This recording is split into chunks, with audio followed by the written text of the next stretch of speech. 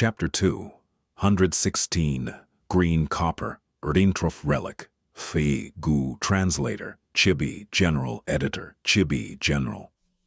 The once lively Qingmao Mountain had turned into a world of ice and snow. Such a change had long attracted the attention and investigations of nearby forces. In these few months, news of Qingmao Mountain being destroyed had gradually spread far.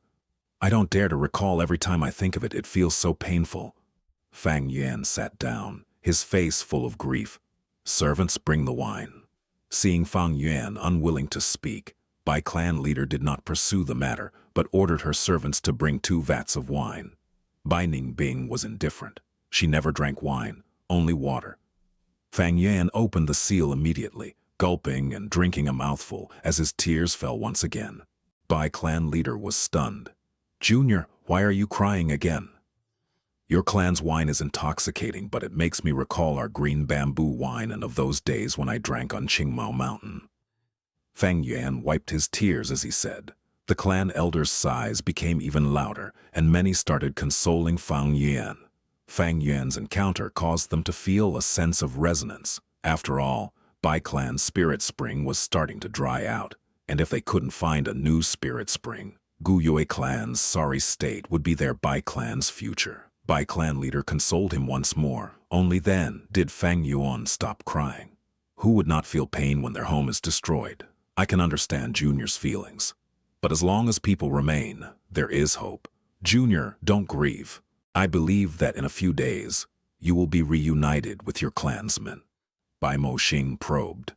Fang Yuan acted as if he was unaware, wiping his tears and answering casually.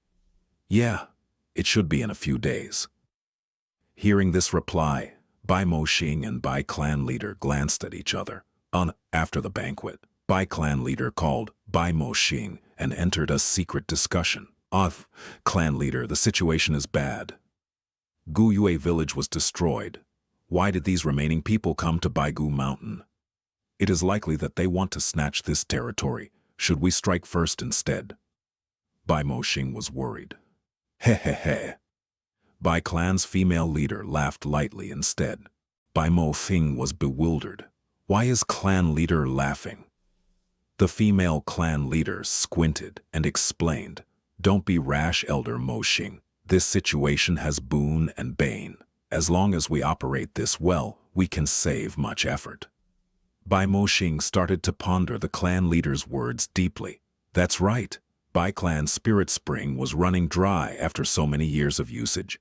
They needed to find a new spirit spring as soon as possible, and this time they were searching for a suitable spring on Baigu Mountain under the cover of hunting. Bai clan's main group had just arrived and could not find anything yet. But if Gu Wei clan's remnants were coming to Baigu Mountain, they had to know some intel.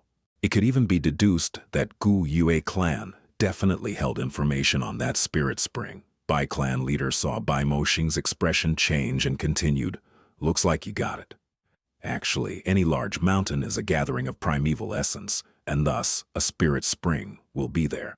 But to find the spirit spring's specific location, it is not easy and requires a lot of manpower and resources. There are Fang, Liao, and Fan clan around our Bai clan. They are all strong clans with equal power.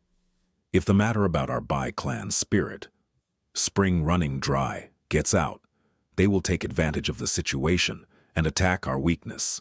Thus, we decided earlier that we have to secretly find the spirit spring's location under the guise of a hunting competition. But by doing this, we are greatly restricted and have to expend even greater manpower and resources in searching for the spirit spring." Bai clan leader was full of worries, but could not express her helplessness. Bai Moxing continued, "Thus, clan leader wants to obtain information about the spirit spring from Gu Yue clan." "That's right." Bai clan leader nodded, her eyes shining brightly. "Gu Yue clan's leader and elders won't be easy to deal with, but with those 2 youngsters in our control, this is a godsend opportunity." Bai Moxing frowned. "But I see that those 2 are not stupid. That lass is obviously one of those iron-willed, stubborn type, while that young lad, although weak, was unfazed in dangerous situations, being calm at all encounters. The first time we met, Even when he was surrounded by us, he did not show a hint of panic. It will not be easy if we want them to divulge information. Bai clan leader chuckled. If he did not have such composure, how would he be a clan's young master? These two young masters are very outstanding, but if they weren't, I would be doubting their identities. Bai Mo Xing continued. Thus, you have to think twice, clan leader. If we interrogate them forcefully, they might not submit to us. With the traces they left behind, Gu Yue clan will be here soon. These are the type of desperate people with nothing to lose, except their lives. Bai clan leader waved her hand. That is not a worry, clan elder. I have a plan. Oh, this old one shall listen. Bai clan leader said it softly, while Bai Mo Xing's old eyes kept on getting brighter. After Bai clan leader finished, Bai Mo Xing could not help but praise. This is a good plan. I saw that Gu Yo Fengcheng is very attached to his clan. He even cried twice for his clan in the banquet. He is, after all, a youngster. Clan leader, this plan that you came up with is like placing honey in front of a young bear, or placing a carrot before a young rabbit. There will be no issues getting him hooked. Fang Yuan opened a corner of the tent's cover. It was nighttime already, but Bai clan's temporary camp was well lit. The tents were placed perfectly in order, with iron racks and torches at every certain distance, and patrolling Gu master groups all night round. Young Master Fang Cheng, what is the matter? Fang Yuan had just opened the cover, and the two guards at the door immediately walked over.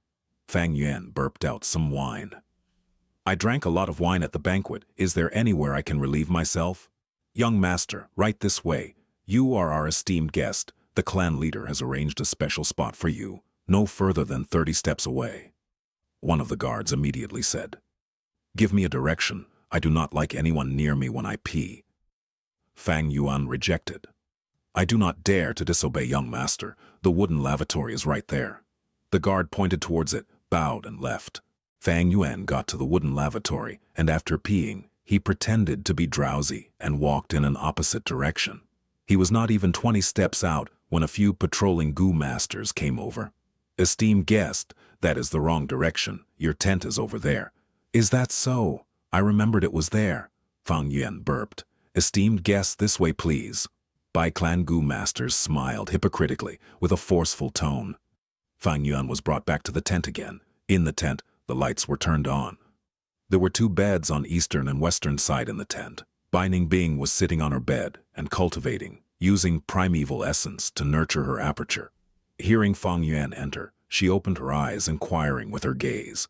Fang Yuan glanced at her before falling down on the bed. Ningbing, sleep early. You were exhausted these few days.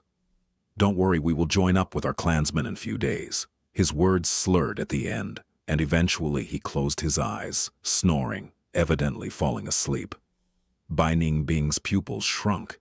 She knew Fang Yuan was acting, purposely saying that as a precaution against any surveillance-type Gu worms. He had gone out earlier to pee, but returned so early, which meant the area was tightly secured, and it was impossible for them to escape quietly in dark. She couldn't help but be worried. Although she was at rank 3 peak stage, her Gu worms were not optimal, causing her battle strength to be insufficient.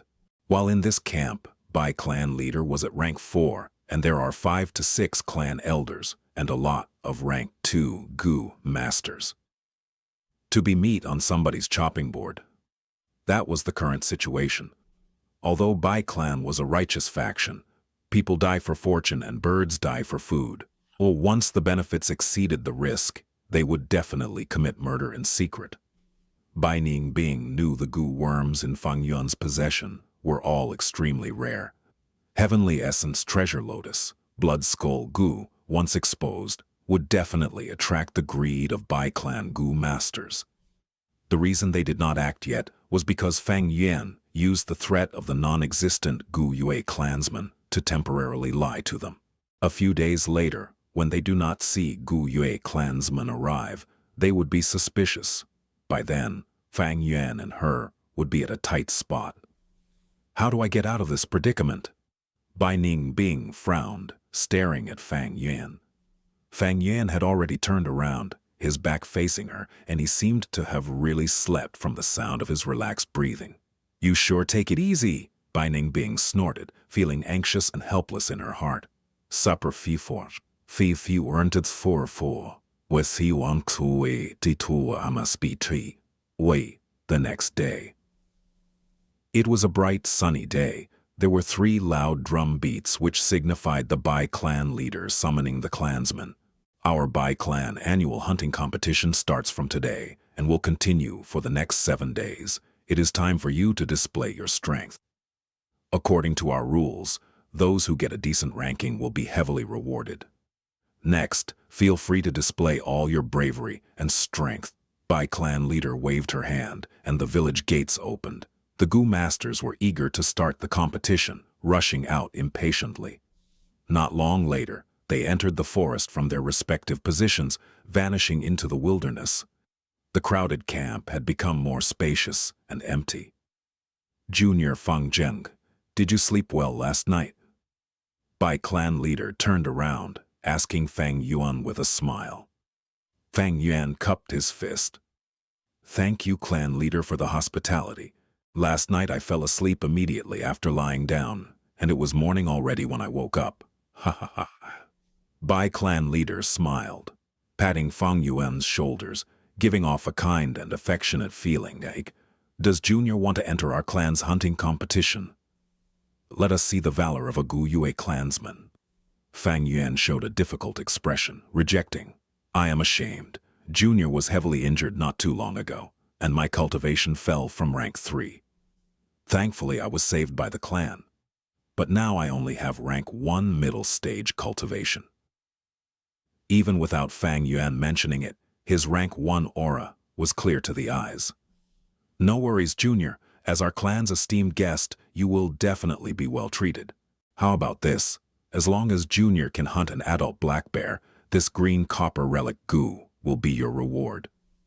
Bai clan leader clapped her hand, and a Gu master beside her opened his palm as a finger-sized round ball-shaped Gu emerged. Fang Yuan laughed coldly in his heart, but showed an earnest expression. "Then, this junior shall take up the invitation." Chapter 217, Giving Others a Hold on Oneself. Translator, Chibi General Editor, Chibi General Howl.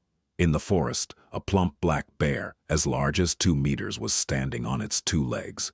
It growled towards Fang Yuan and Bai Ningbing, but the two were indifferent, causing the black bear to become furious. It landed on all 4s and pounced towards the 2 youngsters. Do not be fooled by the bear's clumsy looks. Its running speed was, in fact, very fast, twice the speed of ordinary humans. Seeing the black bear nearing 50 steps from him, Fang Yuan's lips curled up into a smile, as if he had achieved his target. Bam! With a loud bang, soil was sent flying. The black bear cried out pitifully. Its advancement came to a stop, as if it had suffered a blow to the head. Overcome by anger, due to suffering such an absurd attack, it quickly changed to another direction and rushed towards Fang Yuan once again. But after only stepping out for 10 steps, the ground exploded again. Howl! The black bear's chest was blown to a bloody mess. Its eyes turned red as its rage reached a tipping point, rushing forward once again. A wild beast after all, lacking in intelligence. Fang Yuan sighed as he retreated.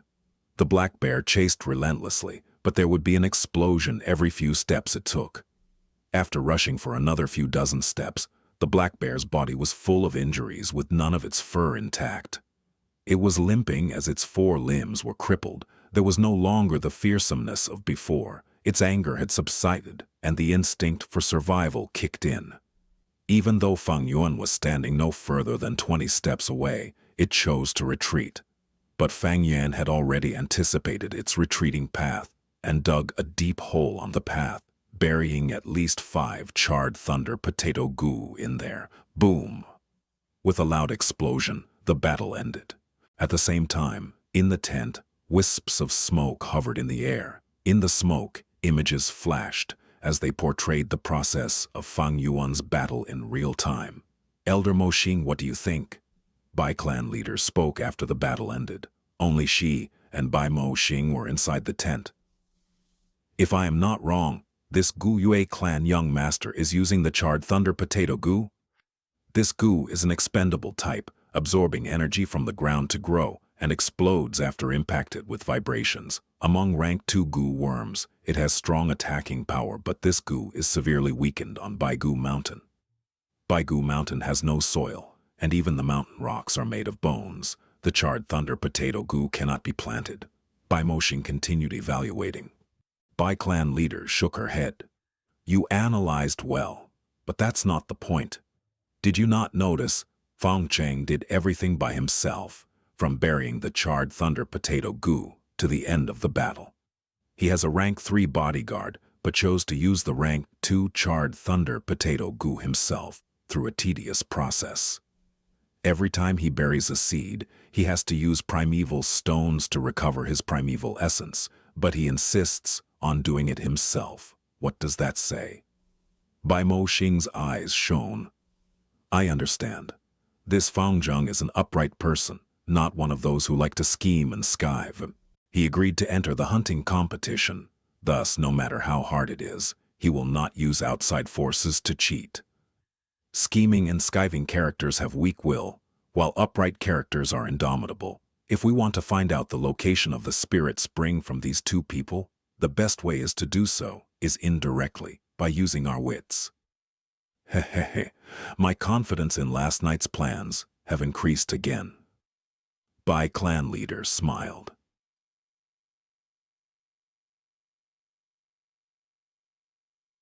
Bittetefoamt. Luckily, I was able to accomplish my goals. After half an incense was burnt through, Fang Yuan placed a torn bear skin in front of the Bai clan leader.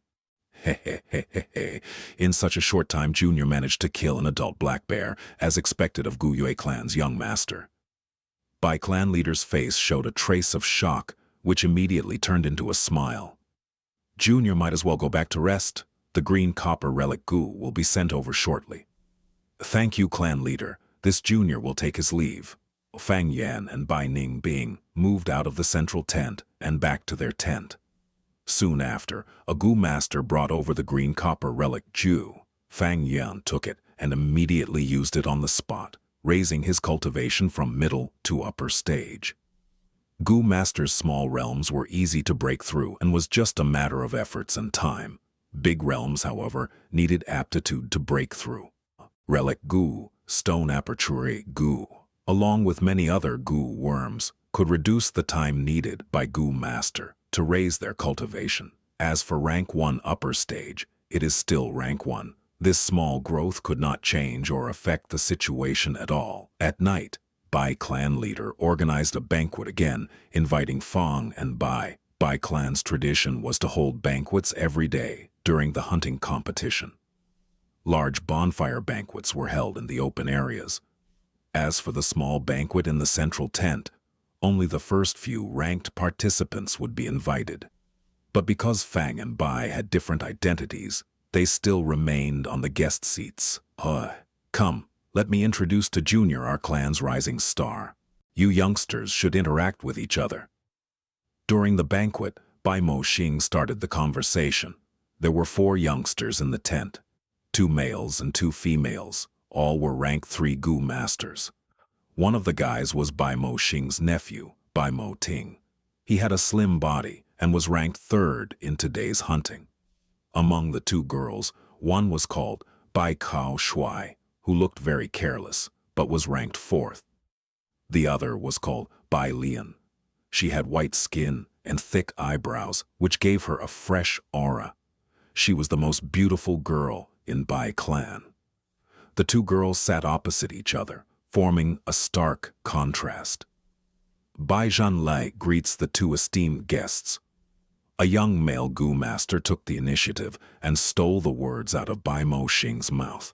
He was muscular, and his manners contained arrogance along with strong battle intent. Looking at Fang and Bai, he first paused at Fang Yin before showing a smile of disdain. Next, his gaze was locked onto Bai Ningbing. Bai Ningbing was like a snow fairy, with her silver hair and blue eyes, surpassing Bai Lian in terms of beauty. More importantly, she was at rank 3 peak stage, attracting Bai Zhanli's attention. He snorted. "It seems that your Gu Yue clan has strong women and weak men." Bai Ningbing was like an ice block, showing no reaction. Fang Yuan's expression turned cold and slightly ugly. Bai clan leader interrupted. "This is the #1 youth expert in our clan. Junior, don't blame him for his inconsiderate words." "Of course not." Fang Yuan moved his lips, facing Bai clan leader. "Brother Zhan Li is a dragon among men. I am deeply amazed." His tone was complex, and his expression was perfectly displayed. Some tolerance due to being under others' roof, the helplessness of his own weak cultivation, and some indignant pride of a youngster. Even Bai Ningbing was taken by surprise. Bai Zhanli snorted, while Fang Yuan laughed coldly in his heart. He knew the Bai clan situation, but Bai clan did not know his true trump cards. The situation might seem dire for him, but he had a strong grasp on the advantage he had: information. How to make good use of this advantage, that is the key to getting out of our predicament. Green copper relic Gu is a good sign, showing that Bai clan is worried about the non-existent Gu Yue clan remnants. They do not want to do it by force, but instead trick and manipulate us. Is this Bai Zhanli the next chess piece? Now that I think about it, his tone earlier was too forceful. If he really is the Bai clan's next move, there will be some problems. I might as well give my handle to them and expose my weakness. If he allowed the Bai clan to set up traps this casually, Fang Yuan would no doubt fall into a more passive situation. Instead, he might as well give others a hold on himself and expose some fake weaknesses to gain some initiative. Thinking so, Fang Yuan's gaze swept through the tent, a ploy brewing in his scheming mind. He looked at Bai Lian, opposite him. After staring for a while, Bai Lian seemed to have noticed his gaze, but Fang Yuan turned his head over, seemingly observing something else. As the banquet continued, Fang Yuan took peeks at Bai Lian from time to time, but avoided eye contact with her. When the banquet was almost over, Fang Yuan peeked more often. This situation was easily noticed by the Bai clan leader and some clan elders.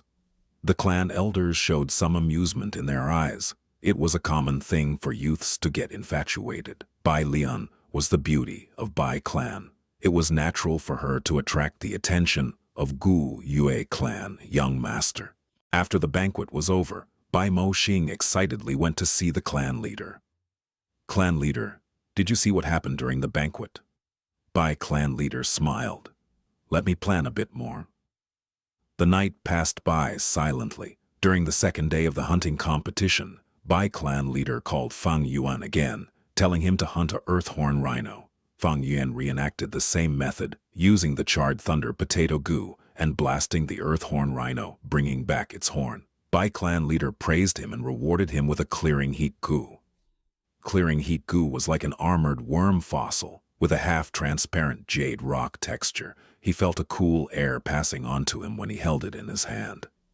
This goo was a rank 2 healing goo, used to cure poison. Fang Yuan had finally fixed his greatest weakness after getting this goo during the campfire banquet that night. "This is my son and daughter, Bai Sheng, Bai Hua. Stand up and toast this brother," Bai clan leader said. A pair of twins stood up, raising their cups like an adult, saying together, "Bai Sheng, Bai Hua toasts Gu Yue young master." They bowed slightly with a solemn expression, showing their good upbringing. There was no hint of any childishness. Fang Yuan was slightly stunned and sized up this pair of siblings attentively. According to his previous life, these two kids would be the famous righteous twin stars. Their fame would last a long period of time.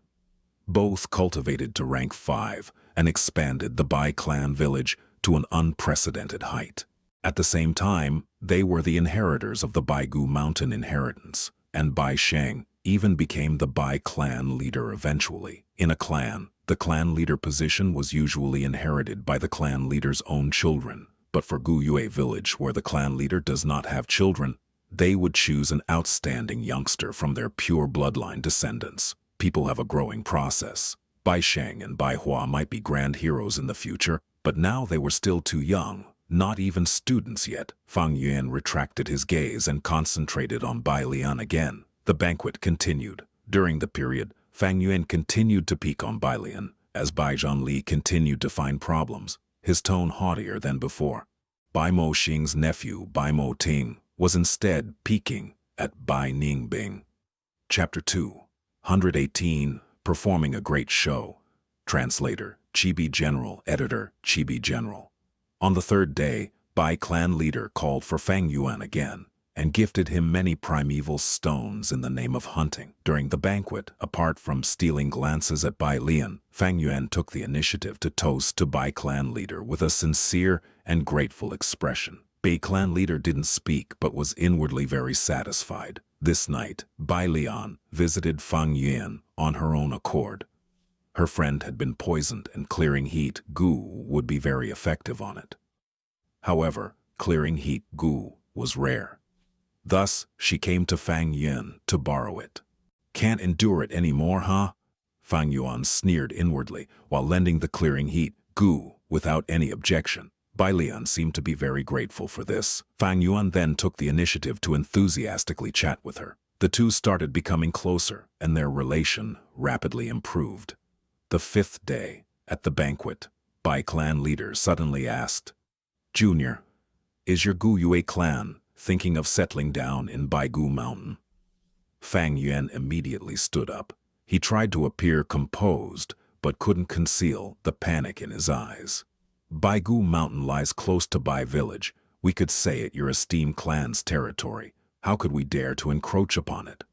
Bai clan leader smiled inwardly. She became more certain that the Gu Yue clan's objective was Baigu Mountain. However, she hypocritically said, "Junior might not be fully aware of the complicated situation here. The pressure on our Bai clan is very big. It would be great if Gu Yue clan could stay here at Baigu Mountain as our clan's ally."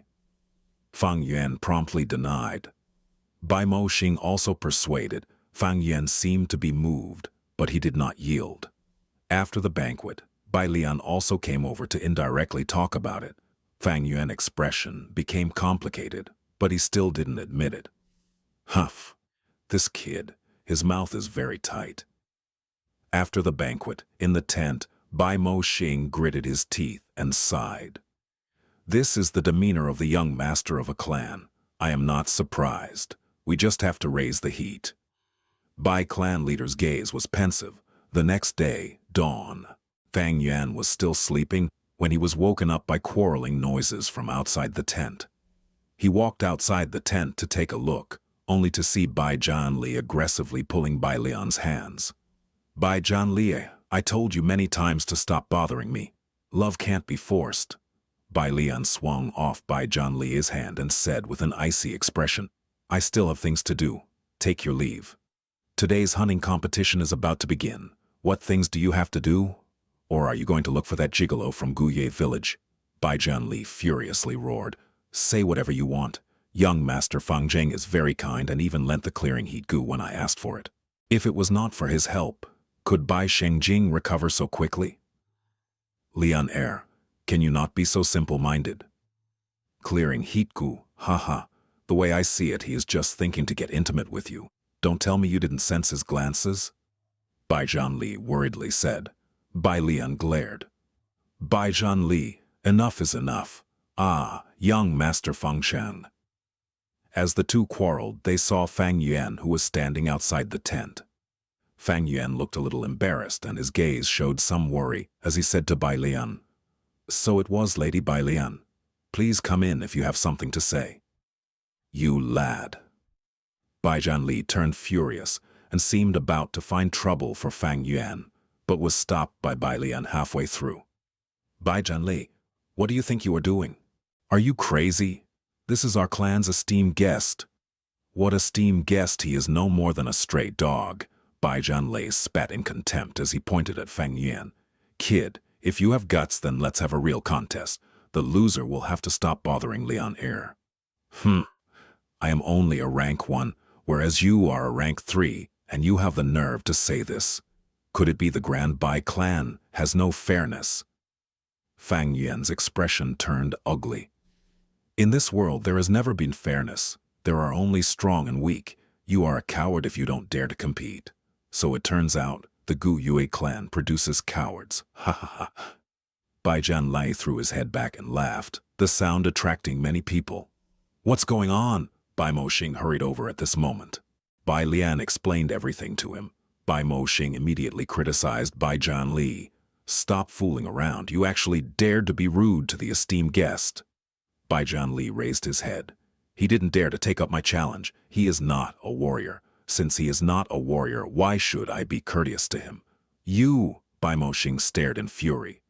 Bai Lian said, anyone who accepts such challenge would be an idiot. Young Master Fang Zheng's cultivation has fallen because of injuries. If he was at his peak state, you might not be his opponent. A young lady was saying such things towards Fang Yuan. If Fang Zheng was really here, his heart would have been completely filled with appreciation. Fang Yuan, however, sneered, such a good performance. I will compete with you in place of young Master Fang Cheng. Bai Lian continued. Bai Zhanlai gasped with rage. Why are you sticking out for him? Besides, on what basis are you representing him? He is only a gigolo, a spineless coward. I alone can win 10 of him. I won't compete with you. Kid, if you have guts, then stand up. Not even saying anything, are you still a man? If you want to compete, then let's compete. Who is afraid of whom? Fang Yuan seemed to have been spurred on by the remarks, as he straightened his neck and said in an impulsive manner, Lord Elder, did you hear it? He agreed. Bai Zhanli immediately shouted out with glee all over his face. Bai Moxing furrowed his brows. One should always be brave enough to receive challenges. Junior Fang Cheng, we all see your bravery, but you are our clan's esteemed guest. How will we explain to Gu Yue clan if there are any mishaps? And your cultivations are not at the same level, so the challenge loses its fairness. Lord Elder is correct. Junior was thoughtless. Fang Yuan deliberately hesitated. Seeing Fang Yuan seemingly about to withdraw, Bai Zhanli and Bai Lian quickly communicated with their gazes. Bai Zhanli continued to speak, provoking Fang Yuan's anger and spurring him on. Bai Lian bit her lips before walking in front of Fang Yuan. She opened her watery big eyes and spoke softly. Young Master Fang Zheng, if I may be so bold to ask a favor. Oh, what request?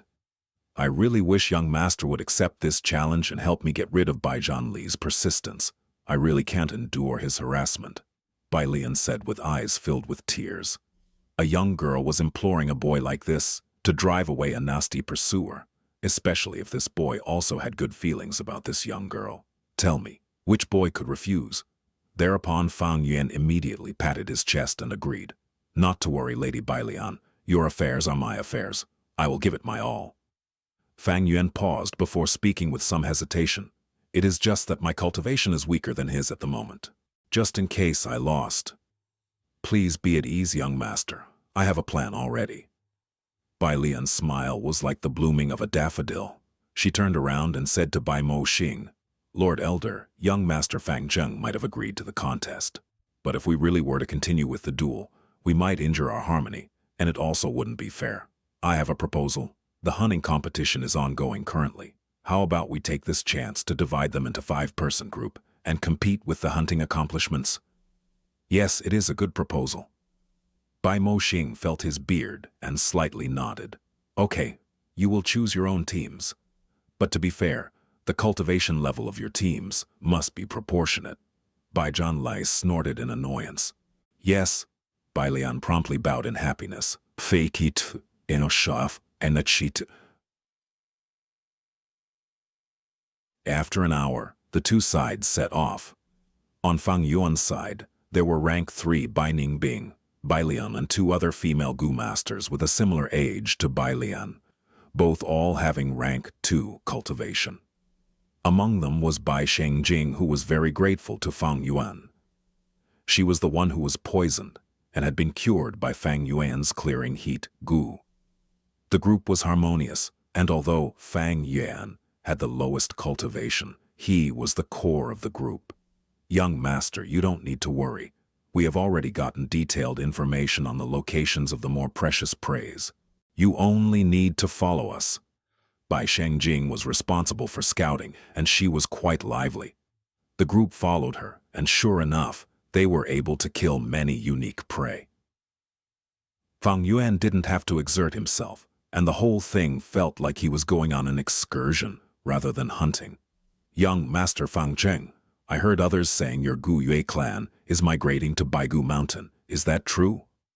Bai Shengjing seemed to have asked casually when they were returning from their rewarding hunt. Those talks are all baseless. Fang Yuan smiled. Young master, you are gentle and refined, an upright gentleman, much better than that Baijian Li. Sigh, if you could stay at Baigu Mountain, then we could meet each other more often in future. Bai Shengjing continued. Fang Yuan laughed and secretly glanced at Bai Lian, who was walking alongside him. Bai Lian seemed to be worried. Settling down and establishing the village is not an easy thing. The most important condition is to find a spirit spring. However, the primeval energy around the spirit spring is very dense, so there will definitely be beasts pack or formidable wild Jew worms living near it. To establish the village, the very first exploration group will have to go through intense battles, either killing beast packs or the wild Ku worms. This process will definitely be accompanied by bloodbath and sacrifices. Upon saying so, she looked at Fang Yuan. Actually, there are many Bongu living in Baigu Mountain. These Bongu have tough physique and are difficult to deal with. There are also no soil in Baigu Mountain. The ground is all made of bones and stones. It is not impossible to establish a village and survive on this mountain, but the price to pay is very high. Oh, is it so? Fang Yuan's smile contained a trace of reluctance, and his gaze seemed to reveal deep worry. Then he pretended to act nonchalant, asking, I am quite interested in Baigu Mountain. Bai Lian, your clan could be said to be half the owner. Could you tell me what dangers are on this mountain? Bai Lian smiled. Then please listen, young master. She exaggeratedly spoke while secretly activating the anxiety accumulation goo inside her aperture. This goo worked as quietly as the spring breeze and would silently influence everyone within 10 steps of it. It aggravated people's thoughts and increased their worries. Fang Yuan's smiling expression gradually faded, and the worries in his eyes became more visible. Young Master Fang Zheng doesn't need to worry. We will definitely win against Bai Zhanli this time. Bai Shengjing intentionally eased Fang Yuan's worries. Fang Yuan nodded, and after replying few sentences, he appeared absent-minded. Following, he kept on asking many questions. They were all about Baigu Mountain, especially about certain areas in the back of the mountain. Bai Lian patiently answered all his questions. This scene was playing in real time in the camp. The fish has taken the bait. Bai clan leader showed a smug smile. Back of the mountain. She started looking at the map on the table. Chapter 2, 119, Entering Baigu Mountain Translator, Chibi General Editor, Chibi General. After a short period of time, Bai clan leader took her gaze off the map, giving up. Baigu Mountain was huge. Even though the range was restricted to the back mountain, it was still a long way to pinpointing the exact location. That Gu Yue lad, he is on guard against our Bai clan and would not ask for the direction directly. It seems that to find out the location of the spirit spring, we will need to buck up. Bai clan leader gritted her teeth, evaluating. Once they obtained the location of the spirit spring, Bai clan would hold a thorough investigation. But if the spirit springs surrounding beast groups isn't a lot, and the price for killing them isn't huge, I will strike directly. After all, we have the initiative to act first, but if the surrounding wild beasts and Gu worms are too many, we will provide support and reinforce Gu Yue clan, making them bear the brunt of the attacks, while we wait for the opportunity to reap the rewards afterwards. If we do this well, we might even absorb the remnants of Gu Yue clan. Thinking of the great plan, Bai clan leader laughed out. She had no idea now that the so-called Gu Yue remnants were just a big fat lie. In fact, Fang Yuan obtained even more valuable information from Bai Lian. The righteous inheritance was at the back mountain of Baigu Mountain. Fang Yuan did not fake the information. However, there were many bone beasts at the back mountain, and even more goo worms dominating the area. It would be tough and full of obstacles to claim the area as a clan territory. He knew from Bai Lian's words that there were some exaggeration. Relying on his 500 years of experience, he filtered the exaggerated parts and obtained one truth. If he and Bai Ningbing worked together to get to the inheritance ground, it would take at least half a year. The situation on Baigu Mountain was not like the woods. There were large numbers of wild beast groups, and many ferocious beasts and dangerous goo worms lurked. Many areas needed to be avoided, and some places even needed to be steered clear of. Once back at the village, it was like what Bai Shengjing said. Their battle results were superior to Bai Zhanli. After a day of circulation, this competition was widely known. The five walked in the campgrounds, receiving much attention.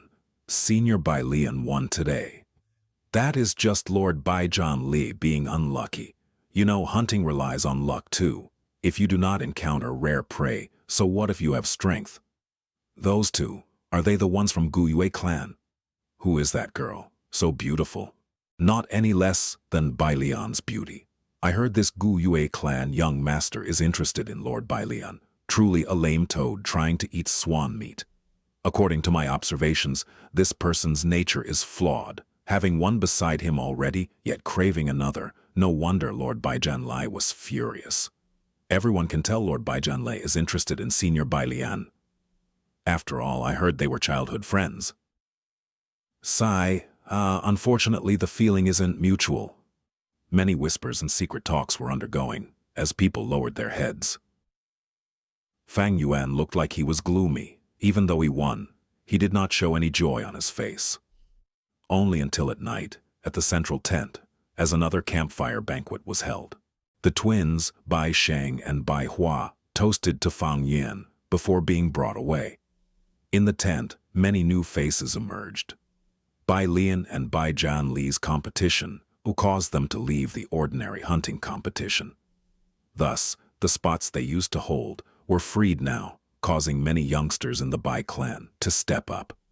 These two males were evidently closer to Bai Zhanli. One stared at Fang Yuan angrily during the banquet, while the other was apathetic. "Junior, it has been so many days. Where are your clansmen?" At the banquet, Bai clan leader asked. Fang Yuan showed some worry. "According to my calculations, it should be these few days." Sigh. Maybe they encountered some trouble, but with their strength, there should be no problems. Bai clan leader nodded. What she was concerned with was Fang Yuan. After spending so much effort and establishing this stage, at this point where progress was being made and success was around the corner, she did not want the Gu Yue remnants to appear and thwart the entire plot. What she did not know was her worry was unnecessary. In this world, only two Gu Yue remained, Fang Yuan and Fang Cheng. "No worries, Junior. I've sent people to scout around.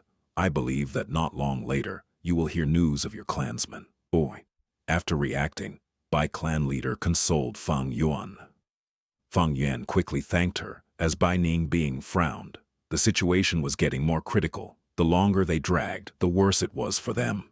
Now was still fine, using excuses to answer them. After all, in the wild, encountering unexpected troubles is normal. But after they dragged it out, Bai clan would be suspicious and may even find out the truth behind their lies. But these days, they continued to hunt in the wild, and Bai Ningbing did not dare to do anything. She knew that there were Bai clan Gu masters invigilating the entire process, hiding at a corner.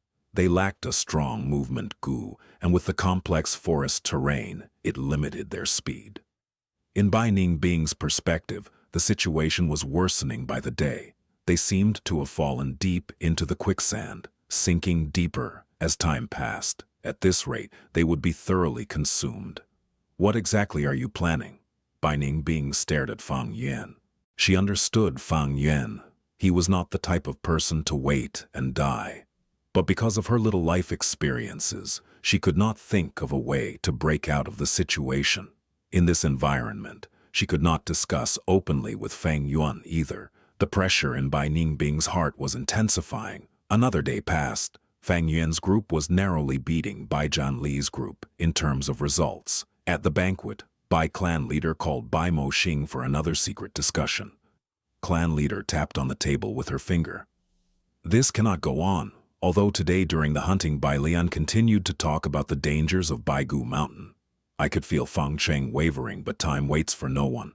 Once the Gu Yue group shows up, Fang Cheng would have found his pillar of support, and our efforts would have been in vain. Time is not on our side, Bai clan leader's side, unable to hide her worry. What she did not know was Bai Ningbing was more worried than her.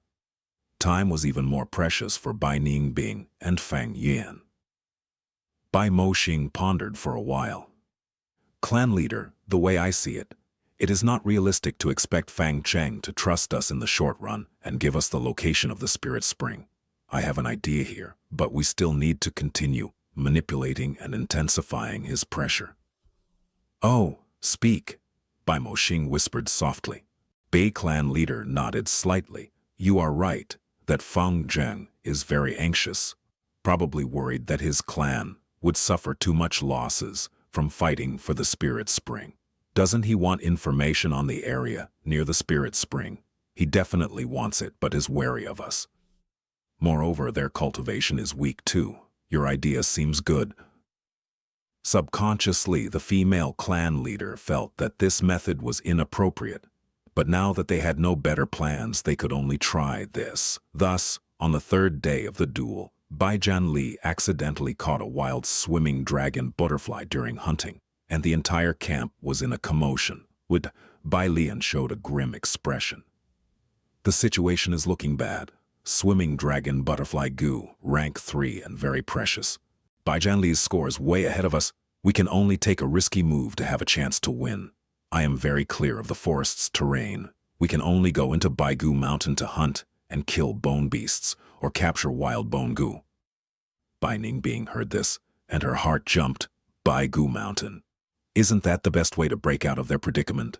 Ha ha ha. To think that an opportunity would arrive like this. Although Baigu Mountain was dangerous, it was the best way to escape Bai clan. Fang Yuan shook his head. This is too dangerous, Lady Bai Lian. We have limited strength. Forget it. Bai Ningbing stared with wide-opened eyes, wanting to strangle Fang Yuan so badly. Bai Lian laughed instead. No worries, young master. I have a plan. I have a good relationship with Bai Sheng and Bai Hua. We can coax them into joining the hunt tomorrow. They have no cultivation, thus they are not considered reinforcements for us, but they have Gu masters hiding around protecting them from danger. If we enter Baigu Mountain and encounter danger, how can they not help? We will not take the wild beasts they kill, but only hunt our own. The beast groups are bound to have the old, sickly, and weak. The wild beasts on Baigu Mountain are way more valuable. Fang Yuan was shocked. To think that Bai clan is doing this, all just to prevent my suspicion. As he thought so in his heart, he said instead, Great idea. Lady Bai Lian is truly pure-hearted. I am very amazed. No, I am flattered. Bai Lian smiled shyly, but smugness flashed across her eyes. The next day, at dusk in the central tent, Bai clan leader stared at the rainbow smoke in the air tightly. In the smoke, an image appeared. In the image, there were 7 people. Other than Fang Yuan, Bai Lian, and the 3, there were also 2 children, the Bai clan young masters. It seems Baigu Mountain is very peaceful. We've moved for so long and not encountered any trouble. In the image, Bai Shengjing spoke. Bai clan leader snorted out of anger. To protect them, she sent out a large number of Gu masters to pave the way, not leaving behind a single elder, all protecting them in secret. The reason Fang Yuan's group was having such an easy time and encountering sporadic wild beasts was because they were purposely left behind by the Bai clan Gu masters. In this 6 hours, Bai clan had sacrificed tens of outstanding Gu masters, and even 3 elders were injured. Among them, 2 were severely injured, falling unconscious, and were on the way back to camp. But this was still Baigu Mountain's foot. The more they ascended, the more danger lurked. Don't see how easily Fang Yuan and the others traveled. This was all due to the other Gu Master's sacrifice of life and blood. Especially Baigu Mountain. No one lived there, and it was a wild beast territory. To pave the way and explore, the price to pay was huge. Fang Yuan continued to ascend, and with Bai Lian's guidance, they arrived at Baigu Back Mountain. We have limited information. I do not know where to continue going. The sky is getting dark. Maybe we should get back, Bai Lian purposely said. Since we're here, we might as well explore, Fang Yuan said instead. He looked around, trying to discern, like he was trying to find something. He started to lead them. According to his memories, he knew the inheritance ground was close by. Hey, can you at least try to pretend? Beside him, Bai Ningbing saw this and was screaming in her heart. Fang Yuan's behavior was already out of character. Bai Ningbing looked around worriedly, but what was strange was, be it Bai Lian, Bai Shengjing, or the others, it seemed they could not tell anything, letting Fang Yuan search in silence. Good. This is it. It seems this place is very close to the spirit spring. In the tent, the clan leader said agitatedly, Hey, Fang Zheng, you are still too young, eh? They entered the cave. Is the spirit spring inside the cave? The image flashed, showing the insides of the cave. Right when Bai clan leader was getting confused, someone reported from the outside. Reporting to clan leader, an investigative Gu master is bringing a Thai clan Gu master. They have important news to report.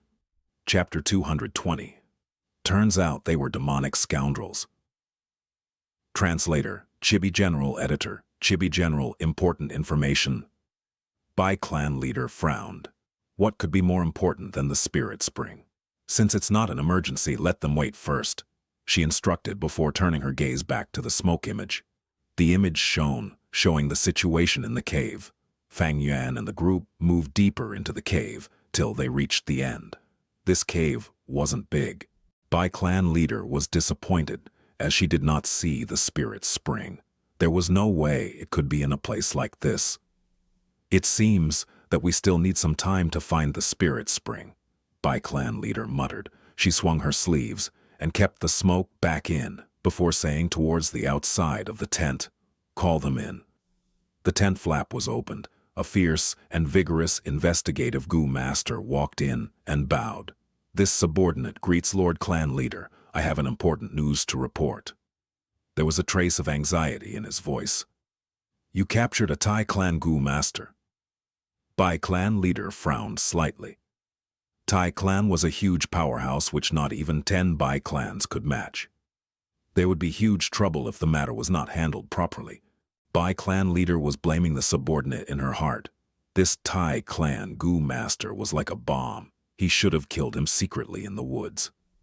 Bringing him back to the clan would leave behind evidence and cause complications.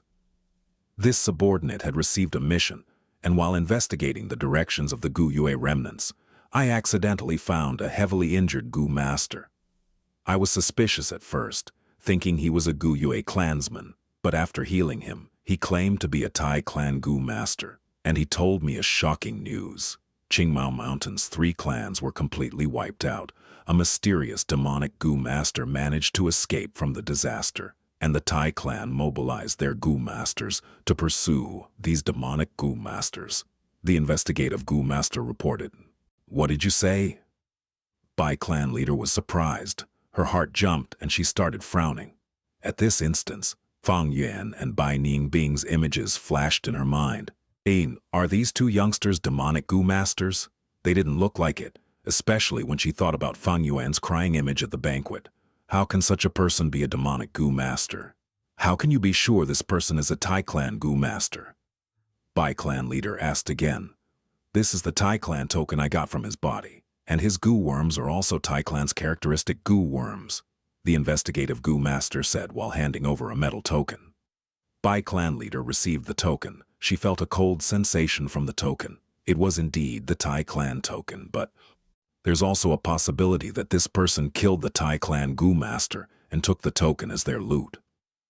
Maybe this person is trying to mislead us. He might just be the demonic Gu master the Tai clan is pursuing. Bai clan leader thought of a possibility. In order to live, demonic Gu masters obviously have to lie about their identity. The Bai clan leader had too deep of a preconceived perception, but no matter what, she would have to confirm it herself. She squinted and said, "Bring that captive here. Move." Soon the tent was opened, and a Gu master was brought over. It was Dao Ku. His hair was a mess, and his face pale as he walked towards the Bai clan leader. "Kneel down." The Gu master behind kicked, and this strong-willed man grunted, kneeling on the ground. But he strongly resisted and tried to remain standing. "Stay still." Two Gu masters behind him held each of his arms, forced him down. Dao Ku struggling was to no avail. He shouted, "I, Dao Ku, will kneel to the heavens and earth, will kneel to my parents, will kneel to the clan leader, but do not humiliate me, or I'd rather die." "Oh, great acting." Bai clan leader's eyebrows raised, but she just sneered and interrogated, "Speak, you are a demonic Gu master. How did you kill the Tai clan Gu master and obtain this token?" Dao Ku was stunned before spitting out some bloody phlegm. "Spit, I am Dao Ku of the Grand Tai clan. My name and surname will never change. Now that I've landed in your hands, do whatever you wish to me, but trying to frame me like this, isn't it too hypocritical?" The phlegm did not land on Bai clan leader, as it hit an invisible wall in midair and fell on the ground. Bai clan leader's expression turned ugly. Dao Ku laughed coldly. "Our Tai clan is an expert in pursuing an investigation. Bai clan, you captured me and humiliated me like this. Hey, you better decimate my corpse and pray you are not found out. If not, you shall face the wrath and revenge of our entire Tai clan." Bai clan leader sneered. "You keep claiming to be a Tai clan Gu master, but I've seen many Tai clan Gu masters. Those who are below rank 5 would move in large numbers and are extremely spirited and iron-willed. Not only are you traveling alone, just look at your state. You should act better if you want to pass off as a Tai clan Gu master." Dao Ku's cold sneering froze. Bai clan leader's words triggered the most painful memory in his heart. Back when they left Qingmao Mountain, all 9 of them were high-spirited, but now only he was left, and that too as a prisoner. Sadness, especially when he thought about how Tiao Tian died, the huge regret and pity intensified his pain. Tiao Tian was the Tai clan's 4th young master, with superior talent and a determined nature. There were many expectations placed on him since young. He was a strong competitor for the clan leader position, and was the future hope of the Tai clan. The intellect and talent he displayed made Dao Ku see the future of the Tai clan in his hands. But when that overwhelming explosion occurred, everything ended. It was too abrupt. Tiao Tian, who was in the middle of the explosion, didn't even have time to activate his defensive Gu before he was blown to bits. A generation's genius, the star of the future, died in such an obscure way. Not only Tiao Tian, some others were affected as well, and died in the explosion along with countless Gu worms. There were only 2 people alive, both heavily injured. Ku Dao was one of them. Back then he was at the back of the team, and because his skin had turned into bronze skin by his Gu worm, he preserved his life. Another injured person had lost half his body, and in a short while fell into a coma, eventually dying after resuscitation. Failed. Dao Ku cried as he buried his clansmen. He had wanted to bury them separately, but most of the corpses were in pieces. Tiao Tian was the most pathetic. Only a palm-sized piece of flesh was left of him. He carried his extreme pain and grief and built a tomb, cutting a huge rock and moving it there as a marking. Next, he investigated the explosion site. With his experience, he concluded it was the charred thunder potato Gu. Almost 100 charred thunder potatoes buried together. Without a doubt, this was a huge, devious, ruthless, and extremely evil trap. Who would do such a wicked thing? Who set this trap? Dao Ku thought about it hard and felt that Fang and Bai were the most suspicious. Of course, he did not know their names or the exact info, but he understood that this culprit was most likely the demonic Gu master they had been chasing. Too despicable, too vicious. Tai Daoku flew into a rage, his hatred as deep as the sea. Revenge, he must get revenge and bring this demonic Gu master to justice. Tai Daoku could no longer return to Tai Clan. He was responsible to get to the end of the fourth young master's death. Furthermore, if he returned empty-handed like this, it would be a huge disgrace to his character. He had to continue the chase. His life had suddenly turned from colorful to gray. He wanted to kill the demonic Gu master of Qingmao Mountain to vent his anger. Even if he could not, he wanted to give his all. Revenge, revenge, he shouted. He would not stop until he killed Fang and Bai. However, reality was cruel. His injuries could not receive proper healing, and in a few days he suffered from a high fever and terrible headache. He also encountered beast groups' attack and barely managed to escape through the river. But without proper supplies, he still fainted in the end. When he was awake, he found that he was saved, but became Bai Clan's captive. Thinking back, it was all a series of painful events. Ti Daoku kneeled in the tent with tears flowing out uncontrollably. Bai Clan leader was amazed. Ti Daoku did not answer her questions and just kept on giving off a determined aura. This did not look like a fake identity, like a demonic Gu master who wanted to live. Is this person really from Tai Clan? Bai Clan leader started to feel something amiss, the bad feeling in her heart starting to spread. She wanted to find out more details, but Ti Daoku did not reply and even closed his eyes. Bai Clan leader's mind turned as she suddenly said, "Not long ago our Bai Clan entertained two Guyue Clan guests. They are two youngsters, one claiming to be Guyue Clan's young master." Before she finished, Ti Daoku opened his eyes abruptly. His once dead eyes started shining with radiance.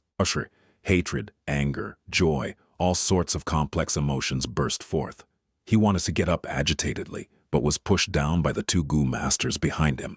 He shouted, "It's them! It's definitely them! To think I met them here. Two people and even youngsters. Ha ha! They must be the demonic Gu masters that escaped from Qingmao Mountain." Ti Daoku did not know the situation on Bai Clan. The investigative Gu master only interrogated. There was no way he would tell him such information. Bai Clan leader quickly asked, "If you are a Tai Clan Gu master, where are your companions?" Ti Daoku's attitude changed completely at this point. For the sake of revenge, he answered seriously, "They're dead. Where did they die? Where are the corpses?" Ti Daoku's expression changed. "I cannot tell you this. The dead shall rest in peace. Even if you suspect me, I will not allow you to dig their graves." Bai Clan leader's heart sank after hearing this.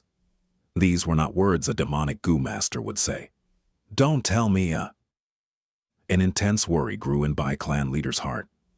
She could not help but wave her sleeves as a colorful smoke flew out and coiled around in the air, forming an image.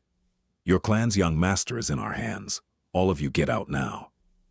In the image, Fang Yuan had already fallen through with Bai Clan. He was gripping Bai Hua and Bai Sheng's throats as he threatened. Bai Clan leader was instantly dumbstruck. After a few breaths' time, she flew into a rage, slamming the table in front of her into smithereens. She wanted to scream. Turns out they were demonic scoundrels. Chapter 221. Welcome to Baigu Mountain. Translator, Chibi General. Editor, Chibi General. Bai Clan leader's face looked extremely dark. She had understood everything. At first she was hesitant, but after seeing the image in the colorful smoke, only an idiot would not understand what had happened. Bai Clan leader was no idiot. In fact, she was wiser than ordinary people. In Fang Yuan's previous life, she was the one who led Bai Clan on the resettlement and set the foundation for the next generation's prosperity. Damn it, how could this happen? Those two scoundrels were actually demonic Gu masters. They are too good at acting. Clan leader, the two young masters are in their hands. What do we do? In the tent, the other Gu masters were panicking when they looked at this scene. The situation was terrible. Fang Yuan was holding the two young masters hostage and caused everyone to be cautious in their actions. Bai Clan leader forced herself to calm down. She was the birth mother of Bai Hua and Bai Sheng. Her worry and anxiety far surpassed the others. However, as someone in power, she had to have her strengths. Other than her identity as a mother, she was also the clan leader. She first ordered her subordinates to release Ku. "We were wrong about you, Tai clan's warrior. I apologize to you here." She stood up and bowed with a sincere expression. Ku snorted. Although he was extremely displeased, he admired Bai clan leader's resolve. After all, he was only a prisoner now. His life and death could have been decided merely at her thought. He gritted his teeth and tried to stand up, but because his body was extremely weak, even this action was taxing on him. "Come, bring the Tai clan guest to his seat," Bai clan leader instructed. Ku sat down, fixing his gaze at the colorful smoke. His gaze seemed to be on fire when he looked at Fang Yuan and Bai Ningbing, causing others to look away. "These two are the demonic Gu masters who escaped Qingmao Mountain. That explosion trap was set by them. Young Master Tiao Tian's death, the ones I'm pursuing, are these two youngsters." Ku etched Bai and Fang's appearances and their body shapes into his mind. No, it might not be them. This could all be a misunderstanding. Ku thought of another possibility. He was upright and never killed an innocent. "Regardless, I have to confirm it myself. If they aren't, I will pursue the true criminals. If they are, I shall cripple these two rascals' apertures and tear them to pieces." Thinking so, he spoke. "Bai clan leader, the matter at hand is to arrest these two scoundrels as well as saving your clan's two young masters." "Tai clan warrior, what do you have to advise me?" Bai clan leader wanted to get some useful information from Ku, but she was destined to be disappointed. Ku shook his head, smiling bitterly. In the cave, swords were brandished. "All of you, get out. Do you want me to repeat myself again?" Fang Yuan threatened in a cold snicker. "Fang Chang, what are you doing? What is going on? Why are you holding the two young masters hostage?" Bai Lian, Bai Shang, and the others were tongue-tied. They thought he had found the spirit spring, but everything happened in a flash. Who would have thought that Fang Yuan would suddenly go crazy and kidnap the two young masters? Whoosh, whoosh, whoosh. 3 figures suddenly appeared. "Fang Sheng, you dare to hold our clan's young masters hostage? How dare you? Your crime is unforgivable. Release them, and we may spare you your life. Fang Zheng, release them now and come back with us. We will let you leave safely." The 3 clan elders spoke, their expression extremely ugly. They were strong and followed this group the entire time. But the moment they sensed this change, they rushed to the scene. "You guys finally decided to show yourselves? Excellent." Fang Yuan snickered. Bai Sheng and Bai Hua struggled intensely in his hands. "Evil scoundrel, release us. If you kill me, you will die too," the 2 children shouted with all their strength. Their faces were turning red from suffocation. These 2 children were future rank 5 Gu masters, lords of Bai clan, the righteous twin stars. But now, unfortunately, they were defenseless and were being strangled by Fang Yuan. After a while, their eyes started rolling back and their breathing slowed. "Fang Sheng, don't make a mistake. Release the 2 young masters."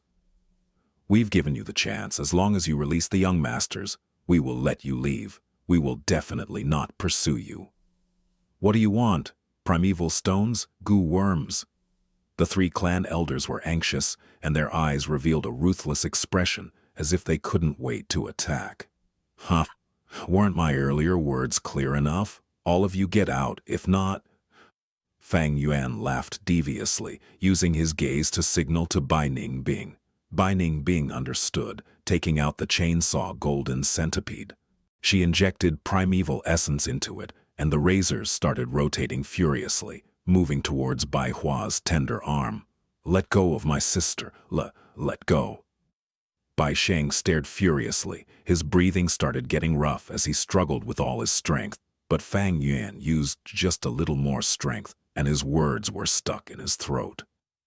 "Don't be rash. Stop, stop." At this point, more and more Gu masters entered, and everyone were screaming in anxiety. Fang Yuan laughed loudly. "On the count of 3, if you are not all out of this cave, your young master's limb will be gone." Everyone gritted their teeth, their eyes burning with fire. They wanted nothing more than to chop Fang Yuan into pieces. Still not leaving. Fang Yuan's eyebrows rose and he moved Bai Hua closer towards the chainsaw. Ah! Everyone screamed. My God! A young female Gu masters covered her eyes. Quickly, get out of the cave. The clan elders shouted. They did not dare to gamble with their young masters' lives. Everyone gradually retreated, staring at Fang and Bai on the way out. If gazes could kill a person, Fang Yuan would have been dead 1,000,000 times. If rage was like water, they would have drowned under the tsunami already.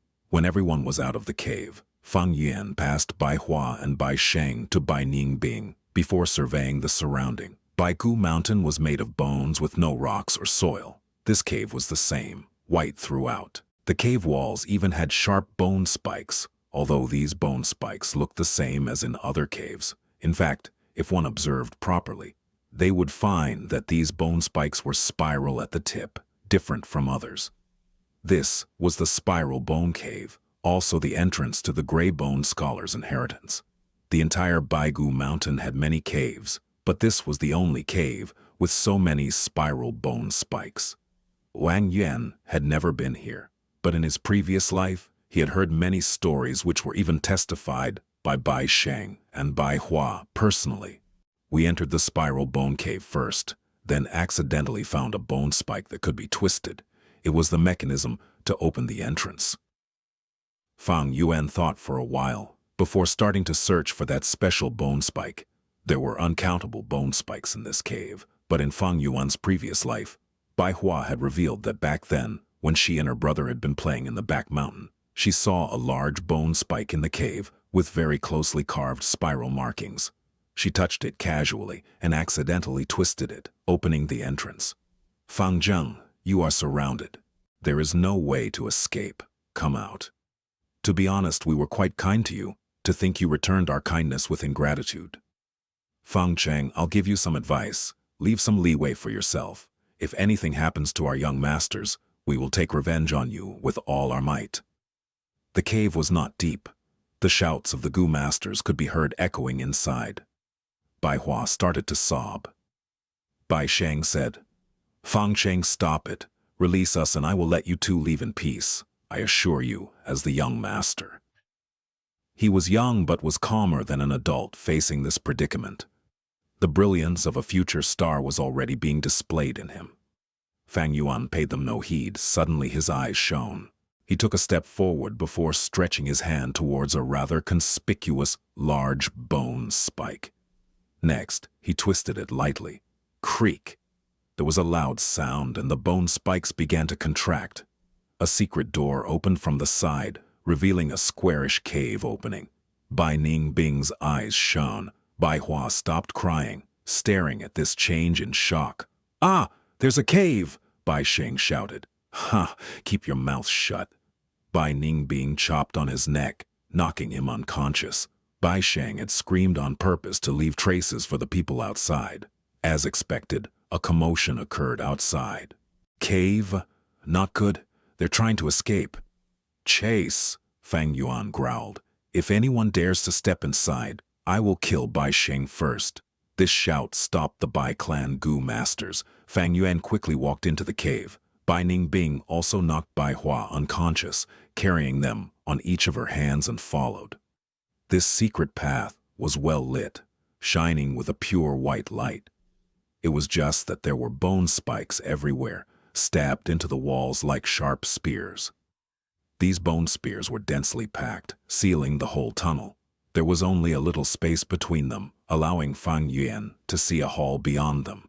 It seems this is the reason you came to Baigu Mountain. I'll open a path for us. Bai Ningbing moved ahead, trying to use the chainsaw golden centipede, but Fang Yuan stopped her. These bone spears are extremely tough, don't be in a hurry. Fang Yuan searched around according to what Bai Hua had said in his previous life. He found the shortest spiral bone spike and pulled it. Creak. Another sound of some mechanisms being activated. The cave behind the two sealed itself, while the bone spears in the tunnel contracted back into the walls. Suddenly, the path ahead was smooth and unobstructed. Fang Yuan laughed heartily, turning and saying to Bai Ningbing, Welcome to Baigu Mountain. Bai Ningbing's gaze flickered as she looked behind subconsciously. The cave entrance behind her had sealed itself. The Bai clan Gu masters would need to spend quite a bit of time to pursue them, at least to open this cave entrance. Bai Ningbing's lips curled, revealing an excited smile. Everything had become interesting. This was the life that she was after. Chapter 222. White Bone Inheritance. 1. Translator, Chibi. General Editor, Chibi, General. The secret tunnel was not long. After walking for a while, Fang and Bai arrived at a huge hall. The pure white hall was made out of bones. In the center was a huge vat. The vat was filled with milk, like white liquid that was giving off a fragrant smell. As Fang Yuan got close to it, his memories resurfaced. According to Bai Hua, this vat should be connected to a spring below it. This spring was a milk spring. The spring water tasted like milk, a clean, sweet taste. Not only was it a top-tier beverage, it was also extremely nutritious. Children grew better drinking it, and the elderly could maintain a strong, healthy body as well. Milk Spring was the specialty product of Bai Gu Mountain. In Fang Yuan's previous life, after Bai clan relocated here, they unearthed 5 milk springs, causing it to become their specialty production, and even used it as a commercial product to attract many traders and merchants to come and make a deal. There is a gu inside this vat, Fang Yuan said, indicating to Bai Ningbing using his gaze. Although according to his memories there was no danger at this location, Fang Yuan was vigilant. After all, this was not something he had experienced personally, and his information was all from a third party. Things that carried risks, he'd rather let others do it. Bai Ningbing snorted, activating her defense and putting her hand into the vat. There are so many goo inside. Her brows raised in shock.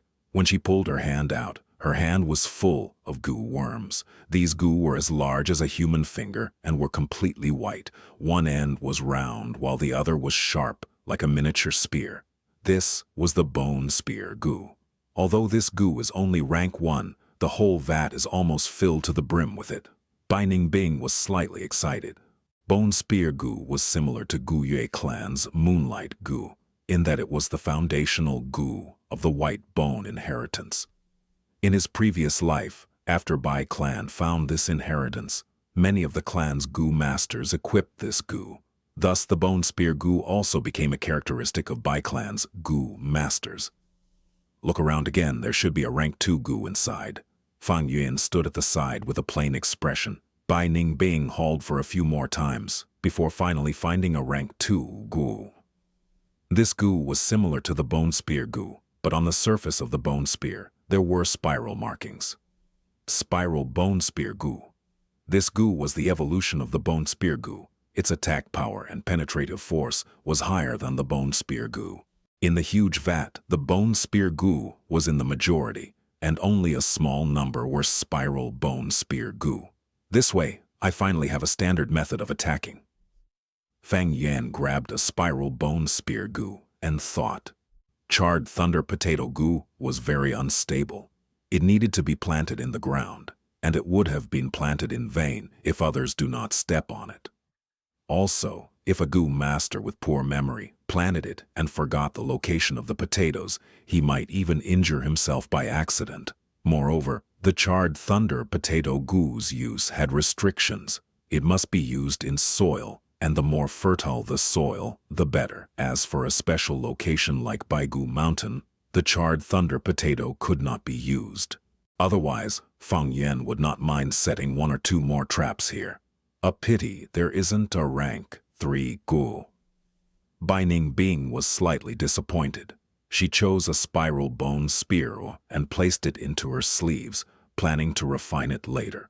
She only felt curiosity towards these types of rank 2 gu worms. They could not display the true power of a rank 3 gu master in battles. Seeing no danger in the vat, Fang Yuan started to act. He hauled goo worms after goo worms out of the vat and used the Spring Autumn Cicada's aura to instantly refine them using his primeval essence. This... what? Bai Ningbing was tongue-tied at this scene. In the matter of a few minutes, Fang Yuan had already refined a few dozen goo worms, and he was still continuing. Because of the Spring Autumn Cicada, he could instantly refine them. And because of his aptitude and the heavenly essence treasure lotus, his primeval essence recovery speed was much greater than the refining expenditure. Thus, he could continue the refinement non-stop. This was a crazy sight. Fang Yuan refined over 200 bone spear goo in his aperture and over 20 spiral bone spear goo. Goo refinement was a tough barrier for goo masters, although Bai Ningbing had seen Fang Yuan instantly refine goo a few times before. It had never been so visually impactful. In Fang Yuan's hand, refining goo worms was as easy as eating and drinking. No, it was simply as easy as blinking. Simply way too easy. What secret does he have? Bai Ningbing was very shocked. Fang Yuan's image became even more mysterious in her heart. But on the surface, she just curled her lips and said calmly, "You got so many goo worms at once, can you afford to raise them?" Fang Yuan laughed. "Of course not. Bone spear goo, spiral bone spear goo, they all fed on milk. Thus, they were kept in this vat of milk. Don't see how this milk spring is one full vat. The expenditure was huge, only because there is a spring eye at the bottom of the vat. Can it sustain till now? If Fang Yuan wants to raise and feed so many goo worms, he would need to have a milk spring himself. Even though I can't feed them, I would rather bring more with me than let the Bai clan people gain them." Fang Yuan laughed, pointing to the vat. "All right, destroy the rest of the goo." The vat had way too many goo worms, although Fang Yuan refined a lot of them. Considering the limits of his rank 1 aperture, there was still a large number left behind. A moment later, Bai Ningbing looked at the floor of goo corpses with a complicated expression. She knew clearly what the value of these goo were. Destroying them was tantamount to destroying a small mountain of primeval stones. Even Bai Ningbing felt heartache. But rather than leaving them for enemies and letting Bai clan take them and grow stronger, they might as well destroy all the goo. The two left the hall and moved along another secret tunnel, getting to the second white hall. At the center of the hall there were 3 white bone pillars. At the tip of the pillar, it was carved into a human hand, without skin or flesh, only left with bones. In the white bone hand, they each held 1 goo. 3 pillars, 3 slumbering goo worms. Fang and Bai got closer and saw what was carved on the pillars, explaining characteristics of the 3 goo. Ribcage shield goo, flying bone shield goo, arm bone wings goo. Bai Ningbing stared at the pillar, muttering. Very quickly her gaze was focused on a line. 3, choose 1, satisfied at heart. Bai Q inheritance, left for future descendants. The meaning was obvious. They can only choose 1 goo and leave the others to future inheritors. Ribcage shield goo could cause a goo master to grow 2 rows of rib cages, shielding their chest, and had great defense. It was a rank 3 goo, advantages being, other than the initial growth period, which needs a lot of primeval essence. Afterwards it can be sustained without primeval essence, something like the heavenly essence treasure lotus. After it is refined, it can be used without injecting primeval essence. Flying bone shield goo. After using, 3 flying bone shields would fly out, being small and floating around the goo master's surroundings. Arm bone wings goo would grow a pair of bone wings at the forearm area. Waving the wings would increase movement speed slightly. Most importantly, it increased attack speed. Ribcage shield goo can be used together with the carapace goo to form defenses front and back. But the carapace goo is bound to be replaced, and only the ribcage shield goo alone is not wide enough. I have the jumping grass and do not fight close combat. The arm bone wings goo is also useless. Fang Yuan thought about it and chose the flying bone shield goo. He smashed the bone arm, refining the flying bone shield goo and keeping it in his aperture. As for the other 2 goo, he did not touch them. This is a righteous faction inheritance. This area tested the self-control of the inheritor. If they cannot control their greed and desires, taking all 3 goo, Then the future tunnels would change drastically. Although there would not be devious traps, their rewards would be much lower. Righteous inheritance is unlike demonic inheritance. Normally speaking, they are designed kindly. Gu masters having luck to encounter their opportunities would gain them. The only difference is how much. Bai Ningbing, seeing Fang Yuan not moving, also did not dare to move the pillars, afraid of special traps. The two moved along the secret tunnel, entering a third hall. There was no more tunnels now after the hall, only one human skeleton in the cave in a sitting position. Before the human skeleton, there was a huge book. This book was made with bones, as long as an arm, wide as half an arm, and as thick as 8 inches. Fang Yuan indicated to Bai Ningbing to pick it up, and seeing no danger, took the book from her. This book was named Gray Bone Huge Book by the Bai clan twins in his previous life. Inside there were many refinement recipes, as well as the creator of the inheritance, Gray Bone Scholar's life experiences, and why he set up this inheritance. Fang Yuan flipped the book. It was truly so. This is a genuine righteous inheritance. At the end of the book it says, "This corpse is the Gray Bone Scholar himself. If the future inheritor has the kindness, they might as well pay respects to it and kowtow 3 times. Afterwards they can split the skull apart and obtain 1 gu. That is the Gray Bone Scholar's life-bound gu. If the inheritor obtains it, they should make the world a better place and uphold justice." Fang Yuan laughed upon seeing this, handing the Gray Bone Huge Book to Bai Ningbing and kneeling on the ground, kowtowing 3 times respectfully. This was a true kowtow. His forehead hit the rough floor, emitting 3 loud sounds. Bai Ningbing was surprised, not expecting this side of Fang Yuan. After Fang Yuan finished, he stood up, and there was no commotion in the hall. He did not mind it, smiling lightly. In this hall, there are no more secret tunnels. But it is not the end. This place tests the inheritor's nature. If the person is kind-hearted and knows gratitude, they would kowtow.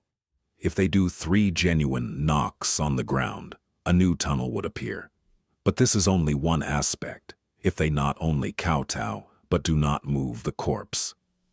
Showing respect for the corpse of the senior, a second path would appear. In the previous life, Bai Sheng and Bai Hua both kowtow, but Bai Hua was afraid of pain, not giving off a loud sound. But Bai Sheng triggered the first path. Bai Sheng wanted to retrieve the gu, but Bai Hua stood him, wanting to leave the senior in peace. Thus, Bai Hua triggered the second path. Fang Yuan thought about it, looking at Bai Hua and Bai Sheng. They were carried by Bai Ningbing, still unconscious. Bai Ningbing also looked at them, sighing. It seems that from now on, we have to rely on these 2 to protect our lives. But I am very curious what the life-bound gu of this Gray Bone Scholar is. Let's split the skull. Fang Yuan shook his head. This is the most exquisite part of the inheritance.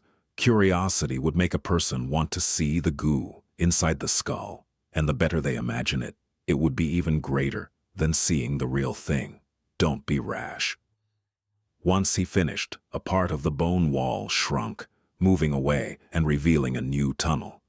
I see.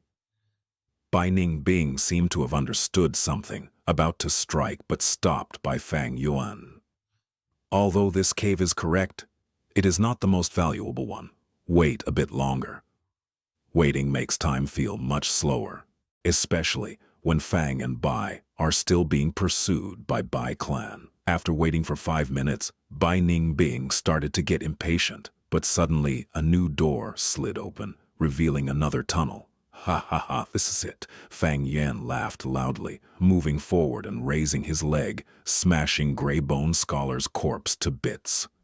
When this tunnel appeared, the corpse lost its meaning. Fang Yuan took out a gu from the skull, a rank 3 bone spike gu. Chapter 2, 123, White Bone Inheritance, 2. Translator, Chibi General. Editor, Chibi General Rumble. There was an explosion. Smoke and dust filled the air before clearing up to reveal a cave. There really was a cave. No wonder they disappeared completely. They must have entered this cave. It's odd. Why is there such a mechanism here? Ah, clan leader is here. Bai clan leader had arrived just in time to see the group blasting open the wall and revealing the secret tunnel. This should be an inheritance ground. Accompanying the clan leader was Tie Dao Ku, who deduced it at a glance. So it was like that, those two thieves' true destination was here. Bai clan leader gritted her teeth as a chilling light flashed past her eyes. Truly great acting. She had been recalling the scenes of her interaction with these two in these few days, on her way here. The more she recalled, the angrier she got. She was actually duped by two youths. The majestic Bai clan leader, along with a group of clansmen, were all playing into two juniors' hands. If words of this were to spread, it would be an enormous strike towards Bai clan's reputation. Junior didn't handle it properly and couldn't protect the two young masters. Clan leader, I ask for punishment.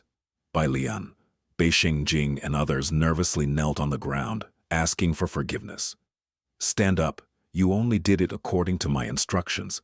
If we have to blame someone, we can only blame those two thieves for being too cunning. Bai clan leader's words relieved Bai Lian and the group from a great burden. You have been in contact with these two thieves all the time.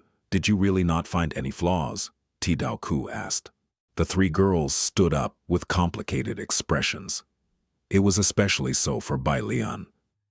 She had been thinking she was playing Fang and Bai like toys in her palms, but to think that she was the one that was played. There were no flaws. Those two were too capable at pretending. Thinking back now, they were using our Bai clan.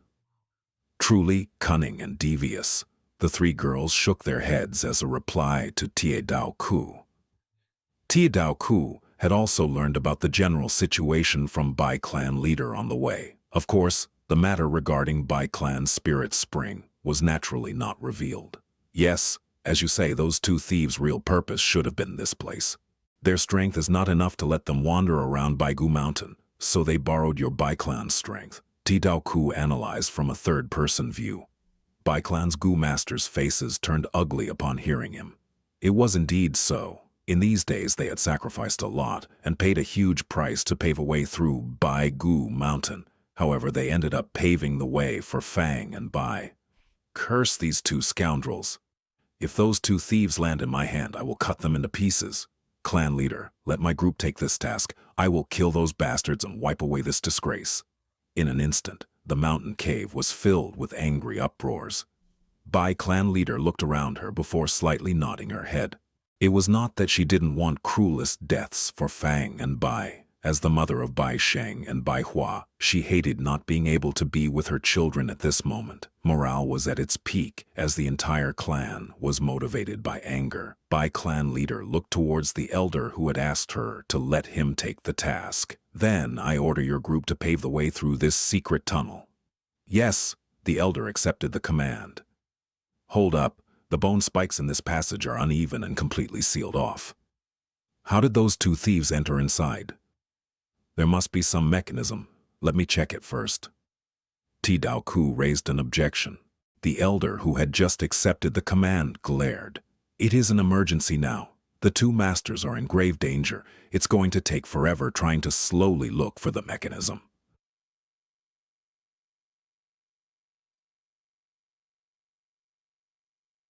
Bone spike goo. Fang Yuan held this goo and observed its details. This goo was about a fist-sized and was like a ball cactus, with thorns like bone spikes all over on its surface. It was also somewhat heavy. It was a rank 3 goo, a typical goo which would damage both the enemy and the user. If the enemy received 1,000 damage, then the user would be inflicted with 800 damage. The reason was when a goo master used it, their skeleton would undergo changes before sharp and hard bone spikes protrude out. Before even using these bone spikes to confront the enemy, these bone spikes would first pierce through the goo master's own flesh and skin. The pain was still secondary. If there wasn't a corresponding healing goo to pair up with it, the situation would truly be messed up. The enemy might not die, but it sure would seriously injure the goo master that used it. What goo is this? Bai Ningbing curiously gazed at it. But when she heard Fang Yuan's introduction, she lost all her interest. It was not that she was afraid of pain, but rather she was already using ice muscle goo. All the flesh on her body was already permanently changed to ice muscle by the ability of ice muscle's goo. It not only gave her defense, but also stopped perspiration and stopped bleeding. However, if she used this bone spike's goo, it would first remove her ice muscles, which to her was a loss instead of gain. Fang Yuan was also not too interested in this bone spike's goo, but it was after all a rank 3 goo. Thus, Fang Yuan refined it and stored it in his aperture for the moment. Let's go. Fang Yuan chose the hidden door which appeared in the last. Bai Ningbing was still the one to scout ahead. A downward flight of stairs was spread inside the door. This flight of stairs was long, at least about 1,000 meters. The surrounding lights gradually dimmed when they reached the latter half of the stairs, and the stairs were also getting narrower. By the time Fang and Bai reached the end of the stairs, the light had almost completely disappeared. In front of them was a tightly closed door. There were 4 words carved on the door: Flesh, Sack, Secret Chamber. These bones are really goddamn hard, Bai Clan Elder cursed out as he wiped the sweat off his forehead. 15 minutes had already passed, but they had only opened this secret tunnel by half. These uneven, densely packed bone spikes didn't look any different from the stones of Beigu Mountain. But only after attacking them would one realize how shocking hard these bones were. Bai Clan leader's expression also didn't look good. The more time passed by, the more danger her children could be in. Right now, this mother felt a century had painfully passed by instead of just 15 minutes. However, as a clan leader, she had to be calm and cool even if it was only on the surface. She had to be a role model to give confidence to her clansmen. Crack! Suddenly, a light sound echoed.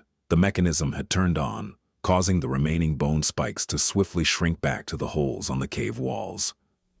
Everyone was shocked and looked towards the source one after another. Dao Ku touched his chin and analyzed to himself.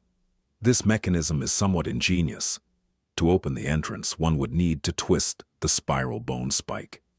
This leaves a deep impression on people, and when people come to this secret tunnel, they would often rely on this impression and try twisting the spiral bone spikes near them. Unfortunately, to shut down this mechanism would require one to pull up the spiral bone spike and not twist them.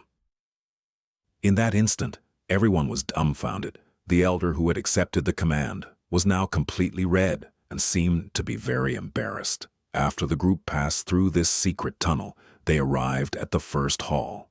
They were stunned. All around them were dismembered corpses. These corpses were the result of Bai Ningbing killing the goo worms that were in the vat. These should be bone spear goo, and there are also spiral bone spear goo. Some elders quickly recognized these goo. This really is an inheritance ground. In all my life, this is the first time I'm experiencing it, someone said excitedly. Look, there's a big vat in the middle. What could be inside it? Someone curiously pointed at the vat. However, the vat didn't have anything other than the milk spring. The Bai Clan group were disappointed and then turned furious. These thieves really don't leave room for compromise. They didn't leave behind anything. Damn it, so heartless, they destroyed so many goo worms. Many cursed out in sorrow and indignation. Even the elders felt grief at this. Let's move quickly. The earlier we catch them, the less the damage we suffer, Dao Ku said, causing everyone's gazes to brighten. With this stimulation, the morale of the group increased even higher, wishing they could immediately appear in front of Fang and Bai. The group then arrived at the second hall and saw the 3 stone pillars. There are goo worms left, the Gyu master in front shouted in happiness. Please take a look, clan leader. Soon, arm, bone, wings, and rib shield both appeared in the clan leader's sight. Bai clan leader glanced at them and then made her people stow them. She didn't feel any happiness. Compared to goo worms, she was more concerned for her children's safety. Did you see? Those 2 goo were rank 3 goo worms. This inheritance really makes one anticipate what's coming. Luck and misfortune comes in turn. This saying is really true. Some were deeply moved and some were in awe. Don't you find it odd? Why did they leave behind these goo?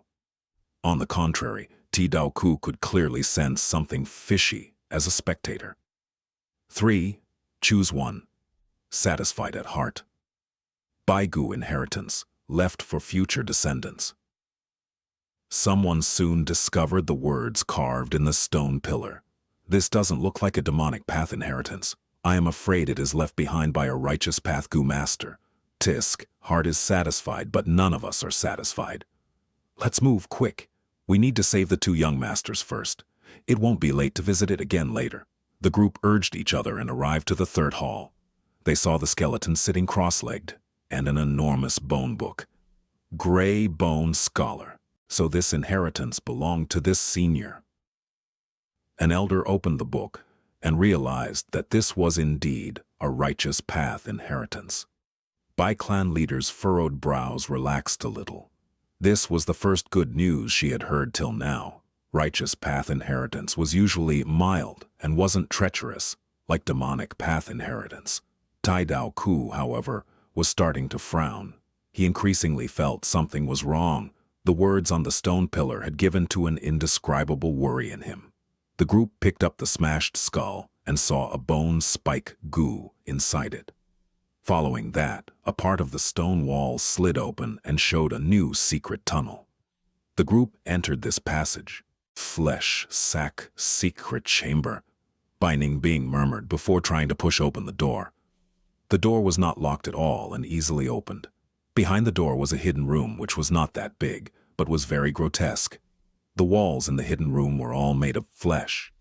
When Fang and Bai walked inside, they felt like they had walked into the stomach of some monster. The flesh walls were warm and slightly throbbed rhythmically, as if there was a heart inside them. As if sensing someone's presence, the flesh walls suddenly opened up a small crack and revealed white teeth all over it. Bai Ningbing was astonished. There seemed to be countless opened large mouths in the flesh walls. The mouths opened up with jaws clenched, revealing a set of even teeth. The phrase, "bearing one's fangs," seemed to match this scene perfectly. He he he, ha ha ha, he he he. These mouths let out all kinds of laughing sounds. The laughs mixed together and echoed in this narrow secret chamber. Anyone that heard it would feel their hearts palpitate. Chapter 2. 124. White Bone Inheritance. End. Translator, Chibi General. Editor, Chibi General. This flesh sack. Secret chamber was strange. The surrounding flesh walls were filled with mouths, and the mouths were open, revealing tightly clenched white teeth. Not only this, these mouths were even letting out strange laughters, making one shiver all over. Fang Yuan patted Bai Ningbing's shoulder. This is the effect of flesh laughter goo. It is just like earth treasury flour, and is used to store goo worms. No need to worry too much. He had just finished saying this, when suddenly the teeth completely fell off from an open mouth, and a scarlet tongue extended from the mouth. The tongue was very long, about over a meter, and the front part was curled up. When the tongue fully extended, the tip of the tongue started straightening and revealed a book on it. This was a bone book too, except it was many times smaller than the gray bone huge book. Pocket-sized, about half of an adult's palm. Fang Yuan took it and then started looking through it.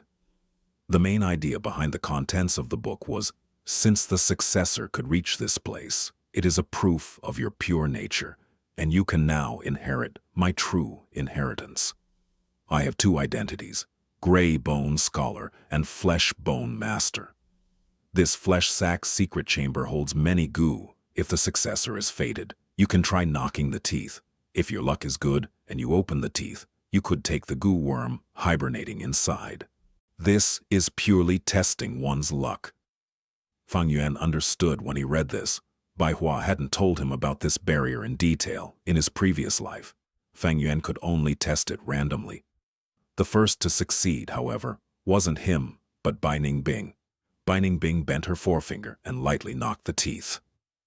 These teeth were like musical instruments and would produce some kind of clear musical tone when they were hit.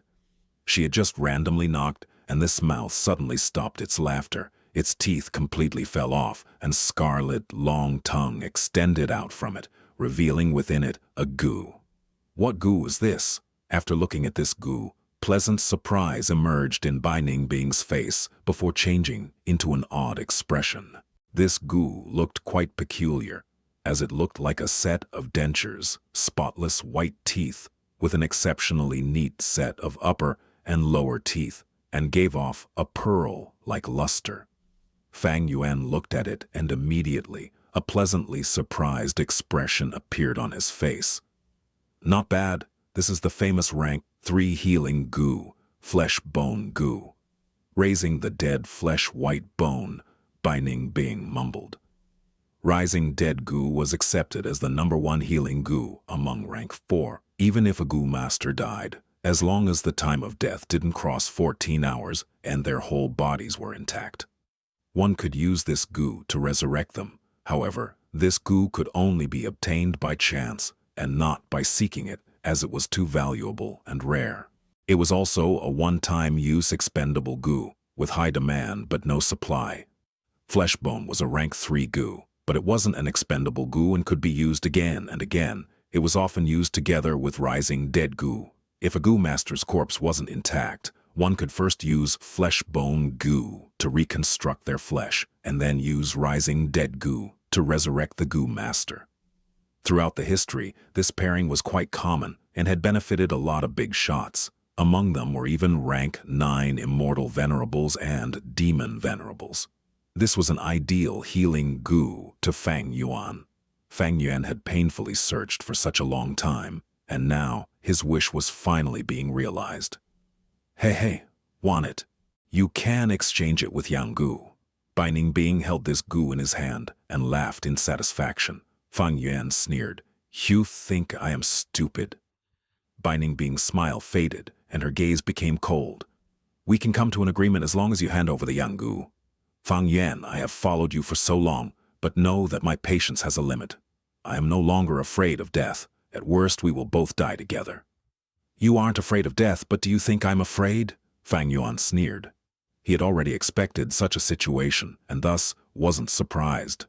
Bai Ningbing took back her gaze and then carefully checked the flesh-bone goo on her hand. The corner of her lips curled up. Killing you might also be a good option. Look at yourself. You only have rank 1 cultivation, but you can actually instantly refine goo, and you also have the heavenly essence treasure lotus. Besides these, if I kill you, I can at least possess this inheritance. Just thinking about it makes my heart beat in excitement. Bai Ningbing's words were full of threat.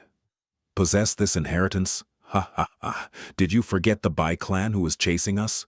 They might even be walking down the flight of stairs outside right this moment. Without me, do you know where to go to next?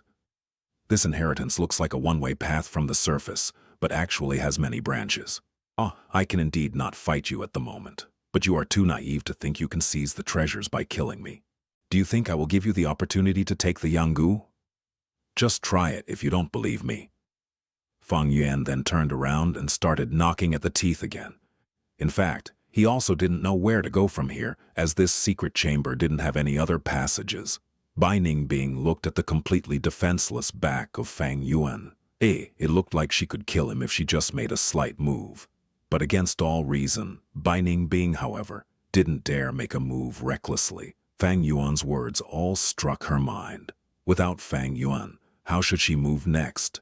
Returning the way she came would be a death road. Bai Ningbing narrowed her eyes, and for a moment, she even felt, is even the Bai clan's attack under Fang Yuan's calculation, creating an external force to prevent her from killing him for the benefits? Till now, Bai Ningbing was in a puzzled state. She couldn't understand. Why would Bai clan cooperate and accompany Fang Yuan all the way here? In fact, her heart concealed deep worry ever since she was controlled by Fang Yuan. Yang Gu was with Fang Yuan. She had always been worried Fang Yuan would use this to threaten her. Although Fang Yuan said he would hand over the Yang Gu to her once his cultivation reached rank 3, what kind of person was Fang Yuan? Bai Ningbing couldn't be more clear about this. Going back on his words was a common thing to him, as natural as eating food and drinking water. She might as well go die rather than to believe in Fang Yuan. Let's take an example of something that happened just recently. That miserable Bai clan leader, wasn't she an able woman? An elite and a very wise person, but after believing in Fang Yuan, what was her current state? Fang Yuan was too good of an actor. Goosebumps covered Bai Ningbing's body when she recalled the scene of Fang Yuan's tears in the banquet. This was a genuine sly fox. He even intentionally glanced at Bai Lian repeatedly, just to lay a trap in which Bai clan was very happy to step in. She could still remember the brilliant expression on Bai Lian when Fang Yuan revolted, shocked and lifeless. What Bai Ningbing was most worried about now was Fang Yuan not handing over the Yanggu, even after reaching rank 3. The possibility was too big. Now I am a rank 3, and he is still rank 1, I can still hold some initiative. But in the future when his cultivation reaches rank 3 or higher, wouldn't I just be controlled by him and become his chess piece? Bai Ningbing was holding this kind of worry in her heart, and this worry deepened even more after Fang Yuan used green copper relic goo and instantly broke through to rank 1 upper stage. Bai Ningbing was worried, but right now there were many who were more worried than her, their worries even reaching an extreme point. What's going on? A group of people stood outside the exit of the inheritance and looked at their surroundings, their faces turning horribly ugly. They had moved quickly through the path and charged through several bone halls. They were able to make some gains, but from the start to end, they didn't encounter Fang and Bai. In the end, they walked out of the secret tunnel to the outside of the mountain. It really is like this, Tai Daoku suddenly exclaimed. His words immediately attracted the attention of many. Brother Tai, what do you mean? Bai clan leader immediately asked. If it was before, she would have already realized the answer with her astute senses. But now, her children were kidnapped, and as time continued to pass by, she became more disconcerted. This Baigu mountain inheritance seems to be a one-way path, but it actually has many branches. Like this branch in my hand. He casually broke off a thin branch from a bone tree near him. The path at the start should have been the same for both us and them, thus we could see their traces on our way. But afterwards we should have walked through a branch path, and they should have walked into another branch. Do you still remember the second hall? There were 3 pillars, and I suspect that there was a contraption set up in the pillars. When we walked into the 3rd hall, there was the gray bone scholar's skeleton, but there were no signs of the skeleton being moved. The crucial point should be the secret tunnel after the 2nd hall. Tai Daoku hadn't finished speaking when Bai clan leader coldly shouted, "Let's go back." Time continued to pass. Fang Yuan really wished time could extend by 50 to 60 times right now. He knew Baigu Mountain's inheritance. It could at most hoodwink someone for a while. When Bai clan Gu masters realized the truth behind the structures, he and Bai Ningbing would be in danger, but as it so happens, he didn't know how to continue from here. The secret chamber didn't have any other passages. They definitely couldn't return back the way they came. Even if the majority of Bai clan group walked through another passage, they will definitely have some people guarding the exit. Could this secret chamber already be the final area? Did Bai Hua and Bai Shang obtain all their goo worms from these mouths? That can't be. The rumors in my previous life said Bai Hua and Bai Shang arrived at a precipice after going through this inheritance site.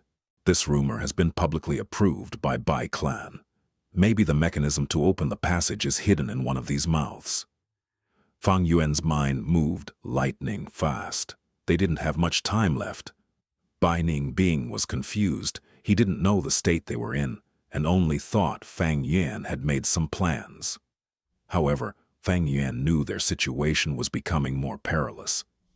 This door didn't have any defensive functions. Who knows whether a furious mob of Bai clan Gu masters might come crashing down the door the next moment. By then, we can only rely on Bai Hua and Bai Sheng as our protective amulets. But this is not a very reliable guarantee. This world has many magical goo worms. There are many with control abilities like causing dizziness, hypnosis, paralysis, and so on. Bai clan is a powerful clan, and definitely has such methods. When he thought of this, Fang Yuan couldn't help looking at Bai Hua and Bai Sheng. The twin siblings were lying on the ground, still unconscious. Got it. Fang Yuan suddenly got a great idea. He decided to wake up these two kids. First of all, time was pressing. He needed more manpower. Second, Bai Hua and Bai Sheng were the true fated owners of Bai Gu Mountain inheritance. What's more, they were both mortals. There was no need to worry they could cause any accidents. Executing his ideas immediately, Fang Yuan quickly walked over and kicked the twins. Chapter 225. Jade Bones, Steel Bones Translator, Chibi General Editor, Chibi General Rumble. There was an explosive sound before the bone wall collapsed. A new path appeared in everyone's sights. Destroying was much easier than creating, especially when this inheritance didn't have anyone controlling it. We have news from ahead. The fifth path has been completely investigated, but the target hasn't been found. Reporting to clan leader, I entered the sixth path and found a bone hall. There was a skeleton and a huge bone book in it. Reporting seventh path also has a hall with similar structure, with a skeleton sitting cross-legged and also a bone book. Reporting discovered the eighth path. Search again. Bai clan leader's face was gloomy. There were over 7 giant bone books piled up in front of her. This design really is in accordance to people's hearts. When a Gu master finds the skeleton and the bone book, they would subconsciously have a misunderstanding by thinking they already inherited the whole inheritance. But, in truth, Grey Bone Scholar has set up many similarly structured halls. The true inheritance should be hidden in one of the paths. Tidao Ku was deeply interested. Bai clan leader's brows furrowed even deeper. The situation had become complicated. She wasn't worried Fang and Bai would head back the way they came, since she had already arranged many people to guard the entrance. What she was worried about was Fang and Bai would escape from some paths in the inheritance. After all, she could only control the entrance and not the countless exits. Right at this moment, a Gu master rushed over with an ecstatic expression. Found it.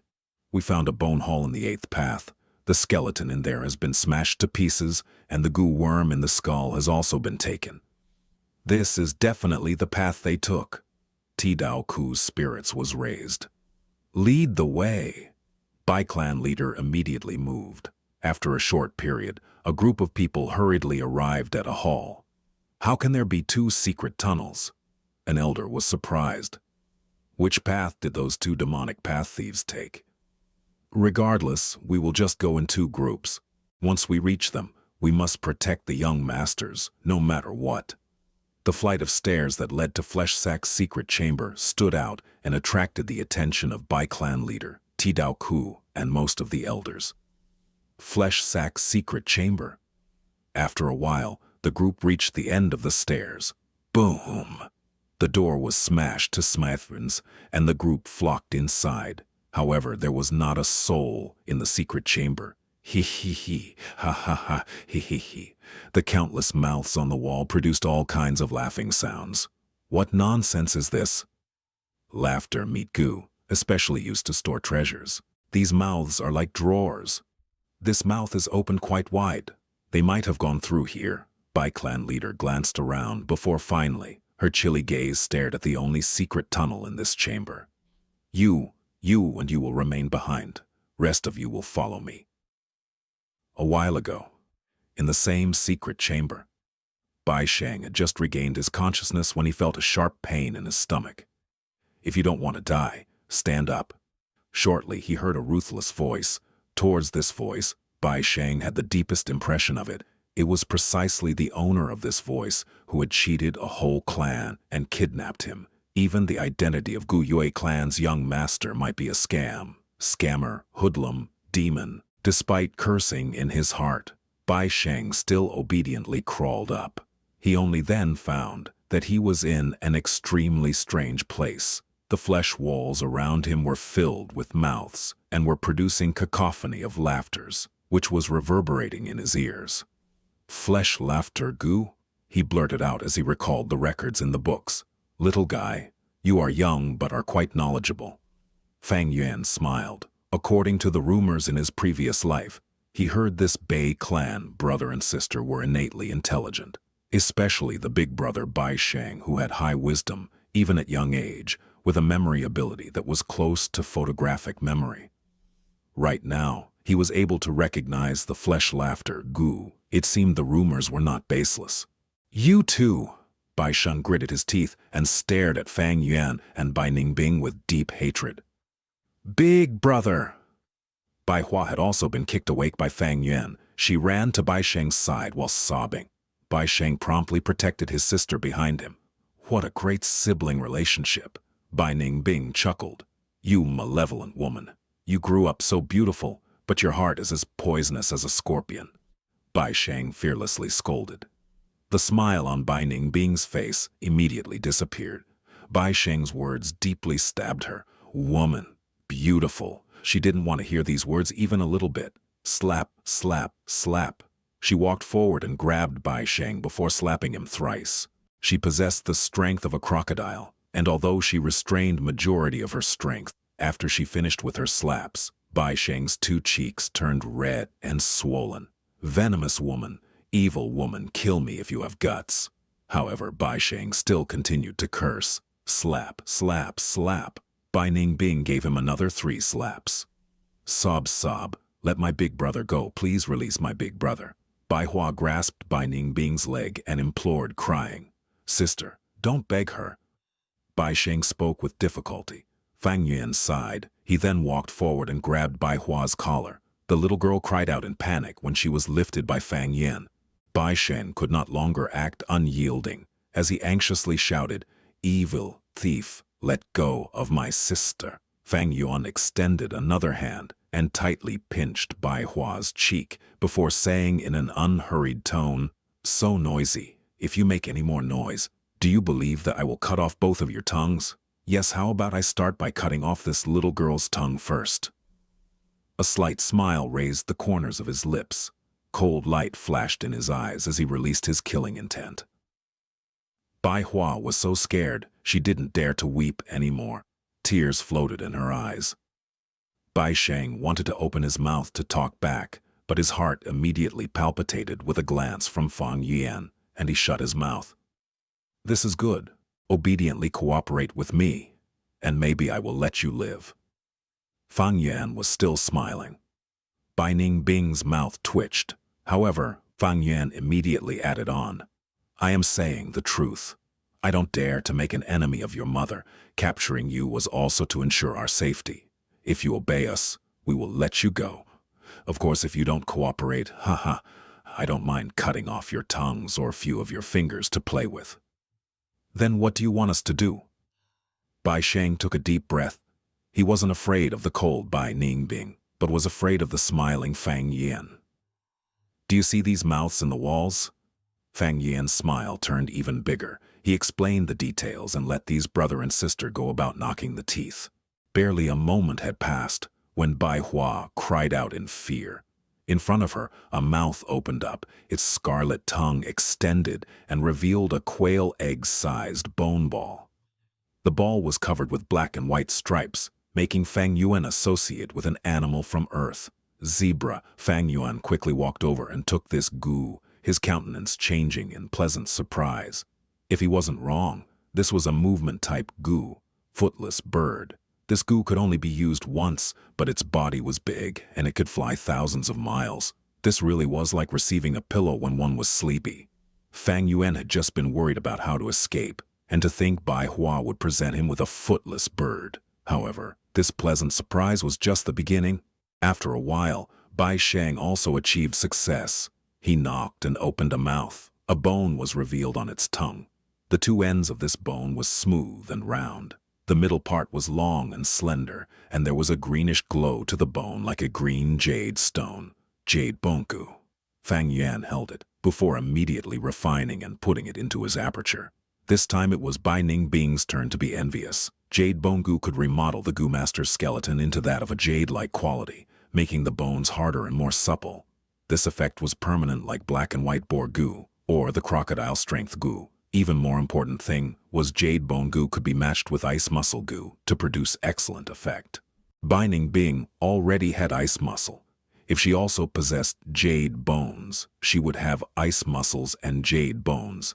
The two effects would mutually complement each other, producing a much better result. However, this jade bone goo was a one-time use expendable goo. It also had a shortcoming. The goo master would suffer from extremely intense pain when using it. A lot of goo masters with weak willpower have died from the pain of using the jade bone goo. Do you want it? You can exchange it with meat bone goo. Fang Yuan smiled. Bai Ning being coldly snorted and turned around without replying, increasing her efforts in knocking the teeth. But this action was purely relying on one's luck. There were 10 pairs of teeth in a mouth, and one needed to at least knock 5 teeth in correct order for the teeth to fall off. Bai Ning Bing hadn't succeeded apart from his first try. As for Fang Yuan, he was even more miserable. However, after some time, Bai Hua and Bai Sheng again gave pleasant surprises. Bai Hua knocked down another set of teeth, providing Fang Yuan with an iron bone goo, and the mouth Bai Sheng knocked gradually opened wide, changing into a new secret tunnel. Such luck of the brother and sister made Bai Ning Bing inwardly gasp in surprise. She didn't know this pair of brother and sister was the true, fated owner of this inheritance. Fate was a type of otherworldly, magical, mystical strength. Especially in this world, there were some rare goo worms that contained the fragments of the law of fate, giving some lucky goo masters a grasp of some powers of the fate. Since the new secret tunnel had appeared, Fang Yuan didn't think of staying any longer. Bai clan goo masters could arrive at any time, and the remaining goo worms were in the mouths, which were locked firmly and were very difficult to destroy.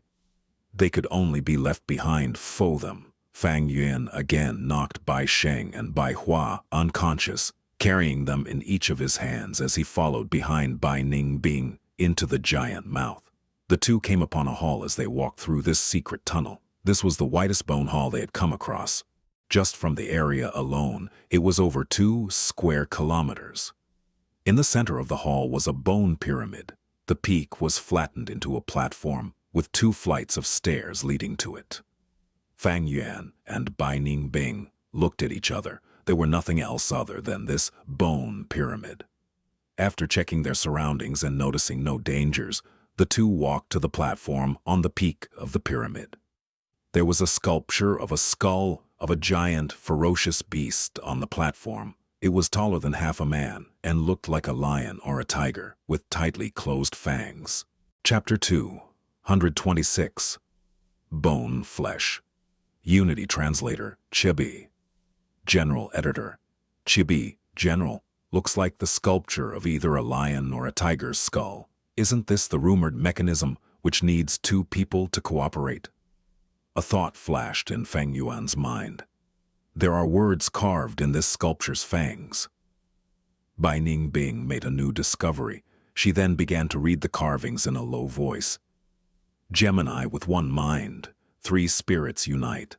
Fated or not, do not be forceful. What does this mean? This is the code to opening the mechanism in this place. Gemini means 2 people should work together to open the mechanism. 3 souls indicate a person's mind, palm, and eye. Fang Yuan recalled from his memories. Among the 4 limbs of a human, palm was most nimble. Among the 5 organs, the quickest was the eyes, and human's mind could think as fast as a lightning spark. Hence, they were called 3 spirits. Come, put your palm on the pupils of the sculpture. There was a translucent, pure red gem in the eyes of the skull sculpture. The red stone was as big as large porcelain bowls, and it clearly reflected the figures of Fang Yuan and Bai Ning Bing. However, there was no change at all, even after putting their palms on the red gem pupils for a long time. Haha, your words make sense, but it turned out to be wrong. Bai Ning Bing didn't let go of any chance to snide at Fang Yuan. Fang Yuan's expression turned dark. Bai Hua had recounted and described about this mechanism according to his previous life's memories. Logically, this should be the correct procedure. But why was there no change? One-minded Gemini, 3 souls united, Fang Yuan muttered. 3 souls united has been achieved, but one mind, one mind. A bright light slowly appeared in his eyes as he continued his thoughts. Is it saying the 2 people to open this mechanism must be of one mind and one heart? If it is so, even if he and Bei Ningbing were working together, they were only forced by the situation and were actually divided in hearts, with each having their own plans. No wonder they couldn't achieve the one mind. When he thought of this, Fang Yuan couldn't help looking at Bai Sheng and Bai Hua again. As a result, this pair of brother and sister was again kicked awake by Fang Yuan. "Evil thieves, what do you want?" Bai Sheng angrily shouted, after having woken. Bai Hua, however, didn't cry anymore. Her 2 big eyes were closely gazing at Fang and Bai with deep hatred. Fang Yuan couldn't be bothered to explain to them. He directly grabbed the palms of the 2 and placed them separately on the pair of red gem pupils. They were truly the inheritors decided by the fate. The moment these 2 small hands touched the red gem, it let out a bright light. Crack, crack. The skull slowly opened its mouth and revealed a large pile of coal stones and dry woods. In the center of the black coal stones was a simple-looking pottery container and a scroll light on it. "What is this?" Fang Yuan casually threw the twins onto the ground, then picked up and read the scroll before coming to an understanding. It turns out the owner of this inheritance, Gray Bone Scholar, didn't have a high aptitude. Thus, he was distressed about his cultivation throughout his life. All his life, he put all his efforts into researching a type of goo that could help a goo master to quickly cultivate. There were already plenty of cultivation-assisting goo worms, the most typical being the liquor worm. However, these goo worms were mostly very rare and would be very difficult to popularize. Gray Bone Scholar's aspiration was big. He wanted to research and refine an excellent goo worm that could be widely used. However, even when his lifespan was at its end, even after countless failures, he wasn't able to achieve success. At the final juncture of his life, maybe heaven took pity on him. When he was setting up the White Bone Mountain inheritance, he suddenly had an extremely ingenious enlightenment. What was the main method to quickly raise a goo master's cultivation without the help of the specific goo worms? It was to let an elder impart his primeval essence. Previously at Qingmao Mountain, Gu Yueqi Qing had received such help, receiving the refined primeval essence from his grandfather Gu Yueqi Lian. However, this move had a big disadvantage. It was the mixture of different primeval essence, relying on an elder's higher-ranked primeval essence to wash and refine the aperture walls would leave behind his aura in the aperture, causing a goo master's future development to be greatly restricted, unless one used cleansing water goo to cleanse the mixed aura. However, cleansing water goo was also a rare goo, and ordinary goo masters would find it difficult to obtain it. Even elder-level characters would have to rely on luck or pay a tremendous price. Thus, imparting method also couldn't be widespread. Hence, Gray Bone Scholar thought of a wonderful concept. If there was a goo which could refine others' primeval essence into the goo master's primeval essence, wouldn't that mean there would be no mixed aura after imparting? He began making series of attempts, and after removing most of the possibilities, he made a plan which had the highest probability of success.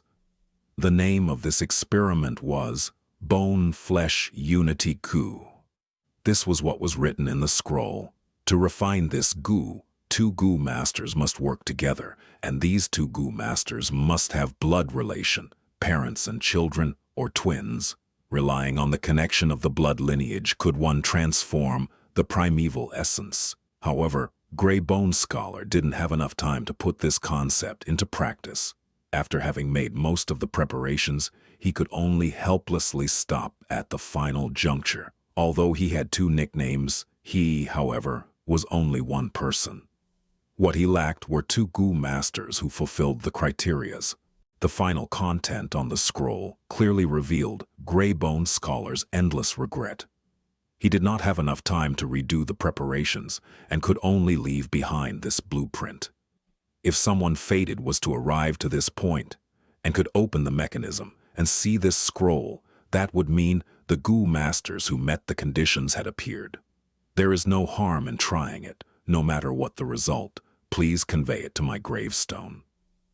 These words in the scroll contained a lifetime of obsession, of gray bone scholar. It turned out this pyramid Fang Yuan was stepping on was the tomb of gray bone scholar. There was no need to try, though. Fang Yuan already knew the idea of bone-flesh unity goo was a success, because in his previous life, Bai Sheng and Bai Hua, relying on this dual cultivation, had become the twin stars of righteous path, pushing the might of Bai clan towards the peak with their rank 5 cultivation. However, it was quite troublesome for Fang Yuan now. He had originally thought bone-flesh unity goo was a finished product, but in fact, it had still not been refined into existence yet, and couldn't even be considered half-finished. Moreover, he and Bai Ningbing didn't fulfill the conditions to refine this bone-flesh unity goo, unless Gu Yue Fangcheng had been here. Even then, refining this bone-flesh unity goo might not end up good. According to the description on the scroll, bone-flesh unity goo was a series of goo and didn't refer to just one type of goo. And the deeper the feelings between the two goo masters refining this goo, the better the quality of the refined bone-flesh unity goo. Looking at the relation between Fang Yuan and Fang Zheng, the refined bone-flesh unity goo would absolutely not be perfect. In Fang Yuan's previous life, this bone-flesh unity goo had of course been refined by Bai Sheng and Bai Hua. However, the time was now many years in advance, although the two had deep feelings, but they were yet to become goo masters, and thus couldn't fulfill the criteria. Bone-flesh unity Yu was the most important target of Fang Yuan in this inheritance. The materials and the forge were already well prepared by Gray Bone Scholar. The only thing lacking was the final step, refinement. Give up? Fang Yuan, of course, wasn't willing to. Then again, to refine it, let's not speak of the refinement conditions not being met. There was still a group of powerful experts chasing them. Time was pressing. Fang Yuan gritted his teeth and decided to take the risk. He and Bai Ningbing only met half the criteria, but Bai Sheng and Bai Hua, however, met the other half. Maybe there was a hope for success if the 4 worked together. Come, help out. Fang Yuan began to ignite the dry woods in the skull sculpture. The fire instantly soared and burned furiously. You plan to forcibly refine it? Bai Ningbing was shocked. This can't be a sensible option. Although she said so, she still made her move and put her palm on the red gem pupil, pouring her primeval essence into it. The blazing fire suddenly changed color, from orange to eerie blue. The pottery container was roasted by the fire. The several hibernating goo worms woke up from the heat and began to crazily struggle. The pottery container shook constantly, but there was no damage to it. The refining steps wasn't complicated. Fang Yuan and Bai Ningbing alternatively poured their primeval essence. Soon, they reached the final critical juncture. This step needed fresh flesh from the 2 goo masters, which would be thrown into the fire to be purified. The scroll clearly stated that the more flesh was thrown into the fire, the better the effects would be. Fortunately, we have flesh bone goo. Cutting off few pieces of flesh wouldn't be any problem. Bai Ningbing was just about to take action when she was stopped by Fang Yuan. Slow down, I have a better idea. Bai Ningbing followed Fang Yuan's line of sight to Bai Sheng and Bai Hua, the twins. You actually want to tamper with the modify at this juncture? A disturbed gaze flashed in Bai Ningbing's eyes as she realized Fang Yuan's intention. You, what do you want? Bai Sheng protected his sister behind him as all of a sudden he felt a calamity looming over them, causing him to feel anxious and panicky. Being meat or fish on another's chopping board, when Fang and Bai were refining the goo worms, they knew they couldn't run away. Thus, they had been obediently staying to the side, waiting for their clansmen to come to rescue. However now, Bai Sheng felt tremendous regret. You should feel honored that your sacrifices will bring into existence an entirely new type of goo worm. Even Senior Greybone would feel happy if he knew in the netherworld, right? Fang Yuan gave an evil grin as he pressed on towards the pair of brother and sister. "Sister, run away," Bai Sheng shouted before charging towards Fang Yuan and grasping his leg. "Big brother," tears spilled out from Bai Hua's eyes, and just when she was hesitating, Fang Yuan had already knocked Bai Sheng unconscious. Seeing Fang Yuan coming closer to her, an enormous fear was spreading at the little girl's heart. She turned around and ran, but how could she be faster than Fang Yuan? She was quickly caught by Fang Yuan. Her heart sank down, and she futilely struggled and wailed, "Mother, where are you?" Fang Yuan's expression was indifferent as he knocked her unconscious too. It was all done efficiently. He removed all the clothes from this pair of brother and sister. Then, carrying one on each hand, he threw them into the fire. The moment they were thrown into the fire, they immediately woke up due to the heat. Severe pain attacked them as they tried to madly flee. The two jumped out from the fire with their limbs crazily moving about as they desperately struggled. Fang Yuan coldly snorted before kicking them back into the fire. The scroll stated that it required fresh flesh. Thus, Fang Yuan didn't want to kick them to death. As such, after he kicked them, they again ran out before he kicked them back in again. This continued over and over until Bai Sheng and Bai Hua were finally burned to death. Their bodies resembled candles as they slowly melted. The fire turned from eerie blue to scarlet blood color. However, the fire transformation slowed down and didn't change to reddish purple. The scroll had stated the color of the fire had to change into reddish purple for this step to be considered a success. What to do? Bai Ningbing's brows were furrowed. The Gu Masters would also receive backlash if the Gu refinement failed. Fang Yuan's mind worked at turbo speed. Bai Sheng and Bai Hua were the fated inheritors. Why did it fail? It seems because there was a discrepancy because they were not Gu Masters. If so, we need to try again.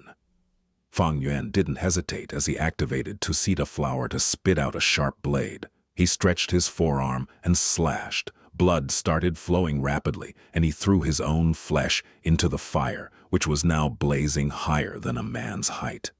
"Your turn." After doing this, he threw the sharp blade to Bai Ningbing. "You sure it will work?" Bai Ningbing hesitated for a while before she similarly used the blade to slash at her forearm. However, because of her ice muscles, the blade seemed to be cutting into ice. With no other choice, Bai Ningbing called out Chainsaw Golden Centipede and sawed a piece of flesh. When her flesh landed into the fire immediately turned reddish purple. Good. Success or failure depends on this. We need to pour our primeval essence together. Fang Yuan was overjoyed at this scene. The two poured their primeval essence into the red gem pupils at the same time. The mechanism started slowly closing up, like a bone beast swallowing the blazing flames. 2 rows of fangs came together and the jaws closed securely. The flame continued burning from inside, roasting the skull into a shade of scarlet. Bang! The pottery container seemed to have exploded. The whole skull shook. Only after hearing this sound, Fang and Bai let go of their hands. Fang Yuan closely stared at the movement while extending his hand towards Bai Ningbing. He didn't say anything, but Bai Ningbing already knew what Fang Yuan wanted. She snorted, but thinking about the situation, she had no choice other than to give the fleshbone goo to Fang Yuan. She didn't have the ability to instantly refine goo worms, but Fang Yuan could. Fleshbone goo didn't resist even a bit under the aura of Spring Autumn Cicada, and was instantly refined. However, although Fang Yuan refined it, he couldn't use it due to his low cultivation.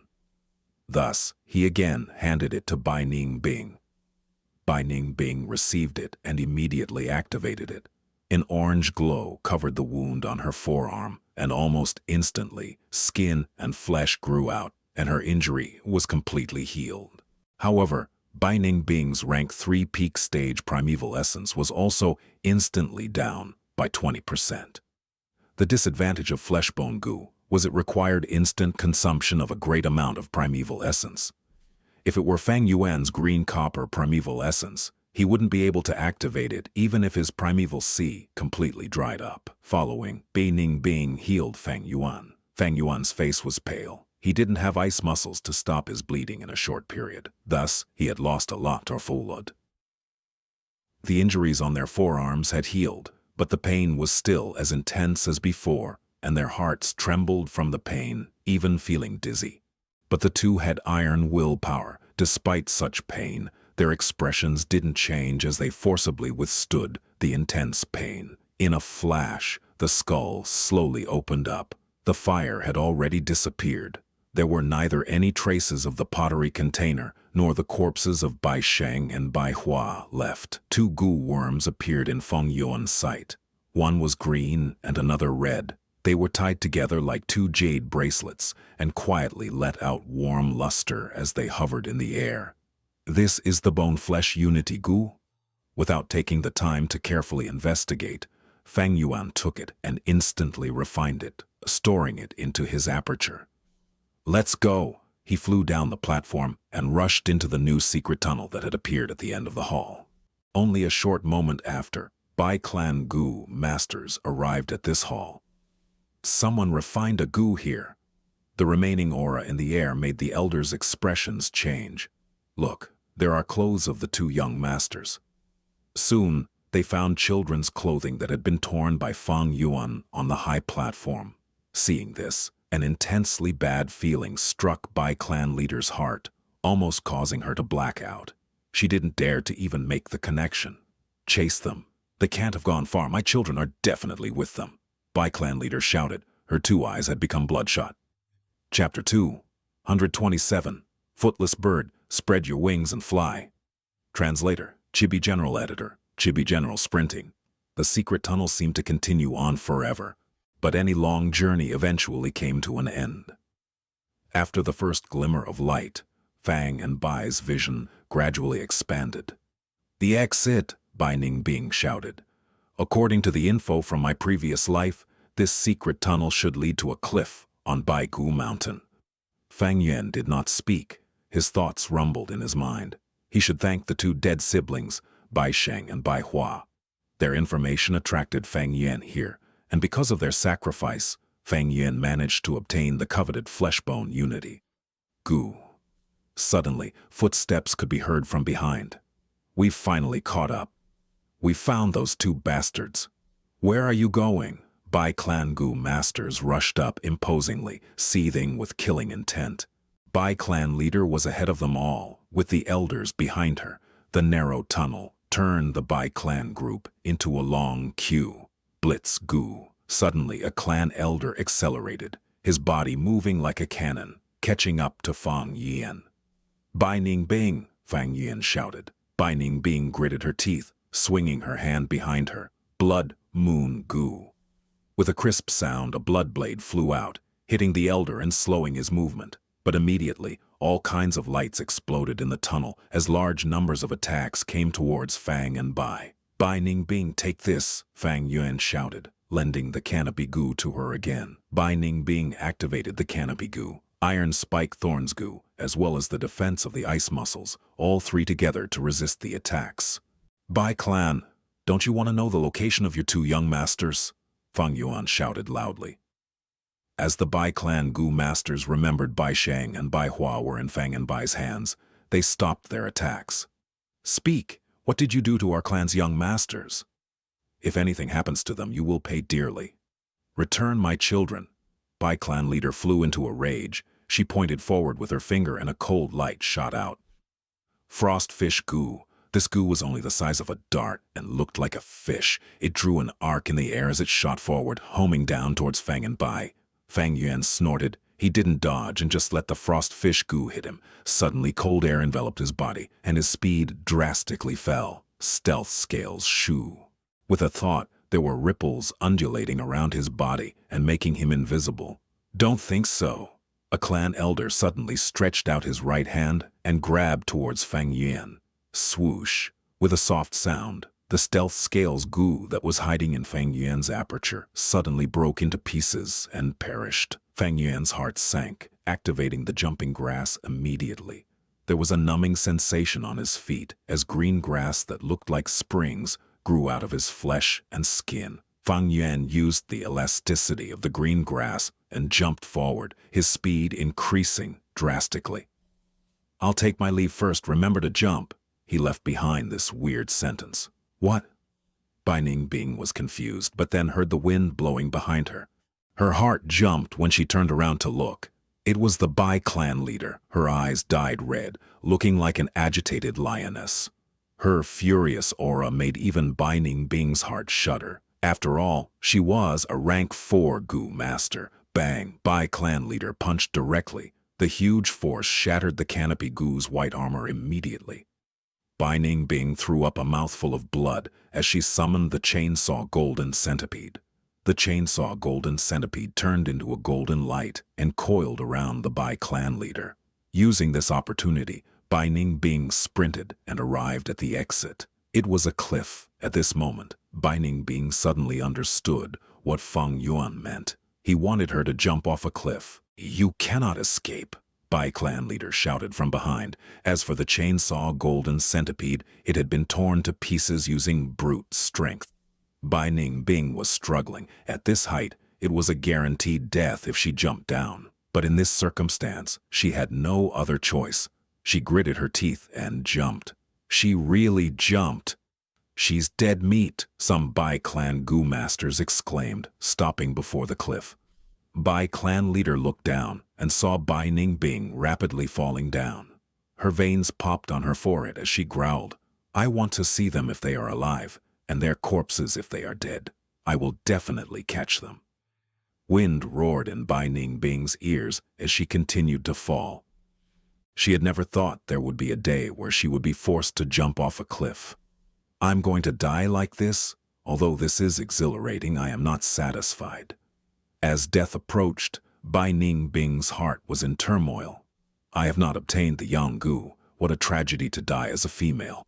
But once I reach the ground, I will definitely be a pile of smashed meat, and no one will be able to tell my gender anyway." Bai Ningbing was not sure why she was having such a strange thought right before death. At this time, the turbulence around her increased as she heard a voice. "Bai Ningbing." Bai Ningbing turned around. How could it be anyone else but Fang Yuan? At this time, Fang Yuan was descending as well, but he was stepping on a white bone bird below his feet. Footless bird. This bird had no flesh or blood, its body made of bones. It had an eagle's head, crane's body, swallow's tail, and 2 pairs of wings, but no legs. Fang Yuan's body was covered in blood and filth. It was evident that he had sustained many injuries back in the secret tunnel earlier. "Grab my hand." He squatted on the bird's back, reaching out his hand. Clap. With a clap, 2 hands grasped each other tightly. Fang Yuan exerted more strength and pulled Bai Ningbing onto the back of the bird. However, at this time, there was a rock less than 300 meters below them as the footless bird descended towards the rock like a shooting star. "Careful, we're gonna crash," Bai Ningbing shouted, her heart almost jumping out of her body. The mountain rock increased in size rapidly in her vision. Fang Yuan's eyes shone with brilliance, shouting ferociously, "How can my demonic path falter in this tiny little Baigu mountain? Rise for me! Rise, rise, rise!" His shout echoed in the valley. Under his manipulation, the footless bird flapped its wings furiously, using all its strength to slow the descent. Cracks started appearing on its 4 bone wings. Fang Yuan's primeval essence in his aperture reduced rapidly, but with the heavenly essence treasure lotus sending out large amounts of primeval essence, Fang Yuan's primeval sea rose and lowered continuously. A group of bone beasts relaxing near the mountain rocks felt the commotion and raised their heads before immediately sprinting in a run. A gray-back ostrich was so scared it dug its sharp head into the white bone mountain rocks, raising its butt high in the sky. Ostriches were like this when they were scared. They liked to feel false assurance, moments away from crashing. Bai Ningbing forgot to breathe, and Fang Yuan looked on with furious eyes. Under the intense wind pressure, the white bone trees on this mountain rock collapsed, but eventually the footless bird flew past the ostrich's butt, soaring into the sky at a steep angle. The ostrich's butt wing was shaved till nothing was left, revealing its round, empty butt. Ha ha ha. Bai Ningbing started laughing wildly on the bird's back. Having barely survived and relieving the pressure of death, she felt her heart gradually sinking back into place. Exciting, truly exciting. The excitement of life and death was always the most breathtaking. Wasn't such life what she desired and pursued? Footless bird, fly to the blue sky. She was almost on the verge on seeing in excitement. Clan leader, they're alive! At the cliff, Bai Clan's Gu masters said with dark expressions. We can't catch up. That is the footless bird, able to fly 10,000 miles in a day. Ti Dao Ku sighed helplessly. Flying Gu worms were rare, and those who could match the footless bird's speed were little to none. Under rank 5, the footless bird was the #1 flying steed. Alas, the heavens are blind. How can such evildoers be allowed to live? Some elderly shouted in anger, pounding on their chests. Bai clan leader's eyes were bloodshot. She gritted her teeth while clenching her fists so tightly that her bones seemed about to burst out. Hearing Bai Ningbing's laughter, she even had the urge to jump down the cliff to pursue them. It was not that Bai Clan did not have a flying Gu. Some Gu masters had already displayed their abilities, chasing after Fang and Bai, but looking at their speed, even an idiot would know that it would be impossible for them to catch up to these two. An intense bitterness filled the Bai Clan Gu masters' hearts. They could only watch helplessly, even when the criminal was fleeing before their very eyes. No, we definitely cannot let them escape. We cannot. A Gu master shouted in fury. His body suddenly started burning with intense flames. Bai Zhen Ren, Bai clan leader's expression changed. Lord Clan Elder. Everyone was stunned. Grandpa, Bai Zhen Li was full of tears. Clan leader, everyone, we cannot let these two scoundrels escape, or where will our Bai clan's dignity lie? The revenge for our two young masters is of utmost importance. After I am gone, please take care of my grandson. This lad's temperament is as tough as mine. He started losing his voice at the end. His entire flesh, skin, and bones turned into fire, and his voice naturally disappeared along with them. Even his pupils transformed into a dark purple color. He had turned into a human-shaped fire. Fire burned and raised the surrounding temperature, and everyone started retreating back, while a sad song seemed to sound in the mountain. Human torch, Gu. A rank 4 Gu, which once used, immolated the entire body, turning it into fire until his life force was depleted. This Bai Zhen Wen elder chose to sacrifice his life to gain this immense power. Good, our clan shall stand here and witness elder's contribution. Bai clan leader was moved, but Bai Zhen Wen could no longer hear them. As his life burnt, he felt an unprecedented power flowing in his body, completely free and unbound. The purple-black pupil gazed at the surrounding people and looked at his grandson one last time before flying into the sky. The human torch rapidly approached the footless bird. Good! Everyone shouted in excitement. Bai clan leader's steel-like cold expression showed some agitation too. A strong foe. Bai Ningbing's expression was grim. She lacked experience in aerial combat. She might fall and be smashed to bits if she was careless. Howl. The human torch growled, intense killing intent flickering in his dark purple pupils. Sparks flashed as the human torch's speed increased again, pouncing towards Fang Yuan like lightning. Hold on tight. Fang Yuan was concentrating the entire time in maneuvering the footless bird. Footless bird raised its speed and pulled away, causing the human torch to pounce on empty air. Waves of sighing and pity could be heard from the cliff. But quickly, the human torch pounced up again. Footless bird swerved again and narrowly dodged. Bai Ningbing was almost thrown off and quickly grabbed into a bone that was jutting out. Howl. The human torch came attacking again. Fang Yuan laughed coldly. The footless bird suddenly contracted its wings, dropping to the ground. The human torch followed closely. Its speed surpassed the footless bird and was getting closer. Footless bird suddenly spread its 4 wings, stopping its downfall and flying in the reverse direction. Boom! The Human Torch's flying was completely dependent on the propulsion of the flames. He had no wings to help him quickly change his direction and came crashing down onto the mountain rocks.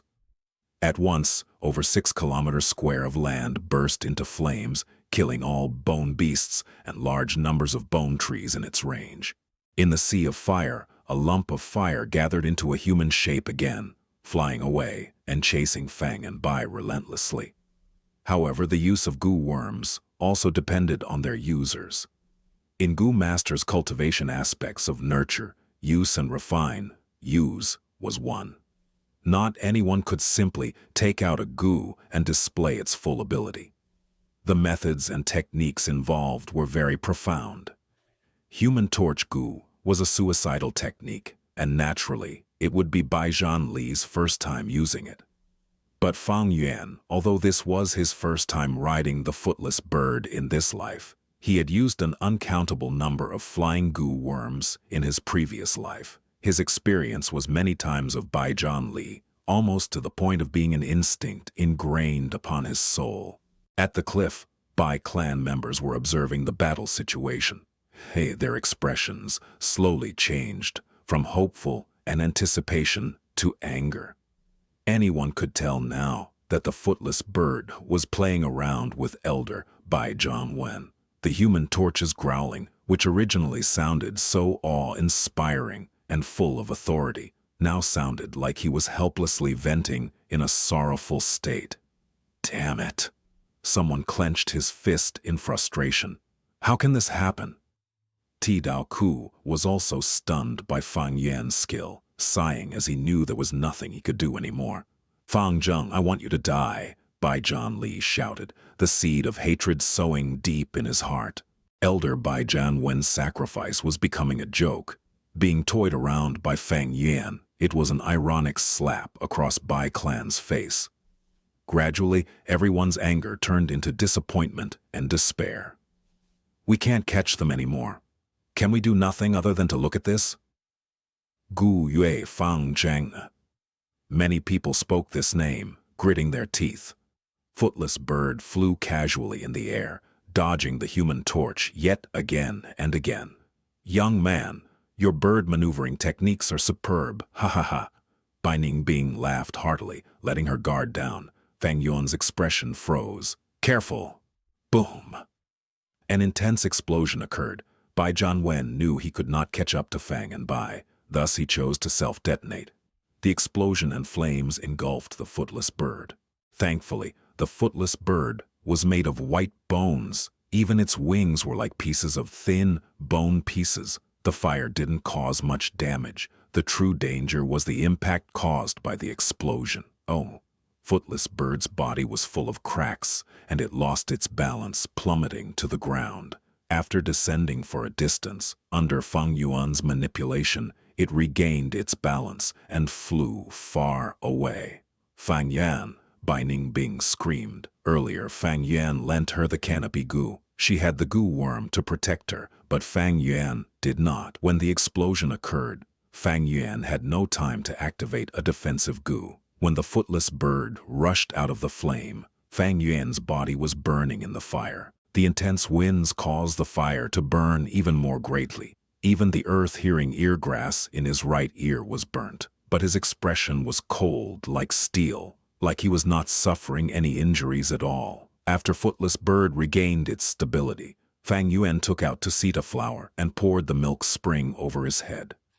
The fire was extinguished, but his skin was mostly burnt and his face disfigured. He looked extremely tragic. Bai Ningbing tried to speak, but could not say anything. Fang Yuan, however, smirked and laughed. I like the footless bird. Do you know why? He smiled, but the sight was horrifying. Why? Because it has no legs, only wings. Thus it has no choice but to fly. When it lands, that signifies its destruction. Betting it all on one chance, fly or die. Bai Ningbing's blue pupils dilated, shining with brilliance. The winds blew on her face, causing her silver hair to flutter. Bai Ningbing's lips also curled up. Hey, hey, hey, then let us fly up into the sky. Footless Bird flew into the sky. becoming a dot in the horizon before eventually vanishing. On the cliff, Bai clan members watched until their eyes seemed to penetrate the sky, but none spoke. An eerie silence engulfed everyone. The world was so vast. The eerie blue sky, the snow-like white Baigu mountain, the sunlight shining down, footless bird, Fang and Bai's silhouettes. This scene was deeply engraved into everyone's hearts. Fury grew in their hearts as hatred germinated in their hearts. Puff, Bai clan leader, vomited a mouthful of fresh blood and fell down on her back, fainting. Clan leader! Lord clan leader! Quick, healing Gu masters, save the clan leader. Panic ensued on the cliff.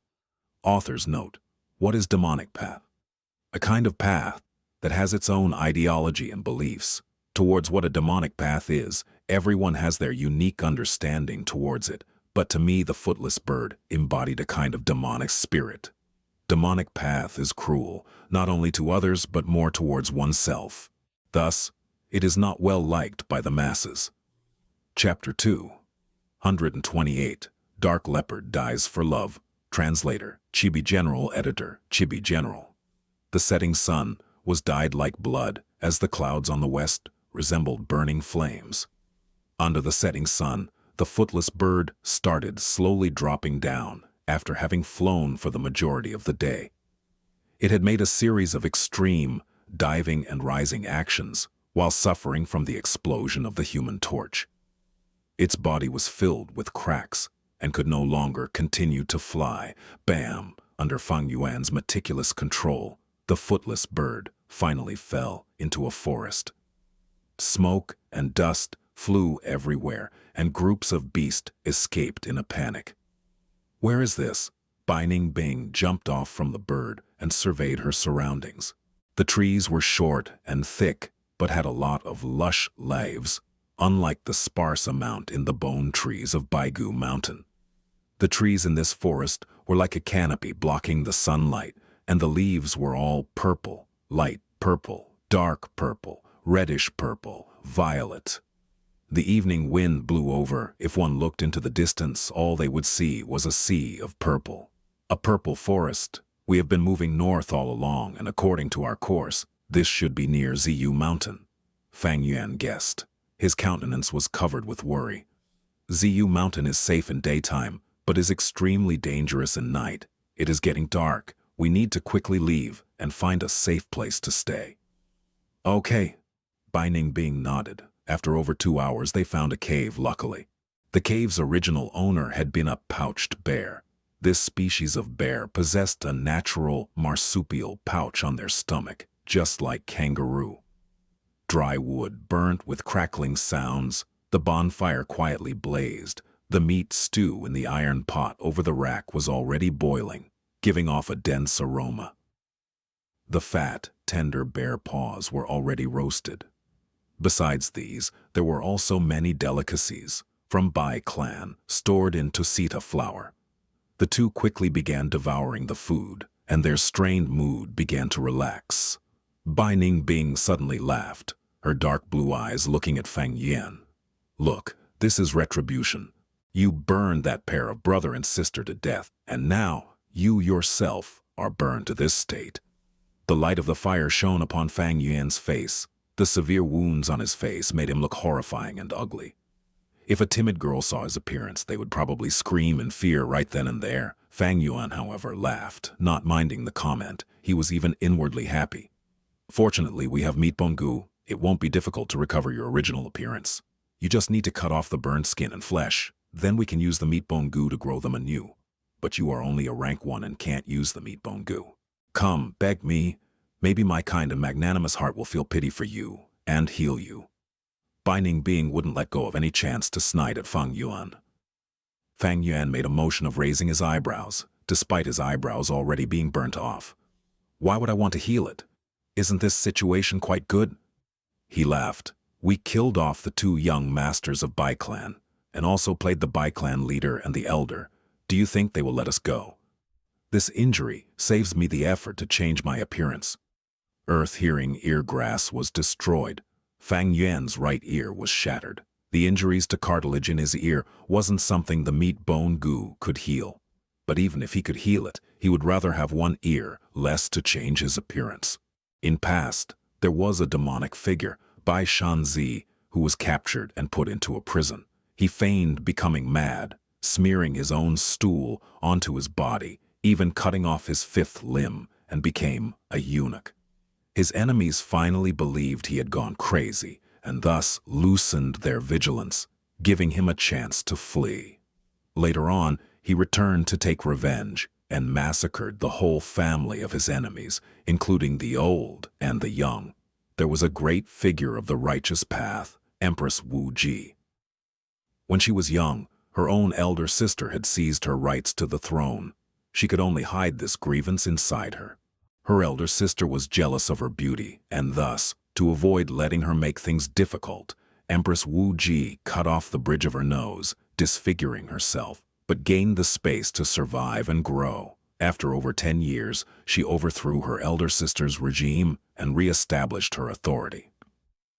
She then ordered her elder sister's 5 sensory organs to be cut off, making her live in a state where she couldn't choose to live or die. Throughout the history, all the great figures were good at biding their time and not being attached to fleshly appearance. No matter if it were the righteous path or the demonic, regardless of men or women, they were all like this. After Empress Wu Ji took the control, she didn't heal her nose even though she had the healing means. Keeping this as a warning to herself, the Wu clan became the top clan of the southern border, suppressing Tai clan, Shang clan, Fei clan. Its dominance couldn't be challenged. Those who indulged in fleshly appearance were mostly superficial, and it would be difficult for them to succeed. Regardless of whether it was this world or Earth, both attested to this point. King Yu of Zhou, just for a smile from his beloved concubine Bao Si, lighted the warning beacons to trick the vassal states. What was the outcome? People lost their trust in him, and he was killed by the barbarians. Lu Bu for Diao Chan, King Wu for Shishi. Xiang Yu the Conqueror took consort Yu when he went on military campaigns. Ha ha ha. What was the outcome of these people? By contrast, Cao Cao was short, Sun Bin was handicapped, Sima Qian was castrated. Everyone loves beauty. However, achievements were not in the least relevant to fleshly beauty. Only a temperament which could firmly let go was the foundation to a great success. Actually, it is you who is too dazzling. With your blue eyes and silver hair, you should change it, Fang Yuan said, as he looked all over Bai Ningbing. Bai Ningbing coldly snorted and didn't reply. Fang Yuan continued, "The footless bird was damaged, but we've only flown over a few thousands of miles. Although we are quite far away from Bai clan, they will definitely come to capture us for the things we have done. We are in a dangerous situation. If they spread wanted posters, our days will become even more difficult." Bai Ningbing considered the idea with a frown before agreeing. "All right, I am also tired of this outfit. Changing into a new appearance might be a brilliant experience." Next, the two started to calculate their losses and gains.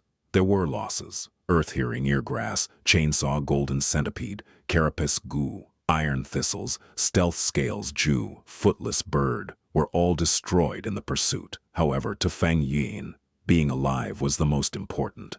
Only by being alive could there be possibilities and hope. This was the foundation to everything. To continue living, even if he had to give up Spring Autumn Cicada, so what? In a word, being able to let go was the character of a great man. As for gains, there were large numbers of bone spear goo and spiral bone spear goo in Fang Yuan's aperture. They had also obtained rank 3 flying bone shield, jade bone goo, iron bone goo, the healing type meat bone goo, and several bone books recording all kinds of recipes. Besides these, they had also gained clearing heat goo from the Bai clan. Of course, the most significant was still the bone flesh unity goo, which they had successfully refined at such a dangerous moment. Compared to the gains, their losses weren't that serious. This was a complete inheritance after all. The flower wine monk might be a rank 5 expert, a cut above the rank 4 gray bone scholar, but Fang Yuan's gains from the flower wine inheritance loses out to this Bai Gu inheritance.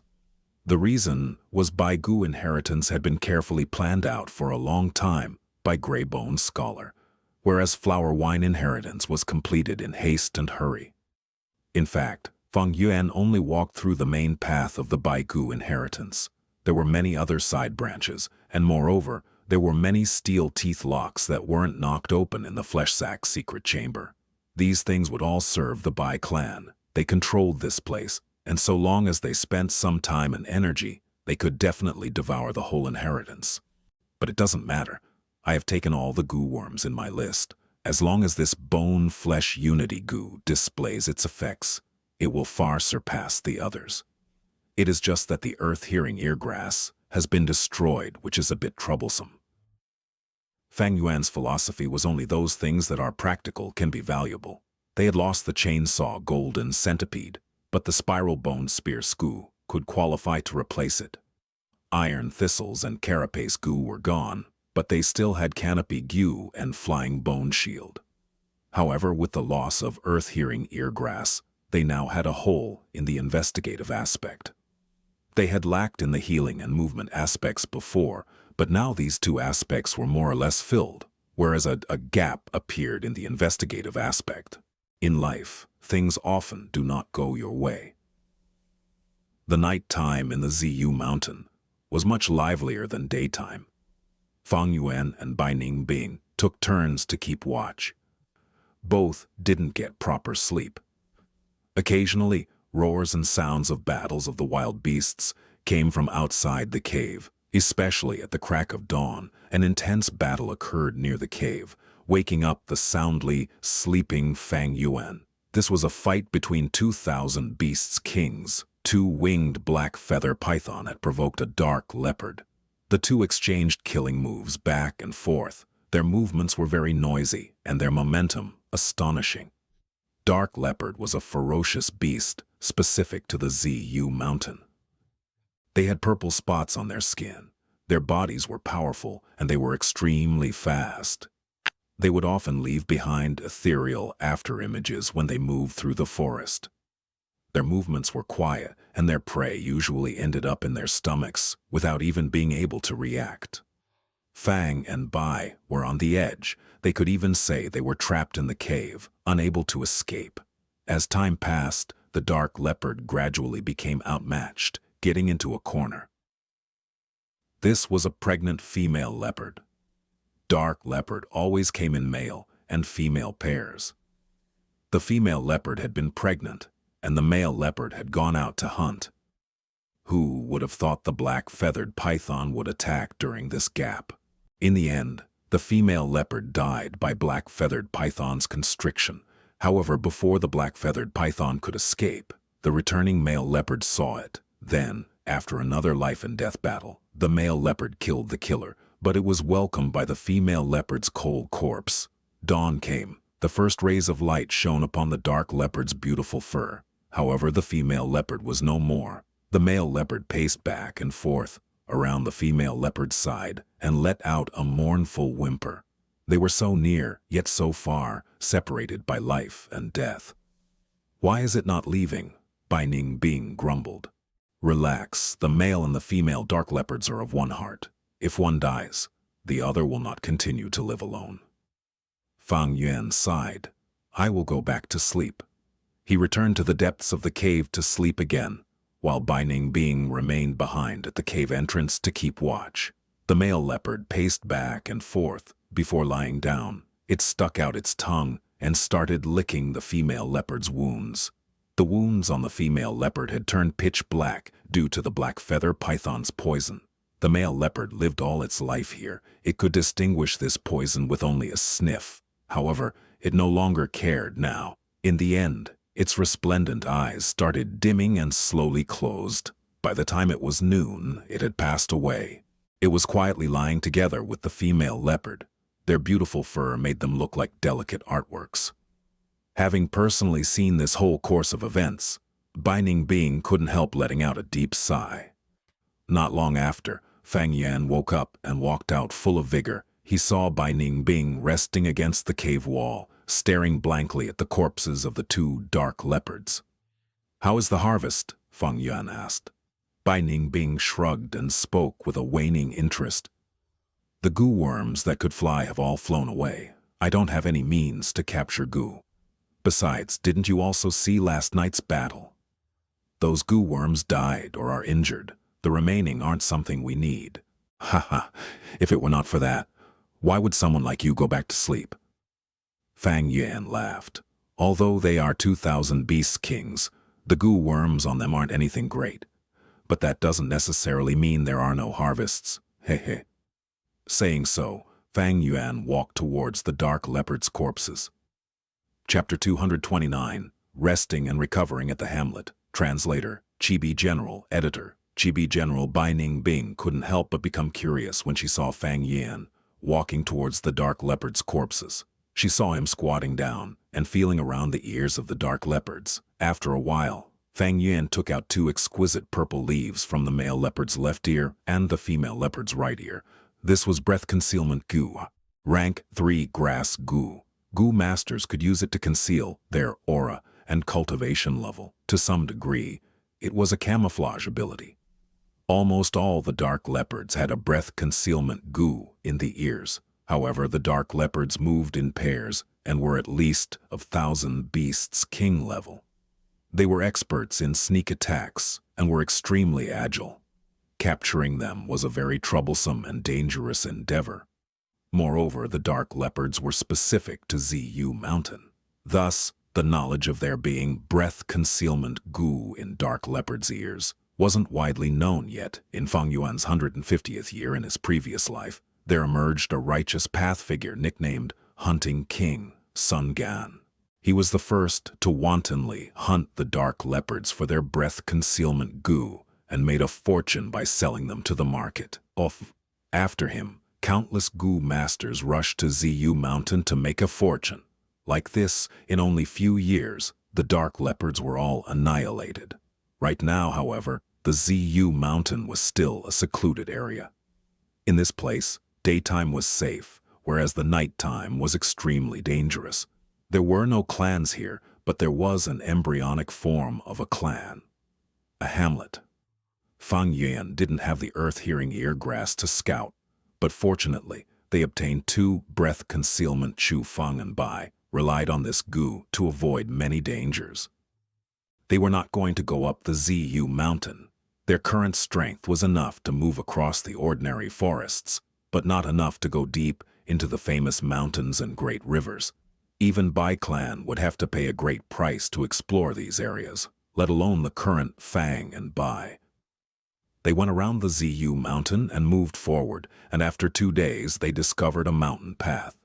It was a man-made path, and was much safer than the forests. Of course, if one's luck was bad, they might come across dangerous situations. Fang and Bai moved along the mountain path, until one evening they saw a thin curl of smoke. The two glanced at each other before hastening their steps. They saw a hamlet lying in a mountain basin. The hamlet was surrounded by short stone walls, with guards standing on several points. It was evening now, and the farmers were returning in groups, walking to the hamlet with hoes and other farm tools on them. However, these were all mortals and were nothing to worry about. "Let's go." Fang Yuan walked towards the hamlet. "Just like this?" Bai Ningbing was somewhat surprised. Their appearance quickly attracted the curiosity and suspicious glances of the villagers. Most of the villages in this world weren't too welcoming to foreigners. The clan villagers were even more so. They would set up tight defense around the whole village, for fear that spies and robbers would infiltrate the village. "May I ask the two distinguished guests if you are respected Lord Gu Masters?" Before Fang and Bai even reached the entrance, two guards who looked alike approached them. Bai Ningbing didn't speak. According to their original agreement, Fang Yuan would take charge of all the communications. Fang Yuan shook his head. "Hello, brothers. We are both mortals." The two guards seemed to heave a sigh of relief when they heard this, their faces clearly loosening up. The younger juvenile guard disdainfully sized up Fang Yuan's body before speaking with some disgust. "I'll say, how could such an ugly person possibly be one of those Lord Gu Masters who possess divine powers?" Fang Yuan's whole body was burned, and he had one ear less. Such an ugly appearance birthed revulsion in people. Bai Bing also changed her normal attire. She cut off her long silver hair short and also dyed it black. Her body that was white as snow due to ice muscles was now blackened. Only the color of her eyes couldn't be covered. Thus, she wore a straw hat and covered half her face. As the two stood together, they remarkably looked like mortal villagers. "Little brother, watch what you say." The senior guard reprimanded the junior guard, then vigilantly looked at Fang and Bai.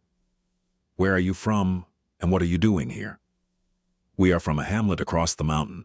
We were taking a handcart filled with herbs and salted meat, thinking to sell them. But sigh, we bumped into a tiger on our way. Whoa, that really scared me to death. We ran crazily all the way, and only then could we save ourselves. Sigh. We don't dare to go back for the moment, so we came to your hamlet and hope to spend the night here. We will immediately leave tomorrow." Fang Yuan spoke off the top of his head. The vigilance in the guard's gaze lessened. Fang Yuan said, "Brother, no need to scold your little brother. I got this injuries from a fire. That day, our house was on fire, and while trying to salvage the rice, I was burned to this state. Sigh, everyone is suffering nowadays." The senior guard heaved a sigh. "You can enter the hamlet, and if you don't find anyone willing to offer you shelter, you need to make do by spending the night in the corner of the walls." After finishing saying the instructions, the guards opened the way. After Fang and Bai entered the hamlet, the senior guard instructed his brother, "Go tell the village head that 2 outsiders are here. He, as an elder, has rich experience. Ask him to keep a lookout." "Brother, you are too cautious. How could these 2 be Gu masters? Besides, why would Gu masters try to deceive us mortals? To have fun? If I tell you to go, then just go. Making me run errands again." The young guard grumbled, but still left in the end. The scene inside the hamlet was peaceful. The air was filled with the aroma of food. After a day of hard work, families gathered around the dinner table and talked happily. Bai Bing involuntarily felt relaxed in such an environment. The reason for her disguise was because they didn't want to leave behind any traces which could make it convenient for the Bai clan to track them. Another reason was because of Fang Yuan's cautious nature. By hiding themselves in an unfamiliar environment, they could react to any abnormalities. It was easy to find a house to take shelter in. Just give the villagers a primeval stone fragment, and they would be more than happy to vacate a house. However, doing this would not be in accordance with their current identities. Fang Yuan had a better method. He walked around the hamlet before stopping in front of a worn-out house. There was only an elderly woman in this household. She had a grandson, but he was killed by a wolf when out playing. The old lady was drawing water from a well in front of her house. The action seemed to take a lot out of her. "Auntie, let me help you." Fang Yuan put on a silly grin and eagerly ran towards the old lady. The old lady was shocked when she saw Fang Yuan's appearance. However, Fang Yuan acted passionately with a silly grin on his face, and after quickly pulling up several buckets of water, the old lady's vigilance disappeared. "Young man, you are an outsider." The old lady smiled open her mouth, which had a few missing teeth. "Yes, we were hoping to stay over for the night in your house." "Auntie, I can do your work, may we?" Fang Yuan foolishly said. "Okay." The old lady happily agreed. Although the villagers would help each other financially in normal times, she still needed labor force like this. Bai Bing watched this scene speechlessly. This Fang Yuan could really act. After fetching the water, it was chopping the firewoods. Fang Yuan also cooked the meal. The old lady repeatedly praised him for his swift and skilled movements. "Auntie, let me help you fetch some more water. We will talk after I fill the water vat." After the dinner, Fang Yuan again went to fetch water on his own accord. The old lady kept on saying no need, but Fang Yuan insisted on doing so. After the water vat was filled, the old lady talked with tears in her eyes. "Young man, you are really, sigh, such a bitter life like this old lady." Evidently, Fang Yuan had fabricated a miserable tale during the dinner, which left a deep impression on the simple old lady. Lanterns were a luxury to ordinary people, thus the house was dark in the night. The only light came through the window from the moon.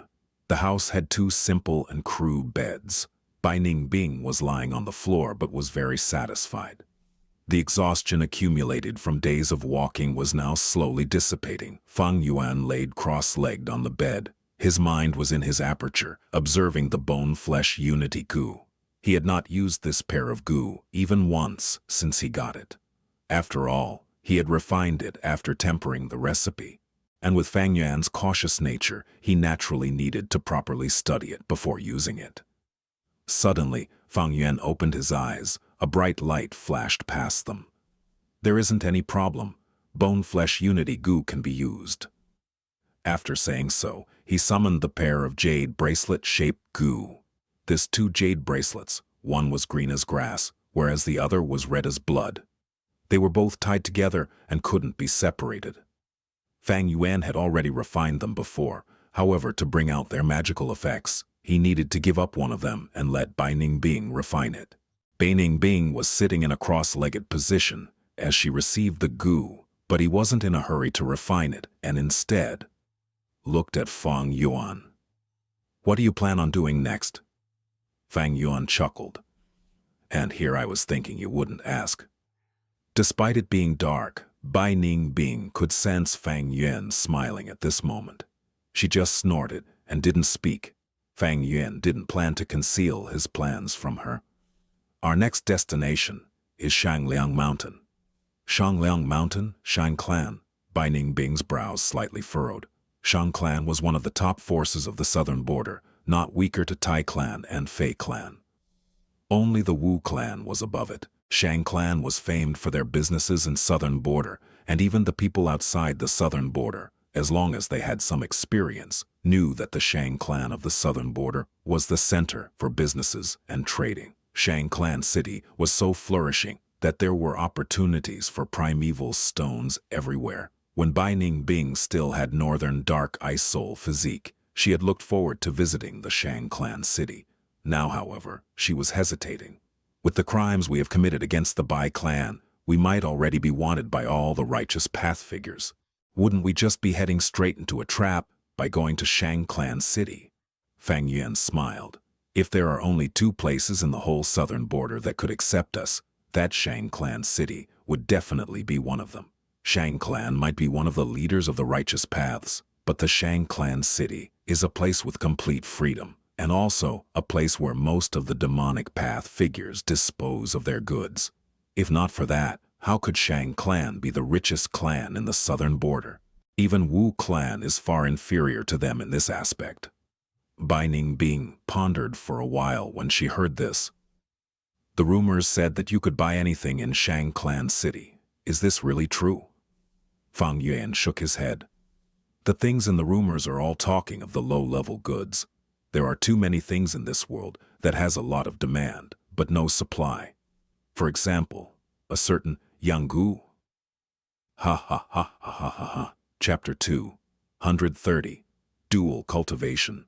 Translator, Chibi General Editor, Chibi General. In the dark room, Bai Ningbing let out an annoyed snort. Fang Yuan changed the subject. "At this stage, Shang Clan City is the most suitable place for us. There are many stores there from where we can buy the goo worms suitable for us. Although the goo worms we have now are excellent, they don't match with each other. Only with goo worms that can complement each other can we exhibit stronger fighting prowess and even fight higher ranks." Bai Ningbing was in complete agreement. All excellent goo master would have a set of complementing goo worms. For instance, when Bai Ningbing possessed Northern Dark Ice Soul physique, the goo worms she had were Ice Blade Goo, Icicle Goo, Water Shield Goo, Bluebird Ice Coffin Goo, Ice Muscles Goo, Frost Demon Goo. They all belonged to Ice and Water series and easily complemented each other when mutually paired and used.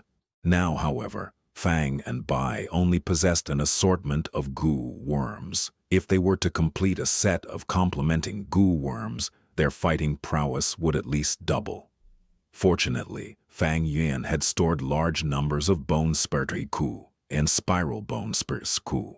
All these could be sold in Shangclan City. Even if there were none of these gu, Fang Yuan had heavenly essence treasure lotus and could use it to produce primeval stones. The first objective in going to Shangclan City was to lay low. The second objective was to purchase and exchange gu worms. Fang Yuan's third objective, however, wasn't convenient to tell to Bei Ningbing. This involved rock gambling. At a dark corner of a certain rock gambling site, there was a rock hiding a legendary rainbow-colored gu. The gu worms in Fang Yuan's possession were as high as rank 6 Spring Autumn Cicada, Heavenly Essence Treasure Lotus, which was involved with a rank 9 Immortal Venerable Blood Skull gu, which could change one's aptitude, and also Bone Flesh Unity. Leaving aside the Bone Flesh Unity gu, Blood Skull gu had already lost its worth because there was almost no blood relative left of Fang Yuan now. Heavenly Essence Treasure Lotus might have excellent results, but it didn't have any advancement prospects since Fang Yuan didn't have its fusion recipe. The higher his cultivation becomes, the lesser the help it would provide. Let's not even talk about Spring Autumn Cicada. Right now, it is still hibernating. If one said to use it, it would be full of danger. But if one does not use it, once it recovered, it would blow up the aperture. It was a ticking time bomb. Spring Autumn Cicada, Heavenly Essence Treasure Lotus, Blood Skull gu, and Bone Flesh Unity gu were the most valuable gu in Fang Yuan's possession.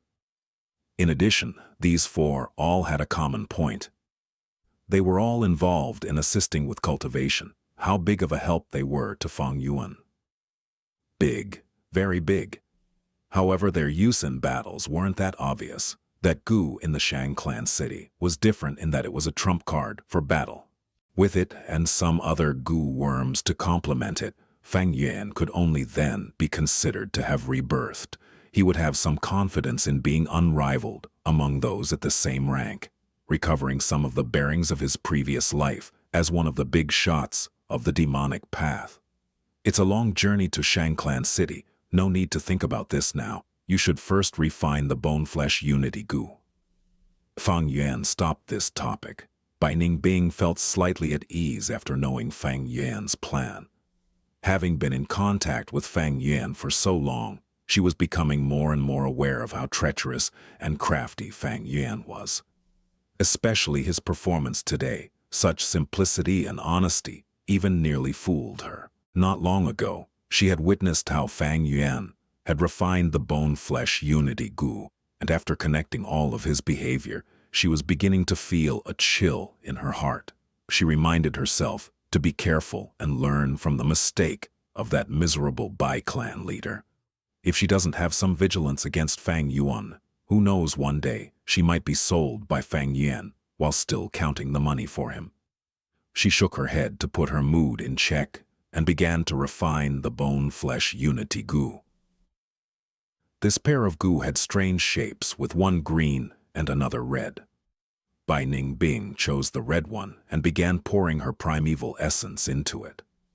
This Bone Flesh Unity gu had already been refined by Fang Yuan at the very beginning. Now Fang Yuan removed his imprint from the gu and cooperated with Bei Ningbing. Bei Ningbing didn't take a lot of time to refine it. The moment she finished refining the gu, there was a change in Bone Flesh Unity gu. This pair of linked jade bracelets suddenly completely dissipated in the air, and almost instantly there appeared circular marks on Fang Yuan's and Bei Ningbing's wrists. What was different was the mark that appeared on Fang Yuan's left wrist was green, whereas it appeared on Bei Ningbing's right wrist and was red. A mysterious connection emerged from both Fang and Bai's hearts. This connection allowed Fang Yuan to sense Bei Ningbing, and Bei Ningbing similarly could sense Fang Yuan, as if their blood and flesh were linked and couldn't be divided. This feeling wasn't good, and it made Bei Ningbing feel nauseous, as if she had swallowed a housefly. Fang Yuan's brows also tightly furrowed. This hadn't been mentioned in the scroll left behind by Grey Bone Scholar. Fang Yuan thought about it before being relieved. The Grey Bone Scholar had researched this only in theory and never put it into practice, not knowing this is very normal. This feeling was only a minor detail. The important thing was the next stage. The two endured the odd feeling and sat cross-legged, facing each other on the bed, starting their dual cultivation. They both stretched out their hands, the four palms touching each other. To be on the safe side, the weaker cultivation, Fang Yuan experimented it. He took out a portion of his green copper primeval essence and cautiously poured it into Bai Ning Bing's aperture. The green and red circular marks suddenly let out bright radiance. The foreign primeval essence, when transferred to Bai Ning Bing's aperture, immediately changed to Bai Ning Bing's aura. "It really worked," Bai Ning Bing softly exclaimed in delight. "I clearly transferred 10% of my green copper primeval essence, but you only received 3/5 of it. 2/5 of it was lost in conversion." Fang Yuan's observation was even more detailed. Bai Ning Bing wasn't surprised, though. What's hard to understand? Didn't the scroll say it? This bone-flesh unity goo can be divided into 5 types of quality, depending on how deep the relation between the two refiners is. From low to high, it is divided into fratricidal, friendly relation, indissoluble relation, familial relation, blood-kin relation. She analyzed and continued. If that pair of brother and sister became goo masters and refined the blood-flesh unity goo by themselves, with how deep the relation was between them, I estimate they would obtain the highest quality blood-kin relation. If we had refined it by ourselves, it would definitely be the worst quality, fratricidal, considering our relation. These two neutralized each other, and we have thus obtained the mid-quality, indissoluble relation. The bone-flesh unity goo referred to a series Chu. Just like how in the Boris goo, there were black boar goo, white boar goo, pink boar goo, and so on. According to what the scroll mentioned, bone-flesh unity goo contained 5 types of goo worms. The worst quality was the fratricidal goo, which converted 10% primeval essence into 1/5 of it. Above it was friendly relation goo, which converted 10% of primeval essence into 2/5 of it. Indissoluble relation goo could transfer 3/5. Familial relation goo could transfer 4/5. And the top blood-kin relation goo could transfer 100% of the primeval essence without any loss in conversion. By relying on his previous life's experience, Fang Yuan had tampered with the recipe at the last moment, obtaining the rank 3 indissoluble relation goo, which could be considered a pretty good luck. Researching refinement recipe was not easy. It required continuous deductions and experiments along with many goo worms. Fang Yuan was able to succeed with his tampering. One factor was due to the insight from his experience, and another factor was luck. However, he had never liked to rely on luck. This didn't mean he was born a jinx or his luck was bad all the time. Fang Yuan's luck was the same as ordinary people, sometimes good, sometimes bad. Why he didn't like it was because it was a factor which he couldn't control. He was a person who strongly desired being in control. He liked to control the situation, control others, and naturally control himself. "That's it. Your turn now," Fang Yuan said. On the whole, he was satisfied getting the indissoluble goo by Ning Bing transferred 10% of her snow-silver primeval essence into Fang Yuan's aperture. What happened next was shocking. Just before, when Fang Yuan transferred his dark green primeval essence into Bai Ning Bing's aperture, it formed into a green water, which was swallowed by the snow-silver primeval sea in just a while, her primeval sea increasing by a bit. Now, when she transferred 10% primeval essence into Fang Yuan's aperture, before her primeval essence had yet to land into his primeval sea, his aperture started shaking. Fang Yuan immediately shouted to stop. This was not a problem in bone-flesh unity goo, but rather was the problem of his cultivation. He was only at upper stage of rank 1 goo master and had stored hundreds of bone spear goo, and now that he was receiving the snow-silver primeval essence, the whole burden was too much to handle for his aperture. Bai Ning Bing hesitated. If she continued to transfer the primeval essence now, she might be able to break Fang Yuan's aperture. But even if she broke his aperture, Yanggu could still be destroyed with one thought from Fang Yuan.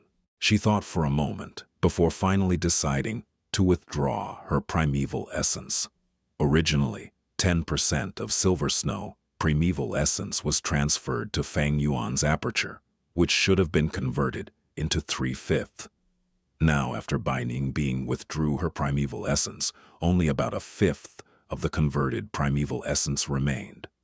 What made Binding Being inwardly sigh was the ability of this bone-flesh unity Gu Fang Yuan transferred all the bone spear Gu to Binding Being's aperture and then accepted the snow-silver primeval essence. When this portion of snow primeval essence was in Binding Being's body, it had her aura.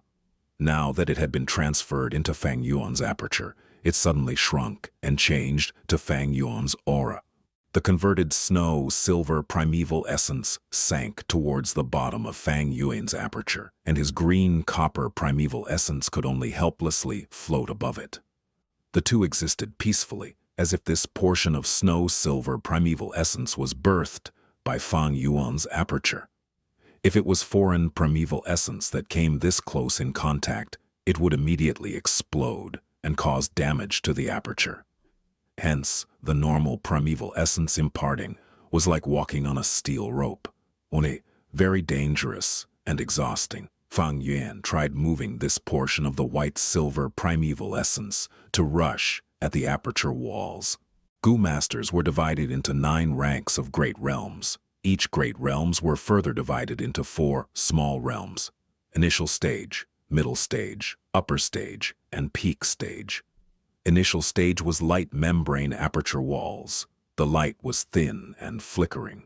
Middle stage was water membrane aperture walls. The light flowed freely. Upper stage was stone membrane aperture walls. The light was condensed to solid state.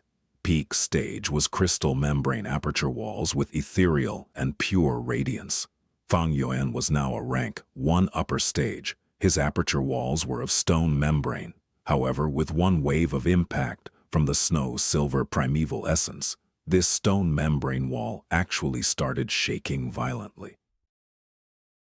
231 Addicted to cultivating. Fang Yuan quickly stopped out of fear. Although he used the liquor worm before, it was used to refine the primeval essence and raise its quality by 1 small realm. When had he ever used the snow-silver primeval essence, which was of a much higher quality? With no choice, Fang Yuan could only reduce the amount used each time, and also slow the waves crashing into his aperture walls. To think there would also be problems when the primeval essence's quality is too high. Fang Yuan was slightly aggravated. In the darkness, Binding Being heard this and rolled her eyes. What sort of godsend opportunity was this?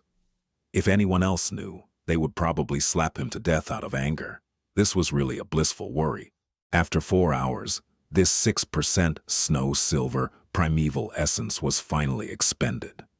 His rough stone aperture walls were already showing a glimmer just from this 1 round of cultivation. It was like a rough jade that had started to give off a luster worthy of its quality after processing. Quick, transfer another 10%, Fang Yuan urged. Like this, they cultivated the whole night.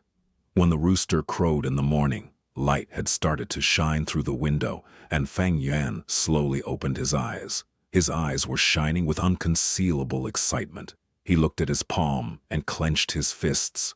Rank 1 peak stage. Just a night of cultivation caused him to rise from rank 1 upper stage to rank 1 peak stage. What divine speed is this? Ever since Fang Yuan started cultivating, he had never felt so comfortable and carefree, even in his previous life. Such a feeling was almost addictive. For example, when he had C-grade aptitude, he cultivated like a snail. Using the liquor worm, he walked. With a grade aptitude and heavenly essence treasure lotus, he sprinted. But what the heck was this? With this bone-flesh unity Gu, it was like he was soaring with 2 wings. Even Binding Bing was stunned. She was smart and quickly realized that this Gu had another greater use.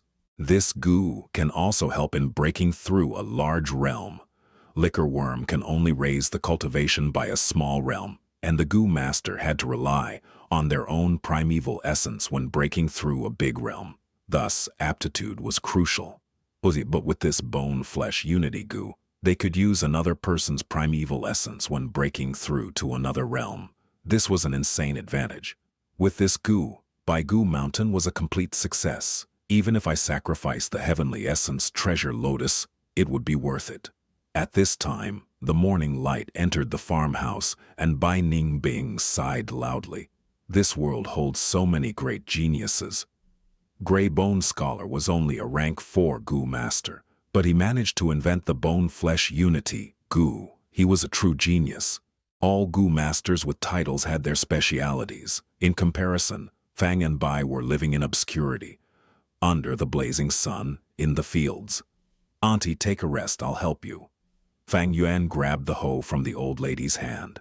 The old lady could not compete in strength against the young and strong Fang Yuan. She felt happy seeing her hoe snatched away, smiling till her teeth was exposed. "Aha! Where can I find such a wonderful lad?" Since the first dual cultivation, 2 days had passed. The original plan was to stay a night and leave, but after using the bone-flesh unity goo, Fang Yuan was enjoying the rapid cultivation speed and decided to change his plans, to leaving only after he reached rank 2, at least. After all, there were still 2 to 3 years before that rock is discovered. He was in no rush. Bai Ningbing had no objections. There was a huge difference between rank 1 and rank 2. Becoming a rank 2 goo master would be a great help to their journey. Thus, they stayed in the village and didn't leave. The old lady also did not chase them away. The truth was, she wanted the 2 to stay there forever. They worked so diligently, and although one was slightly dumb while the other was ugly, they were honest kids. Fang and Bai worked in the day. One had the strength of 2 boars, while the other had the strength of a crocodile. Among mortals it was like having divine strength. Farm work was a breeze, as easy as pie. Furthermore, it was an old lady's house. What tough work could there be? Every day Fang and Bai only slept a little, but were still full of energy. Such a lifestyle, in comparison to moving in the wilds and living in harsh conditions while worrying for their safety, was like heaven. Fang Yuan used all his free time to cultivate, like he was addicted. With the bone-flesh unity goo, his speed could only be described with a proverb, 1,000 miles a day. He reached rank 1 peak stage in the first night, and in the past few days he was steadily building on his foundation, and his aperture walls had already turned crystal clear. At this rate he would reach rank 2 in a few days. As the number of times they cultivated increased, the bone-flesh unity goo's status rose in Fang Yuan's heart, surpassing the blood skull, goo, and heavenly essence treasure lotus, only lower than the Spring Autumn Cicada.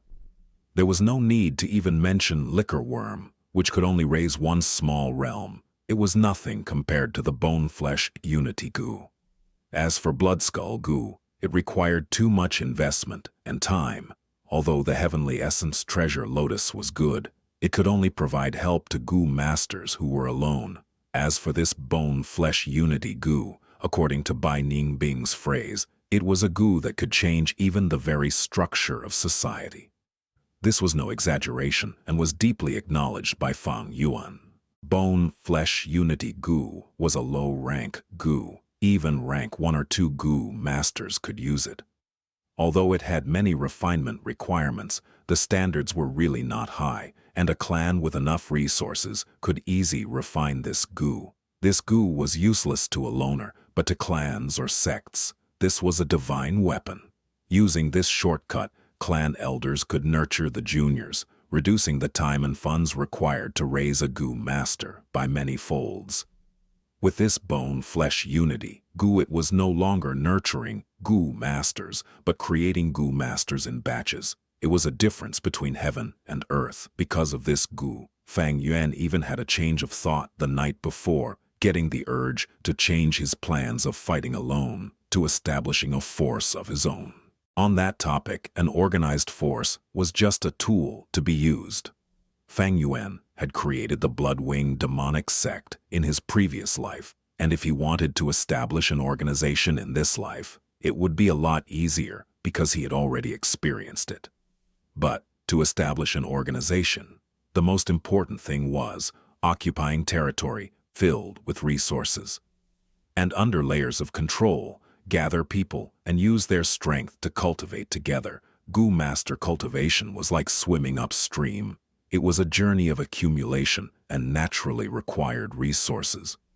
Thus, to rank 5 Gu Masters and below, having an organization's help would aid in their cultivation. However, once they reached rank 6 and experienced a qualitative change, turning from mortal to immortal, with the might of heaven and earth gathered in them, an organization became useless to them. Knowing this, it was easy to understand Fang Yuan's plans. In his previous life, Fang Yuan established the Bloodwing demonic sect to gather resources. In this life, with his knowledge of many inheritance and secrets, he could simply devour these resources and rise to rank 6 much more quickly. Why would he need to waste time and effort to create a force of his own? But now that he possessed the bone-flesh unity Gu, it would be much quicker than he previously assumed if he created an organization. There would be less investments but greater rewards, creating Gu Masters in batches and quickly form a large strength. But after Fang Yuan thought about it until morning, he dispelled his notion of creating a force. Such a divine weapon would definitely attract the greed of all the large forces, if revealed. 1709. If he really relied on the bone-flesh unity Gu to create an organization, it would be courting death. Such a divine weapon would definitely attract the greed of all the large forces if revealed.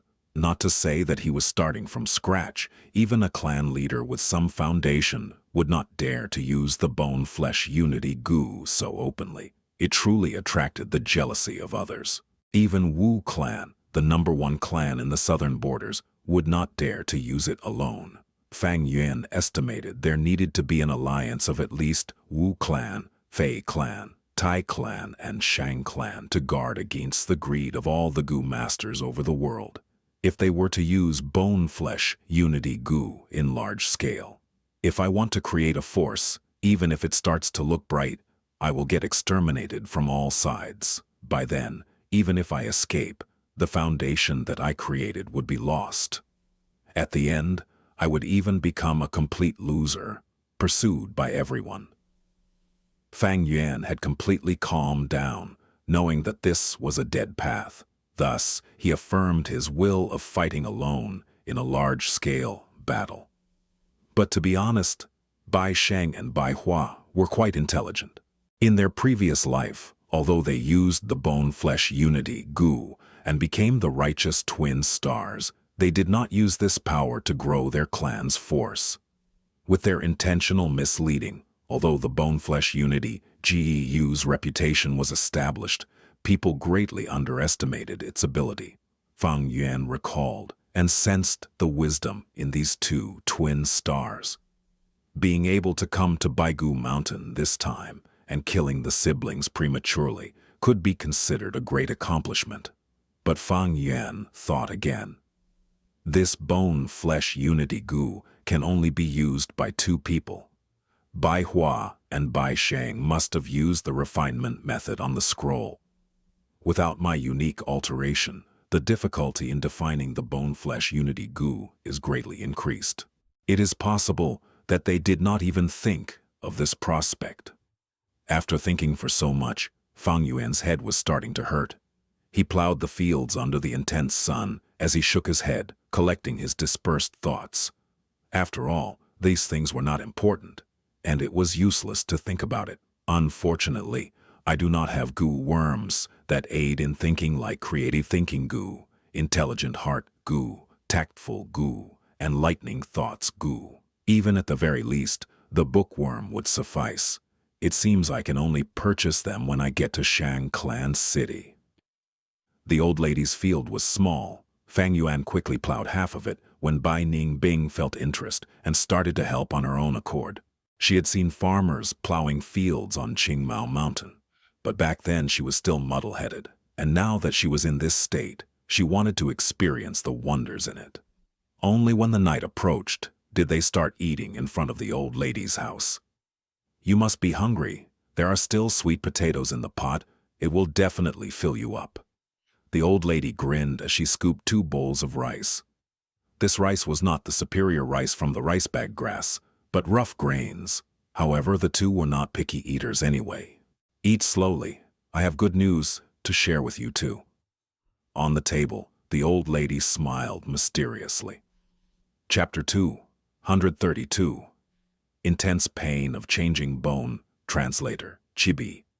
General Editor, Chibi, General. "Auntie, what good news do you have?" Fang Yuan immediately asked with a foolish grin. As he was asking, an old man walked in from outside. Bai Ningbing secretly glanced at the old man. This old man was a Gu master. However, he only possessed rank 1 initial stage cultivation and was very old. There was nothing to worry. "Young man, this is our village head." The old lady introduced the man. Fang Yuan and Bai Ningbing hurriedly stood up. Fang Yuan scratched his head, appearing to be uneasy.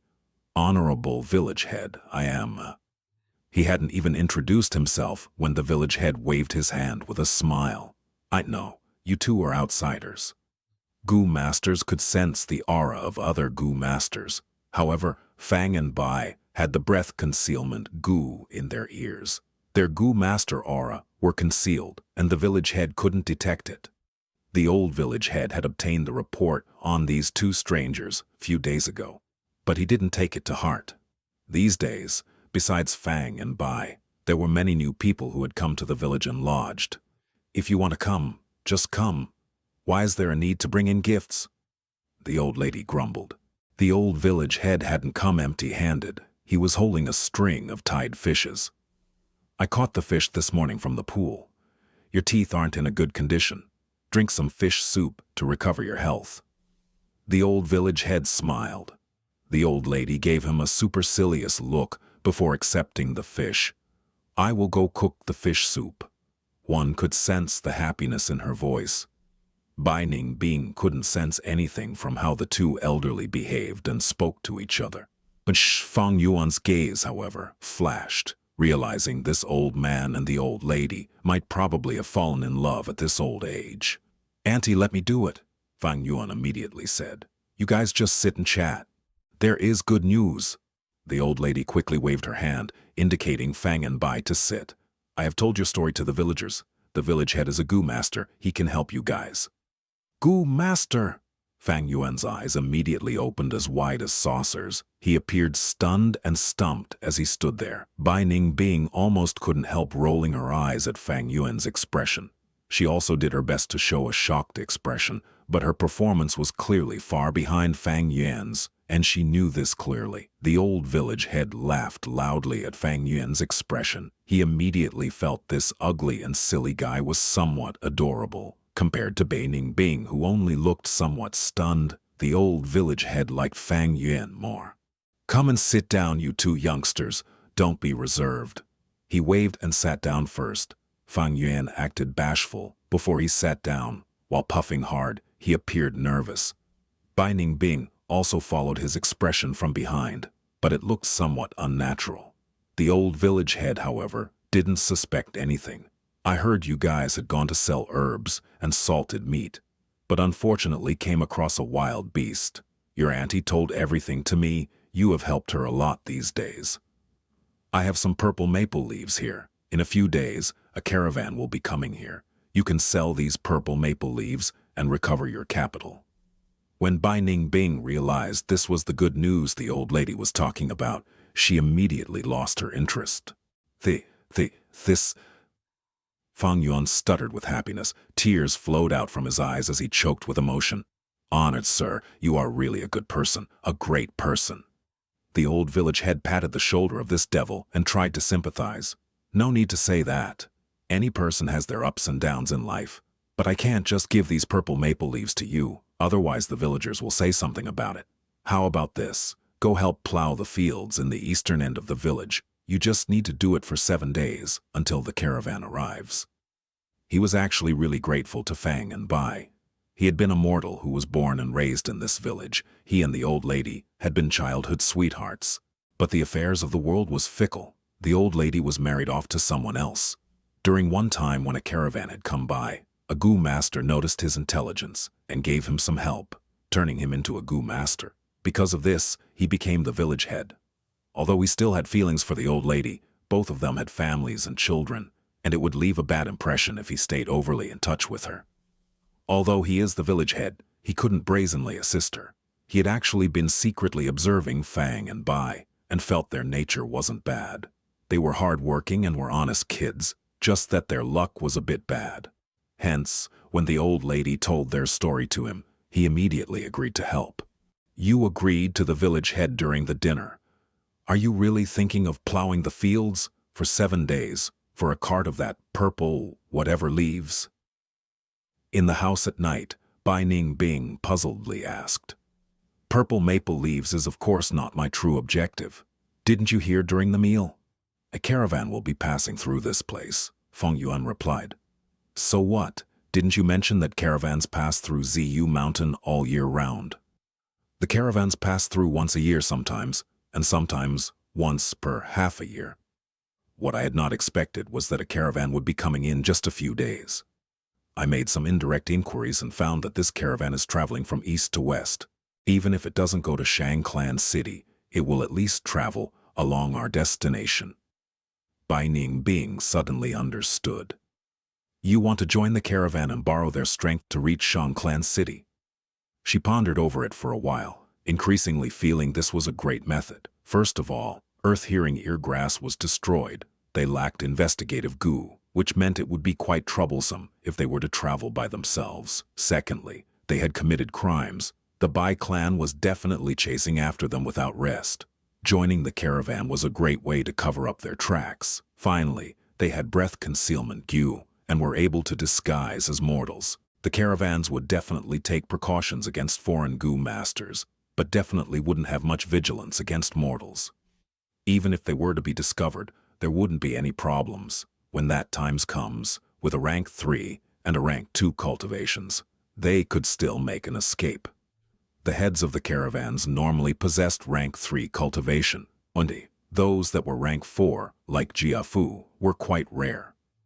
But even if we disguise as mortals, could we just casually enter the caravan? Bai Ningbing thought about it, but still had this worry. Fang Yuan chuckled. Of course, we won't be able to just casually join a caravan. We would need a guarantor even as mortals. But I reckon the old village head can resolve this problem for us. Only then did Bai Ningbing felt relieved and let go of her worry. I was worried for nothing. Indeed, with this guy's craftiness, how could he not have thought of this loophole? She thought. All right, I will be able to break through to rank 2 initial stage after 7 days, and I think it is time to use the iron bone goo and jade bone goo. Bai Ningbing's mouth twitched before saying lightly, I already told you before to use them, but you didn't agree and just nurtured them vainly for so many days, wasting so much spring milk. Fang Yuan heaved a deep sigh. Youngster, you are ignorant and thus fearless of how much pain is involved in this. Tonight we won't do dual cultivation. I need to properly rest my mind before I use the iron bone goo tomorrow night. Next day, Fang and Bai went to work the fields in the eastern end of the village like their agreement. Fang Yuan intentionally worked from morning till sunset. His body contained enormous strength. This bit of work wasn't even worthy to be mentioned, but he could already hear other farmers taking notice of him and even looking up to him. At night, he sat cross-legged on the bed and concentrated on transferring primeval essence into the iron bone goo within his aperture. This goo was like a bone, with rounded and smooth ends and slender mid-area. The whole bone was jet black, as if it was made from iron. This goo was a rank 3 goo, and it required instant consumption of great amounts of primeval essence to be activated. Fang Yuan was just a rank 1 goo master and shouldn't have been able to use it. But after Bai Ningbing transferred a lot of his snow-silver primeval essence, he was barely qualified to activate it. The transferred snow-silver primeval essence was almost completely used up in transferring to the iron bone goo. This goo first let out dark radiance before immediately melting down into iron liquid. It flew out from the aperture and merged with Fang Yuan's skeleton. Pain, an intense and inconceivable pain. Fang Yuan felt like his heart was branded by a scalding hot branding iron. Anywhere the iron liquid passed through in the bones felt like it was being roasted in burning coals. This kind of pain penetrated even the soul. Fang Yuan's face distorted under this pain. Immediately following, drops of sweat began to fall from Fang Yuan's forehead, and in the next moment, his whole body was drenched with sweat. After a long while, Fang Yuan couldn't endure the pain any longer and let out a groan.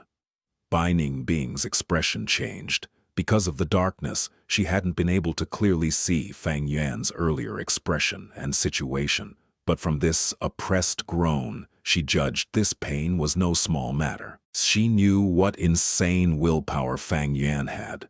He hadn't let out a word, even when his whole body was covered with flames. But after using the iron bone goo, he let out such a sound. From this, one could tell how intense the pain was. Among the Goo Master's cultivation, 3 big aspects of nurture, use, and refine. In regards to use, some goo were extremely peculiar. Iron bone goo was one of those, giving extremely intense pain when used. Unfortunately, one needed to endure this pain, and if, in case they lost consciousness in the middle, all their efforts would be wasted. Historically, many famous goo masters had died from pain of using goo like the iron bone goo. Fang Yuan clenched his teeth and persevered. The unbearable pain continued to flood in. He involuntarily let out several groan-like snorts from his nose. In the end, his whole body was almost paralyzed from the pain. He couldn't even exert any more strength in his jaws. When all of his bones were dyed a layer of black by the molten iron, he finally relaxed, and almost instantly, a burst of dizziness attacked him. His eyes blacked out, and he started losing consciousness. However, he forcibly persevered, and after taking few deep breaths, he slowly laid down. "Is it over?" Bai Ningbing's voice came from the darkness. "Naturally." Fang Yuan sucked in cold air. His voice was hoarse but stable. "Go to sleep. We still need to work tomorrow." "Okay." Bai Ningbing felt greatly disappointed when she realized Fang Yuan was still able to be clear-headed.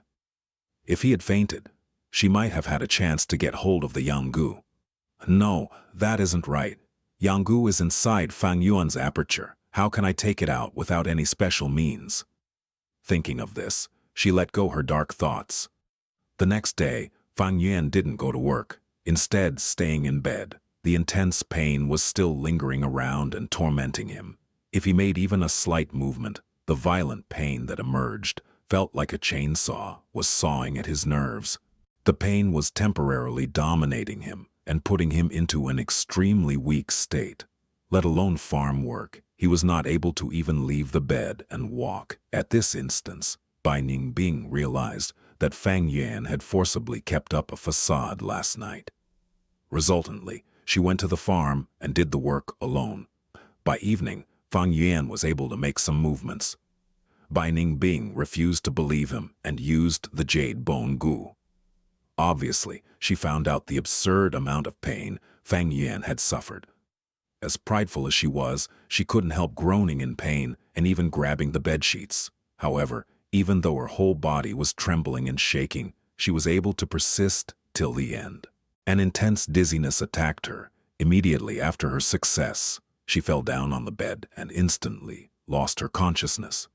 Chapter 233. A Deep Misunderstanding. Translator, Chibi General Editor, Chibi General. On the second day, it was Bai Ningbing's turn to lie on the bed, in so much pain that she could not move at all. Fang Yuan had recovered mostly, going off to plow the fields at the east of the hamlet. The old lady went into the room, asking in concern.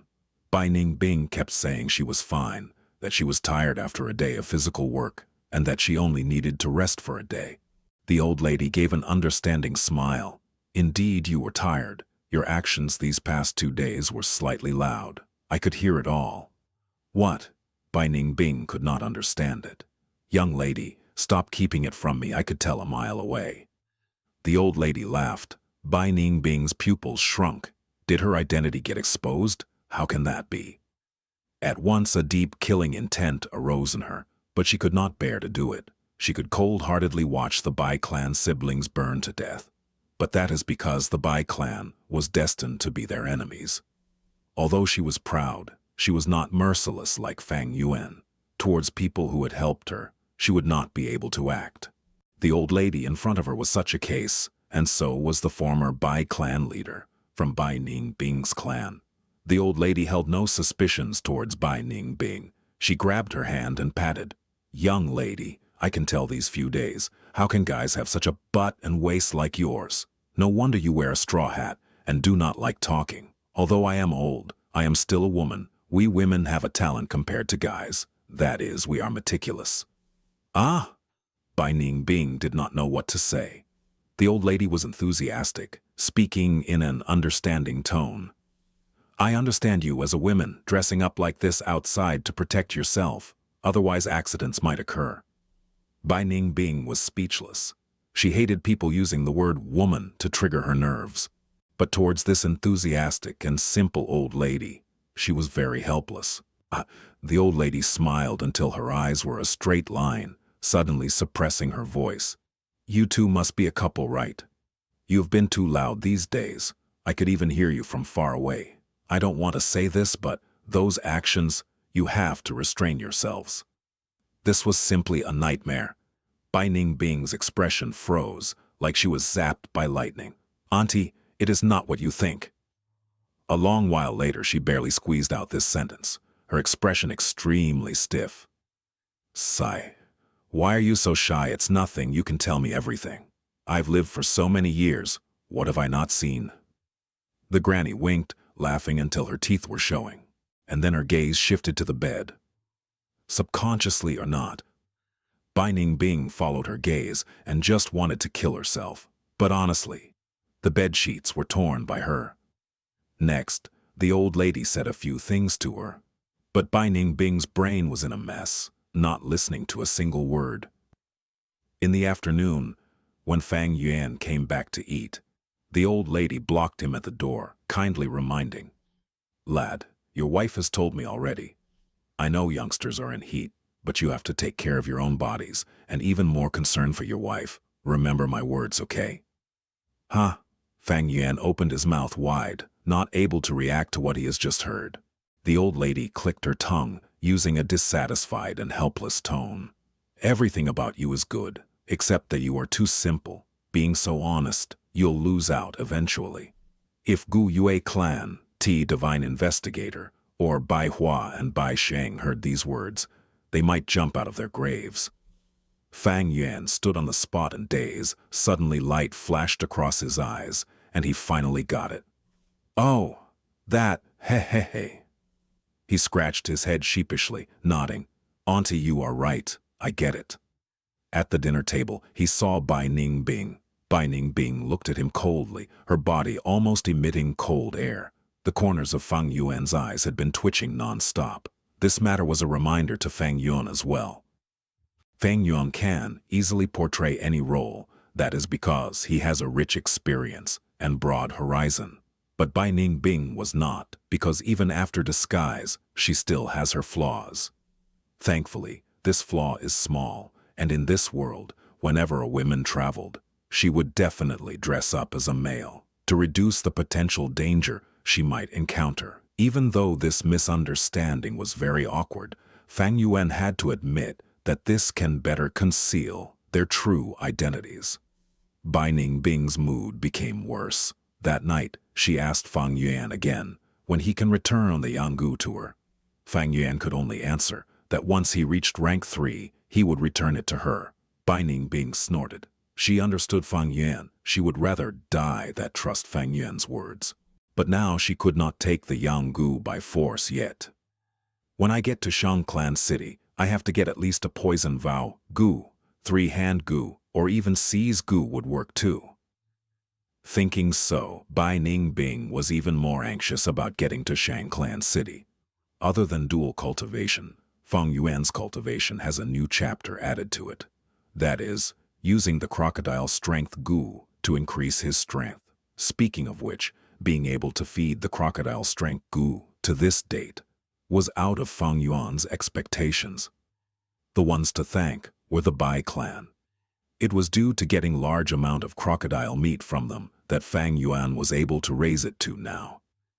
Otherwise, it would have starved to death long ago. Crocodile strength was like black and white boar goo. They permanently added strength to the goo master's body. But before rank 6, a goo master still has a mortal body. Like a bowl, it cannot contain a lake. A goo master's body has its limits eventually. That is also why Fang Yuan could not use the crocodile strength goo before, but now he had obtained the iron bones goo and jade bones goo from Baigu Mountain. These two goo were expenditure type goo. Each had their merits, and their values were about the same, able to permanently improve the goo master's physique. Choosing which goo decides the progression route of the goo master. When goo masters use goo, there were much to consider. Some goo could not be used together, while some complemented each other and produced greater effect when used together. Bai Ning being once used the ice muscles goo, thus her body was made of ice muscles. Ice muscles stopped perspiration, thus she cannot use a goo like blood sweat goo in the future. And if she uses the jade bones goo, her original mortal bones would become jade bones. Ice muscles and jade bones. It was a superb combination. Each person has their own needs. Ice muscles jade bones might suit Bai Ning Bing, but it does not suit Fang Yuan. Considering the legendary goo at Shang Clan City, Fang Yuan plans, he wanted to form the most effective steel tendon, iron bones. Being able to get the iron bones goo on Baigu Mountain, it was a perfect scenario for him. After using the iron bones goo, Fang Yuan's bones were tough as iron now. With his body foundation improved, he can now add the strength of 1 crocodile in addition to the strength of 2 boars. His strength continued to rise. 7 days passed in a flash. According to their initial agreement, Fang Yuan got a cart of purple maple leaves from the old village head. These goods were very cheap. The entire cart could not even sell for 2 primeval stones. But this was not Fang Yuan's objective. He only wanted to hide his identity and follow and get closer to the caravan. When the caravan arrived, it was 3 days later than the old village had expected. Only on the 9th day did they appear. The originally peaceful town boomed with life again. The caravan's size was huge. Bus-size black-skinned fat beetles carried goods and people as they crawled slowly. Beside them, colored ostriches dragged the dray. Mountain large spiders wrapped boxes and containers on their bodies. Winged snakes meandered, and toads carried large bundles on them. These stead-type goo formed the main body of the caravan. Other than that, there were large numbers of mortals pulling cows, horses, or carrying bamboo bags. This year's caravan is finally here. Every time I see these snakes, I get a little scared. Lord Goo Masters are really amazing. They can make these ruthless snakes so tame. I hope my cured meat can be sold this time. I don't expect a high price. I'll be satisfied with just a few primeval stone fragments. Yeah, our luck is not as good as the outsider. The village head is too biased. That is an entire cart of purple maple leaves to think he gave them away like that. The villagers made many temporary stalls at the village entrance, as Fang Yuan and Bai Ning Bing dragged a cart of purple maple leaves, mixed among them. Among these people, some were all locals, others were from other villages, carrying goods with them. Places with people will have competition for benefits. Fang and Bai, even though they stay at the village and plowed fields for 7 days, their cart of purple maple leaves attracted many jealous gazes into them. Fang Yuan, of course, did not pay them any attention. He was secretly observing the members of the approaching caravan.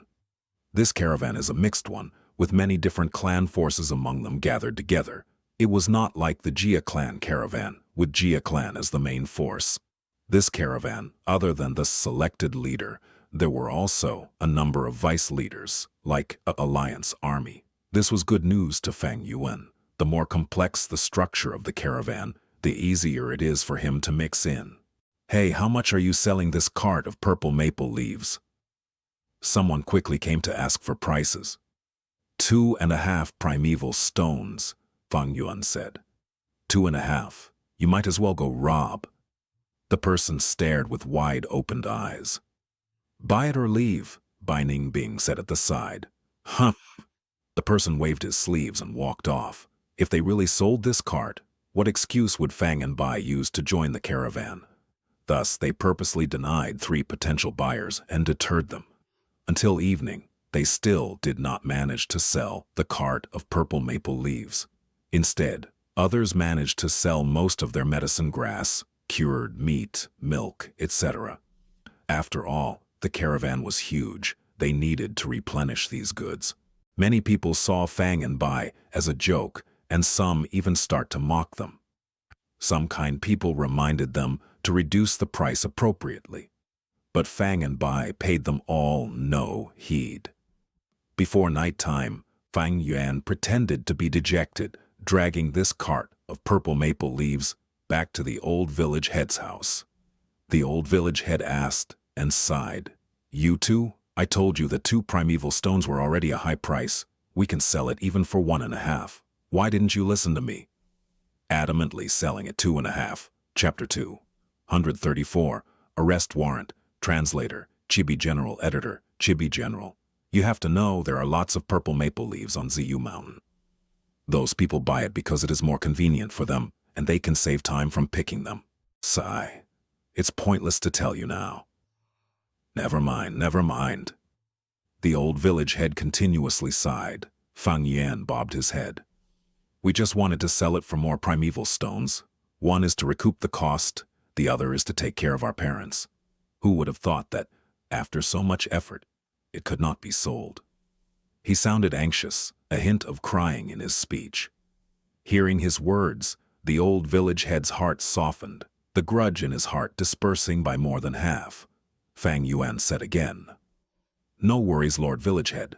I have decided to follow the caravan tomorrow. By lowering the price, I'm sure we can sell it eventually.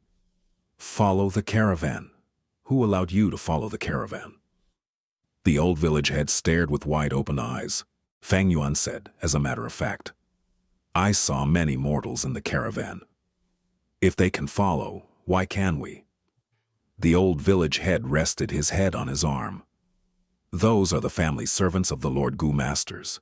You think simply anyone can just follow them? What if people with ill intentions mix in among them? Ah! Fang Yuan's mouth opened wide, stunned on the spot. Then how? The caravan is leaving tomorrow. Sigh. The old man sighed deeply. Never mind, I'll help you to the end. Tomorrow I'll beg them to let you into the caravan. It'll all be up to your fate. The sun had just rose, and there were still a few stars visible in the light blue sky.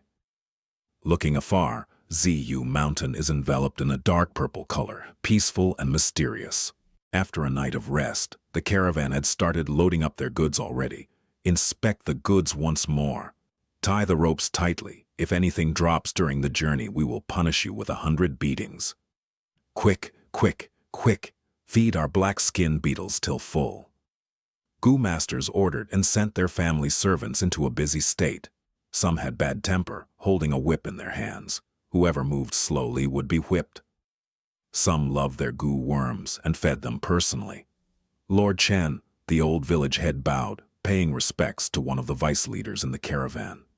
Oh, old Zhang, I am busy here. Just tell me what you have to say, this Chen Gu master said.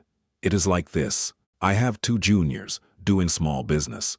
Before the old village head finished, Chen Gu master suddenly shouted, Chen Xin, why are you in a daze? Go and feed the winged snakes. You think those servants can feed them properly?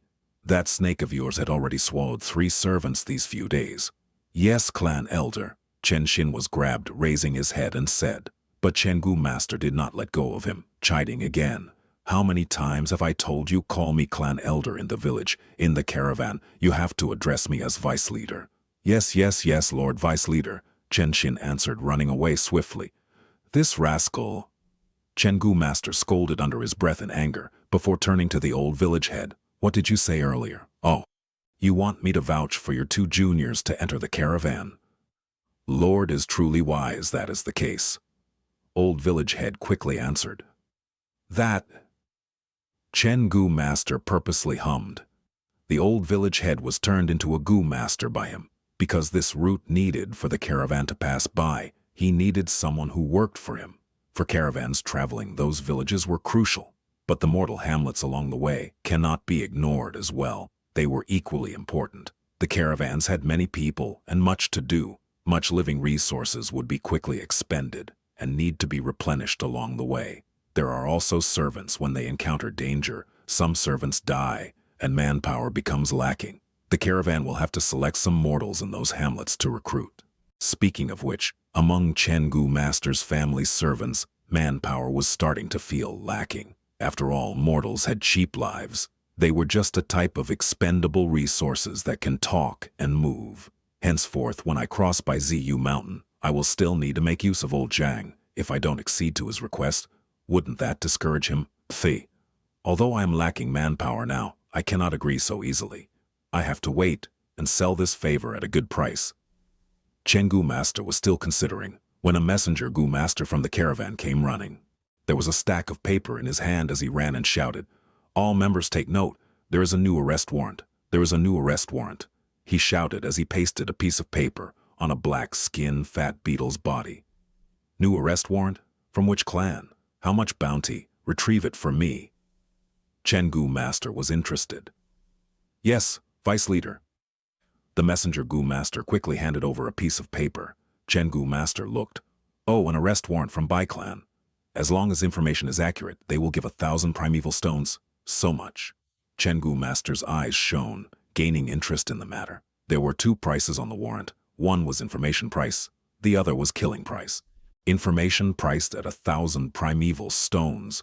Normally it is used for a wanted demonic cultivator that has made a name for himself. But this poster only showed two youngsters with proper features, and one was even very beautiful. One male, one female. These were two newbies. One is a rank 1 Gu Master, the other is rank 3. With information price of 1,000 primeval stones and killing price of 5,000, 8,000 primeval stones. Pfft, it seems that Bai clan hates these two demonic rascals to the core. Hey. Chen Gu Master laughed at their predicament, so long as it is not his Chen family. What he did not know was, these two demonic rascals were near him. The old village head took a look at the arrest warrant, and a chill came from within his heart. Gu Master's world is really dangerous. Such a beautiful youngster is actually a criminal demonic cultivator. Let's just hope that they are not coming to our village. All right, seeing how you've worked hard for all these years, old Zhang, I will accede to your request, Chen Gu Master said. Ah, thank you, Lord. Lord, I will call them here now. The old village head was overjoyed. Chen Gu Master waved his hand. No need, I'm very busy. Just get them to report to Chen Xin. Towards two mortals, he held no interest. At the same time, he did not connect them to the arrest warrant in his hand. After all, this is the Bai clan's request, and they were thousands of LE away. Chen Gu Master subconsciously felt that he, at a very safe distance away, this was a very common thinking. Even on modern Earth, when murder cases happen in cities, no matter how ruthless and vile it is, other cities do not feel much danger, even if transportation is so advanced. Other than that, they also have a fluke mind mentality. In this vast world, where people lived everywhere, how would these two demonic scoundrels come to my caravan? Then I would be way too unlucky. It's impossible. People always tend to think that unlucky events would not occur on themselves. Moreover, many people in arrest warrants are extremely vicious and cruel characters, attracting people's attention. Two newbies like Fang and Bai, one rank 3 and one rank 1. What could they amount to? Chen Xin saw the two of them, but did not think of the warrant at all. Fang and Bai's image had changed completely, not just the disfigured Fang Yuan, but after these days of practicing, she also started to become more natural. Chen Xin lost interest immediately, especially Fang Yuan's appearance made him disgusted. He was only rank 1, while Fang Yuan rose to rank 2 several days ago. Chen Xin observed them carelessly and did not feel any Gu Master aura, thus calling an old attendant and getting him to arrange Fang and Bai's jobs. "What are your names?" the old attendant asked. Only at this time did someone ask for their names. "My name is He Tu. My wife is called Bai Yun," Fang Yuan casually said. "Female?" The old attendant frowned. He stared at Bai Ningbing and looked, seeing her dark skin appearance and her dazed look. "She's called Bai Yun. This He Tu is also really ugly. Women are trouble. You have to be more careful. If something happens, don't blame me for not reminding you guys," the old attendant said. "I know, this cart beside me is filled with purple maple leaves. My wife is staying on the cart and taking care of the goods. I do not want much interaction with other people," Fang Yuan said. "Good that you understand." The old attendant arranged a physical task for the two, to move goods, but for Fang Yuan and Bai Ningbing, it is no issue at all. But Bai Ningbing had to pretend and act like she was out of breath constantly, causing her mental fatigue. Not far away, some family servants were slacking, resting at a corner. Their gazes were directed towards Fang and Bai. "Brother Chang, there's two newcomers. Some people saw them bringing in their private goods. That's an entire cart of purple maple leaves," a thin family servant said excitedly. Depriving newcomers, it was the ritual that the caravan old-timers often did. Brother Chang squatted on the ground, squinting. "I see it. Skinny monkey, go test them out." His body was strong as an ox. Although his muscles were developed, he was not a rash person. In this world where Gu Masters ruled above all, the strength of a mortal is nothing spectacular. Being able to become the most important person in this small circle, he had some wits, after all. Skinny Monkey sighed. Under everyone's supervision, he got near to Fang Yuan. "Hey brother, where are you from? Others call me Brother Monkey. From now on we will be working together. I hope we can work together amicably." Skinny Monkey forced out a smile. Fang Yuan gave him a glance, only saying a word. "Scram." Skinny Monkey's eyes expanded as he showed a look of rage. Fang Yuan did not look at him, but continued moving his goods. He had worked in the caravan in his previous life, extremely clear of such rituals. In plain words, Skinny Monkey was testing water, using words to test out Fang Yuan's identity. If he did not have any backing, they would work together and bully him, depriving him of some benefits. But the truth is, not only are humans like this, Gu Masters were the same. They just did it more elegantly.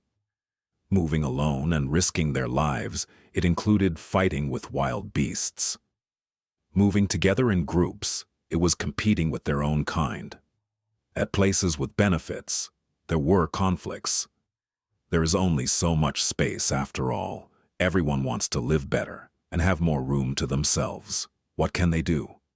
They can only invade other people's spaces. Skinny Monkey had not expected Fang Yuan to not give face. Thus, he was stunned at the spot, staring intently at Fang Yuan. Fang Yuan did not give a thought about such a character. Mortals were cheap as grass, even if one or two were killed. So what? As long as the goods were still delivered, the Gu Masters in charge would not care. Even if they did, Fang Yuan had backup methods to resolve this issue. All in all, trying to provoke Fang Yuan, these family servants were courting death. "What? Why are you not scramming? You want me to chase you away?" Fang Yuan gave Skinny Monkey a cold look again. Skinny Monkey snorted but did not explode in anger, instead taking his leave. Such a strong attitude, it caused Brother Chang to feel threatened. Did these two have some sort of background? Otherwise, how could they be so arrogant? I had better check up on their backgrounds first. Chapter 235. Xianxia. Translator, Chibi General. Editor, Chibi General. The caravan traveled for the whole day and chose a valley to camp for the night. The day went pretty good for the caravan, as they only came across 3 small beast groups. They killed 2 groups and chased one away. Calculating the losses and the profits they made from killing the beast groups, they had made some profits instead. The setting sun dyed the clouds with colors. Red, orange, grayish-red, purple, there were all kinds of colors. The clouds also formed into all kinds of shapes, appearing like a roaring lion one moment, or galloping Pegasus the next moment, or a blossoming sea of flowers. The multicolored sunlight shone upon the valley, which resembled a jade-green gem. After the caravan finished all the arrangements for the night, there was a certain area in the caravan that was a cacophony of noises. "Come, have a look. Today's freshly slaughtered beast meat. Buttermilk, fragrant and sweet buttermilk. Only 10 pieces of clothing remaining, stock clearance sale." Fang Yuan and Bai Ningbing were also among the crowd. They dragged their handcart and occupied an area. At their left was a stall selling wild herbs, and at their right was a stall selling milk. Bai Ningbing was rather interested in all this as she looked all around her. To think there would be a small bazaar like this in the caravan. If there is consumption, there will be transactions, and the consumption will thus stimulate marketplaces, Fang Yuan answered. Bai Ningbing's eyes flashed. These words were truly incisive. She looked at Fang Yuan. "Are you planning on selling these purple maple leaves?" Fang Yuan slightly nodded his head. "We have already entered the caravan, so we can just conveniently dispose of them now. Keeping them with us will only attract the greed of some scoundrels. What's more, it wasn't easy to preserve purple maple leaves.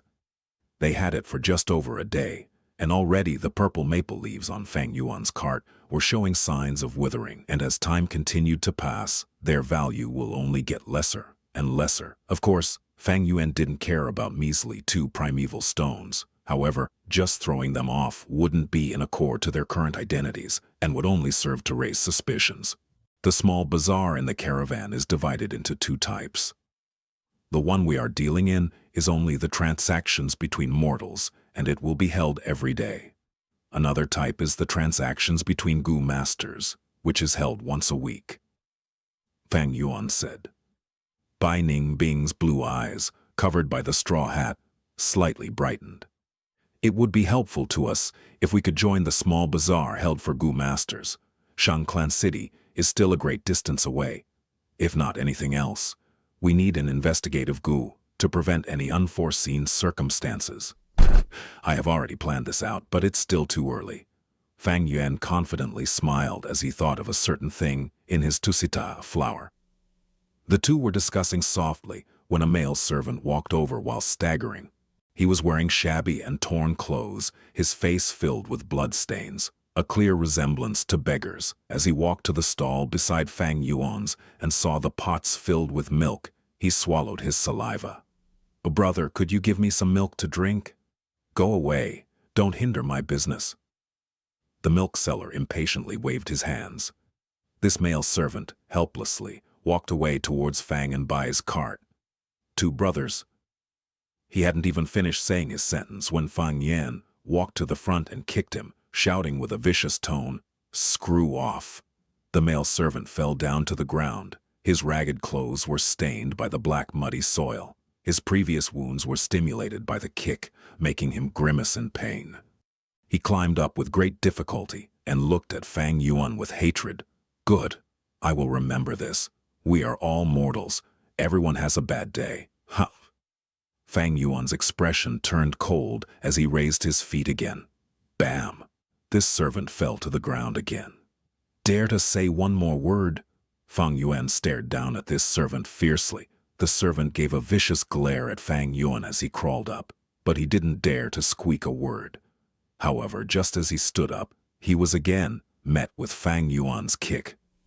"I don't like your expression," Fang Yuan indifferently spoke with his arms crossed at his chest. The servant lowered his head and crawled up silently, not daring to look at Fang Yuan again. He didn't continue begging anymore and walked far away. Looking at his departing figure, Bai Ningbing asked in bewilderment, "Strange, how can there be a beggar in the caravan? This is normal. This servant must have made a mistake, or his master is in bad mood today." In short, he was beaten by a Gu master and also had his meal cancelled. Fang Yuan shrugged his shoulders. His gaze, however, coldly glanced towards a corner. In a corner, 3 to 4 sturdily built servants were catching new faces, bullying the newcomers. After noticing the situation at Fang Yuan's, they retrieved their gazes and looked at other targets.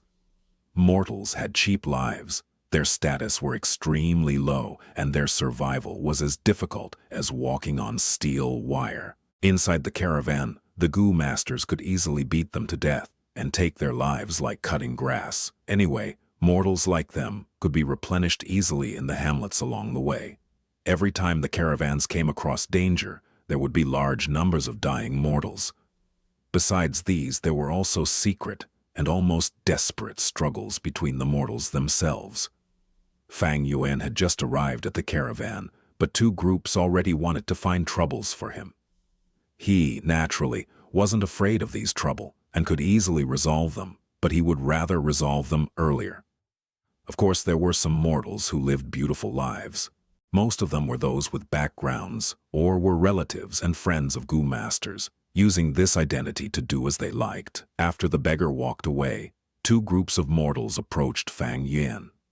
The head of one group was an old man with sharp eyes. After asking Fang Yuan for the price, he immediately lowered the price to a quarter. Fang Yuan reckoned this old geezer's identity should be the chief supervisor in charge of arranging the tasks for the servants. The head of another group was a woman. She was actually wearing silk clothing, and her eyes gave off seductive glances. Fang Yuan immediately understood she must be a sex tool of a certain or some male Gu masters.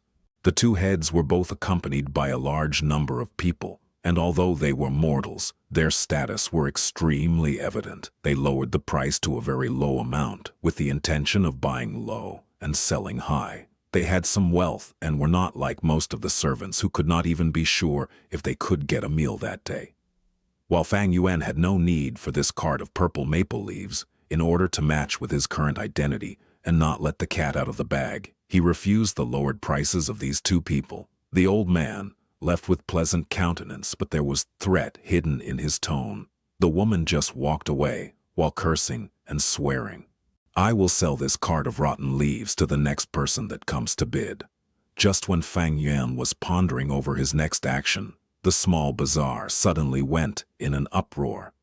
Some people excitedly cheered and shouted, "The kind-hearted lady of Zhang clan has arrived." Lady Zhang is compassionate and kind. She is a fairy incarnate. She is a really good person. I won't go hungry today. What's happening? Bai Ningbing surveyed the situation and saw a green image appearing through the entrance of the bazaar. Fang Yuan was also bewildered. What's up with this? Lady Zhang, Fairy Zhang. A group of servants flocked over to the woman, and instantly the bazaar entrance was crowded. These people were mostly the ones who were punished by Gu masters and didn't have anything to eat now.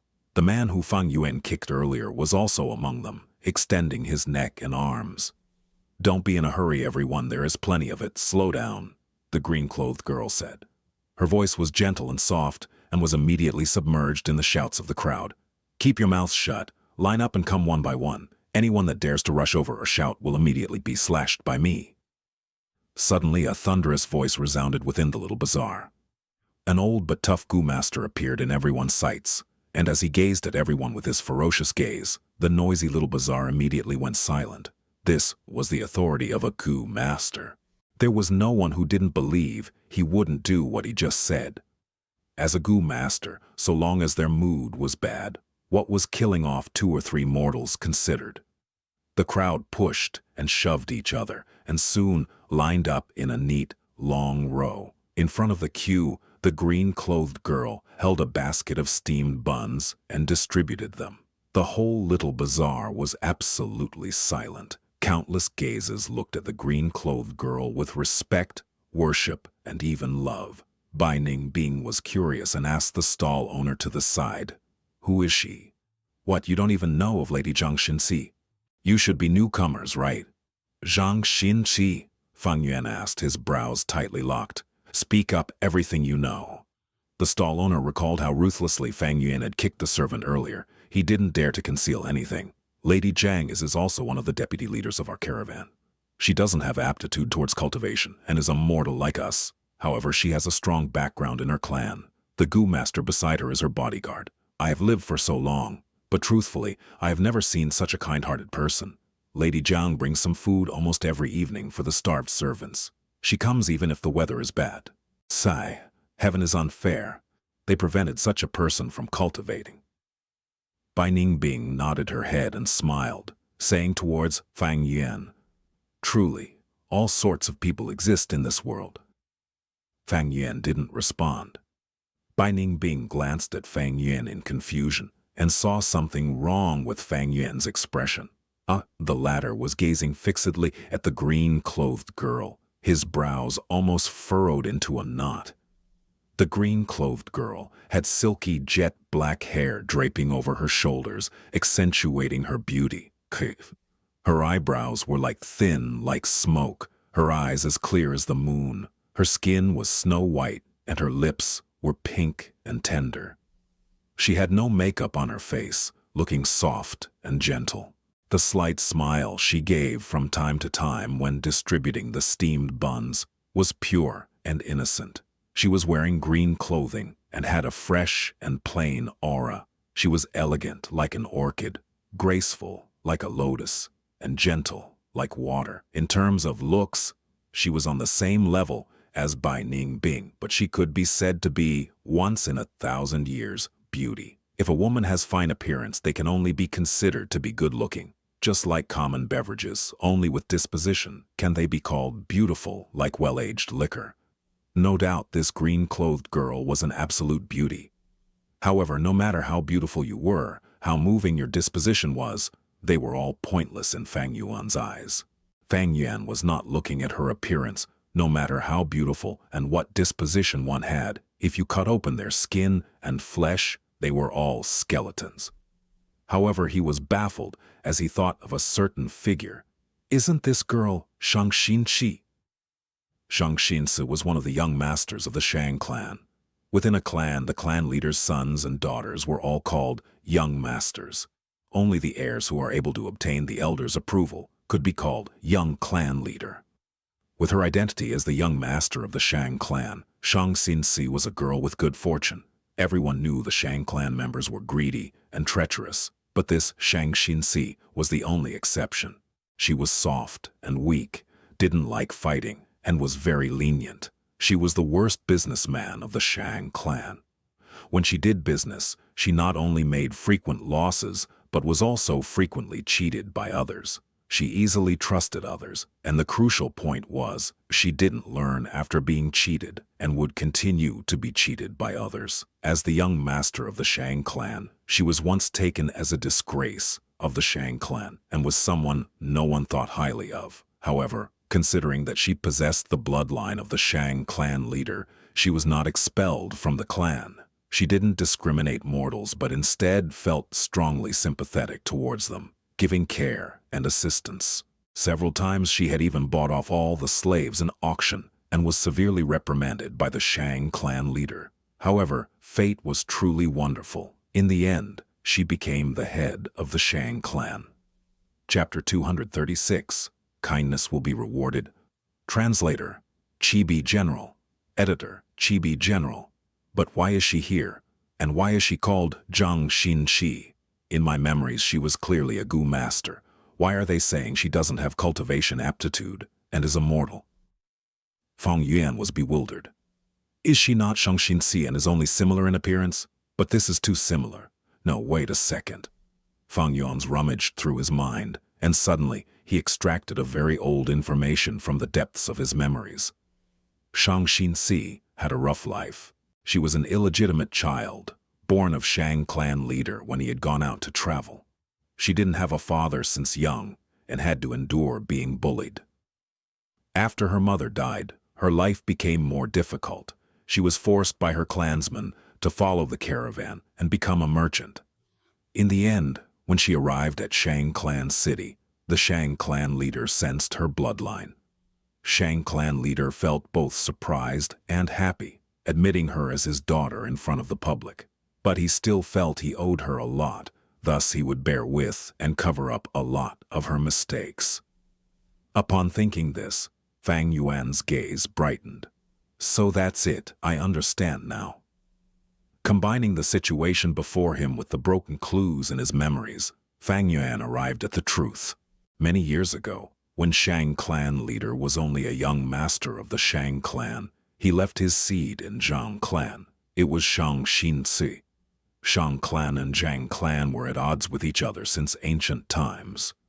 When Xianxia was born, her mother didn't dare to reveal about the Shang clan leader due to this. Thus, Xianxia was born as a disgraceful, illegitimate child and took on her mother's surname. This was the reason why she was still being called as Zhang Xinxi. After her mother died, she was forced by the clansmen to be a merchant. And after she ended up arriving at Shang clan city, her bloodline was discovered. Her father had also become the Shang clan leader, and with such a high status, he acknowledged her in front of everybody, completely changing her fate.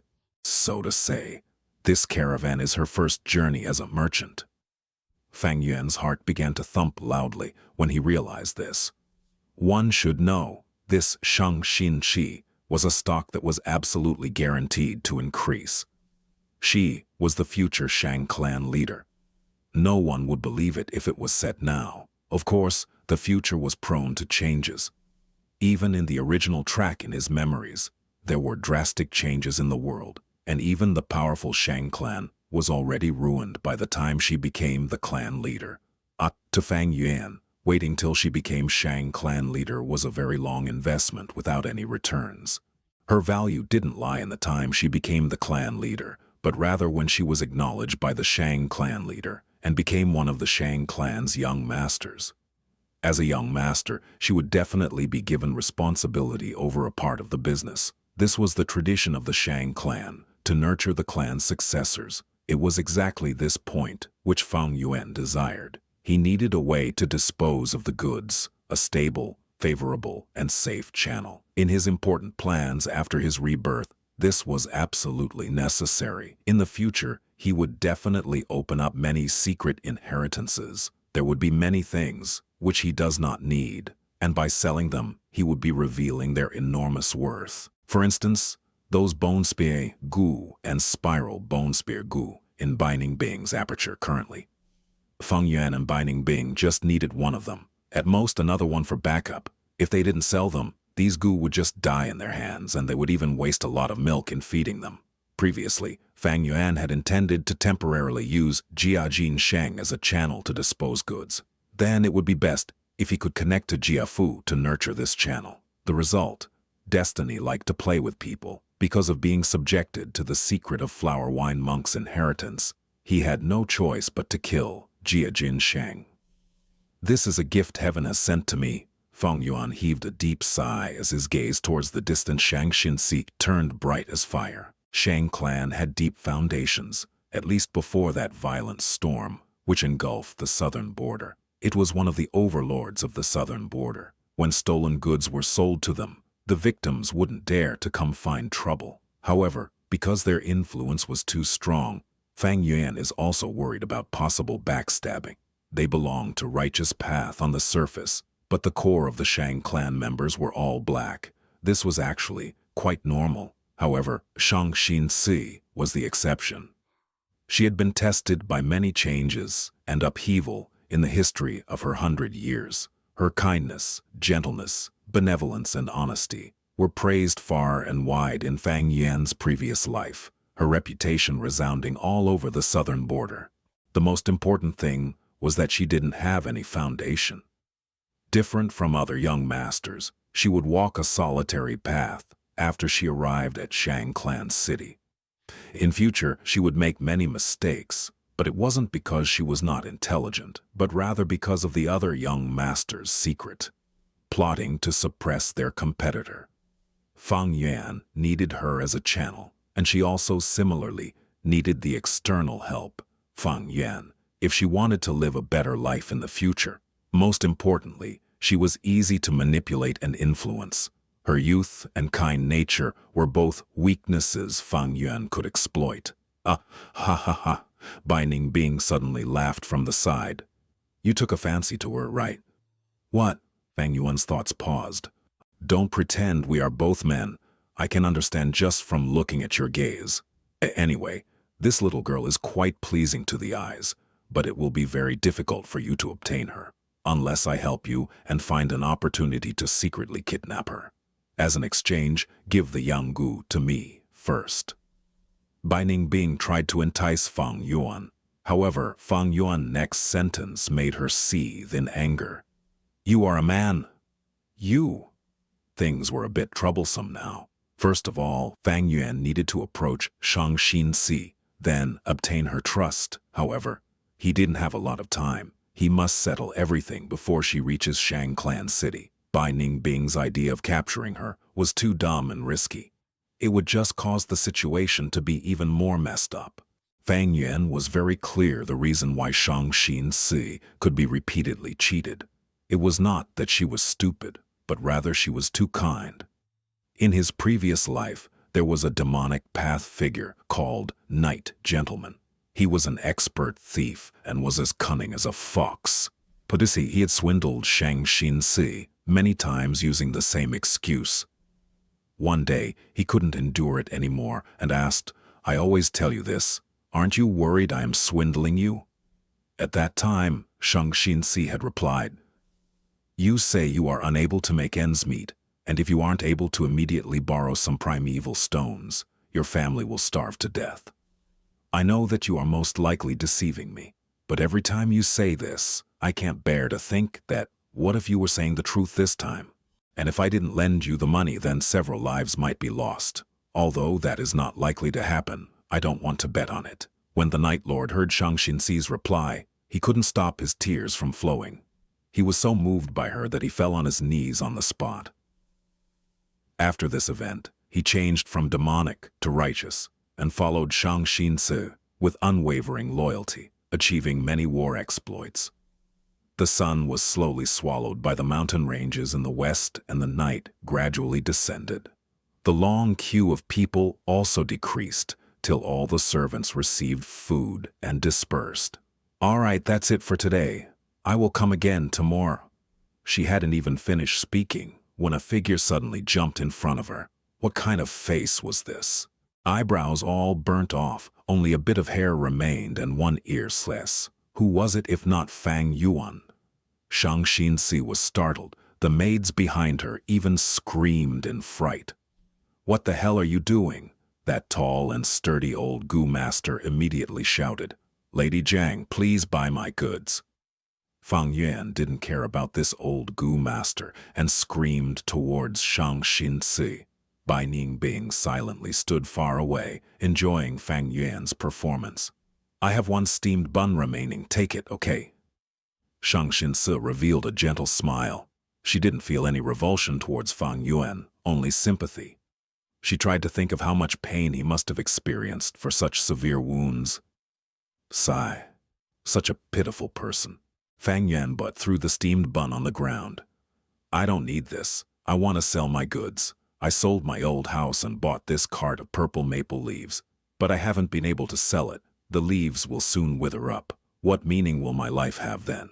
Sob, sob. I don't want to live if I can't sell it. I should just smash my head and die. He started to weep while speaking. He stamped his feet and howled. His expression carried a hint of madness and was extremely moving. Bai Ningbing was dumbstruck. This acting skill, I really have no hope of catching up. If she didn't know about Fang Yuan, even she might have been deceived by Fang Yuan. She then observed the expressions and gazes of the crowd. Stunned, disdainful, sympathy, indifference, but there were no suspicions. Who is this man? Charging over so suddenly scared me to death. Such greed, he actually wants Lady Jiang to buy his goods. Serves him right. Does he think trading is so easy? Sigh, the buyers must have demanded a lower price. When I think of those times I encountered, there were all kinds of discussions going on in the crowd. Oh, tsk, you lunatic. You actually dared to frighten our young lady. Screw off this instant.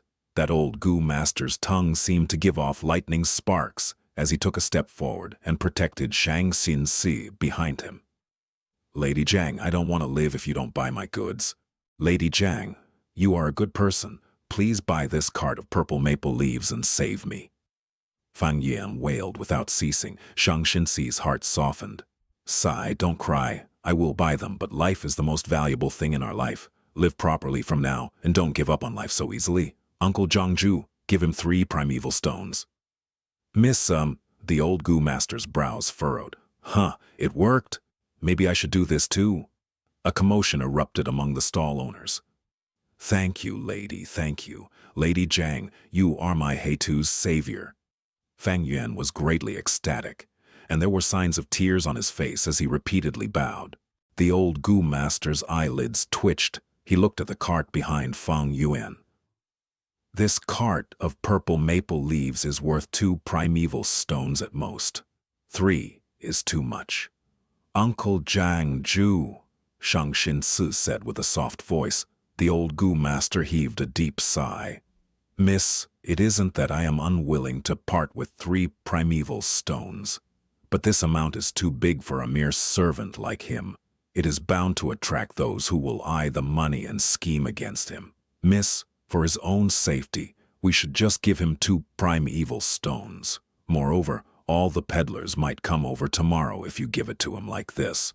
Uncle Zhang Zhu is correct. Then please give him 2 primeval stones. Shang Xinsi pondered for a while and readily agreed. Fang Yuan accepted the 2 primeval stones with trembling hands. He looked deeply at Shang Xinsi. Miss Zhang, you are a great person. You will definitely be rewarded. Chapter 237. Thrashing Translator, Chibi General, Editor, Chibi General. Many stall owners looked at Fang Yuan in envy. Fang Yuan put the 2 primeval stones he received into his pocket, and abandoning the handcart, he directly left the small bazaar with Bai Ningbing. The way I see it, we should just directly capture her. Don't forget our current identities if you want to approach her. Bai Ningbing murmured quietly. Fang and Bai were currently laborers under Chen clan. They had relied on this identity to mix in with the caravan. But now this was undoubtedly the obstacle for Fang Yuan in approaching Shang Xinsi. However, Fang Yuan had already planned for it. He looked at Bai Ningbing and smiled. You are right, so I will go thrash people now. Bai Ningbing was stumped. Thrash. The clear night sky was studded with the bright stars. In a wide tent, several servants were sitting in a circle around a coal stove, which had a pot on it. The upper part of the tent was opened, allowing the smoke from the burning coals to fly out. There was meat in the pot and the servants were all staring fixedly at it. Faint aroma of cooked meat began to float in the air, and one could hear the occasional gulps of saliva. Brother Chang, I have made some inquiries on the details of the 2 newcomers, Skinny Monkey said. Oh, speak. The muscular servant called Brother Chang raised his eyebrows. These 2 were introduced by the village head of the hamlet near the Zu mountain. Skinny Monkey answered. That solves it. I remember that village head was originally immortal. The vice leader wanted a strategic point and casually awakened him. So they had this background. The group seemed to have come upon a realization. Although they have a Gu master behind them, so what? Brother Chang's sister is our Lord Chen Xin's concubine, someone shouted. These 2 newcomers are too bold. If they aren't taught a lesson, wouldn't they just climb over our head in the future? Keep quiet, we will listen to Brother Chang, someone else shouted. The tent quieted down as everyone looked towards Brother Chang. Brother Chang appeared to be hesitating. Fang and Bai had a Gu master behind them. Even if this Gu master was not a Chen clan member, even if this Gu master was an old geezer with half a foot in the coffin, he was in the end still a Gu master. Have you found out the relation these 2 has with that old village head? Skinny Monkey immediately revealed an awkward expression.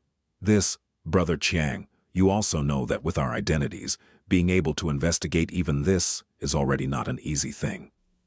Brother Chang hesitated. Boss, these 2 newcomers are too unreasonable. Look at their attitudes towards the Skinny Monkey today. They are clearly looking down at us. They must be taught a lesson. Right. That old village head was originally immortal like us, and with some bullshit luck became a Gu master. What can we even take him as? Wasn't he able to become a Gu master only because our Veed leader wanted to use him? He is no more than a high-ranked servant. Moreover, the caravan merchants always face dangers. Even if these 2 died, that village head wouldn't dare to settle it with our Chen clan. The noisy discussions made Brother Chang's frowns even deeper. The Skinny Monkey observed the situation for a long while. He had wanted to find trouble for Fang and Bai, but was instead oppressed by Fang Yuan this morning, causing him to feel full of hatred towards the latter. However, he knew that he had no background and he could only rely on Brother Chang for revenge. When he felt the time was right, he spoke.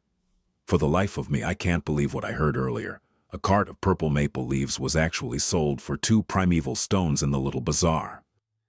Brother Chang's eyes immediately brightened. What? 2 primeval stones? How can it be possible? The prices weren't lowered. Such luck. Which fool bought it? Skinny Monkey sneered as he spoke with disdain and envy. Who else is there? It is that young lady from Zhang clan, a mortal, but look at her luck, living a good life. Damn, I recall how I had smuggled in some goods and how cheap I had to sell them. Why didn't I have these 2 guys' luck? Brother Chang's eyes became bloodshot. He indignantly said, "We will put them in order tomorrow. Newcomers must show respect to their seniors. If they don't understand the rules, then we will just have to properly teach them." "Yes, Brother Chang. We will do whatever Brother Chang says." "Brother Chang is wise," Skinny Monkey flattered, then took out the stew with a soup ladle. "The meat stew is done. Brother Chang, please taste it." The aroma of the meat assailed the nostrils. The Adam apples of many servants moved as they swallowed their saliva. Brother Chang licked his lips and took the soup ladle. He blew at it before bringing it closer to his mouth. Suddenly, the entrance curtain of the tent was lifted open. Fang Yuan walked inside. "It's you!" The crowd of servants were stunned. The target of their long schemings had unexpectedly appeared directly in front of them. This made them feel at a loss and dismayed. Skinny Monkey jumped to his feet and said with a sinister smile, "Newbie, now you know fear. It is already too late for Apollo." He hadn't finished saying his sentence when Fang Yuan indifferently raised his foot. Bam! Skinny Monkey was directly kicked flying, his back smashing against the coal stove. The cooked meat stew splashed all over his body and burned him, causing him to scream tragically. "The meat stew! All spilled. The meat we bought with our money pooled together. It is so hard to even taste it once. This bastard, courting death." Instantly, all the servants stood up with resentment and roared as they charged at Fang Yuan. Fang Yuan threw the 2 primeval stones he was holding in his hand at them. Ouch! 2 persons were hit by the primeval stones. One covered his eyes and another covered his stomach, both screaming in pain. Despicable, actually using concealed weapons. Wait a second, this is primeval stones? The crowd that was charging over immediately slowed down when they heard this. 2 primeval stones lying on the ground drew the servants' gazes. Skinny Monkey's tragic scream also came to an abrupt stop as he stared fixedly at the primeval stones. Birds die for food, humans die for wealth. Has this guy gone mad? Actually throwing primeval stones at people? He must have already been scared. These are primeval stones. I might not even earn one after 2 months of working. The group of servants' thoughts rumbled like the raging tide. Some started looking at Fang Yuan with a bit of hope, as if asking, "Do you have more primeval stones? Come smash them at me."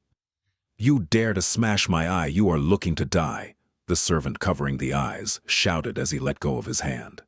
His right eye was already swollen and purplish. He couldn't even open it. However, that didn't hinder him from grabbing the primeval stone.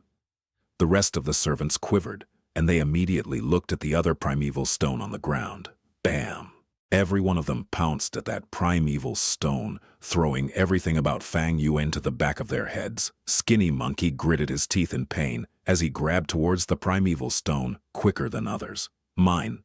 This is mine! He smashed it at me!"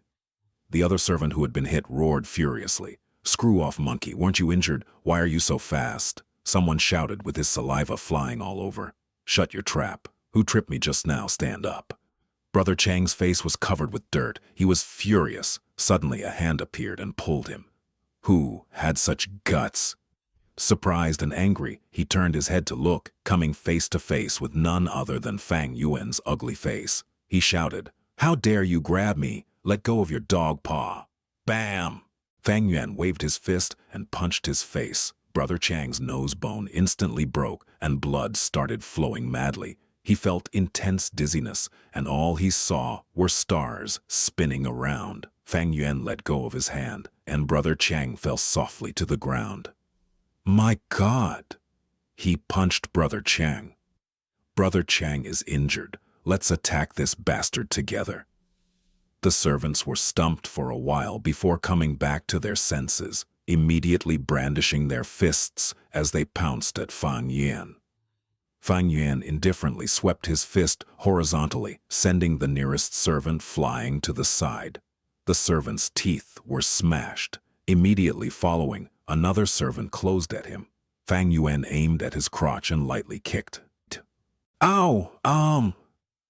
This servant covered his crotch. His two eyes rolled over and immediately fainted. All the servants were down on the ground with few punches and kicks from Fang Yuan. The only one remaining was Skinny Monkey, who was hiding in the corner.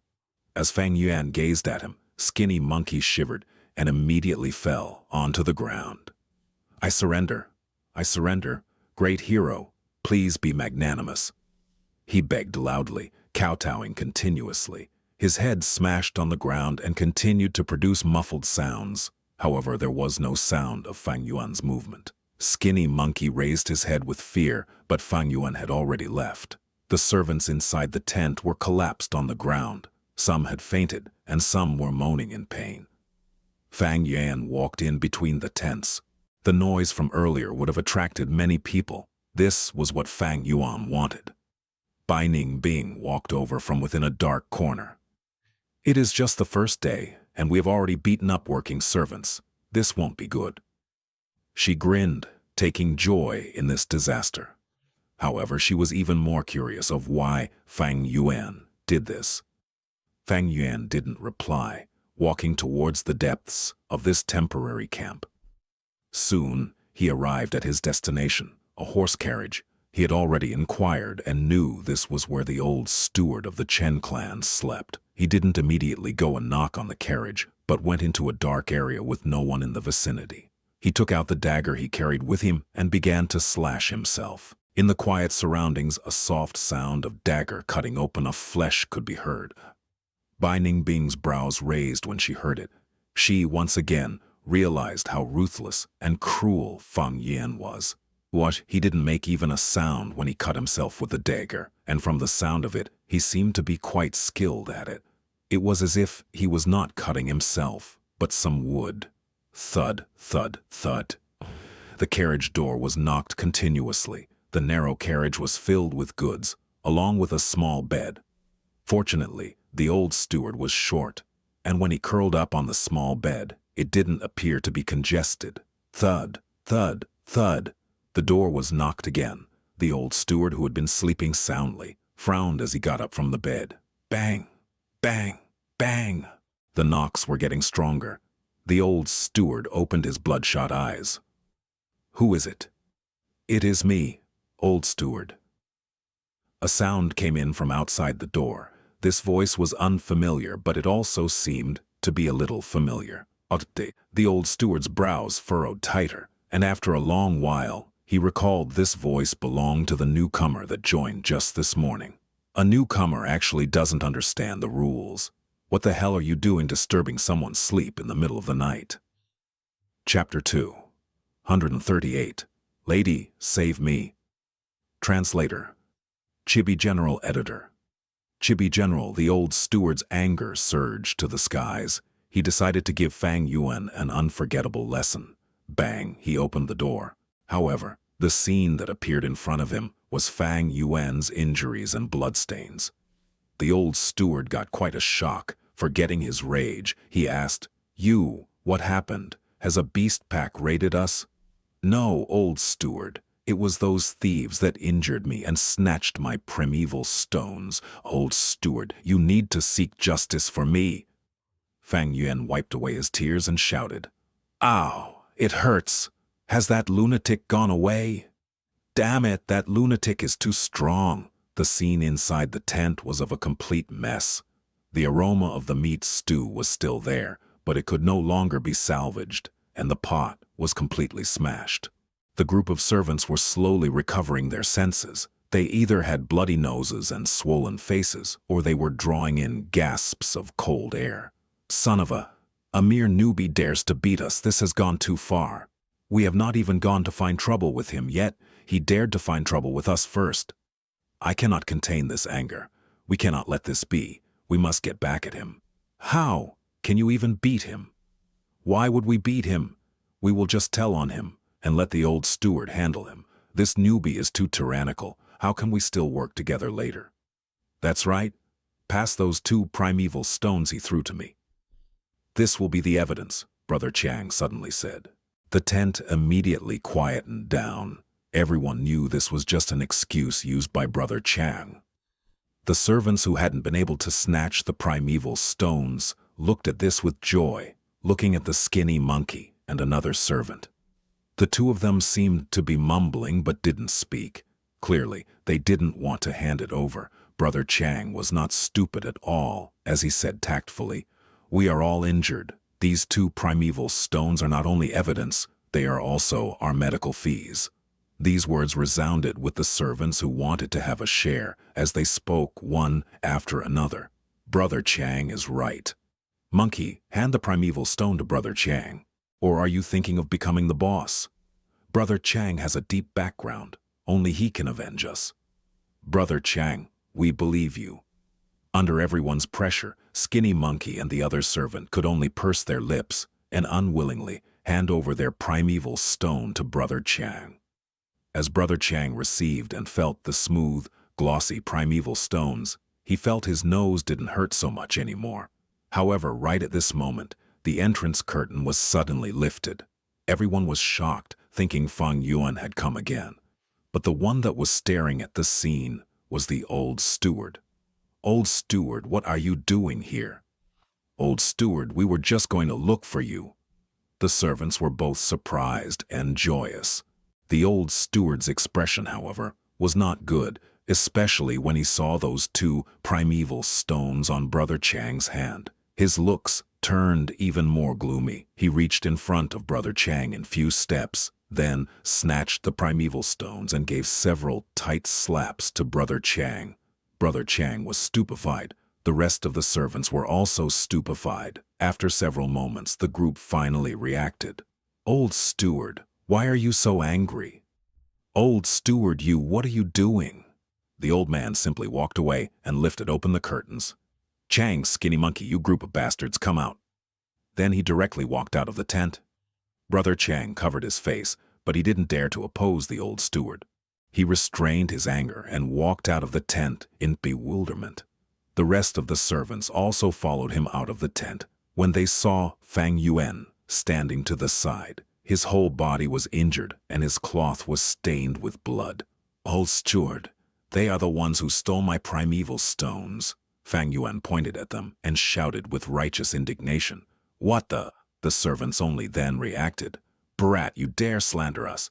Asshole, I will peel off your skin." The group of servants were furious and shouted one after another, "Slap!" A clear slap instantly suppressed the scene. The servant who was shouting the most was covering his face and involuntarily took a step back from the slap. The old steward looked at him darkly. "Why wouldn't he complain, huh? Hey, you guys are getting more and more out of control. You even dare to snatch the primeval stones of your workmate." The old steward was well aware of the bullying on newcomers, but he was glad to see that happen. This was a necessary process. On one hand, it would suppress the arrogance of the newcomers, making his supervision work easier. On another hand, it could also promote the harmony between the old comers and the newcomers. However, the bullying this time went too far. They directly snatched the primeval stones.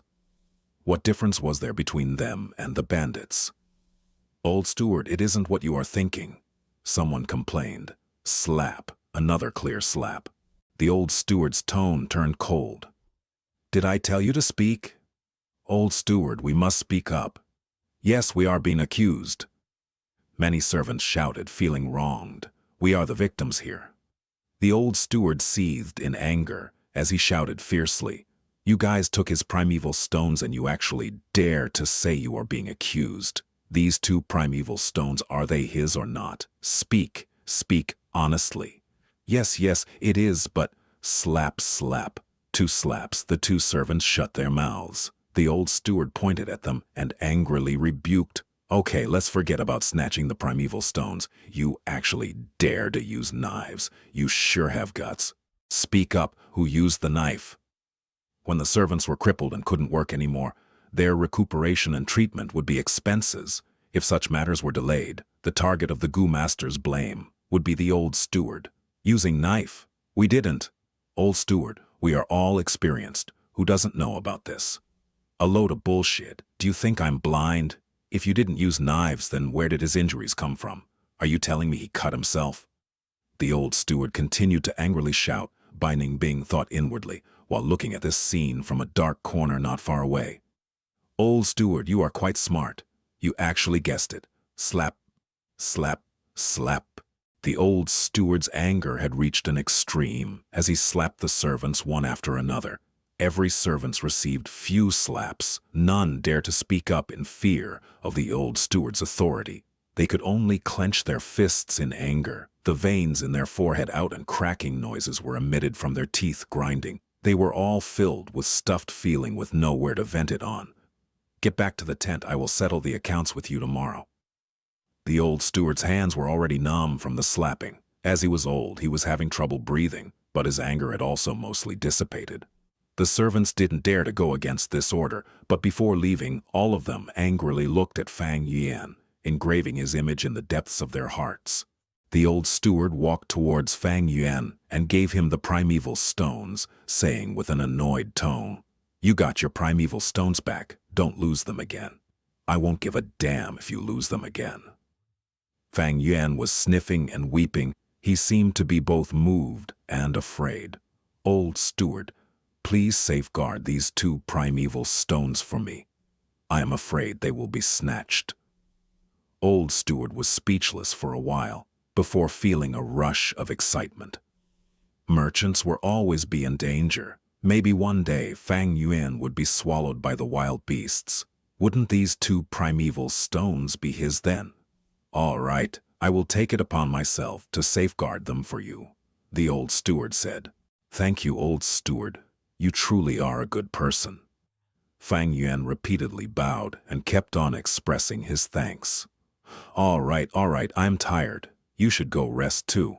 Oh, the old steward waved his hand and impatiently walked away. As for where Fang Yuan slept, it wasn't his concern. This He-Tu was truly stupid. The old steward sneered inwardly.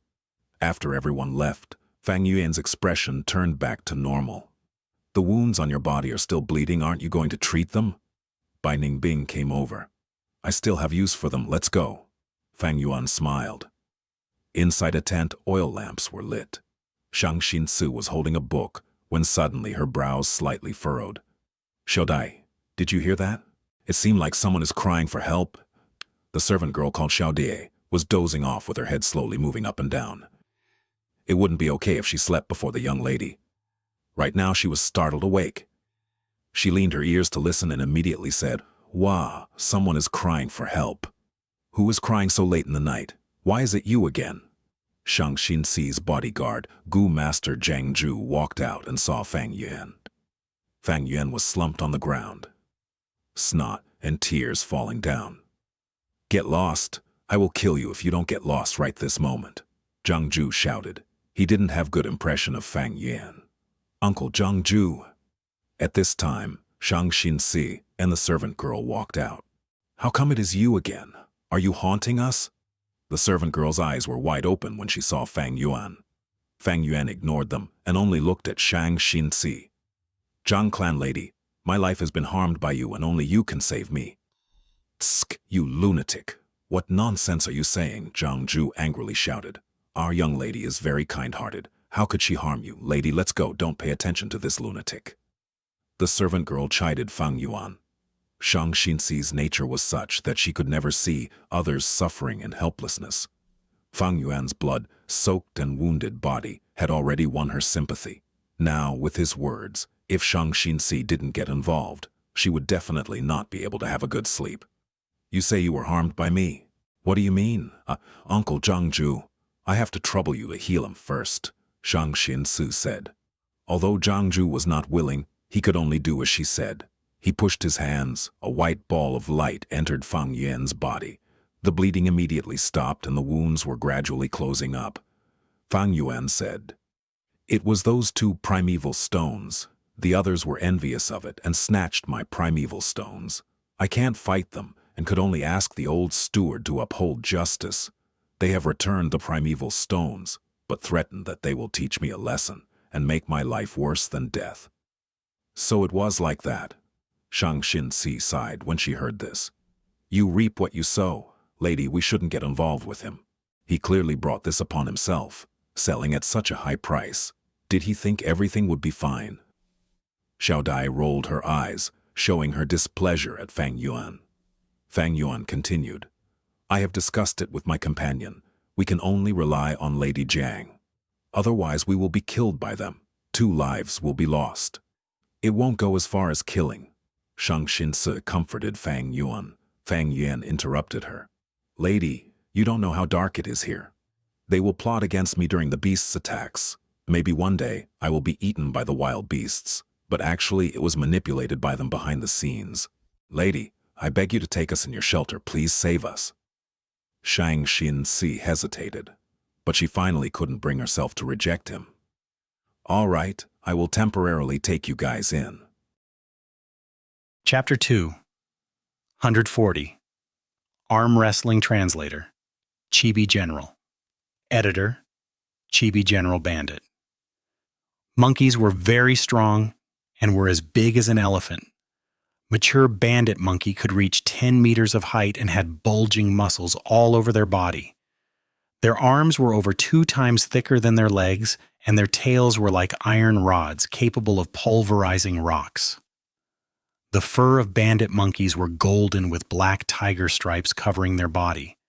What was peculiar was the fur from their waist grew out naturally to cover the crotch and the butt area, just like a leather skirt. Howl. The monkey king of this bandit monkey group suddenly opened its large mouth and gave a loud howl. Its howl were as forceful as lions and tigers. The monkey king's howl was answered by the other monkeys. The howls created sound waves which engulfed the surroundings, scattering the winds and clouds along with the dense white fog. Within seconds, everyone's sights broadened, and only then did they realize both sides of the passageway were filled with bandit monkeys. Over 1,000 bandit monkeys had surrounded the caravan. They were enormous, the same size as the trees. Some young trees could only reach up to their waists. In front of the caravan was the Monkey King, who had an even larger physique and was boldly sitting on a stone bench. A gray stone wine jar that was as big as a water tank was lying on its side, giving off a dense fragrance of alcohol. The Monkey King stopped after howling once, but the other bandit monkeys were still howling without stop. This instead enhanced the Monkey King's majesty. Its eyes were sharp and bright, its gaze tranquil as it sat there without moving. In contrast, those ordinary bandit monkeys were getting restless as they stared at the caravan's goods, itching to have a go. Wild beasts like monkey, fox, and wolves possessed intelligence. This bandit Monkey King's intelligence might only be equal to 3-year-old child and wasn't at the level of cunning Lightning Wolf, but it was enough for it to communicate.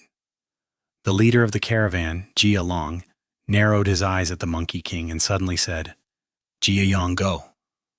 "Yes, Chief." Jia Yang stood up. Jia Yang.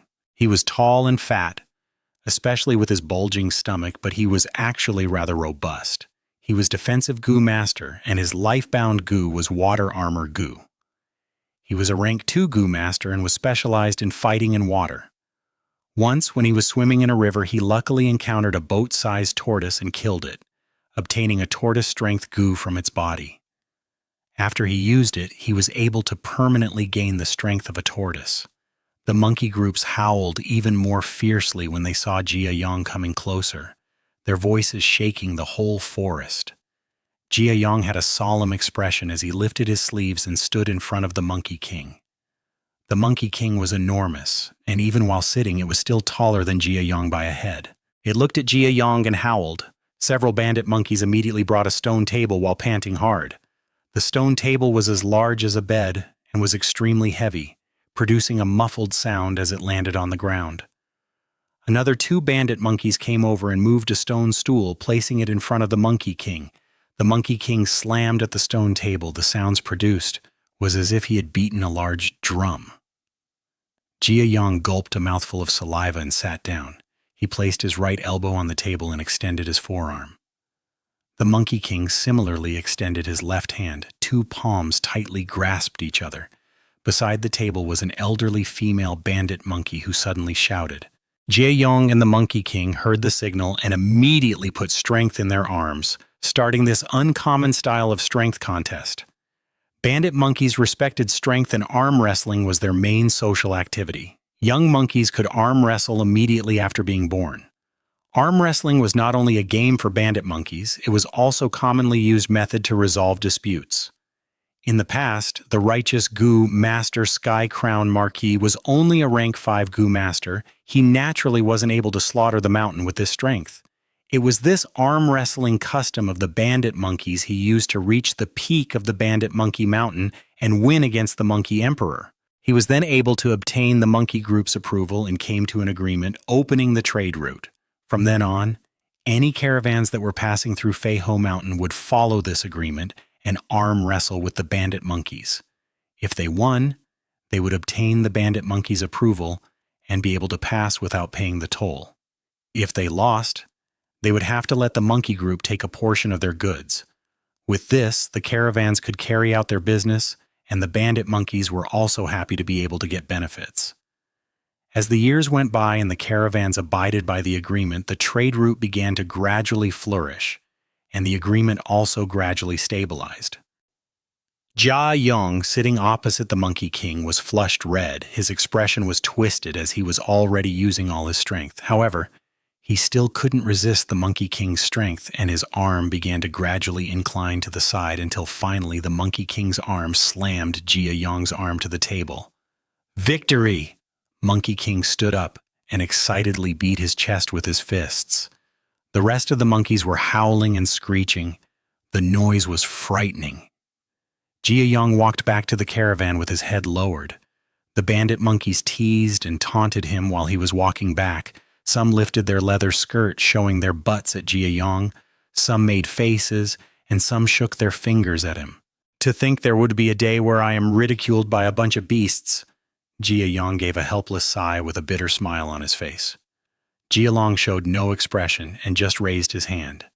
Jia Clan's troops began to move forward. The monkeys flocked towards them and began to wantonly take goods from the wagons. Jia Clan had already made careful considerations. They covered the high-quality coal stones with a layer of colorful and gorgeous silk and thin fabric.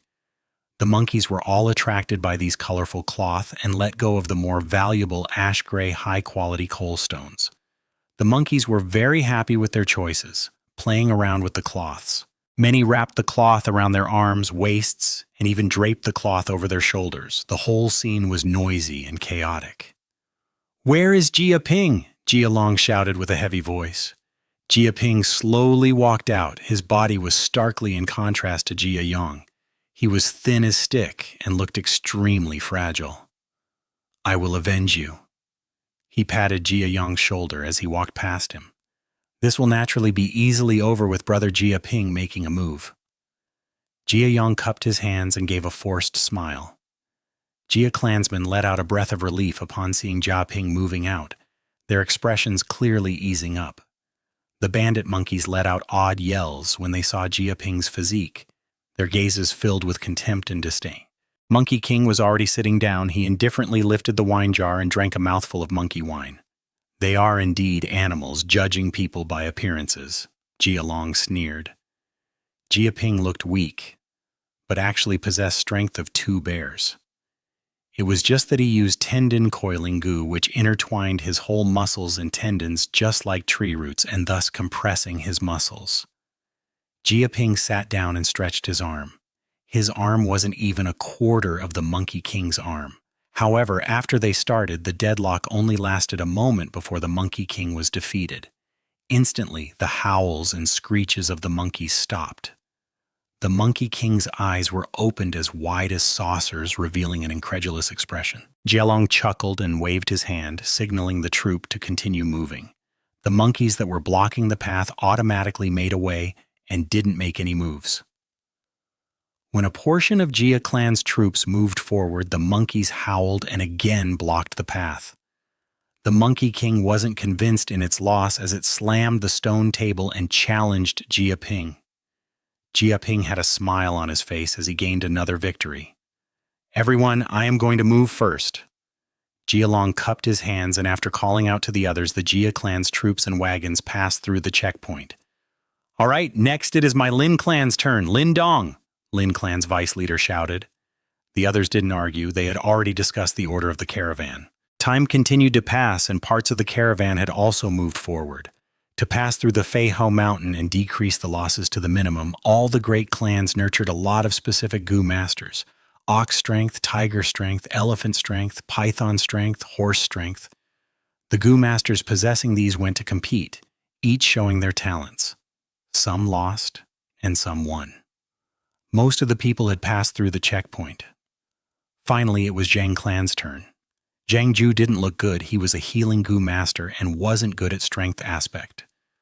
Moreover, when arm wrestling with the Monkey King, one could only use their strength and not the Gu worms. If they were discovered to have cheated by using Gu worms, they would be attacked and killed by the monkey groups. The troops Zhang clan brought in this caravan didn't have any other Gu masters except him, a rank 3 Gu master.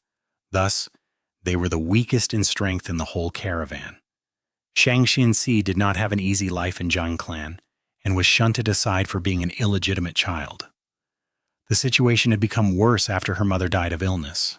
In light of her mother's will, Xianxia sold the family assets and organized this caravan. Most of Zhang clan's people looked forward to this disgrace of the clan dying outside. Thus, they didn't send any Gu masters to reinforce her. "Uncle Zhang Ju doesn't need to worry too much. They are nothing more than goods. It is okay as long as people are safe." Xianxia had a delicate heart. She softly consoled Zhang Ju when she noticed his expression. "The only one remaining is Zhang clan." "Tisk, tisk, no need to watch. They are sure to lose. I am quite familiar with that Zhang Ju." It is said that Zhang clan's girl organized this merchant group by herself. Hence, there is only Zhang Ju to put up a front. Many Gu masters stood behind the checkpoint waiting to see a good show. They had all more or less lost some goods. Their mood were naturally not too good. Comparison produces happiness. The unlucky people often felt relieved by seeing a more unlucky person. Many were looking at Zhang clan, trying to find comfort in their hearts. Goods can be lost. Only lives are truly important. "Uncle Zhang Ju, you don't need to go. We will just let these monkey groups take the goods," Xianxia said. "Sai, miss, you don't know. We can't pass through without competing. These monkeys are very obstinate. We must arm wrestle. Miss, we can lose, but we can't let others belittle us. I will go." Zhang Ju cupped his hands and forced himself to walk out. "Wait, wait!"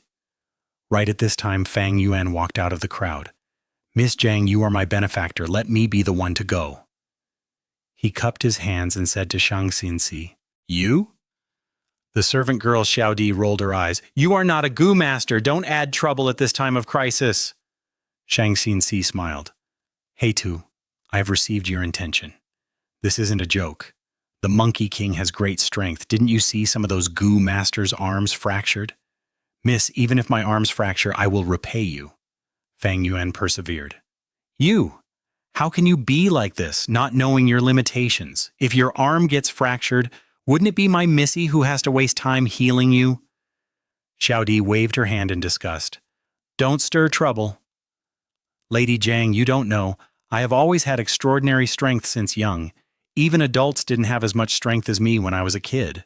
I must go this time." Fang Yuan then turned and walked towards the Monkey King. "Hey Tu!" Xianxia wanted to stop him, but was stopped by Zhang Ju. "Miss, he is not a moron. He definitely has some confidence. Sometimes we need to believe in others," Zhang Ju persuaded. In fact, he had no faith in Fang Yuan. He only thought this would teach a good lesson to these mortals who had brought him trouble. "Hey, look, Zhang clan actually sent out a servant." "Ha ha, Zhang clan has no people left. They are sending out a servant to lose face?" Fang Yuan's figure soon attracted the attention of the others. Chapter 2. 141. Huangjin Mountain Translator, Chibi General, Editor, Chibi General. It is him, heaven has opened its eyes. Brother Chang and his group's gazes turned bright with excitement upon Fang Yuan's figure. I can't wait to see his arm break. Lady Zhang is kind. He wasn't put to execution even after offending the Zhang clan.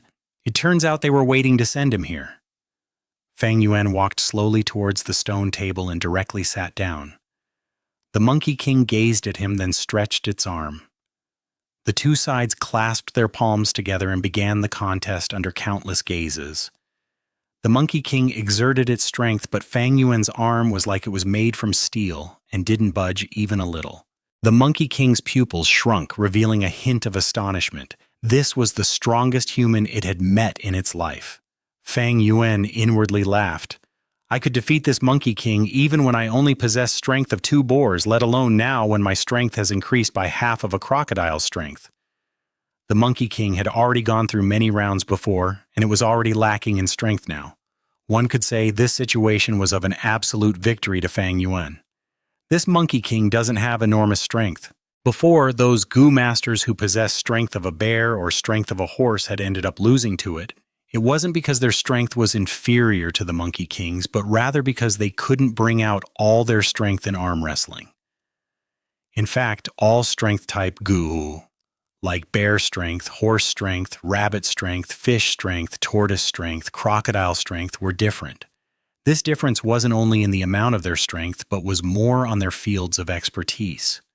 Bear strength for smacking, horse strength for galloping, rabbit strength for jumping, tortoise strength for endurance, crocodile strength for biting.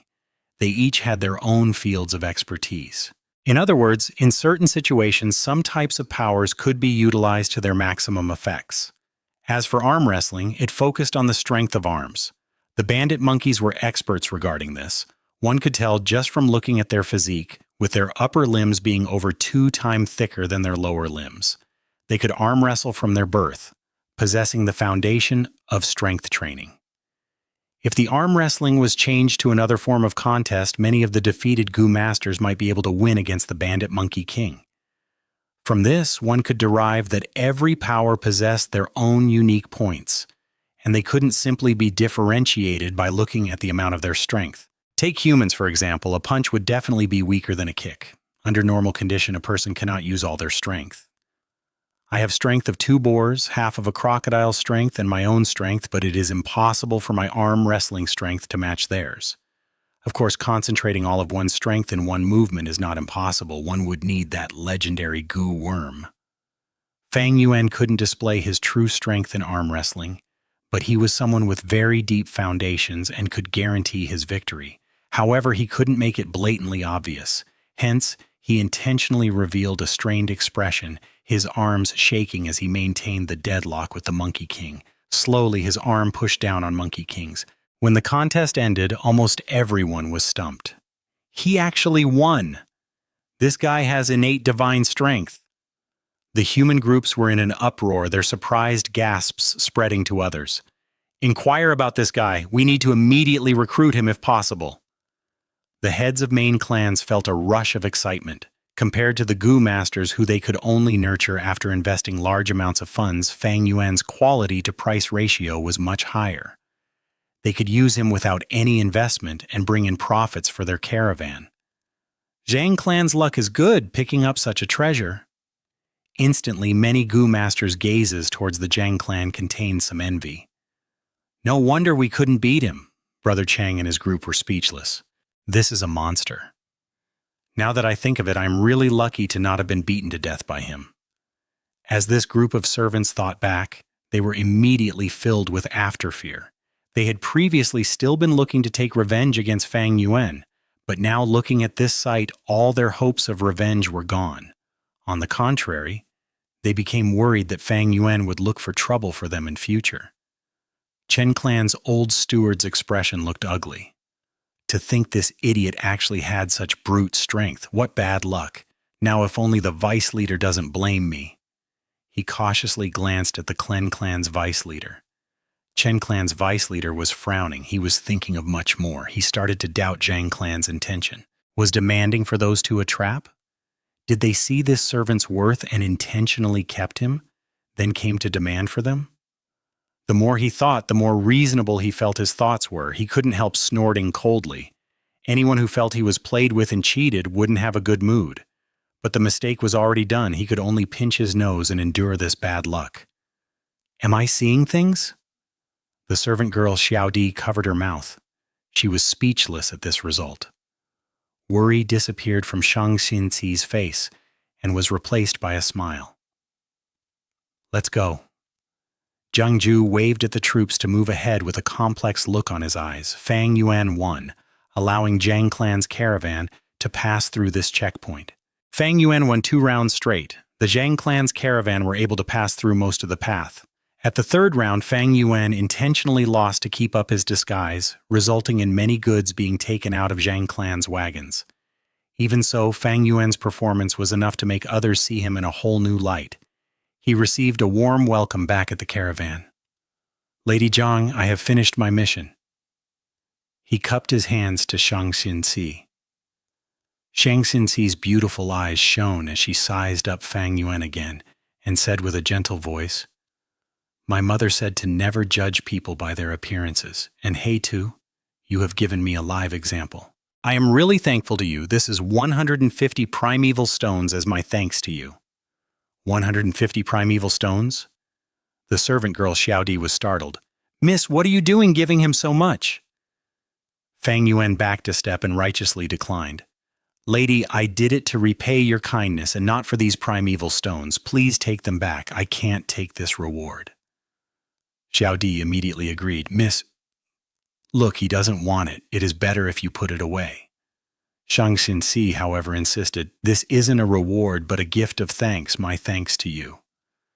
Fang Yuan showed a righteous expression and said with a solemn tone, Let alone this 150 primeval stones, even if it was 1,000 primeval stones, I don't want them. Lady Zhang, I may only be immortal, but please don't humiliate me. This, Xianxia was helpless against such remark and could only put the primeval stones back. You know how to be tactful. Xiaodi quirked her mouth. Zhang Ju remained silent, his gaze turning more complicated. The favor of repaying life is hard to repay. Please let me use my strength for you. Fang Yuan cupped his hands. There were numerous monkey groups in Bandit Monkey Mountain, and every so often along the trade route, there would be some monkey groups who would occupy the area and set a checkpoint. Fang Yuan repeatedly went to compete with them, and under his deliberate performance, he lost some and won some. Caravans moved and stopped continuously, spending over 20 days in Bandit Monkey Mountain before they got out of this tall mountain. The goods in the caravans had decreased by almost half by now. The mood couldn't help being low. Zhang clan was the only one that was happy. Because of Fang Yuan's strength, their losses were far less than their previous estimations. Fang Yuan became famous, and many clans sent their servants to visit him. They all wanted to recruit Fang Yuan and gave attractive terms, but Fang Yuan refused all of them and stayed with Zhang clan. You have some conscience, kid. You didn't waste Missy's kindness. Xiaodi's attitude towards Fang Yuan had changed. This servant girl said whatever she thought and wasn't shrewd, but whatever her attitude is, it was never in Fang Yuan's considerations. Fang Yuan only cared about Xianxia and her guard Zhang Ju. Xianxia was gentle and kind, but also very smart. The Gu master Zhang Ju was very experienced and prudent. Fang Yuan even felt that Zhang Ju was already beginning to suspect him. In private, Bai Ningbing also reminded Fang Yuan, refusing that 150 primeval stones was a mistake. With your current identity, how could your heart not be moved by such a huge sum? For cautiousness, we should stop cultivation for some time to guard against Zhang Ju's secret investigation. However, Fang Yuan refused this suggestion and still cultivated non-stop every night. Bai Ningbing also cooperated. She held an indifferent attitude towards her identity being exposed. In fact, she was more willing to see Fang Yuan's defeat. Snow Silver Primeval Essence gave an enormous help to Fang Yuan. His cultivation speed was rising as if it had grown wings. On the night they had officially left Feiho Mountains region, Fang Yuan advanced from rank 2 initial stage to middle stage. By the time the travel-worn caravan arrived at the base of Huangjin Mountain, Fang Yuan was finished with the crocodile strength Gu, his strength permanently increasing by the strength of a crocodile. Huangjin Mountain possessed a lot of gold mines. Its soil contained abundant gold, and one could even obtain dozens of granules of gold if they scooped the water from the mountain streams and filtered the sediments. In day, when the sun shone upon the Huangjin Mountain, the mountain would often reflect a layer of hazy golden light. The scene of the mountain surrounded by the light was a glorious beauty. If this Huangjin Mountain was to be on Earth, there would definitely be bloody fights and wars for it. However, in this world, the currency used was the primeval stone, and gold was reduced to just a type of metal mineral. Its greatest use was as a material for refining Gu. There were 2 clans located in Huangjin Mountain. In the southern side of the mountain was Huang Village, and in the northern side was Jin Village. A mountain can't hold 2 tigers. One could infer from Qingmao Mountain that the relation between Huang and Jin clan was not harmonious. The caravan's arrival would naturally be welcomed by both the clans. However, the notice from the 2 clans arrived. The caravan could only choose one clan. If they chose Huang clan, they couldn't go to Jin clan, and the same went for opposite. There were many people in caravan with many things to do. Thus, there was always a large flow of traffic. There were notorious records of the 2 clans attacking each other with the help of caravans. Thus, they laid down strict orders. The heads of the caravans had different opinions about choosing which clans to go. They had their own needs and considerations, and so after discussing with each other, this co-agglomeration of caravans divided into 2. The 2 groups would go separately to the 2 clans. Of course, they couldn't enter the village. Most of the troops could only station around the village. After this was settled, Zhangju privately looked for Xianxia. I have secretly investigated for many days. He Tu and Bai Yun are very suspicious. I suggest we evict them from our group. Chapter 2, 142. Common understanding between smart people. Translator. Chibi General Editor. Chibi General. Suspicious? Shang Xinxi's gaze flickered under her thick eyelashes. Zhang Ju nodded and said solemnly, "In fact, I had my doubts about them ever since we entered Feiho Mountain. Miss, you gave them 150 primeval stones, but they weren't moved at all by such a huge sum. This really makes one ponder." He paused for a moment and continued. "I have been secretly investigating them these days and found even more suspicious points. First of all, they have little to no communication with the servants around them, as if they were wishing to be invisible. Second, they refused the recruitment offers of many clans, even though the terms were excellent. Miss, do you still remember his appearance when he came to ask help from us that night? Hey, too, that guy has such powerful strength. How could he be wounded by others into such state? And finally, from my observation, his companion is wearing male clothing, but is actually a woman." The camp was filled with silence. After a long while, Shang Xinqi smiled. "Powerful strength doesn't mean he can definitely win against others, right? 2 fists can't rival 4 palms. Hey, too, getting wounded was normal. Actually, I know about all these suspicious points you spoke of." Zhang Ju wasn't surprised at all. He understood Shang Xinxi and knew of her intelligence. "Miss..." Shang Xinxi blinked, her face containing a gentle and charming smile. "Uncle Zhang Ju, you have felt stifled for so many days, right? Seeing that I didn't take actions to deal with this, you came to remind me today." Zhang Ju smiled. "I can't conceal anything from you. But why are you still keeping them by your side?" "Because I felt no ill intent from them." Shang Xinxi's eyes shone with a wise light. "We became suspicious of them at the Feiho Mountain, and if they hadn't stood up at that time, we wouldn't have been able to feel any suspicion. But why did they still take a risk? Wasn't it to help me? If they had harbored treacherous schemes, they would definitely stay hidden and watch the show from the side, right? Or maybe receive that 150 primeval stones, but they didn't. When He Tu said he was repaying my kindness, his expression was sincere, and I could tell that he was speaking the truth. He really wanted to repay this favor," Shang Xinxi said. Zhang Zhe was tongue-tied for a long while. "But they aren't simple. They definitely have secrets." A smile blossomed in Shang Xinxi's face like a flower.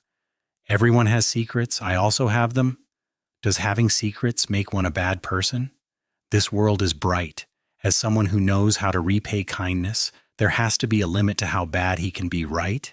That might be so, but I can't help but wonder what their motives are. Maybe they are plotting something. I know. They must be accomplices of some bandits. They joined the caravan and are planning to rob it by cooperating with demonic path figures. That doesn't make sense. Xianxia shook her head. If they were accomplices, they should have even more reason to stay hidden. Why would they expose themselves in Fei Ho Mountain?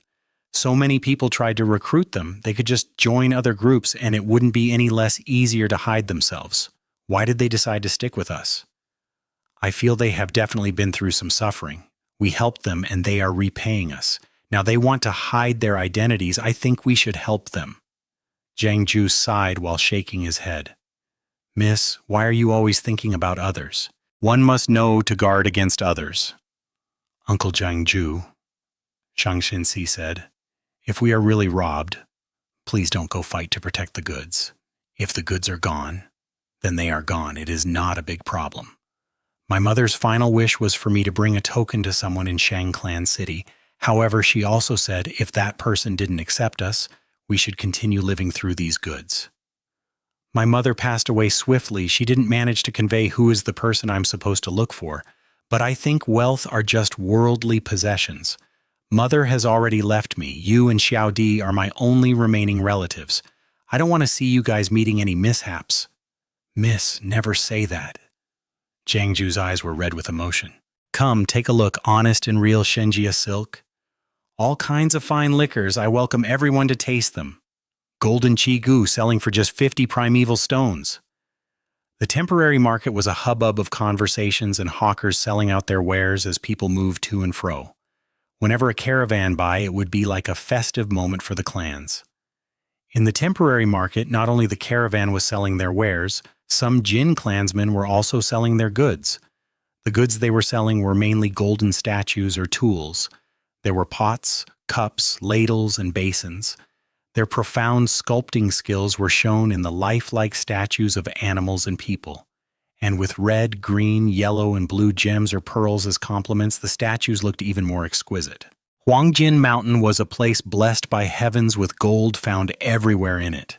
The people living here, even the poor slaves, were wearing some accessories like golden rings and golden necklaces.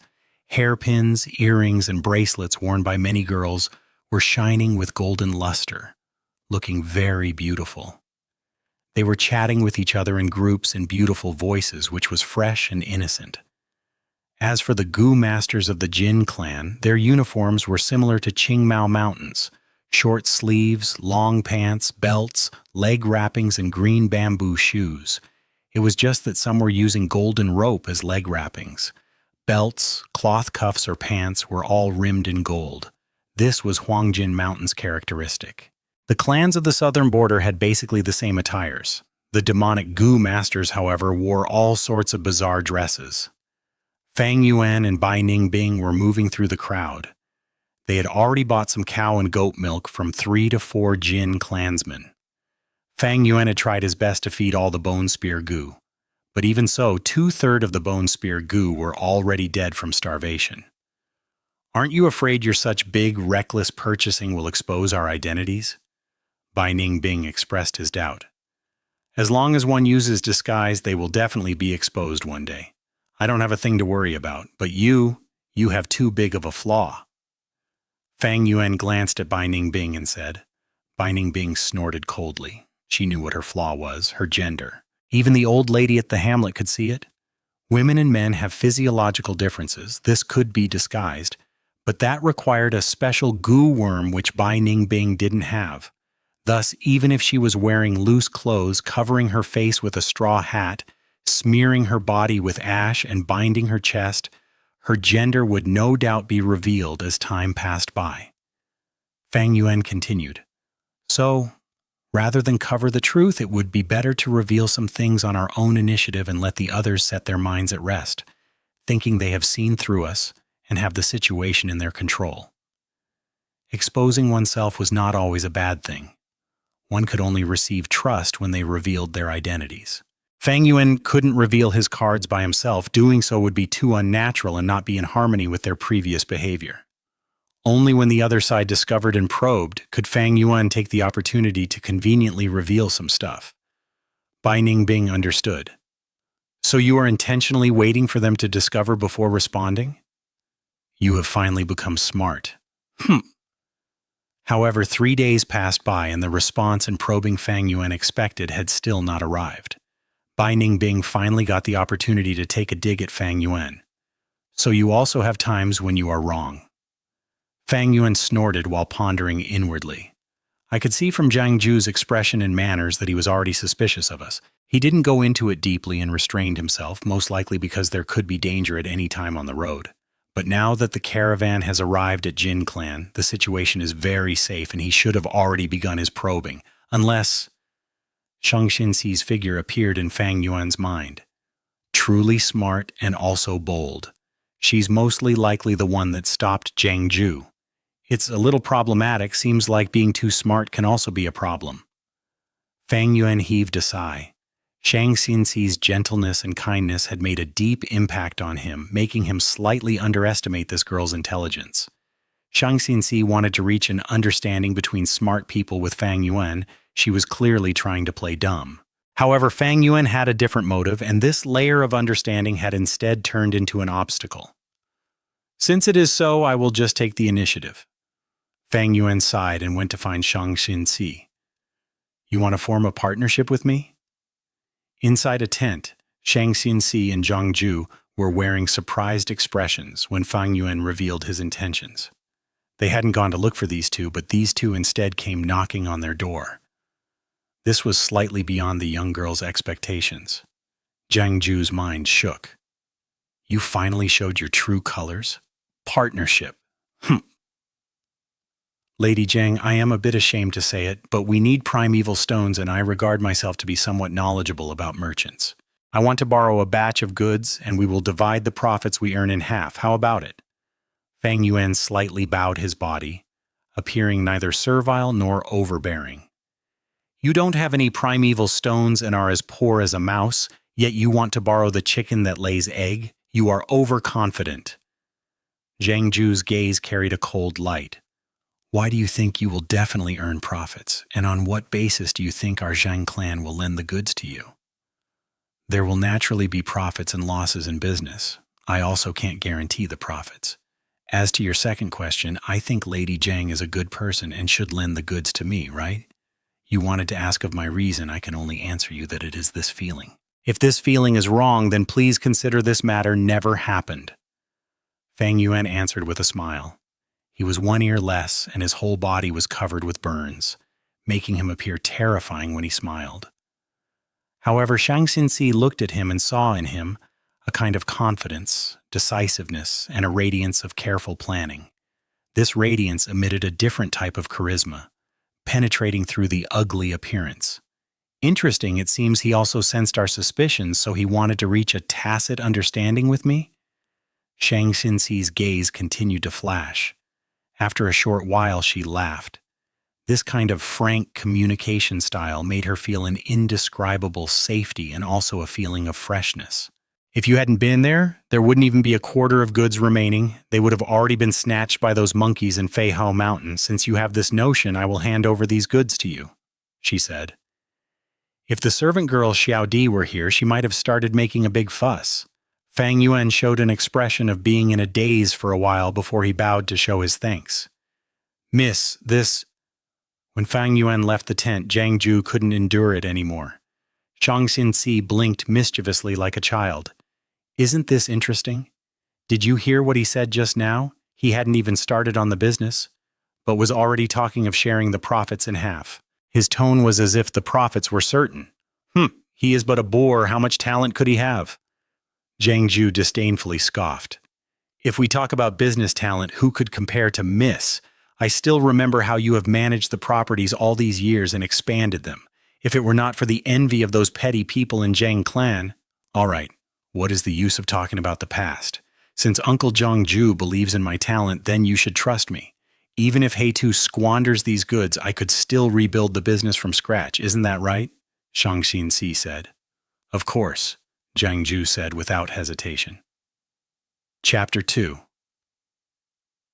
143. Benefits sent towards oneself. Translator Chibi General Editor, Chibi General. There are so much goods it won't be cheap. It'll require at least 50,000 primeval stones. Jin Clan's Gu Master looked at Fang Yuan in suspicion. After getting approval from Xianxia, Fang Yuan immediately found a few Jin Clan Gu Masters. This was already the 6th. I do not have primeval stones. Fang Yuan shook his head. But I can use my goods to exchange for yours. Exchange? The Gu Master's eyebrows rose. He was not surprised, as it was common to barter, especially in the caravan. To him there was no loss in bartering as long as the value was about the same. What will you use to exchange? Fang Yuan brought him to the goods immediately. Jin Clan's Gu Master frowned. Your goods are cheaper than mine. But you can get a good price for it on this Huangjin mountain, am I wrong? Fang Yuan laughed. Jin Clan Gu Master frowned even deeper. If the price is set too high, we won't be able to sell it. Then sell it slowly. It'll be sold eventually. Goods are more expensive when they are rare. By then you will be sitting at home collecting your earnings. Fang Yuan smiled. The Gu Master laughed. The reason he talked so much was only to lower the price. His heart was moved long ago. You are not bad at all. As a mortal, you are neither haughty nor humble. I have 3 stores. Are you interested in working for me? I can give you the position of shopkeeper. Your wages can also be further discussed. The Gu Master patted Fang Yuan's shoulders. Fang Yuan rejected politely. The Gu Master felt a little pity. Hey Tu, what have you done?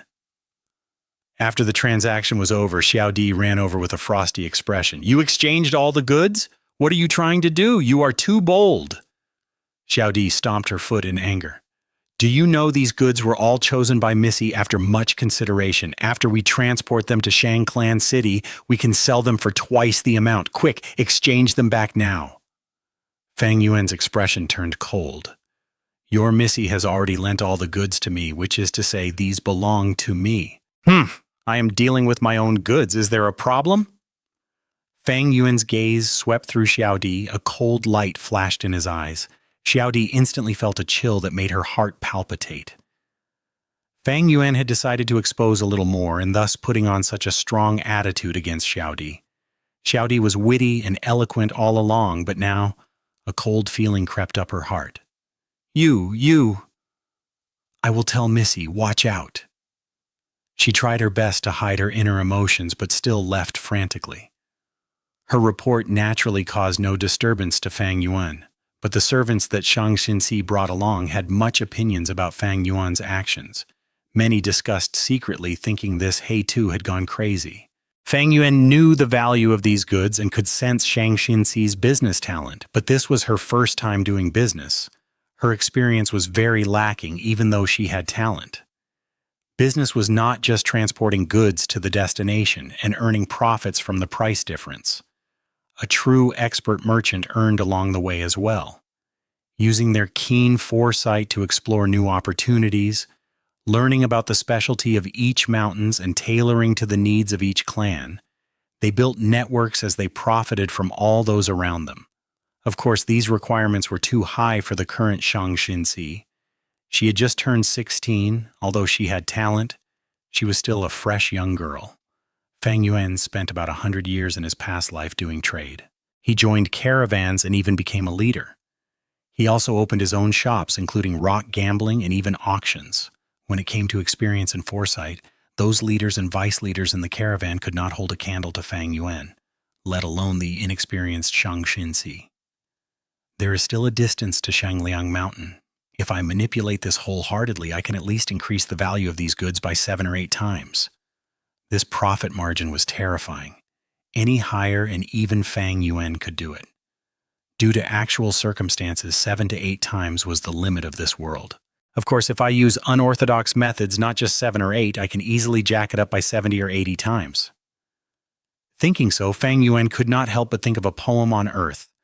Obeying the law and living in constant worry, bandits live in pleasure every night. Those who harm others to benefit themselves ride horses, while those were righteous and fair starve in hunger.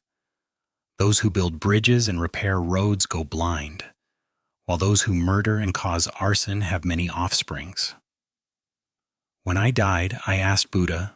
Buddha said, there was nothing I could do. Haha.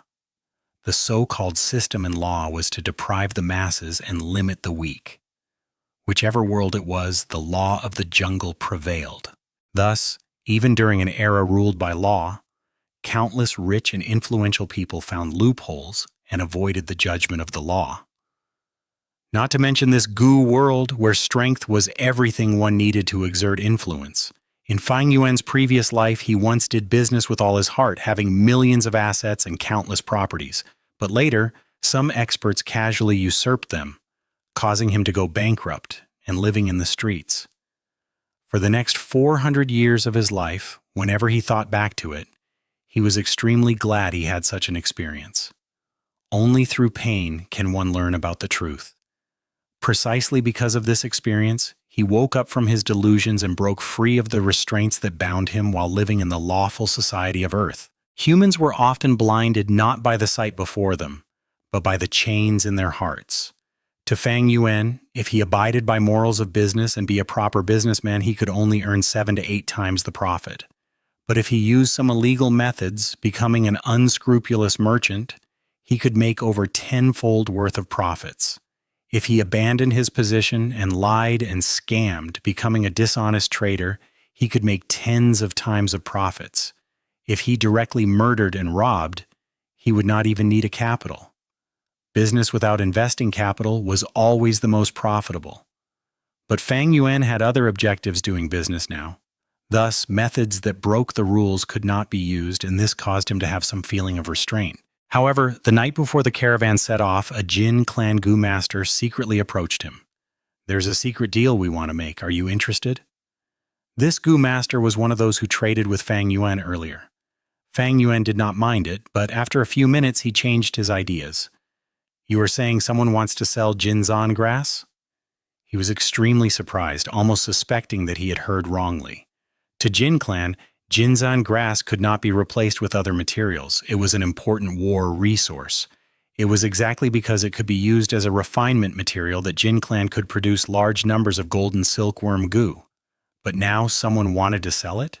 In Fang Yuan's memories, it was because Jin clan had large numbers of the rank 3 golden silkworm goo that their battle strength rose rapidly, thus eliminating Huang clan and becoming the controller of the area. Wait a minute, Huang clan still exists now. This means Jin clan has not fully manufactured the recipe for the golden silkworm goo? That shouldn't be it. By this time they should have some ideas already, otherwise why would they mass plant Jinzan grass? Fang Yuan's thoughts moved like lightning. He probed. I'm about done with trading goods. The Jinzan grass is an unpopular material. Although it is rare, little people need it. Seeing Fang Yuan reject, the Gu master panicked. The price can be further discussed. Why don't we have a good talk about it? Fang Yuan's gaze shone. Seeing the other party was very anxious, he started to lower the price. After an intense bargaining, the Jinzan grass price had been lowered to a horrifying degree. The Gu master's face paled. His expression turned ugly and his tone became irritated. You win. We'll go with this price. Can we complete the deal now? This price was very low, even lower than the cost of nurturing the Jinzan grass. If they sold it, it truly was making a loss. The Jin clan Gu master knew this, and so his heart bled. Fang Yuan also knew this was the limit, but he still shook his head. This price is too low. To speak the truth, your attitude makes me feel uncertain. The Jin clan Gu master instantly exploded. You were the one who lowered the price, now you're finding it too low? Fang Yuan shrugged. You said it earlier, this is a private transaction. There is no hard evidence. What if you sell me fake goods? Who would I find then? You see, the caravan is leaving tomorrow. By then, even if I made a loss, I have no choice but to leave. Your suspicions are valid. Jin clan Gu master's anger subsided. Don't worry about the goods, they are definitely real. To tell you the truth, this is secretly sold by our young master. Fang Yuan's eyes shone brilliantly. He had finally received some useful information. He pretended to be shocked. Your young master stole it? These Jinzan grass is a vegetation loved by the clan leader, purposely growing 3 acres of it. but we can't do anything about it since our clan leader has a unique interest, so do not worry. The ginseng grass is nothing important. The son taking his father's things to sell, even if it is discovered, he will only be scolded, the Gu master said. Fang Yuan immediately understood everything. So it was like this. Jin clan had already been trying to fix the recipe for the golden silkworm Gu. At this point, they had a rough idea already and were thus growing 3 acres of ginseng grass.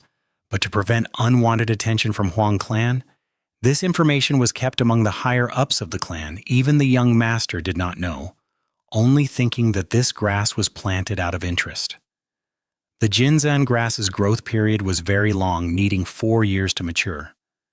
In his memory, Jin clan launched their attack a year later. They used the rank 3 golden silkworm Gu, which had sharp offensive strength, to eliminate Huang clan and dominate Huangjin Mountain. If this 3 acres of ginseng grass was gone, they won't be able to find that much on the market either. Then to eliminate Huang clan, Jin clan would need to waste a few more years. Evidently, this ginseng grass was a dangerous item. If he really bought it, it would be provoking this large Jin clan. An ordinary person would avoid it like the plague, but Fang Yuan saw a huge opportunity from it. This profit, although dangerous, since it was delivered to him with both hands, how could he reject it? To speak the truth, although Fang Yuan possessed the heavenly essence treasure lotus, he still had a need for primeval stones, and it wasn't a small amount he needed. When they reached the Shang clan city, he needed to purchase Gu worms, and that required a lot of primeval stones. Relying on the heavenly essence treasure lotus's daily production was troublesome and insufficient. That young master is definitely a wastrel. He is probably doted by the clan leader, but is in need of money recently, thus he set his eyes on the ginseng grass. Hehehe.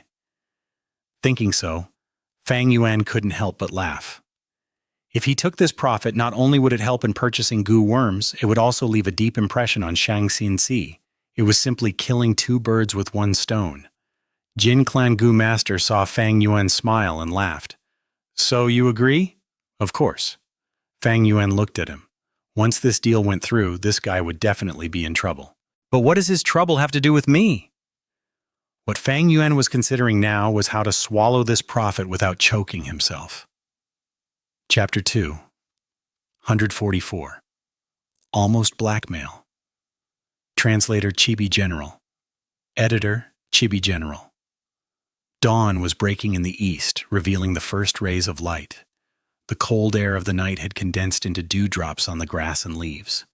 The temporary market in the Jin clan was currently being dismantled. The tents were packed up, the carpets on the street stalls were rolled up, and the goods were packed in bags. After having stayed in the Jin village for many days, the caravan was preparing to set off. As for the merchants, no matter how many goods they sold or bought, they would be making profits eventually. Thus, though they were exhausted, they were wearing cheerful smiles on their faces. Xiao Di's expression, however, was horrible. Missy, I just checked that He-Tu has exchanged almost all the goods, and in the goods he exchanged for, I saw 3 carts filled with ginseng grass. Ginseng grass? Xianxia's long brows slightly furrowed. Xiao Di was extremely angry as she pulled Xianxia by her hand. Even a layman like me knows how worthless ginseng grass is, but he has exchanged for so many of them. Missy, this He-Tu is simply making a trouble. Xiao Di, calm down first. Xianxia patted Xiao Di's hand. He should have exchanged for this ginseng grass yesterday night. I don't know why he did that, but he must have a reason for exchanging other goods. Just think, it is already pretty good that he could accomplish this as a mortal. Missy, why are you standing up for him? I'm only thinking for you. These goods were originally ours. Why would you let others squander it for nothing? Most importantly, he can't compensate us at all. Lord Zhangju, please persuade Missy. Xiao Di pouted. Zhangju, who was looking on from the side, sighed. Miss, Xiao Di is right. We lent the goods to him to test him. But now that we can already see the results, why are we still letting him squander them? We believe in your ability, miss, but if we can decrease our losses, why are we not doing so? It will also decrease our struggles when we reach Shang Clan City. This, Xianxia mumbled. Xianxia. She was young, her eyes started showing signs of hesitation. Previously, she had felt the goods exchanged by Fang Yuan was all right. However, this ginseng grass... It was a great loss to exchange for so much Jinzan grass. Jinzan grass was easy to preserve, but it simply couldn't be sold, as the demand for it was almost non-existent. Such a large stockpile would rot sooner or later, and finally they would have no choice but to cut down the price and sell the stock. It was destined to make a loss. "Excuse me, are you Lady Zhang Xinxi?" Just then, a middle-aged gu master who was sweating profusely anxiously ran toward Xianxia. The iron plate on his belt was carved with number 2, showing the rank of this gu master. Xianxia gave a slight smile. "Yes, I am. May I inquire who you are?" The middle-aged man cupped his fists. "I am the personal guard of Lord Clan Leader, here on his command to ask for a favor." "Oh? Please speak." "Lady Zhang should have bought a large batch of Jinzan grass yesterday night. The whole story is like this. Our clan leader is very passionate for Jinzan grass, and so he personally raised some for pleasure. But the young master secretly dug them out and sold them behind the clan leader's back. Now clan leader has placed the young master in confinement and also wishes to buy back the Jinzan grass. I sincerely request you to sell them back to us." This gu master was polite, but that politeness carried his firm attitude. "Miss..." Zhang Ju's expression turned solemn as he reminded Xianxia. This personal guard represented the clan leader of the Jin clan. This matter could be both big or small, and it could turn serious if it was handled improperly. Xianxia glanced at Zhang Ju and nodded her head to indicate she understood. "Actually, I am also someone who loves flowers, and I can understand honorable clan leader's passion. We will hand over the Jinzan grass to your honorable clan with not even a stem missing." "It makes one happy to see such a reasonable lady." The personal guard gu master's expression relaxed and revealed a slight smile. Xianxia continued. "A subordinate of mine was in charge of this transaction. I will call him over." Fang Yuan had already been paying attention to the activity here. "Hey Tu, you are in trouble. Missy has called you." Xiao Di had come to summon him. Fang Yuan soon appeared in front of the personal guard and cupped his fists. "I am the one who was responsible for the transaction of Jinzan grass. I heard the honorable clan leader wants to buy them back." The personal guard was surprised to see the newcomer was actually a mortal. His face immediately revealed a slight disdain and arrogance. He snorted. "That's right, mortal, you can relax. Lord Clan Leader is benevolent and is willing to use 3,000 primeval stones to buy back the 3 carts of Jinzan grass on you." "So much?" Xiao Di was speechless and her gaze revealed her joy. Zhang Ju frowned before gradually relaxing. 3,000 primeval stones should be the maximum market price for the Jinzan grass, and this showed Jin clan leader's sincerity. However, Fang Yuan shook his head. "Jinzan grass is very precious, only 3,000 primeval stones to buy them back. This doesn't seem to be sincere, right?" The personal guard immediately frowned. "What? The price I am giving is much higher than the maximum market price of the Jinzan grass. Mortal, what price did you buy it for?" Fang Yuan rubbed his nose. "Let's not discuss about the purchase price. We are all businessmen. Naturally, we will buy low and sell high. 3,000 primeval stones are too less. I am not selling." "You!" The personal guard clenched his teeth before eventually showing 5 fingers. "All right, then I will rise it by 2,000, 5,000 primeval stones." Xiao Di's eyes widened in shock. Her face started to flush with excitement as she looked at the 5 stretched fingers of the personal guard. 5,000 primeval stones? This is what you said. You can't go back on it. She was almost jumping in excitement. She hadn't thought the situation would develop like this. Fang Yuan had profited huge. However, Fang Yuan still shook his head. The personal guard's expression turned cold as he threatened. "Mortal, don't you think you are being greedy? These Jinzan grass were originally our clan's goods. You privately exchanged for them, which is already not permitted. You don't even have any evidence of transaction. I can even say you secretly stole them." Zhang Ju was taken aback by the personal guard's anger. He looked at Fang Yuan. "Just sell it." Fang Yuan laughed. "You sold them, I bought. This was mutual consent. What more, it was your young master who sold them to me. I can't do anything if you are determined to say I stole them. Jin clan is so rich and powerful that it can bully the weak and rob our goods." The goods are just there. Why don't you go take them?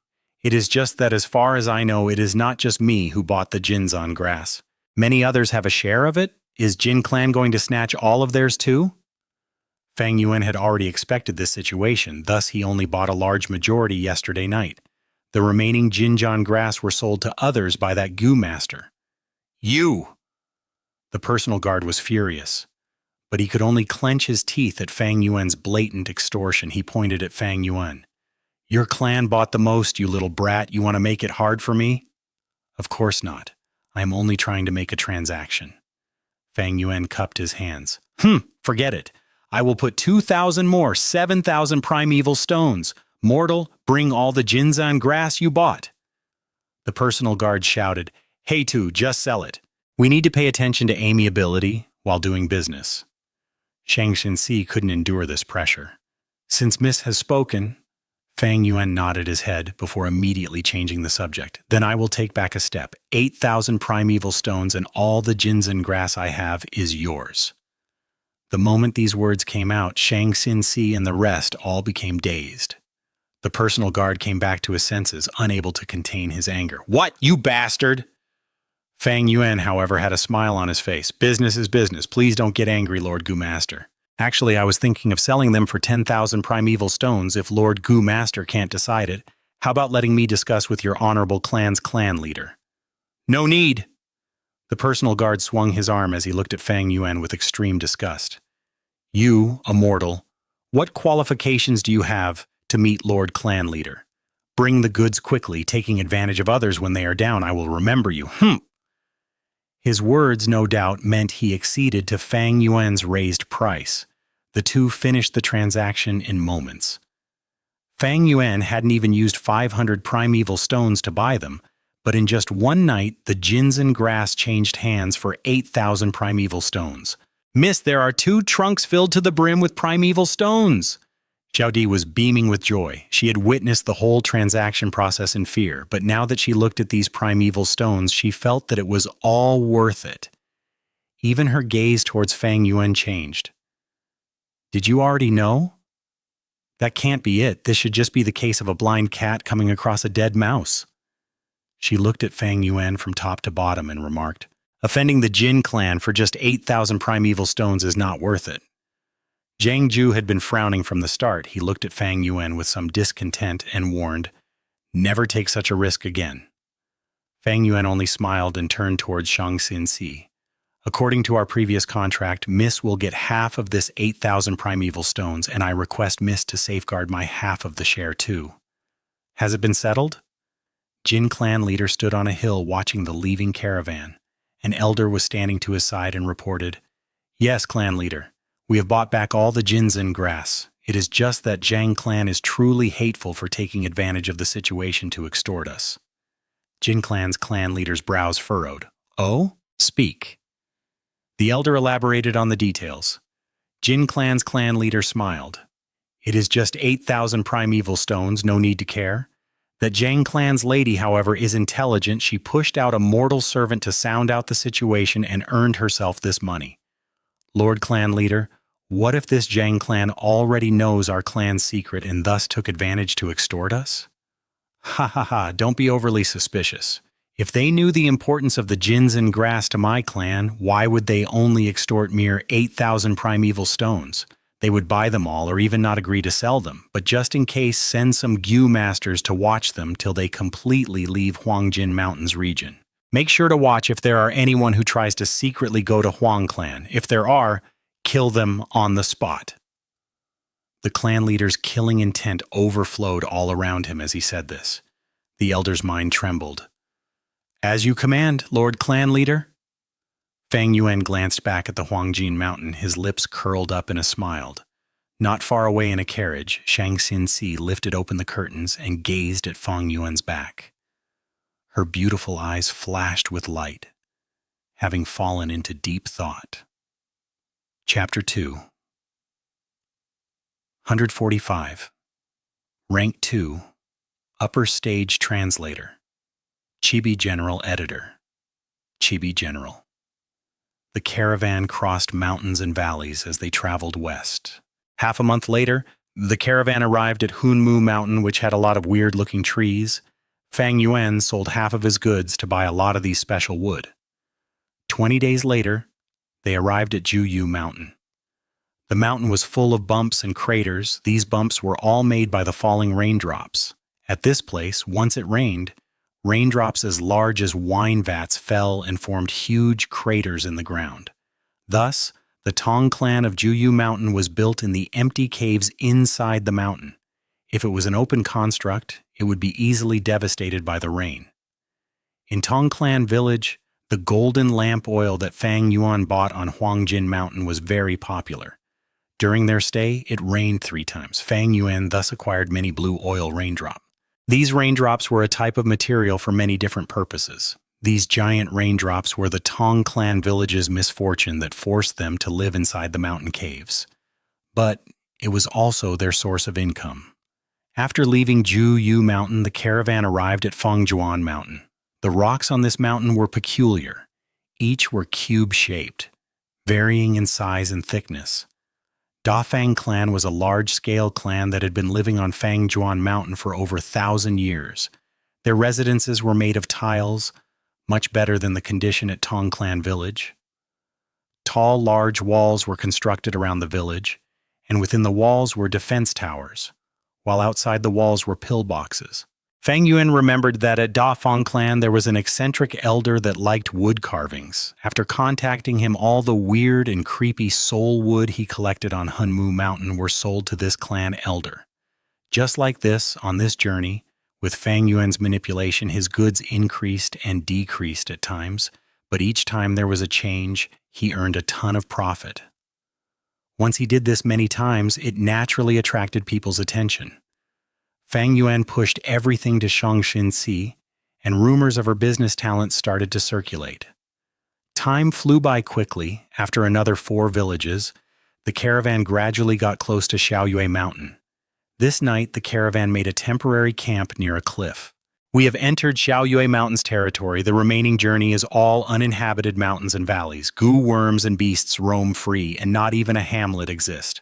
From tonight onwards, everyone has to place their full attention on the surroundings, Jia clan's leader instructed.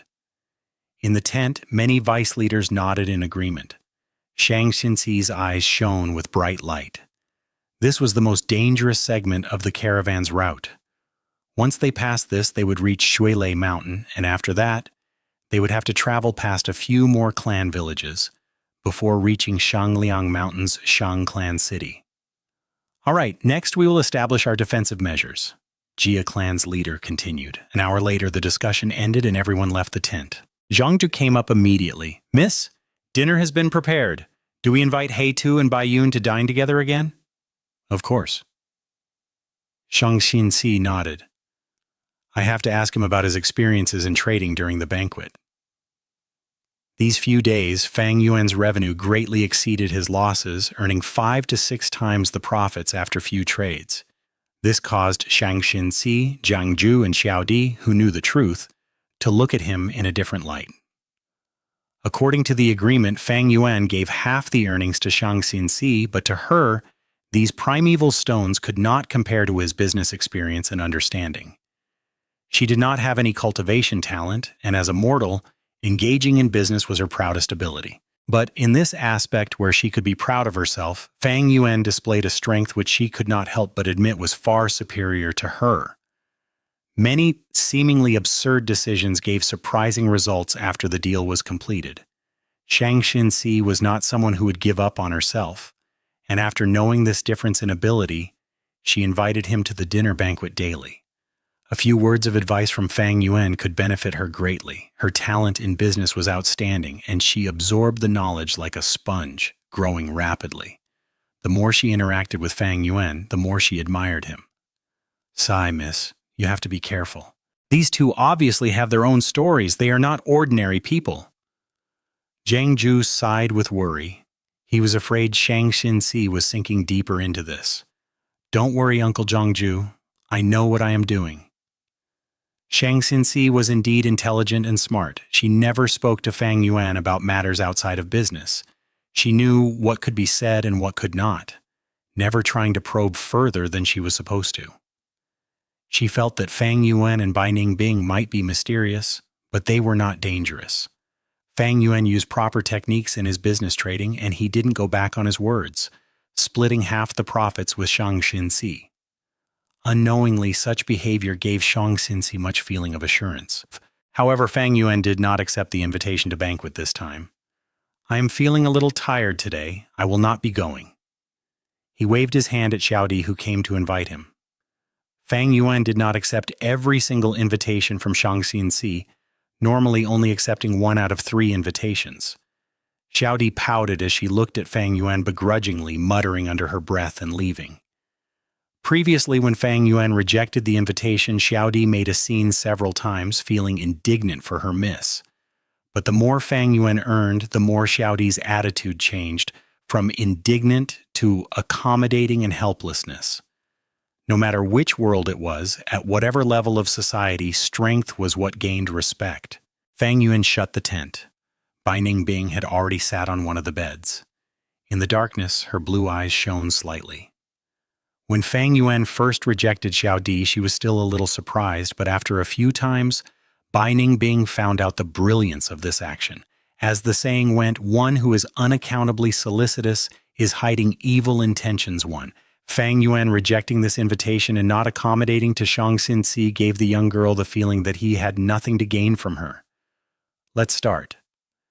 Fang Yuan sat down on the bed as well, with his back facing Bai Ningbing. Bai Ningbing spread out both palms and placed them on Fang Yuan's back. 10% of her snow-silver primeval essence flowed through her palms into Fang Yuan's body. Bone-flesh unity. Gu shone with green and red light respectively, converting the primeval essence. 6% of snow-silver primeval essence entered Fang Yuan's aperture. Splash, splash, splash. Fang Yuan's thoughts entered his aperture and used these primeval essence to nurture his aperture walls. When he was rank 1, his aperture could not take the impact of the snow-silver primeval essence.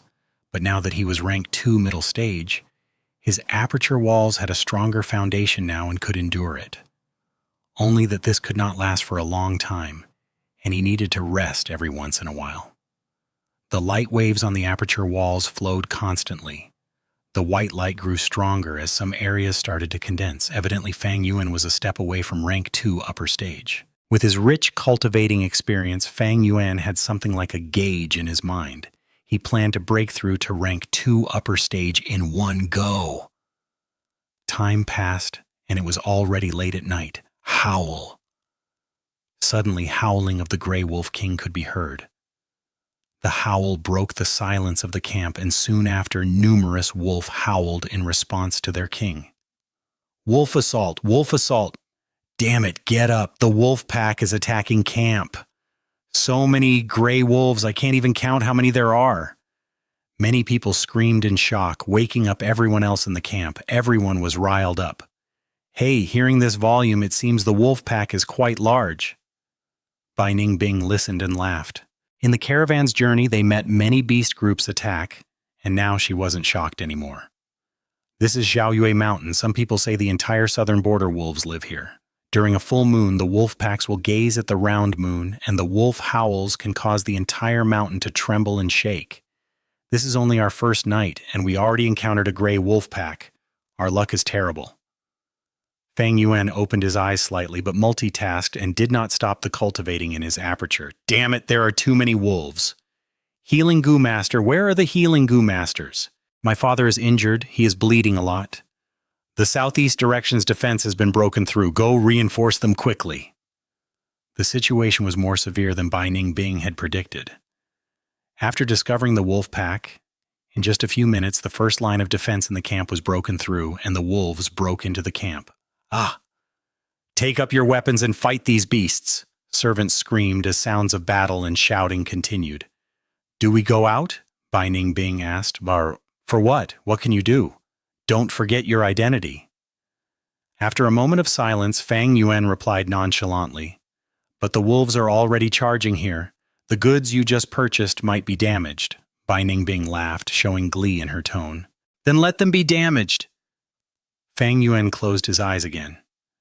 After a while, Xiaodi's voice came from outside the tent. Hey two, are you two in there? What's the matter? Bai Ningbing asked. Oh my God, you are still here? Such a loud commotion and you didn't even wake up.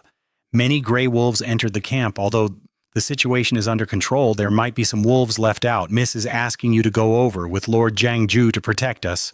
It will be safer, Xiao Di shouted.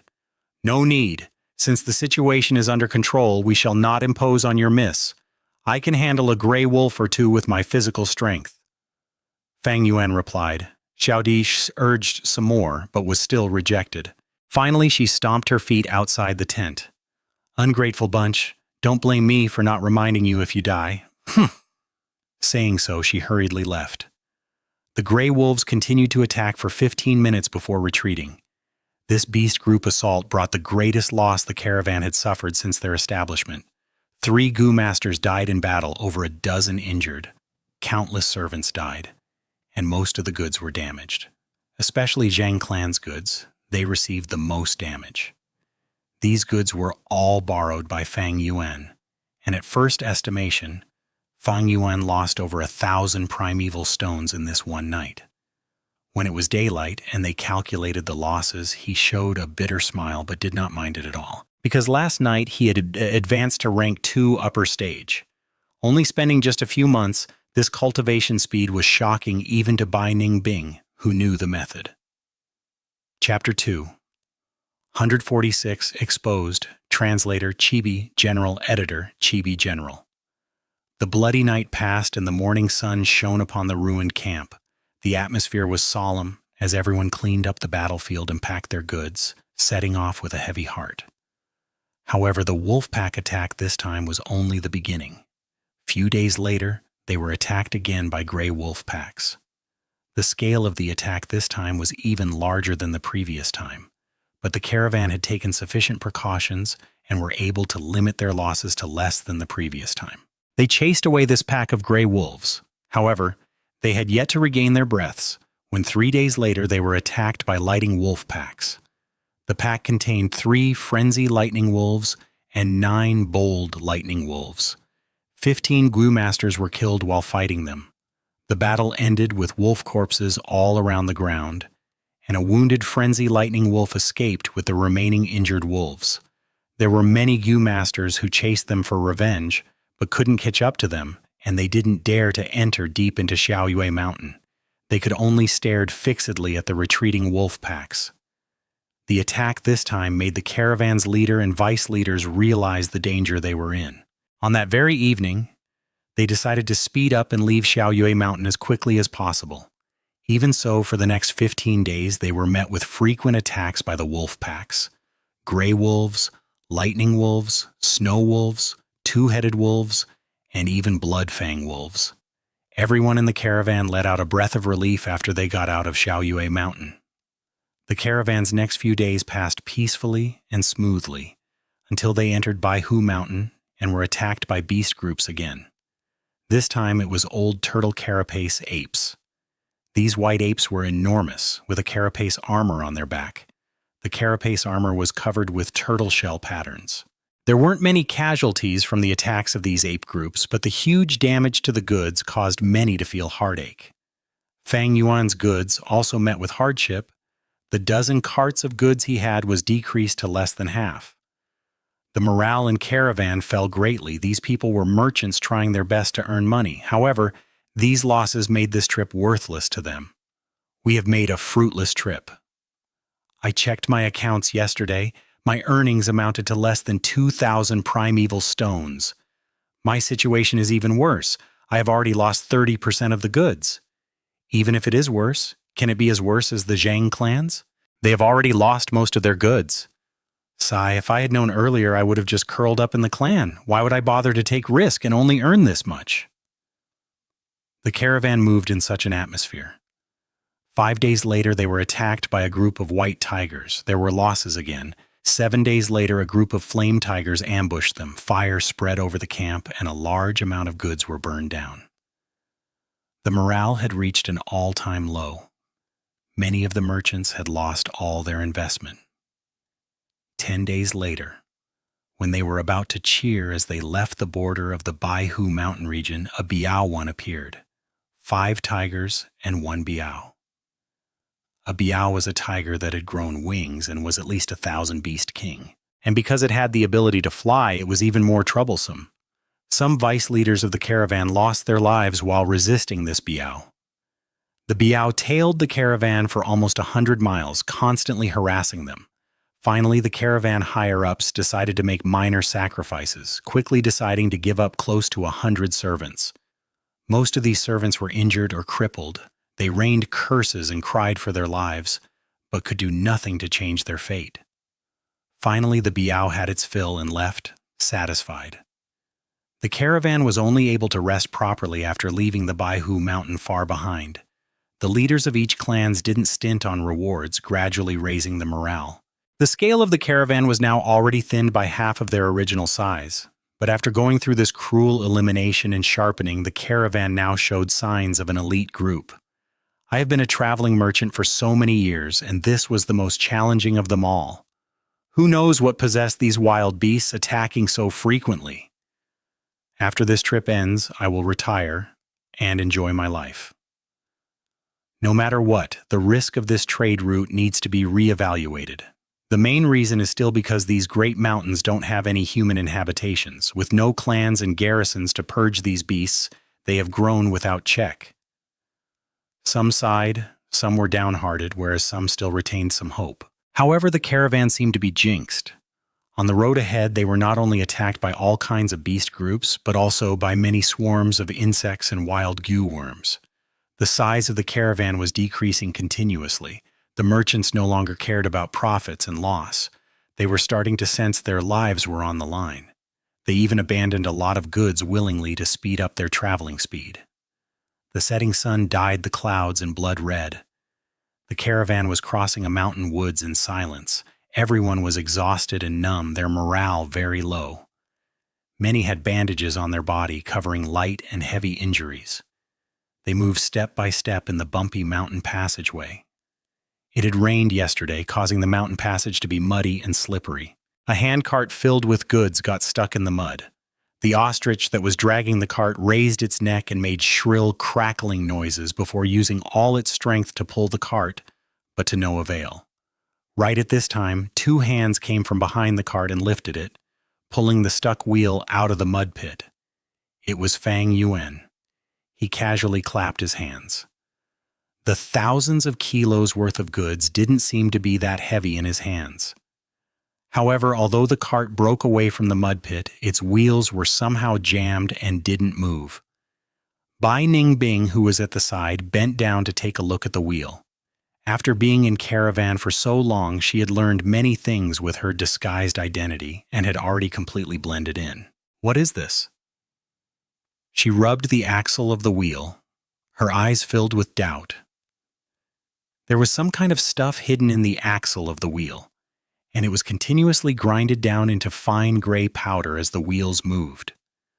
The fine powder was unnoticeable when they fell down to the ground.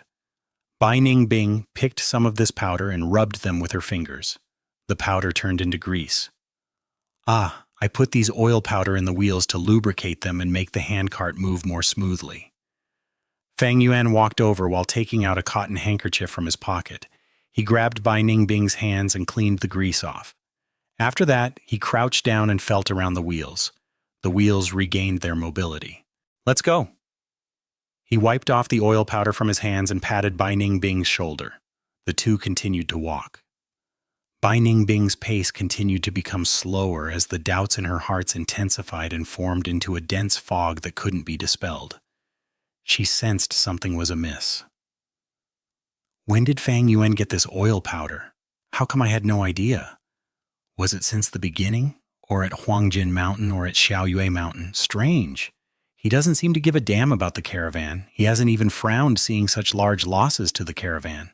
But why would he care about oiling the handcart? Strange, strange. Wait a second. Suddenly, a quick light seemed to flash past Bai Ningbing's mind. At that instant, her whole body shivered and her pupils suddenly shrunk down to pin-sized. A possibility echoed out from deep within her mind. She stopped at the spot, her mind filled with shock. After a long while, the ostrich, which had been walking beside her, suddenly screeched and woke her up. Fang Yuan's figure was already far away now, gradually merging into the crowd in front. This guy. Bai Ningbing lowered her head, covering the cold light flashing past her blue eyes under the cover of the straw hat. Sun was slowly setting down in the west, and the many stars began to appear in the sky. The caravan stopped near a beach. They had decided to camp here for the night. However, just when they were half finished with setting up the camp, a group of cold jade owl cats appeared in the vicinity. Beast group, it is the owl cat. Stop your work. Make defensive formations. These damn animals, I just had my dinner. People cursed and ran, but with the previous bitter suffering and tempering, they soon formed 3 tight defensive lines. Cold Jade Owlcat's body was like that of a leopard's and was extremely quick. Its face, though, was similar to an owl. Its enormous eyes covered almost half of its face and shone with eerie green light in the dark. The Owlcat King gave a loud cry. The Owlcat groups charged towards the camp like a tide. "Kill!" the Goo Masters who were in the front lines shouted. Momentarily, all kinds of colors flashed, fire blazed, rocks and soils flew, lightning rumbled. Countless owlcats collapsed, but more waves of owlcats rushed forth. "Heavens, this is a large-scale cold jade owlcat groups," someone shouted. "Ah, save!" A part of the defensive lines couldn't resist the attacks anymore, and a Goo Master was pounced upon by 3 owlcats. His tragic scream stopped midway. Flesh and blood splattered in the air. "Quick, cover up that gap." 2 Goo Masters were sent as reinforcements. However, it was of no use. The gap continued to increase, slowly destroying the whole defensive line. "Retreat! Retreat!" In the end, they had no choice but to retreat to second defensive line. "Link the handcarts and carriages and pile up the goods into high walls." After the second defensive line, the third defensive line hurriedly set up a barricade. Many servants were busy moving the goods, their bodies soaked with sweat. No one could goof off at this time. Fang Yuan was moving a large trunk when Bai Ningbing suddenly walked over and lifted a side of the trunk. On the surface, she seemed to be helping Fang Yuan, but actually she moved closer to Fang Yuan and whispered to his ears while gritting her teeth. "You bastard, you attracted these cold jade owl cats, right?" Fang Yuan looked surprised. "Why do you say such a thing?" "Stop pretending. There was definitely something wrong with those powder. I don't believe a guy like you will kindly consider these minor details," Bai Ningbing whispered. "Ha ha ha, you finally discovered it." Fang Yuan didn't deny. Bai Ningbing couldn't help gritting her teeth. All the frequent attacks the caravan suffered on the way was all due to Fang Yuan's contribution. The 2 lifted the wooden trunk and moved slowly. The people around them were all busy shouting and moving, their concentration all on the battlefield. Who could have the time to listen to Fang and Bai's whisperings? "Why are you doing this?" After a moment of silence, Bai Ningbing asked. "Ha ha." Fang Yuan laughed. "Guess." Immediately, Bai Ningbing felt a violent impulse to beat Fang Yuan up. Chapter 247, White Feather, Flying Elephant Translator, Chibi General. Editor, Chibi General. Bai Ningbing controlled her urge as her eyes squinted. She was, after all, an icy genius, easily able to understand things. What does Xianxia have that makes Fang Yuan put in so much effort? Firstly, she had assumed that Fang Yuan was after Xianxia's beauty, but now she had overruled that assumption. She understood Fang Yuan only a huge amount of benefit could make him exert himself like this. But after so many days, Bai Ningbing had already understood Xianxia's background. She was ostracized by Zhang clan and was only a mortal with no cultivating talent. Xianxia was indeed beautiful as a flower, but this appearance was not a strength of hers, but a weakness. This appearance would invite the demonic claws of lust and crime. Most importantly, she did not have the power to protect herself. If not for the loyal rank 3 Goo Master serving her, she would have been caught and turned into a plaything long ago. Such a person, what value does she hold? Her business talent? It was nothing compared to Fang Yuan's. Bai Ningbing could not comprehend it at all. Fang Yuan did not speak and did not reply Bai Ningbing. "Those two over there, move faster! Stop wasting time!" Not far away, a Gu master pointed at Fang and Bai, shouting. Fang and Bai moved more quickly as Bai Ningbing suppressed her voice. "You're messing around like this. Aren't you afraid of getting exposed? If anyone finds out, these people will fight you to the death." "Then did they find out?" Fang Yuan rebuked. "Tisk." The two put down their wooden boxes and walked back.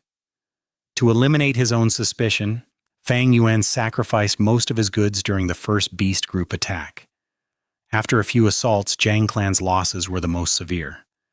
Many people felt pity for Xianxia, and even Xianxia herself approached Fang Yuan and consoled him. But now that Bai Ningbing thought about it, she realized although Fang Yuan seemed to have lost a lot of goods, his truly valuable goods were still kept till today. These goods were more than half the value of his entire fortune, thus his real losses were not as much as it seems. His concealment methods were truly divine. If she did not discover it by accident, she would still be in the dark. Thinking so, Bai Ningbing felt indignant. "This guy, he even hid the truth from me!" The two carried another box. Fang Yuan seemed to know Bai Ningbing's inner thoughts, laughing lightly. "To deceive the enemy, we have to deceive ourselves first. After all, I was not intentionally keeping it from you. You have your purpose to serve." "Oh, what purpose?" Bai Ningbing naturally asked. "To alert myself. You are the person closest to me. If you find anything amiss, the others will do so soon." "But it was coincidence today that I—" Fang Yuan shook his head. "Chance is represented by a certain trend, regardless. It is about time already." Bai Ningbing's eyes shone. "What are you going to do?" Cold Jade Owlcat did not manage to break the third line of defense, as the second line of defense still held on, eliminating these attackers. After the battle, the survivors tallied the results and cleaned up the battlefield. "How many times have we been attacked already?" "I want to go home." "Damn it, our luck is too terrible this time." "Should we continue forward? Maybe if we stay here and wait for the other caravan's help, it might be a good idea." Everyone's morale was low. Some people grumbled, while most felt that the future was uncertain and did not want to proceed further. Fear towards death, frustration, and dread of the unknown emanated throughout the camp. "Jia Caravan Leader, why do you assign our Chen clan to guard the first line of defense every time? What motive do you have?" "Chen Vice Leader, I have been fair and impartial the entire time. Your Chen clan has the greatest strength now that we are in this together. We have to help each other. Those who are stronger put in more effort. Of course, you have more responsibilities as well." As the argument was sudden, many people's attention was attracted. Jia Long and Chen Vice Leader Chen Shuangjin stared at each other in a tense atmosphere. "My Chen clan is the strongest? Haha, Jia Caravan Leader, you are truly speaking bullshit. Everyone knows how much fighting force you have left." Chen Shuangjin laughed coldly. "Ridiculous. From my clan, such a good person like Jia Ping had been sacrificed. What about your Chen clan?" Jia Long chided. "Both of you now is not the time for arguments." Lin Clan Vice Leader walked over and advised. Eventually, Jia and Chen left without coming to an agreement. "Even Lord Jia Long and Lord Chen Shuangjin have argued. I thought Jia and Chen clan were very close." Sigh.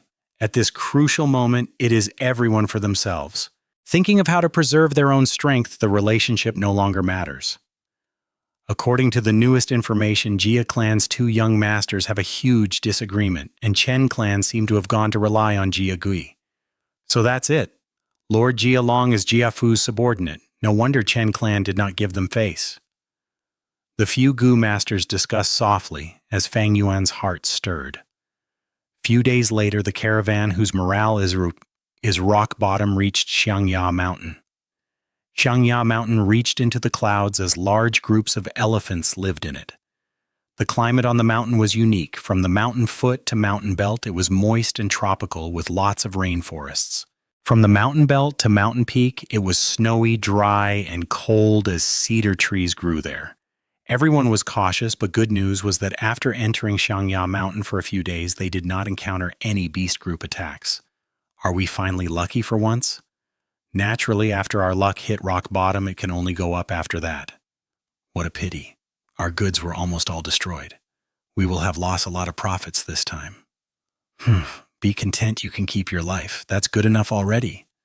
After Xianxia Mountain, we have to get by Mu Bei Mountain, Shuangjiang Mountain, then we will reach Jiao Clan Village. At that place, I must sleep at least 3 days straight.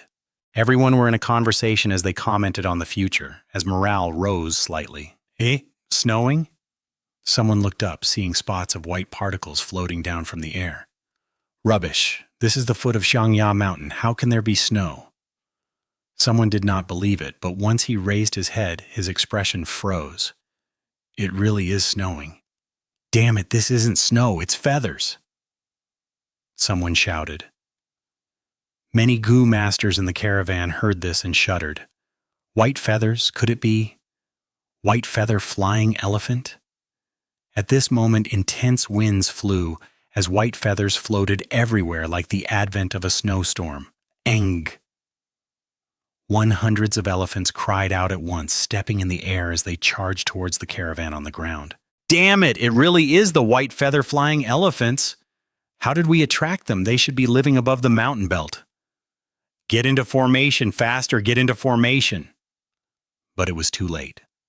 Under the rampage of the elephant group, anywhere they went, people were flipped off their horses.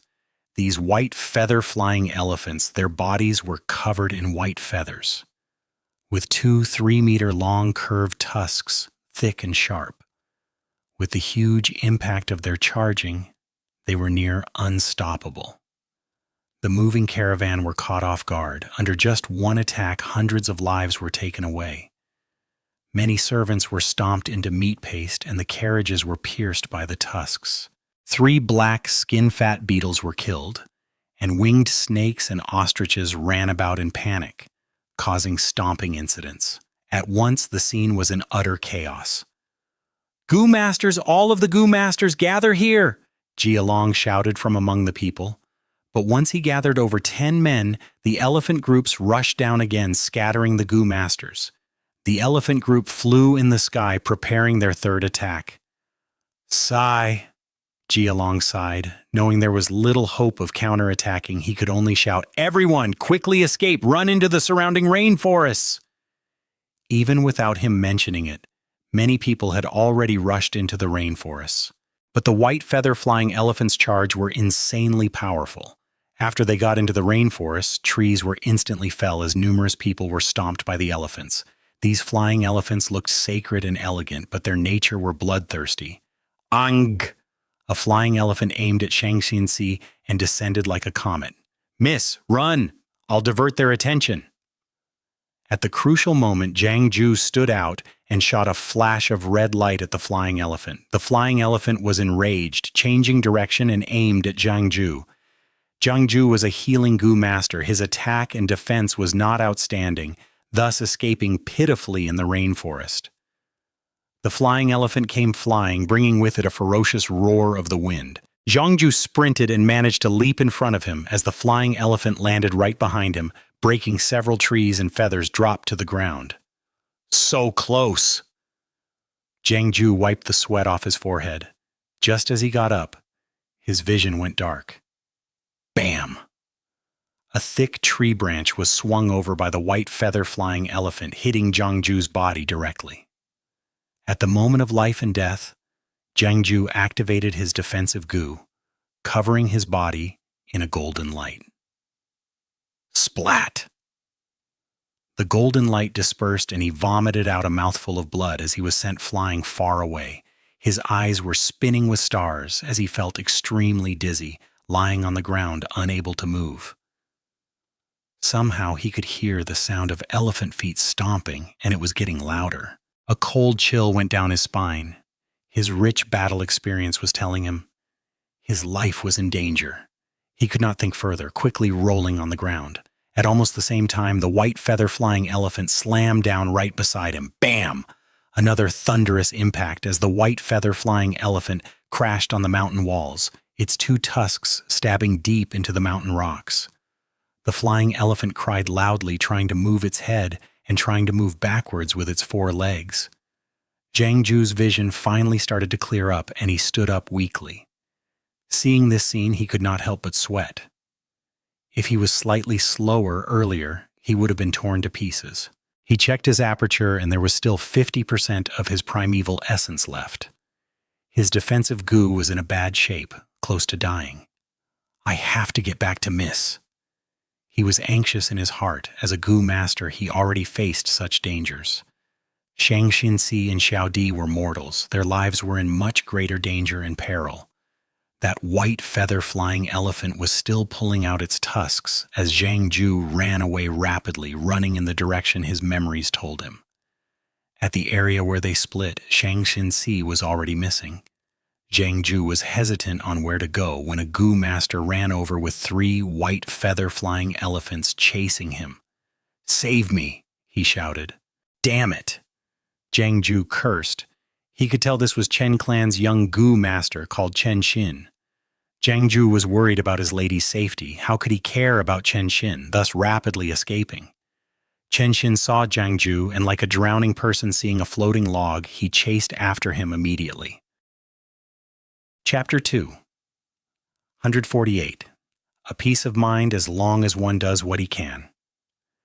Translator Chibi General Editor. Chibi General Zhang Ju cursed, but was eventually dragged into the mess. It was a dangerous game of cat and mouse. While barely surviving, the two managed to shrug off the flying elephant, but eventually got into a dead end at the cliff, their paths blocked by 2 flying elephants. The earth rumbled as a flying elephant came crashing. "Lads, split up!" Zhang Ju shouted, sprinting towards the left. "God damn it!" Chen Xin shouted. Before he could react, a flying elephant came crashing and made a huge hole in the cliff behind him as the tusks stabbed deeply into the mountain rocks. Both flying elephants were restricted in a way for now. "The heavens blessed me. My life is not fated to end yet." Zhang Ju breathed roughly as he sprawled on the ground. The mountain wall was vibrating as the 2 flying elephants growled loudly. They continued to shrug their heads and caused shrapnels to fly all over the place as the holes that their tusks stabbed into enlarged. Zhang Ju was shocked when he saw this. Knowing the 2 elephants would quickly get loose, he propped himself and tried desperately to get up. He had just stood up when he heard the wind blow towards him, and he shuddered. Pew! A white bone spear with a spiral design stabbed him from his back, penetrating his chest and stabbing firmly on the ground. Blood flowed along the bone spear, dripping on the ground. Zhang Ju's movements halted, opening his mouth slightly as blood oozed out of the corner of his lips. He gradually lowered his head, looking at this fatal spiral bone spear. Initially, he had thought it was the white feather flying elephant's tusks, but soon he realized this was the attack of a goo master. "Who is it?" He wanted to turn his head to see who had backstabbed him, but the next second, pew, another bone spear was fired. This spear flew directly into his brain and came out of his mouth as the tip stabbed on the ground. Zhang Ju was firmly kept in place, his eyes widening and futile, while his pupils shrunk. He was dead, dying with grievance. At a hidden corner, Fang Yuan observed from afar. These few days he had obtained Zhang Ju's information.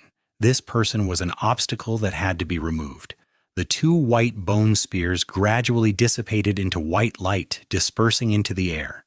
Zhang Ju lost his support and crashed onto the ground. A white feather-flying elephant pulled out its tusks and charged towards Zhang Ju's corpse, stomping on it, easily turning it into meat paste and crushing all his bones. The white feathers scattered, and the flying elephant took off, flying into midair again. Seeing this, Fang Yuan retracted his gaze. Zhang Ju was confirmed to be dead. After the flying elephant stomped on the corpse, Fang Yuan did not even need to clear up the crime scene. He left stealthily. After he left, the other flying elephant took off as well. Its tusks penetrated the mountain walls and left 2 bowl-sized holes. The wall caved in as it was surrounded by debris. Suddenly, under the pile of rocks, a head emerged. "My God, I was scared to death!" Thankfully, I had the Borigu and avoided this crisis. Chen Xin dug his way out, breathing raggedly as cold sweat poured down his spine, experiencing after fear. This Borigu allowed Gu masters to dig into the ground and hide. The weakness was, once used, the Gu master can only be buried at one spot and cannot move. After activating, the Gu master also has to consume a lot of primeval essence to sustain it. Chen Xin was chased as he ran. Only at the final moment did he have the opportunity to use it. The situation is getting more chaotic. There is actually a Gu master assassinating Jiang Zhu. Seeing Jiang Zhu's corpse turned into meat paste, completely unrecognizable, Chen Xin gulped and escaped frantically. The elephant group continued rampaging for 2 hours before leaving. Xianxia and Xiaodi supported each other as they walked out of the rainforest. Their bodies were full of mud and soil, looking battered and exhausted, and Xiaodi's face was even blue-black. Evidently, when escaping, she had knocked into something and gotten a bruise. Missy? She was scared out of her wits. Death was so close to her, even trembling as she walked. Xianxia patted her hand, trying to give her assurance. However, she herself was pale. Along the way, corpses lined the road as blood flowed into the wilderness. Broken carriage wheels, dead ostriches, and the corpses of black skin-fat beetles and winged snakes laid on the pavements. As the survivors gathered together, anguished cries, sniffing, and painful growls mixed into one. As the leader of the caravan, Jialong's face was as black as charcoal. The fatalities were too severe this time. The entire caravan lost majority of its members. Less than 1/10 remained. Most were crippled. After gathering the people, only 100 were left. Majority were Gu masters and few were mortals. The strongest Jia clan and Chen clan were deep in losses, not to mention the others. Lin clan had only 3 Gu masters left, and some unfortunate clans groups were completely wiped out. The rainforest also had its danger. Many people did not die from the white feather flying elephants' rampage, but were attacked by the wild beasts and poisonous worms in the rainforest. Bai Yun, it is great to see you. Earlier in the rainforest, thanks for drawing a white feather flying elephant away from us. Among the people, Shang Xinci found Bai Ningbing and thanked her. Fang Yuan did not trust Bai Ningbing, afraid she would collude with Jiang Zhu, thus he went to kill Jiang Zhu personally. As a result, Bai Ningbing followed Shang Xinci in secret to protect her life. This is nothing. I always return kindness. Jiang clan lady, what saved you is not me, but your kind actions in the past, Bai Ningbing said. She was always quiet and solemn, almost never speaking. Even if she spoke, she suppressed and changed her voice intentionally. But now she no longer concealed it. Using her normal voice to speak, her tone was cold and indifferent, but clear and evidently female, causing Shang Xinci and Xiaodi's face to turn slightly shocked. That's right, Bai Yun. Did you see Uncle Jiang Zhu? Shang Xinci asked anxiously. I've looked around but did not manage to find him. Bai Ningbing sighed. Since Fang Yuan returned, she knew Jiang Zhu was definitely dead. No worries, lady. Jiang Zhu is a Gu master, having the ability to protect himself. He might be on the way back, she consoled. Hopefully so. Shang Xinci's eyebrows were tightly knit, as the uneasiness in her heart intensified. At the other side, Leader Jialong stood at a high ground, shouting, Everyone, listen up! The smell here will soon attract other beast groups. We have to leave quickly. Everyone move quickly, bring along all the goods that you can salvage. Those that are too heavy, we will have to discard them. In 30 minutes, we must leave this area. The danger was not over yet. Everyone could only force themselves to work under the intense grief. Save me! Someone please save me! I am still bleeding. Bring me along. I am only crippled in one leg. I can still walk. I'm begging you. I'll pay with primeval stones. 2, 3, even 4 will do. Those family servants who were severely injured and could not move all begged earnestly. Very few people received help. Those who were injured or crippled could not help out in manual labor and were a burden. Many were heartlessly left behind. Seeing everyone leave, many went into a frenzy and started to curse. Many crawled on the ground and tried to catch up to the caravan. "Save me, Lady Zhang, you are the kindest person! Lady Zhang, please show mercy!" Xianxia's footsteps halted, her lips trembling. Her face was pale without any blood circulation as her eyes darted around frantically.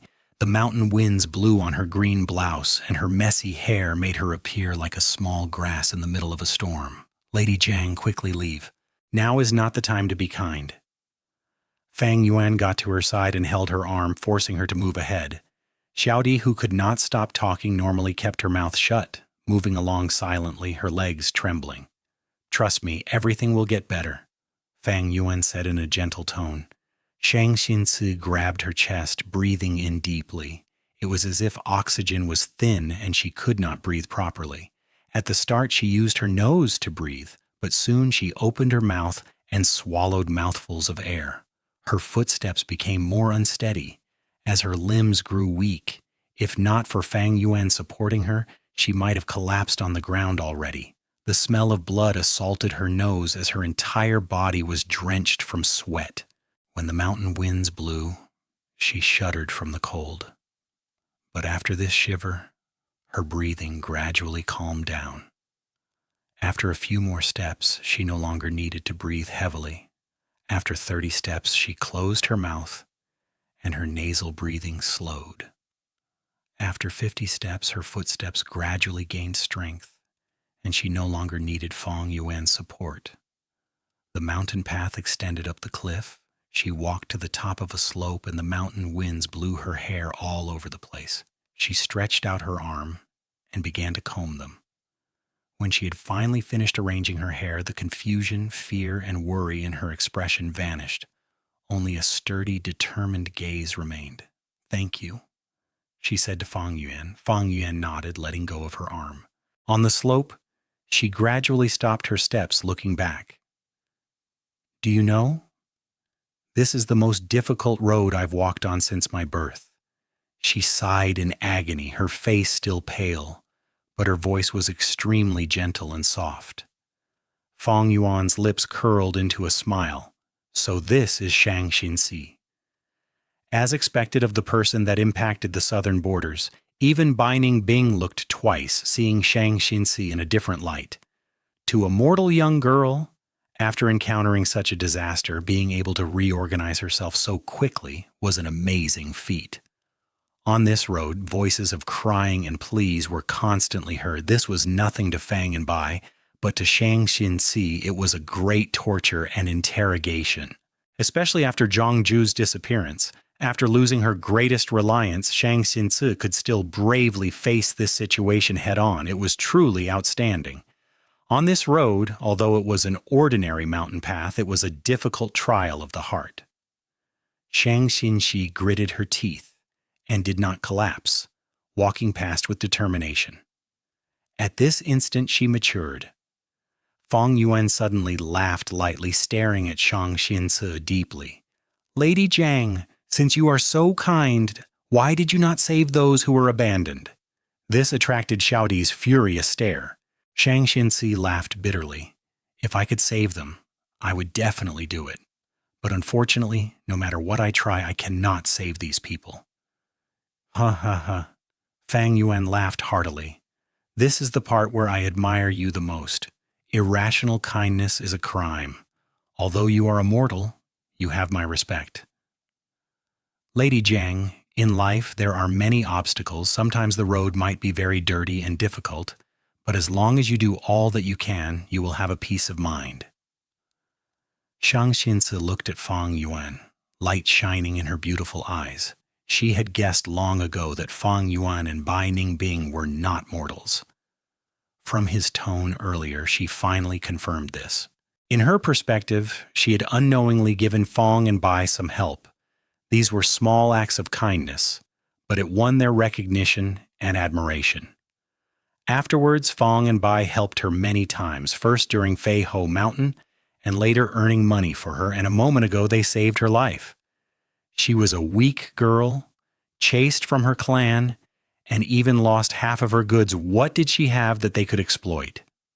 Nothing. Under such circumstances, they still stood by her side. Just this action, she could tell that although they were mysterious, their nature were pure and righteous, as true beauty and kindness hid in their hearts. Meeting them was her fortune. Thinking so, Xianxia's heart was palpitating with gratitude as she stared at Fang Yuan deeply, saying sincerely, "Thank you." Just 2 words expressed the immense gratitude in her heart. Binding Bing could not help but roll her eyes. If Xianxia found out that the entire misfortune was caused by Fang Yuan single-handedly, who knows how she would react to that. Chapter 2, 149. A droplet received in need will be repaid with a whole spring. Translator, Chibi General.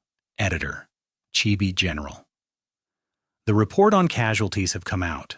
Right now, we are left with 137 people, among which 78 are Gu Masters and 59 are mortals. A vice leader reported to everyone. At this time, in this tattered tent, the surviving leaders of the caravan were all gathered together discussing their options. The mood was heavy and oppressive. The caravan leader Jia Long was frowning and his brows almost tightened into a knot when he heard the report.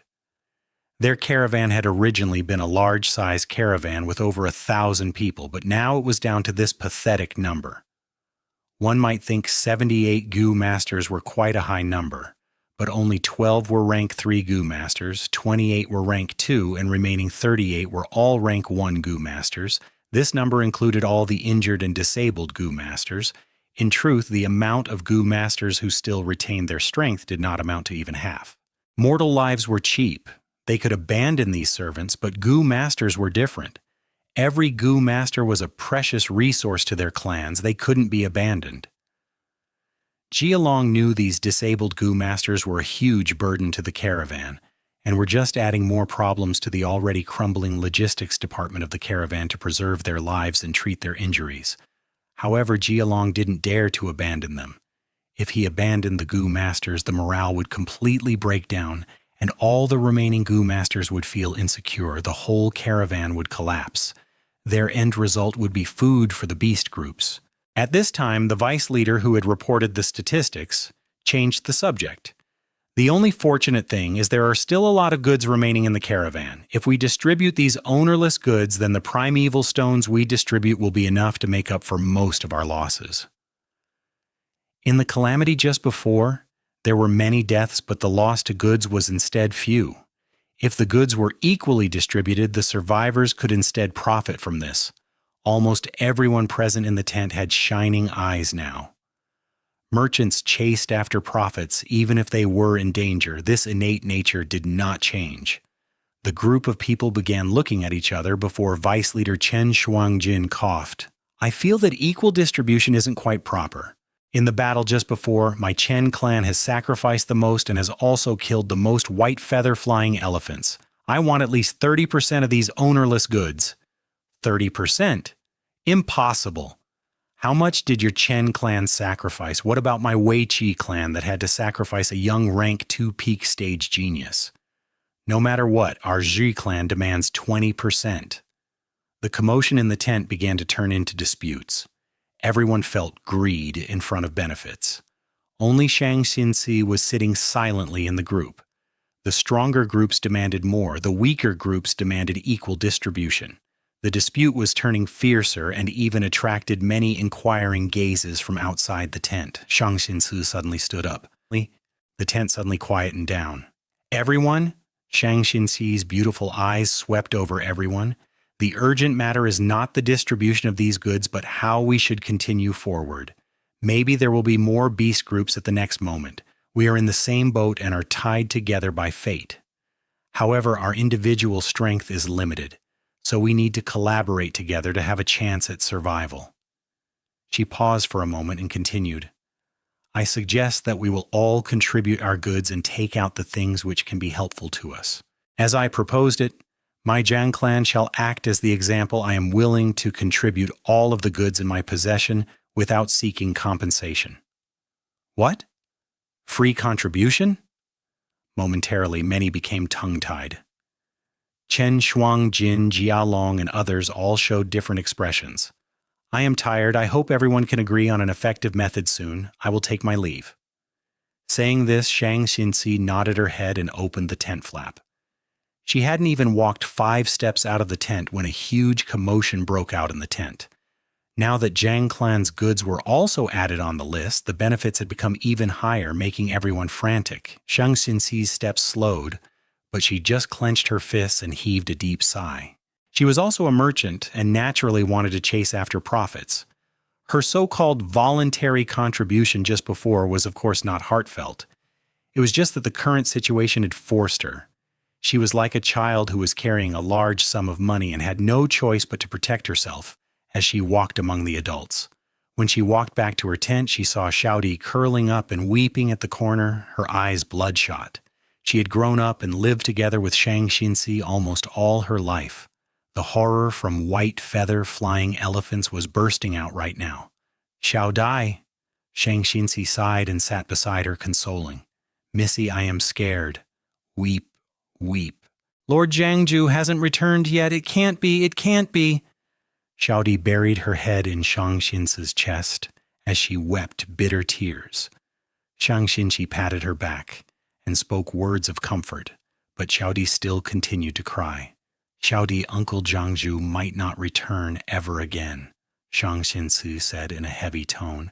The moment these words were said, she clearly felt Xiaodi's body shiver.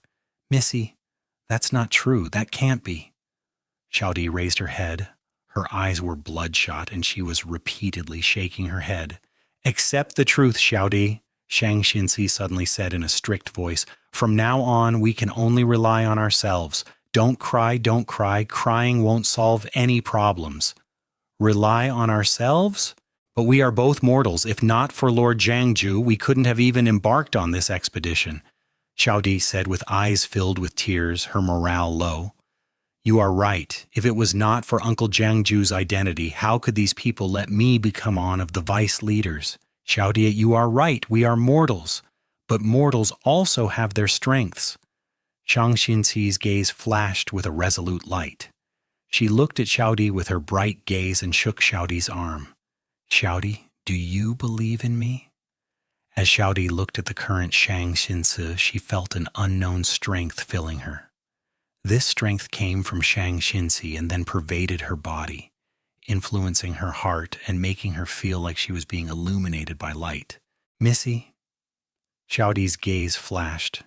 She had never seen this form of her lady. At this instant, she felt that her lady looked more beautiful than ever before. I believe you. She answered softly but resolutely. Good. Listen properly. We are in a dangerous situation now. Sometimes people can be more dreadful than wild beasts. Bring all our savings and let's go find He Tu and Bai Yun. Okay, I will do as you say, Missy. After about 5 minutes. In the tent, Fang Yuan and Shang Xinci was sitting cross-legged opposite each other. Fang Yuan stared ruminatingly at the beautiful girl in front of him. You are telling me you've already contributed all of our goods for free to those insatiable hyenas? Yes, that is so, Shang Xinci calmly admitted. Fang Yuan's lips curled up. His gaze toward Shang Xinci was filled with admiration. She was truly smart, having the resolution to let go. Jiangju was dead. Shang Xinci was only a mortal.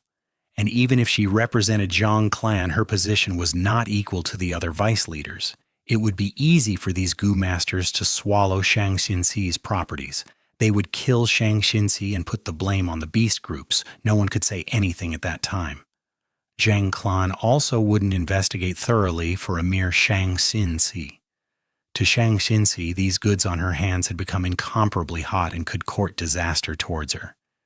Hence, she wisely chose to give up these cause of disaster to others and guarantee her safety.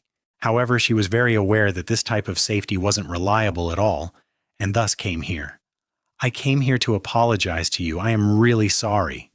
Shang Xinci bowed towards Fang Yuan. You borrowed these goods, so these goods should have been yours, but I rudely took the matters into my own hands. As an apology, I ask you to please accept these.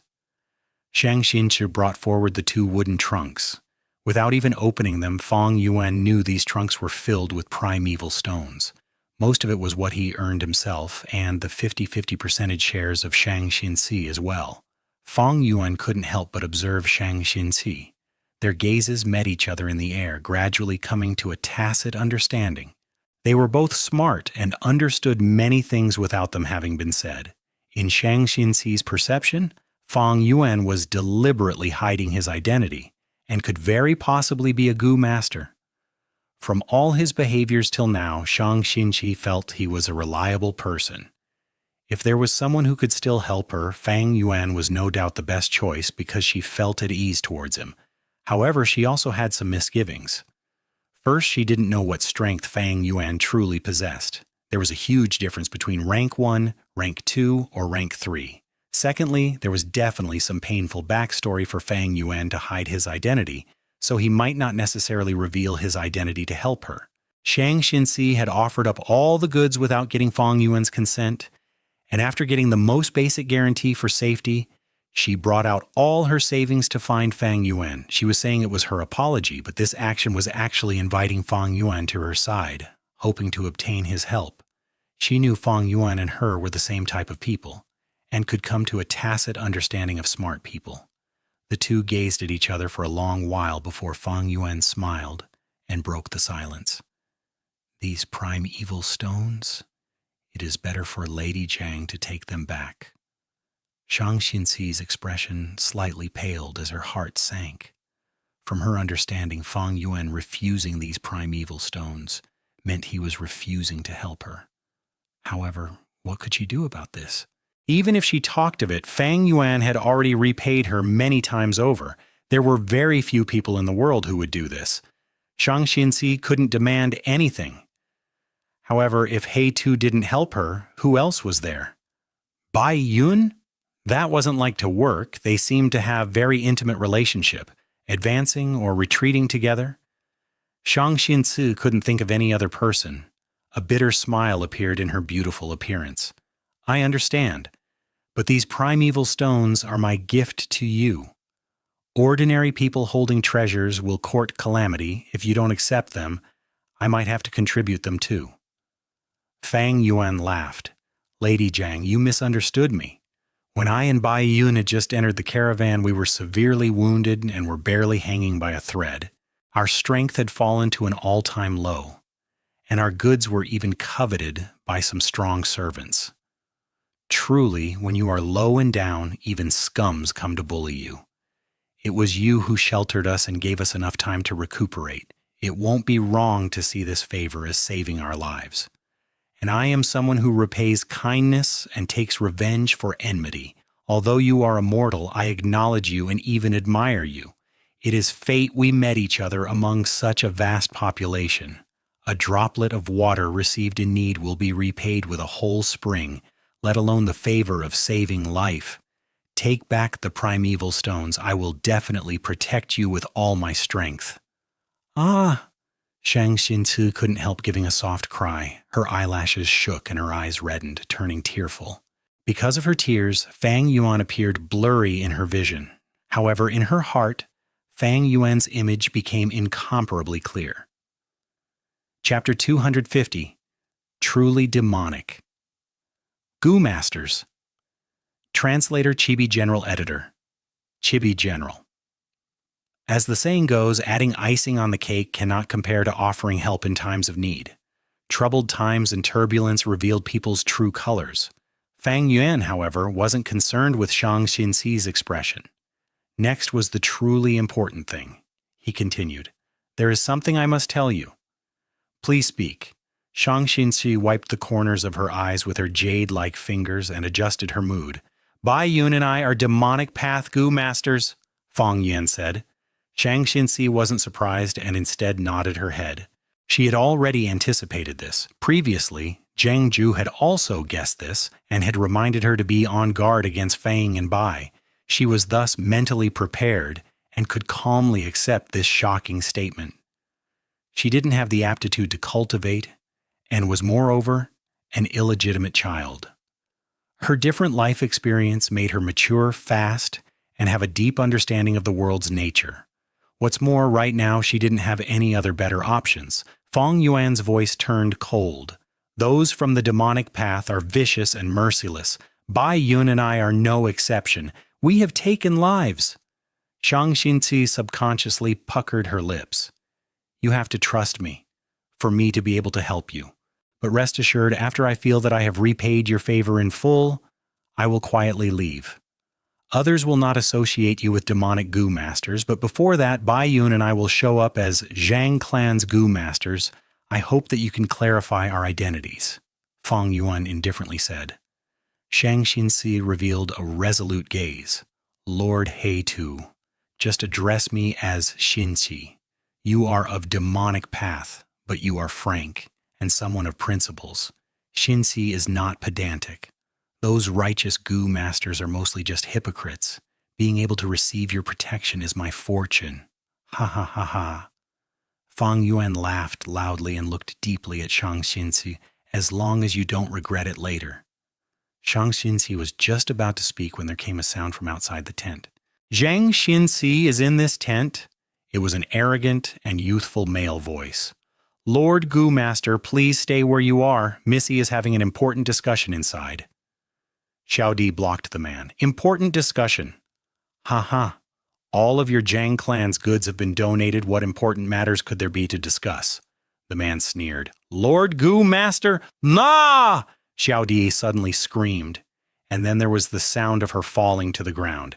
Get lost, you lowly slave, dare to block my Ufei's path?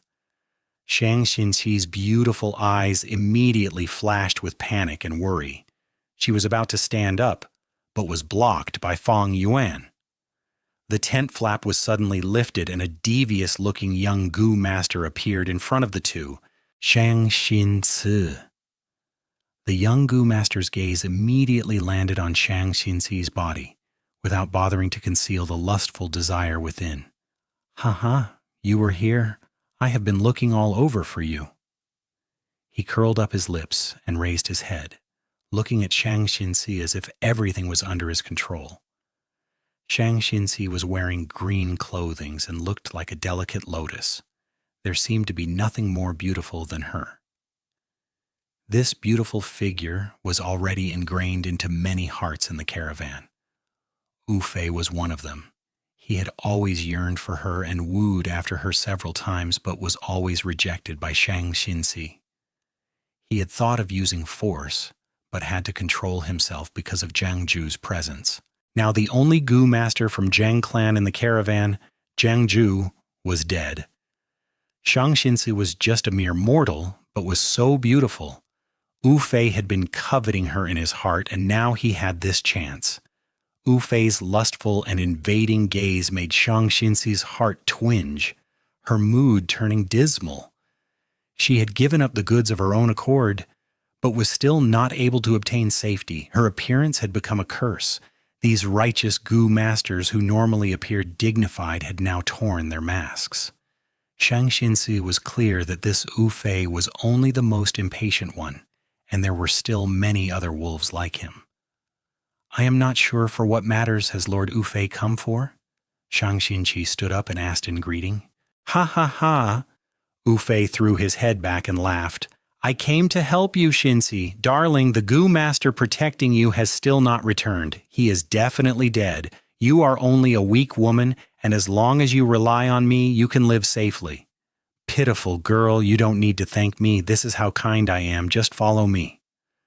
Saying so, he walked forward to grab Shang Xinci. Shang Xinci's face was pale. She was a young girl, after all, and couldn't help taking a step back. This delicate and pitiful look instead ignited the lust in Ufei. Missy, you can't go with him. Xiao Di ran into the tent and opened her arms to block in front of Ufei. Ufei became furious and immediately slapped Xiao Di. Xiao Di tumbled onto the ground. Her cheek was already swollen up. She felt dizzy, and her ears were ringing from the slap. Xiao Dai! Shang Xinci quickly crouched down and supported her. Missy, leave quickly. Even if I die, I won't let you take Missy. Xiao Dai slowly stood up and stared fiercely at Ufei. Her gaze carried fear, anger, and also decisiveness. You lowly servant, you want to die, I will fulfill your wish. Wu Fei was going crazy with anger. He raised his hand and slapped down. However, the next moment, a sturdy hand stretched out from seemingly nothingness and fiercely grabbed his arm. Who is it? Wu Fei was startled, but when he looked at the person that was grabbing his arm, he only saw an ugly servant. Such audacity!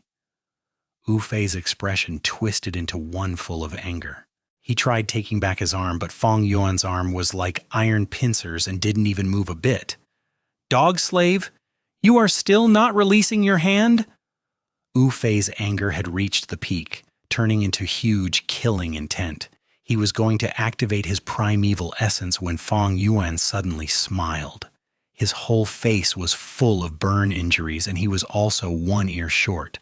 Right now, as he smiled, he appeared extremely terrifying. Wu Fei's heart immediately palpitated. Fang Yuan had already released his hand. Then, he raised his leg and gave a strong kick at Wu Fei's stomach. Bang! Wu Fei only felt an enormous strength that he had no way to resist attack him. With the intense pain that followed, his whole body flew out of the tent like tattered rags, stopping only after 20 to 30 feet. For a person to shoot out from a tent was a rather big commotion. The surrounding people stopped to watch the show. The tent flap was torn when Wu Fei flew out. From the torn hole, Xianxia and Xiaodie saw Wu Fei lying motionless on the ground. The two were dumbfounded. Merchants always paid particular attention to amiability with others, even putting on smiles when they were wronged. Xianxia's came from a poor background. She had already learned to endure and was used to lowering her head.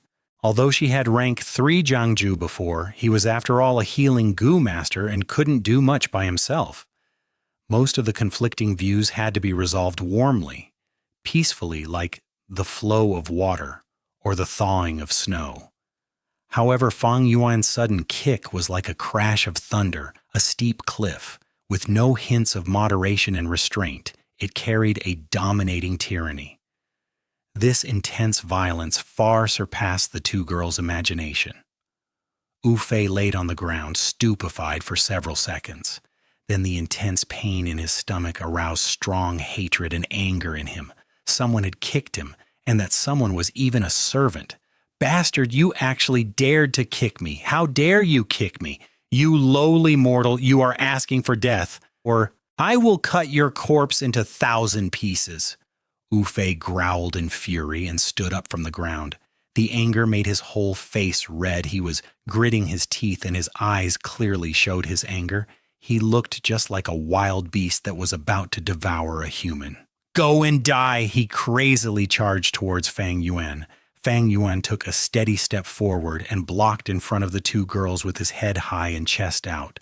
Wu Fei suddenly jumped when he reached close. He reached the heights of 20 feet before diving down at Fang Yuan. I will swat you into meat paste, he shouted and stretched out his two palms. Under the influence of his goo, his palms increased in size by over 3 times. And as it ruthlessly came down on Fang Yuan, even the wind seemed to scream, indicating its violent strength.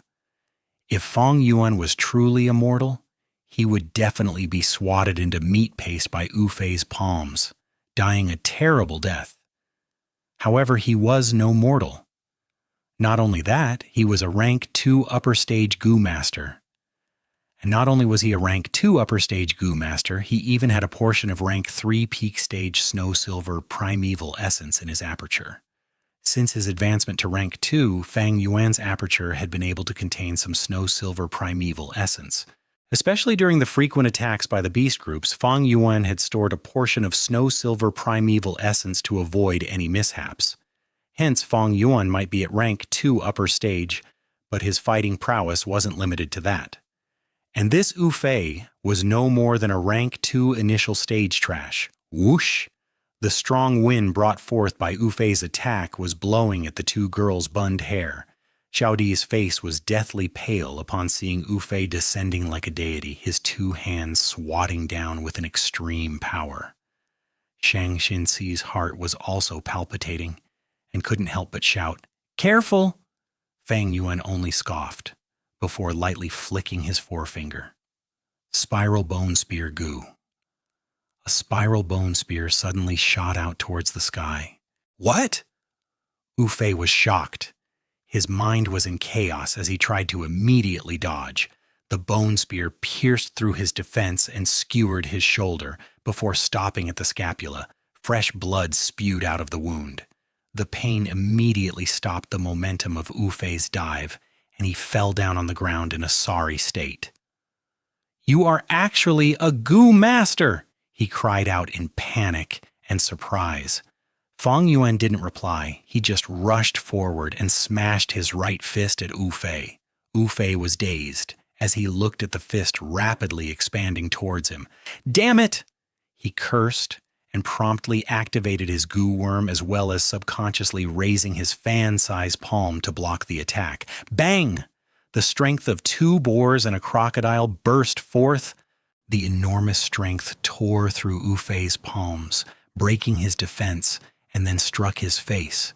His nose bone fractured, and his whole face caved in by the attack. The attack sent him flying, blood spurting out wildly all along the way, and as he fell on the ground like tattered rags, he was already as dead as a corpse could be. "Oh my God, he killed him! A Gu master was killed!" The spectators were horrified. Some cried in fear and some screamed. Fang Yuan's body was covered by a layer of white light. This was the effect of the canopy Gu. He couldn't have used his strength as much as he liked without this layer of defense. "Gu! He is a Gu master!" Xiao Di's eyes widened into the size of saucers. Xianxia was also dumbfounded with shock. She suddenly recalled Fang Yuan's words as she looked at his back. "Those from the demonic path are vicious and merciless. Bai Yun and I are no exception. We have taken lives." They were truly demonic Gu masters. Chapter 2, 151. The son's wrongdoings is the father's failure to teach. Translator, Chibi General Editor, Chibi General, dead. He is truly dead. What happened? What the heck is happening here? Wu Fei's corpse was on the ground like a dead dog. How could it not attract attention? In just a short period of time, the commotion here had become so big that it spread throughout the whole camp. More and more people started gathering. Most of them cried out in surprise when they saw Wu Fei's corpse, as they would start inquiring about the events. In moments, the scene was surrounded by layers of human walls. Whisperings and discussions could be heard everywhere. 2 people suddenly fought, and one died immediately after. It's terrible. He is the killer. Someone cautiously pointed at Fang Yuan. Fang Yuan was holding his arms crossed at his chest and his head held high. He was standing indifferently at the same spot and ignored the discussions in the surroundings as if they didn't exist. Hey, he is only a servant. How could he kill a Gu master? There were naturally people who were doubtful. He is not a servant. I personally saw him shooting out a white spear and also killing Wu Fei in one punch. It frightened the soul out of me. A Gu master who had seen the whole event said, "A white spear?" Chen Xin's heart suddenly jumped when he heard this. He had accidentally witnessed the death of Zhang Zhu, and the image of Fang Yuan's spiral bone spear was deeply ingrained in his mind. Thus, when he heard this sensitive term, white spear, he immediately linked both scenes. What is happening? What the hell happened here? Jia Long's displeased voice traveled over. Ah, it is the caravan leader and the vice leaders too. The crowd quickly made away. Someone is dead. All right, someone was killed. Hey, isn't this Vice Leader Wu's son? The vice leader who looked at this scene commented in a low voice. Just after he finished speaking, a mournful scream resounded in everyone's ears. Ah, my son! What happened to you? What happened to you? A figure rapidly ran to Wu Fei's corpse. Then his movement slowed down all of a sudden. This person was Wu Clan's Wu Yanggong. He was short and thin with an aquiline nose. Wu Fei's face was completely smashed. His brains and blood mixed together to form a small puddle on the ground. It was clear his life force was already completely extinguished. Ouyang fixed his eyes at his son's corpse, tears rolling down his face. "My son, you died such a terrible death. Who was it? Who was the one that killed my son so viciously? I am going to rip him into pieces." He was ballistic with anger, and his scream was like the ravings of a madman. Seemingly as a reply to his question, every gazes gathered on Fang Yuan. Fang Yuan sneered and calmly said, "Ah, of course it is me. Are you blind? I have been standing here for so long and you couldn't see me." Such an arrogant reply caused the crowd to immediately fall into a clamor. Jialong and other vice leaders also couldn't help frowning. Fang Yuan's fearless appearance was causing them to hesitate. In particular, Fang Yuan's servant clothing made them unable to see the ins and outs of this situation. Thus, they cautiously chose to stay on the sidelines. "You are the killer?" Ouyang stared intently at Fang Yuan with gaze as sharp as a knife. But despite being almost crazed with hatred, he didn't make a move. Fang Yuan was slightly surprised. His own son was lying dead in front of him. But this Ouyang was actually restraining his killing intent and didn't rush at him. Actually, who among those who traveled outside to trade weren't observant? Ouyang had lived for so long and was habituated to life or death in his travels. He was an elder, and being able to stand in such a high position in Clan was a proof of his ability. However, him not making a move didn't mean Fang Yuan wouldn't. In all honesty, Fei's appearance had made Fang Yuan extremely happy. He would make an example out of him as a warning to others, and his strong presence could then awe the crowd. But just an Fei wasn't enough for it. But what if he added in this Ouyang? Ha ha ha, that would be perfect. Fang Yuan's lips curled up into an evil smile as he thought of this. "Old man, you appeared just in time. Your son dared to be disrespectful to my clan's lady. The anger in my heart has yet to dissipate. Your son committed a crime because you didn't discipline him properly. You are the main cause of this. Now pay with your life." After saying this, he ran forward, and in a blink of an eye, he was almost about to collide against Ouyang. Ouyang's beard flew with rage. What was this nonsense? What twisted reasoning was this? This guy was clearly the killer, but was framing him as the main culprit. He was no longer able to restrain his anger and fiercely struck back at Fang Yuan. Bang! The two collided against each other. There was a muffled sound and wind surged around them. Fang Yuan continuously took 5 to 6 steps back before he was able to mitigate the impact. The light armor on him flashed weakly several times and then stabilized. In his aperture, Canopy Goo had already become listless. In contrast, Ouyang was sent flying like a puppet with its strings cut. He puffed out blood in midair and could barely stand up when he fell on the ground, his face already pale as paper. Anyone could see who was stronger. How could this be?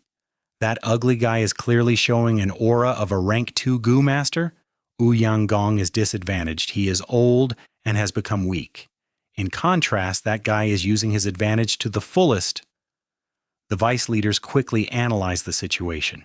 "You are courting death!" Ouyang managed to recover after their initial confrontation. His anger flourished even more, wishing he could immediately rip Fang Yuan into pieces. Just before, he hadn't expected Fang Yuan to make the first move, and not having any information on Fang Yuan, under the urgency of the situation, he couldn't think properly and chose to meet Fang Yuan head-on. "Rascal, I will let you know the difference between rank 2 and rank 3. Ouyang roared in rage and charged at Fang Yuan. Fang Yuan was fearless as he maintained the Canopy Goo. With a spiral bone spear in one hand, blood moon goo in another, and jumping grass on his feet, he also rushed towards Ouyang. The crowd quickly retreated, opening up a huge empty space. Ouyang was at rank 3 initial stage, and Fang Yuan was at rank 2 upper stage. The difference between their cultivation bases was extremely far, with the separation of a small realm and a big realm on top of that. However, Fang Yuan's situation was very unusual. He possessed snow-silver primeval essence borrowed from Bai Ning Bing, and mostly used rank 3 goo worms. His total fighting strength was even higher than Ouyang. The two fought for 5 rounds, but Fang Yuan was still at the dominating end. The crowd were aghast at this situation.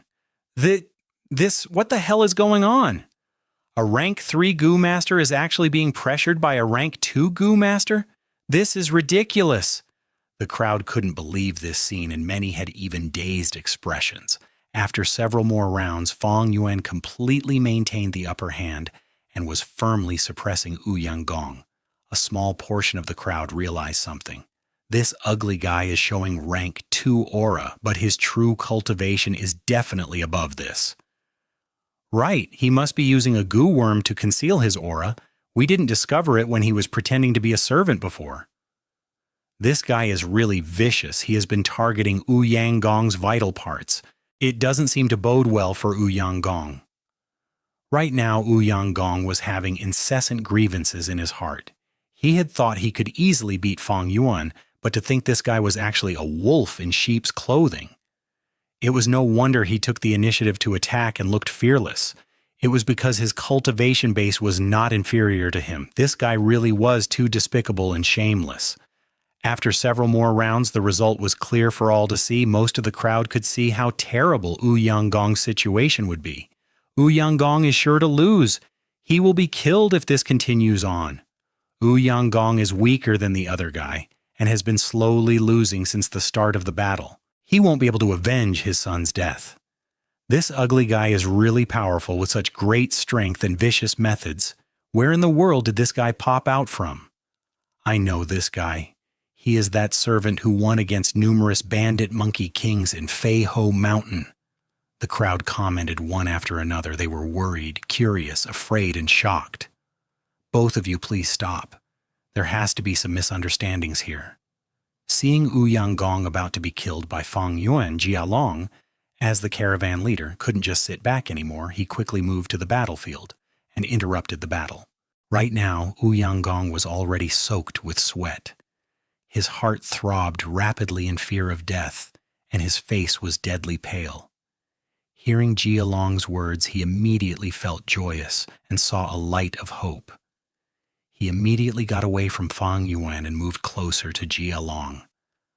Fang Yuan quickly swept his eyes and realized he would not be able to reach Wu Yangfei in time. He gave a loud laugh, and his momentum stopped. Brother Jia Long came in time. Let's use the bone spear to kill him together.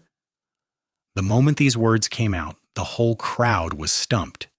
This ugly guy knew leader Jia Long. This was the first thought the crowd had. Greeting in such an affectionate way, their relation looked pretty good. This was the second thought the crowd had. No, he might be intentionally saying this to mislead them. This was the third thought the crowd had. As the proverb goes, people involved in the situation are baffled while the spectators observe clearly. The spectators weren't battling. Naturally, they could think more clearly. At this moment, Jia Long was feeling bewildered because he had never even exchanged a word with Fang Yuan before. Wu Yanggong was even more bewildered. He couldn't come to a judgment as to what relation Jia Long and Fang Yuan had. He knew Fang Yuan could just be bluffing. But what if it was true? If it were to be true, then he would be pincer attacked by Fang Yuan and Jia Long. It was a matter concerning his own life.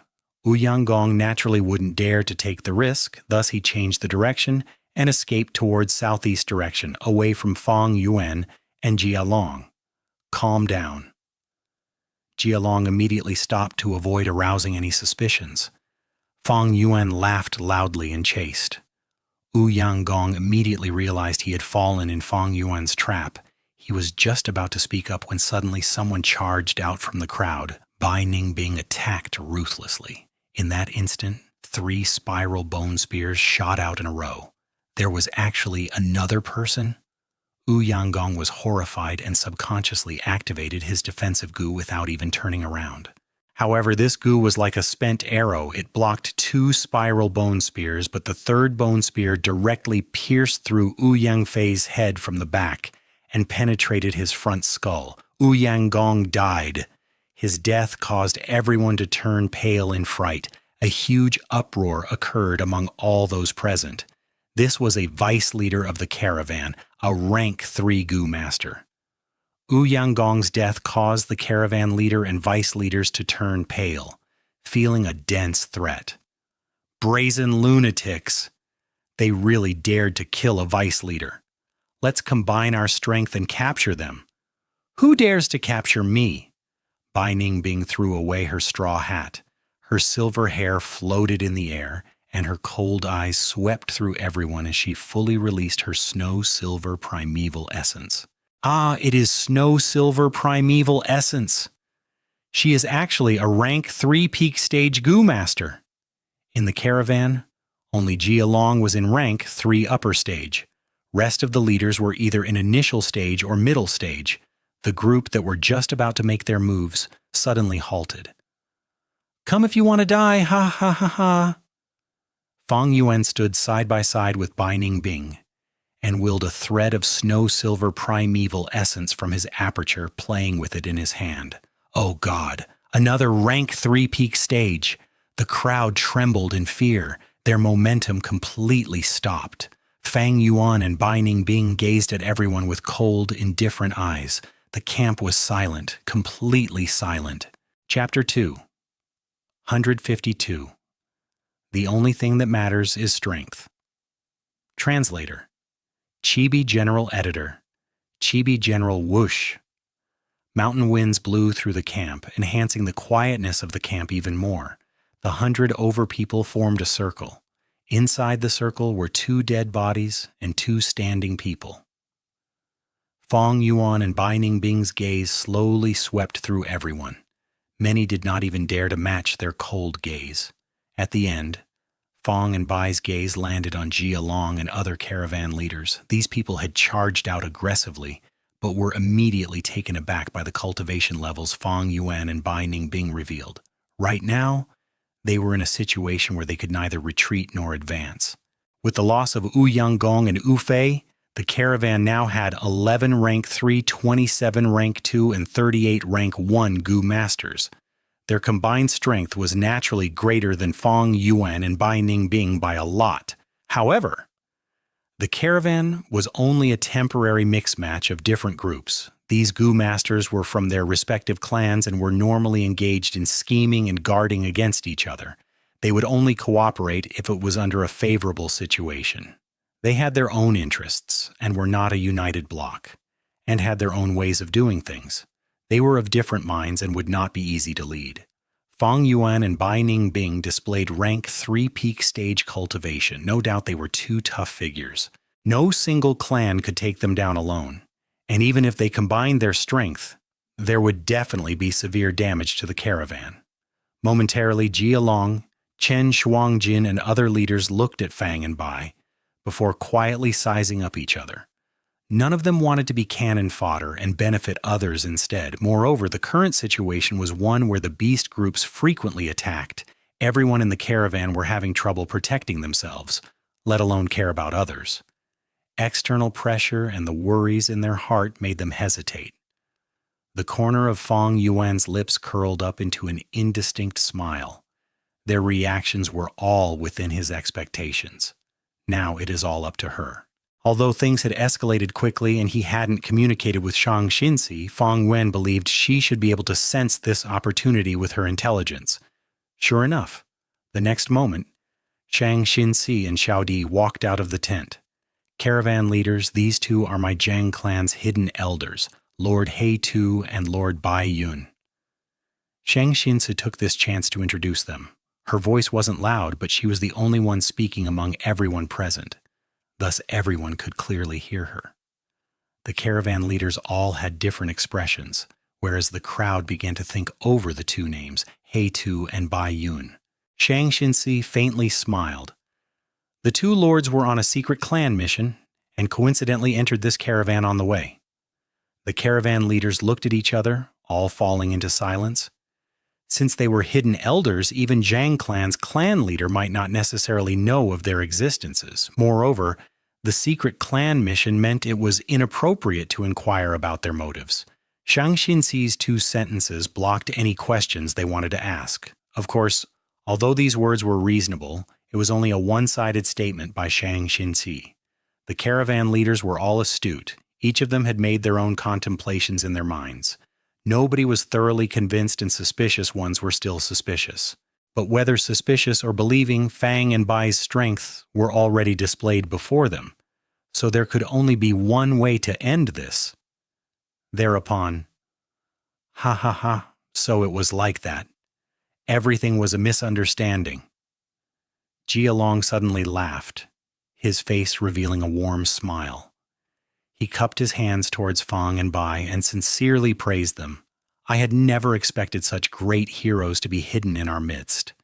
This father and son from Wu clan were indeed too unreasonable, and their way of doing things were also questionable. I have already persuaded them many times before, but a pity they didn't take it to heart. Their execution today can be said to be their just deserts. These words had immediately concluded this matter. The other vice leaders also responded at this moment, cupping their hands at Fang and Bai while cursing Jialong inwardly for being shameless. Zhang clan is well known, and is worthy of being one of the top clans of our southern border. I am Lei Gongqing of Lei clan. It is my good fortune to be able to meet both of you. It is our great fortune that both of you have exterminated evil for us. The vice leaders were all full of smiles as they said nonsense, twisting logic as they pleased. The killers became the righteous representative, while the Wu clan's father and son became evildoers. As for Wu clan's other Gu masters, there were only 3 of them remaining. Who cared about their unsightly expressions? In any case, Wu Yanggong was dead without a rank 3 Gu master who would dare to be bold. Who could stand up for them? "You scoundrels, still not greeting the 2 lords?" one of the vice leaders shouted while pretending to be displeased. "We pay respects to Lord He-Tu and Lord Bai Yun." Over 20 people immediately bowed and greeted Fang and Bai. The whole camp was again sent into a clamor. The caravan has suffered heavy losses and is on the brink of crisis. It is our fortune to have met both of you. Please, I invite you into the tent to further discuss our situation. Jialong walked closer and invited them sincerely. Fang Yuan and Bai Ningbing glanced at each other before Fang Yuan walked towards Xianxia and consulted, "Xinxi, what is your opinion?" Seeing this scene, Jialong immediately raised the status of Xianxia in his mind. Xianxia slightly shook her head and spoke with a delicate tone. "I am tired. It is better for the caravan leaders to discuss together." Fang Yuan inwardly praised her intelligence. This was just the time to take a step back to make an opportunity for greater advances later. He nodded and said in agreement, "Our Zhang clan's goods have all been donated. We have no interest towards these and will not interfere." Jialong hesitated and was about to persuade, but Xianxia had already turned around. Fang and Bai also left in an impressive way without giving any opportunity to Jialong, leaving behind this crime scene for others to deal with. "All right, everyone, get back to your work now. The camp still needs to be strengthened. It is a good thing 2 rank 3 peak stage Gu masters appeared, and the Wu clan's people clean up these 2 corpses." The only 3 remaining Gu masters of the Wu clan ran over. 1 rank 2 middle stage and 2 rank 1 Gu masters. Tears flowed down their faces as they held in their hatred, lowered their heads, and carried the father and son's corpses. The crowd slowly dispersed. The high-spirited caravan leaders couldn't maintain their composure any longer when they were back at the tent, their expressions fluctuating as the hypocritical smiles disappeared from their faces into solemnness, bewilderment, indifference, and worry. Jialong slowly sat down on the main seat and spoke with a gloomy voice. "The sudden appearance of 2 Gu masters, what do you make of it?" "Humph. These are 2 lawless lunatics publicly killing people. That pitiful Wu Yanggong, we were just here sitting with him a moment ago. I feel like these 2's origins are highly suspicious. What hidden elders? That is only that Zhang clan girl's one-sided statement. From these 2's behaviors, they are very likely to be demonic Gu masters." "That's right, occasions like demonic paths Gu masters entering the caravan are common. I bet that Zhang clan girl was threatened by them." Jialong nodded. "My thoughts are also about the same as yours. Zhang clan's proud personality and their strengths are all known to us. How could there be any hidden elders? But these 2 are vicious and also rank 3 peak stage. Yes, this is troublesome." These two don't look to be old, but have already reached rank 3 peak stage. Such talent. Ha ha ha. Everything has merits and demerits. The way I see it, this is also good. Their strengths will greatly increase our power. A vice leader spoke. The crucial thing is, how can we use them for our benefits? Just now, I took the initiative to invite them to discuss these matters and make them work for us, but it ended up in failure. Jialong heaved a sigh. Not lending their strength? When the beast groups attack, who can do nothing? By then, it's not up to them. A vice leader spoke in a displeased tone. This matter needs to be considered properly. Demonic goo masters are arrogant and unyielding. Trying to force them with only external pressure won't work. They need to be pressured from both inside and outside. I'm not sure what Brother Gongsun is suggesting. My suggestion is simple, but I'm afraid you might not like it. It is to give a portion of the goods to those two. They will naturally step forward to protect their goods when the time comes. The camp fell into silence immediately. Jialong looked around before speaking. This suggestion is good. Humans die for wealth, and birds die for food, without any clans backing. Demonic goo masters have an intense thirst towards cultivation resources. Moreover, you don't need to be worried about incurring losses. Did you forget Clan? The pondering gazes of the group immediately started brightening. Fang Yuan and Bai Ningbing's sudden appearance had made Zhang Clan into an influential force in the caravan, while Clan was thrown by them into the weakest position. Clan's father and son were dead.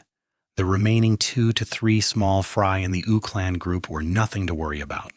The goods held by Clan seemed quite substantial. Uncle, I have an important matter to inform you. Chen Xin had constantly been paying attention to the tent, and once the discussion inside was over, he approached the Chen clan's caravan leader, Chen Shuangjin. Chen Shuangjin grabbed his hand. I know what you want to say. This is not the right place. Let's go. The two returned to their own tent, and after confirming no one was eavesdropping, Chen Xin spoke. Uncle, do you remember I reported to you about how Jiang Zhu was murdered? Chen Shuangjin's face was grave as he nodded his head. Jiang Zhu was killed by someone with bone spears, and today, that He Tu and Bai Yun also used bone spears. That is it. Uncle, those two are harboring some unfathomable motives, are very ruthless. We need to make their crime known and combine our strength to kill off this danger early. Chen Xin was agitated. Chen Shuangjin slowly shook his head and sighed. Chen Xin was puzzled. Uncle, you don't approve? It is not that I don't approve, but that it is not feasible. I saw with my own eyes we have evidence. As long as we announce the matter about them killing Jiang Zhu, no one will tolerate these backstabbing traitors. Evidence? There is witness testimony, but what about material evidence? Chen Shuangjin scoffed. Even if we have material evidence, what good it would do? My nephew, only evidence is of no use. The main thing is whether you have the strength. Just before they killed the Clan's father and son, you also saw that and others also saw it. We are all witnesses, but is it any use? We are all from different clans, but with us having different motives, how could we deal against these two foes? Uncle, are we going to just ignore them? They are too dangerous. I can't even sleep properly. What if they find out that I know? The more Chen Xin spoke, the more fearful he became. You think too greatly of yourself. You think they don't know about you? Maybe they already know, or maybe they already saw you but didn't make a move. Why is that? Because you are nothing to worry about. Chen Xin, stop being naive. In this cold world, the only thing that matters is strength. Chen Shuangjin heaved a deep sigh. Chen Xin remained dazed at the spot. He clenched his fists. His uncle's words struck his young heart, and he couldn't say anything for a long while. Chapter 2, 153. Only the dead are clean. Translator Chibi General Editor, Chibi General.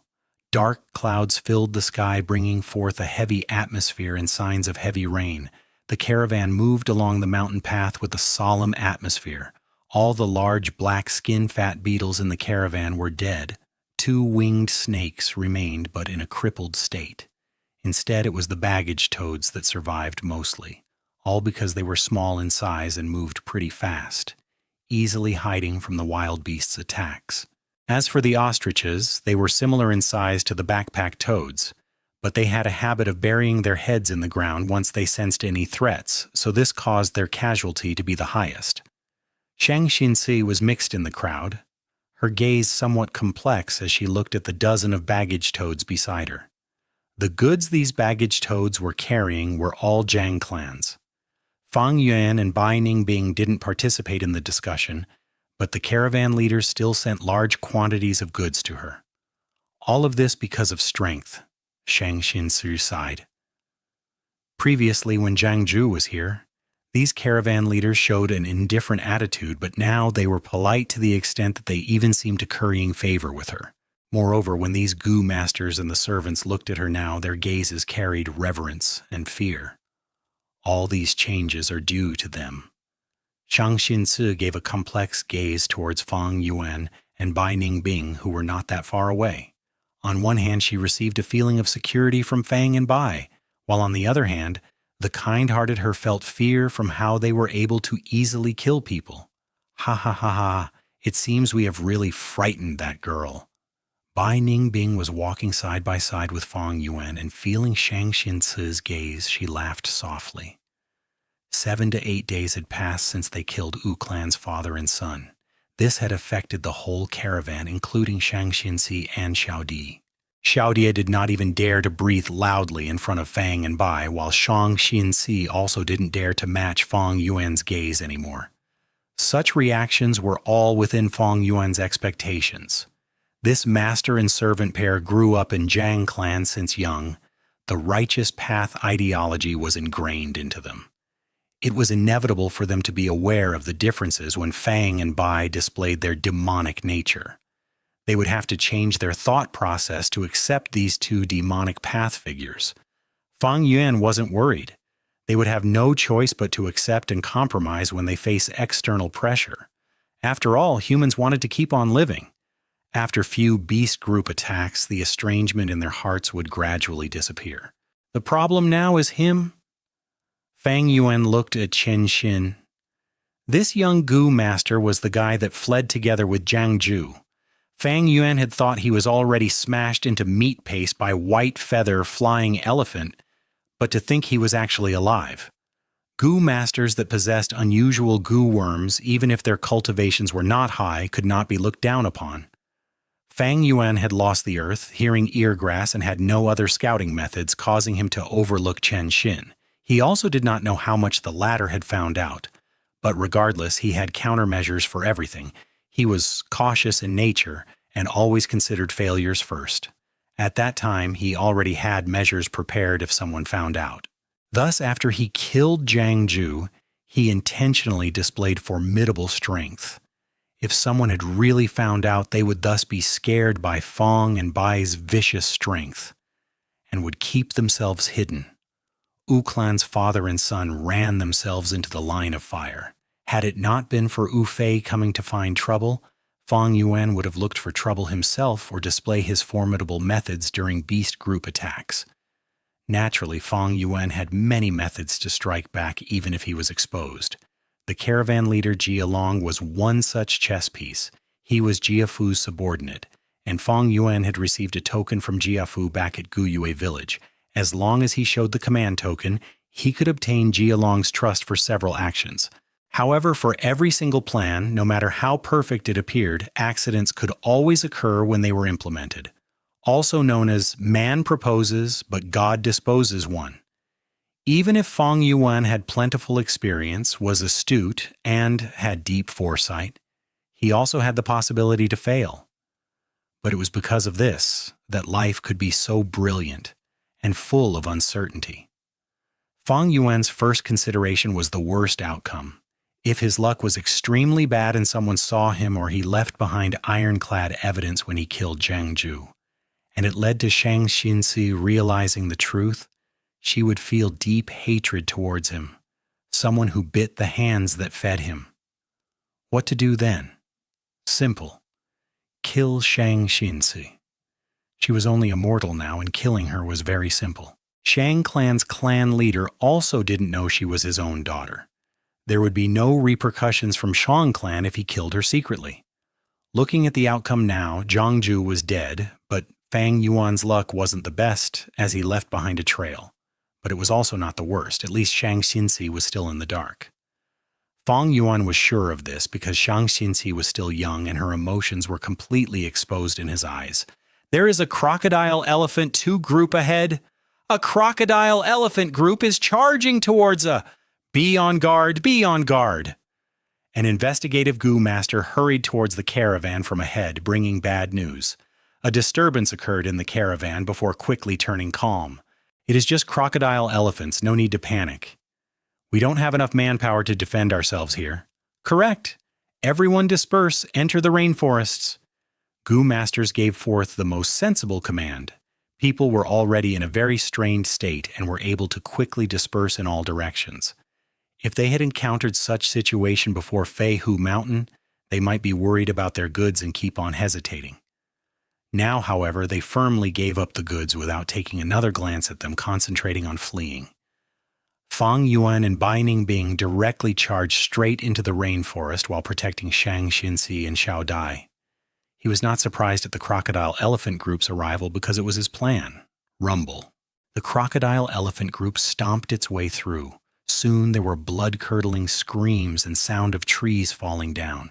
Fang Yuan carefully led Shang Xinci and others through the rainforest, but there were too many crocodile elephants. They still ran into one. Crocodile elephants were small in size, about the same size as yaks, which allowed them to be more agile. Their whole body were covered in scales like that of a crocodile with defense that far surpassed white feather-flying elephants. Their tails that was similar to that of crocodiles, trailing along the ground. Ah! Xiao Di let out a scream upon the sight of this hill-like crocodile elephant charging at them. Shang Xinci was also pale. No need to worry, Fang Yuan indifferently said before charging towards the crocodile elephant. One human and one elephant collided midway, their collision producing a loud sound. Fang Yuan took 2 steps back, and the white light armor on his body flickered thrice. But that crocodile elephant, its skull directly shattered and blood spurted out as it fell on the ground, pushed back by a dozen steps before colliding against the trunk of a large tree and stopped. Amazing! Xiao Di's eyes were wide open with shock. This was an ordinary crocodile elephant and not a 100 beast king, while Fang Yuan possessed snow-silver primeval essence along with the strength of 2 boars and a crocodile. Handling it was naturally very easy. However, Shang Xinci and Xiao Di had never seen such fierce scene. Zhang Ju did not have great physical strength and was also a healing Gu master, so he relied mainly on dodging and assisting during a battle. Fang Yuan, however, met the attack head-on, fighting without restraint. This naturally left a deep impression on the master and servant pair. About 2 hours later, the crocodile elephant group gradually left, and the caravan group started walking out of the rainforest. After the casualties were counted, they had only lost a Gu master and a dozen servants. It was not a big loss. The caravan set on their journey again after reorganizing all the goods. Several days later, they were out of Xianxia mountain region and began their journey to Mubei Mountain. Within the next half a month, the caravan was attacked by black rock bears, iron-crowned deers, and other beast groups. And because Fang and Bai acted as inseparable bodyguards, Shang Xinci and Xiao Di suffered no harm. This close contact all the time started to change the master and servant's attitude. Shang Xinci started to get much closer to Fang Yuan, cheerfully talking with him and no longer evading his gaze. Xiao Di had completely changed into a worshipper of Fang Yuan and Bai Ningbing. Worshipping the strong was the character of all living beings because strength meant higher probability of survival. Moreover, Fang Yuan and Bai Ningbing were people with principles even though they were of demonic path. In the 2 girls' perspective, those 2 did not ask for anything nor took advantage of them, only returning a favor. This conduct was full of heroic aura, and even among righteous path, how many people had such character? No matter how ugly Fang Yuan looked, in the master and servant's heart, he was much more likable than the many hypocritical and crafty righteous path people. Several days later, the caravan entered Mubei Mountain region. Zombies started appearing. Mubei Mountain hadn't always had the same name. Over 100 years ago, there was a large clan on this mountain. A demonic goo master changed everything. He used to be a servant of this clan. At the day of his wedding, his beautiful wife had been seized by a goo master of the clan and humiliated to death. He buried this hatred deep into his heart, and as luck would have it, he obtained the inheritance of Zombie King, a demonic head. After enduring hardships for nearly 100 years with rank 5 cultivation, he commanded an army of zombies and attacked the clan, slaughtering everyone. He did not spare their corpses, turning them into zombies. After finishing all this, he erected a huge tombstone in the ruins of the clan. On the tombstone, he carved his wife's name. This event shook the whole southern border. This mountain has been called Mubei Mountain ever since then.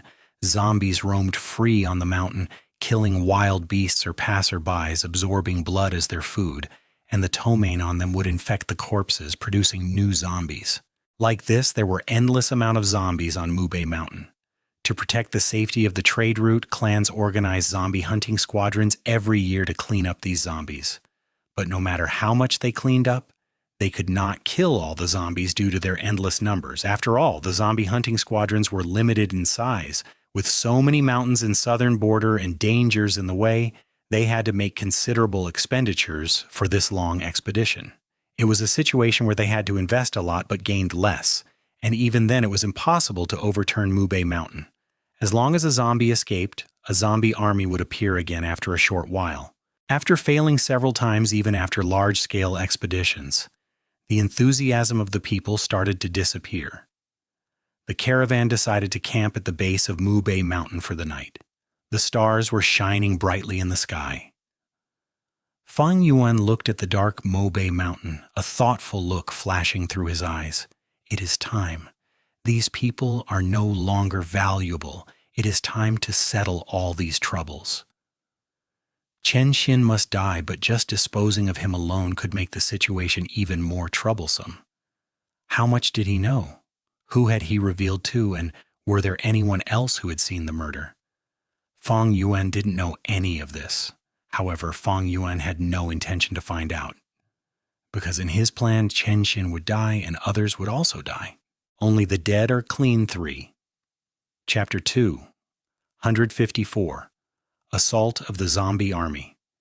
Translator Chibi General Editor Chibi General Ding Hao looked down at the caravan from the base of the mountain as he hid behind some bushes, licking his lips excitedly. According to the information in the cave, as long as I kill 1,000 people and amass a zombie army, I can leave this place and go to Jiaozhe Mountain to become a formal disciple of Master. Ding Hao was originally a villager, but was recruited to be a laborer by a passing caravan. However, the caravan was attacked by a large number of zombies when they were passing through Mubei Mountain. He was abandoned along with dozens of other servants as cannon fodder.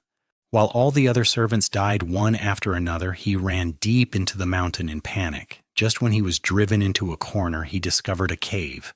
None of the zombies dared to approach this cave. He entered this cave and discovered a demonic inheritance. As it turns out, this was the hidden inheritance of that demonic goo master who killed the whole clan and erected the tombstone in the ruins. This inheritance was deeply hidden, and only mortals were allowed to inherit it. Ding Hao awakened his aperture in this cave and began to cultivate, passing each test one by one.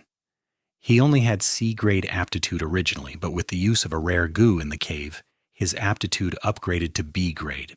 He concentrated fully on cultivating, and after spending over 8 years, he reached rank 3 realm, which was the criteria to enter the final secret chamber. The final secret chamber contained a stone slab which had an inscription left by that demonic goo master. I profess myself as the second zombie king. If a fated individual truly arrives here, if you so wish, you can go to Jiaozhe Mountain to be my official disciple and follow me to roam the southern border. As the final test, the second zombie king required the inheritor to kill 1,000 people and also raise a large zombie army. There were detailed standards to the tests, such as how many white hair zombies, black hair zombies, and green hair zombies should be in the zombie army. However, if there was a blue hair zombie, just one would suffice to meet the condition. Ding Hao was an honest man, and honest people usually had a strong point. They were steadfast. He cultivated on Mubei Mountain alone for over 8 years. He had to endure the silence and loneliness, having only the zombies as his companions as he cultivated bit by bit to rank 3. He had been a servant who could only be a spectator to the world of Gu masters, thus he did not understand many things. During the time of his bewilderment, this inscription on the stone slab no doubt gave him a whole new direction and a goal to strive. The fact that the second zombie king had also been a servant, and their backgrounds were similar, resonated even more with Ding Hao's heart. After reading the inscription, Ding Hao started killing people and amassing his zombie army.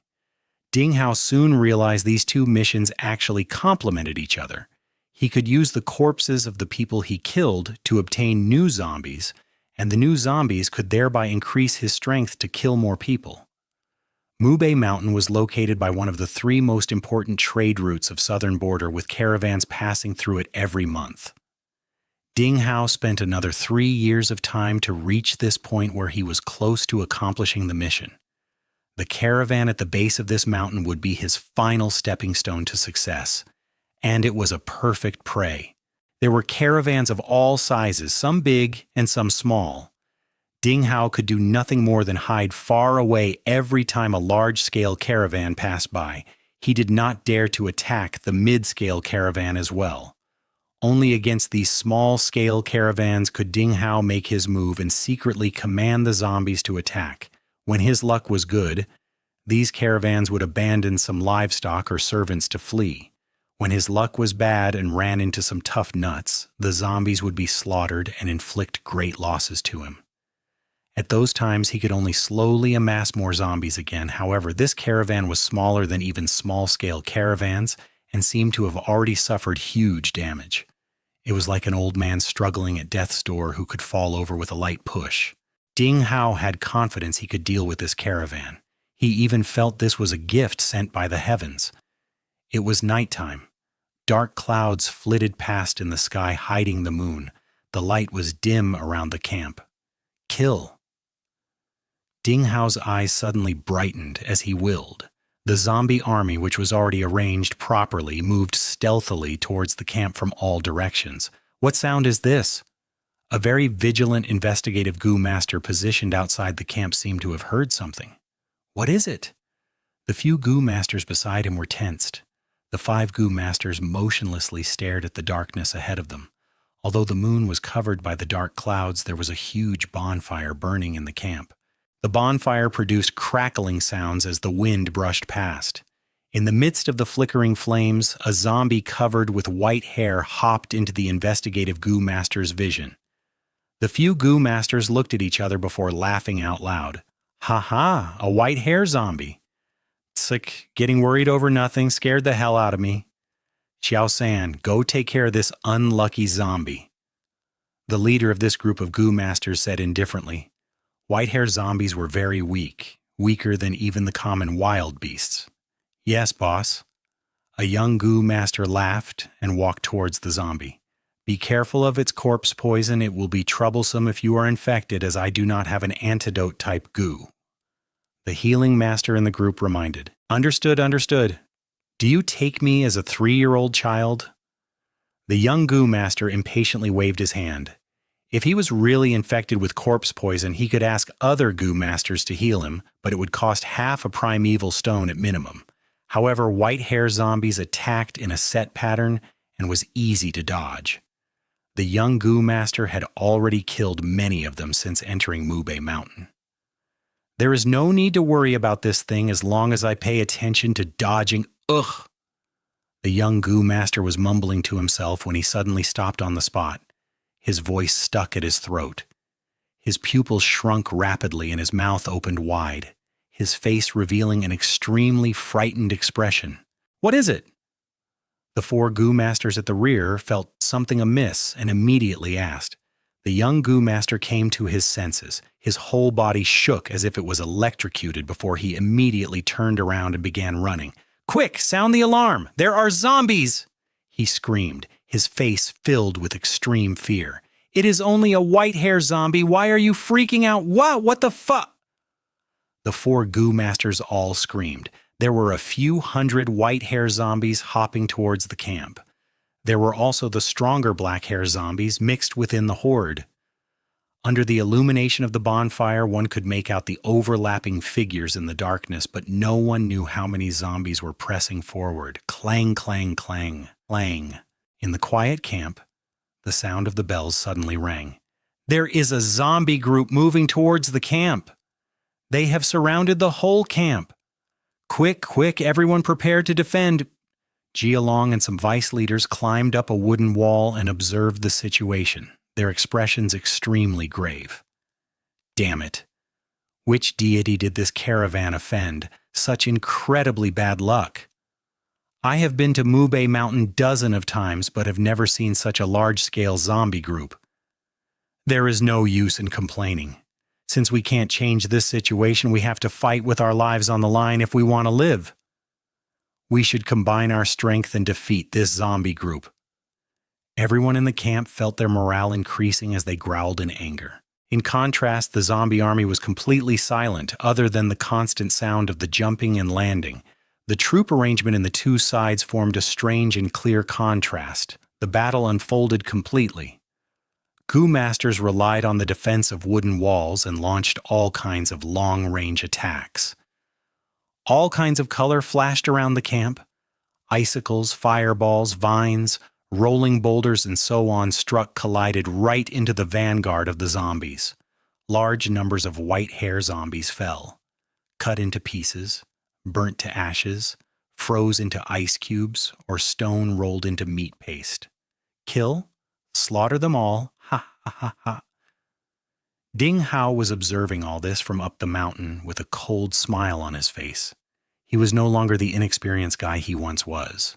These white-hair zombies were cannon fodder meant to waste the Goo Master's primeval essence. Sure enough, after some time, the Goo Master's attacks became less frequent and weak. "I am out of steam. I don't have much primeval essence left. I also need to recover my primeval essence. Can anyone take my place? Damn it, why are these white-hair zombies not decreasing?" There were too few Goo Masters in the caravan, while the white-hair zombies seemed to be endless. Finally, they were able to resist the pressure and reach the wooden wall. Under the attack of the zombie group, these temporarily constructed crude wooden walls immediately let out dangerous creaking sounds. "Damn it! Block them! Block them!" "Call in the reserve forces."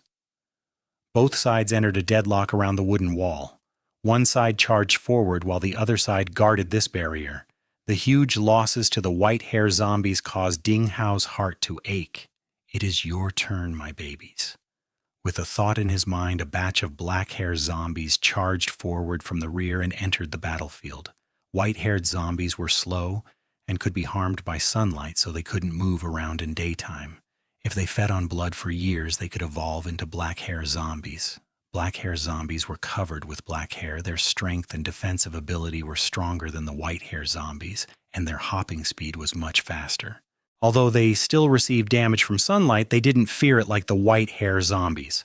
Black-hair zombies had the strength of 100 Beast King. Ding Hao sent over 50 black-hair zombies in this batch, all of them charging forward in a group. They looked for a gap in the camp's defensive wall and immediately destroyed a part of it like dried twigs. Despite the camp sending more manpower to reinforce this gap, several black-hair zombies were still able to charge into the inner camp. A black-hair zombie swept around its arms and sent a rank 1 Goo Master flying. The Goo Master fell on the ground and was unable to stand up immediately. The black-hair zombie pounced at him. "I am finished!"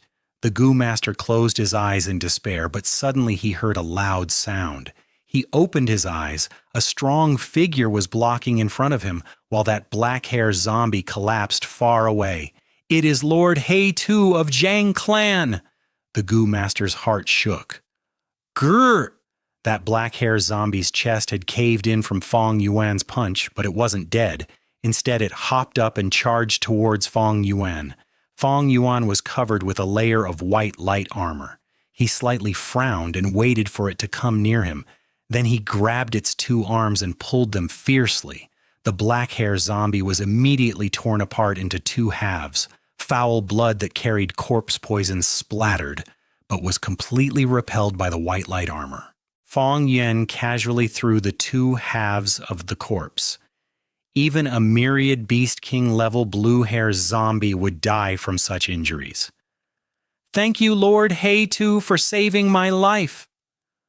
The rescued Goo Master was completely absorbed in Fang Yuan's momentum and said with a voice filled with joy and reverence. Fang Yuan ignored him, but directed his gaze towards the chaotic battlefield. Chapter 2. 155. Ding Hao, get out here.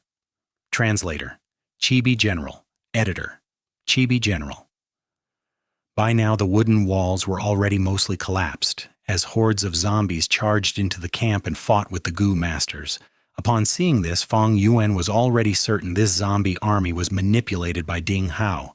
If it was an ordinary zombie group, they would all swarm in like bees, or the black-hair zombies would attack after the white-hair zombies died. Where would there be battle tactics like shown here? Someone was clearly controlling them from behind, and no doubt the one controlling these zombies was Ding Hao. Fang Yuan remembered the second zombie king left behind an inheritance after exterminating the clan on Mu Bei Mountain. The inheritor of this inheritance was Ding Hao. He later went on to become second zombie king's eldest disciple, and although he was of demonic path, he was very loyal. Later in the battle between righteous and demonic on Yitian Mountain, he took the place of second zombie king of his own choice and died in the battle.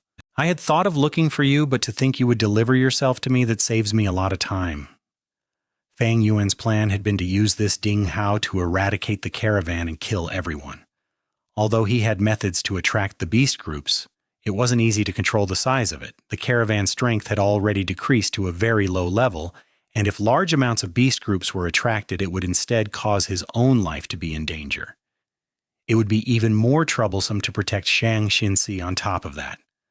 Under such circumstances, Ding Hao was the perfect chess piece. But where is this guy hiding? Fire blazed all around. Fang Yuan narrowed his eyes and observed his surroundings.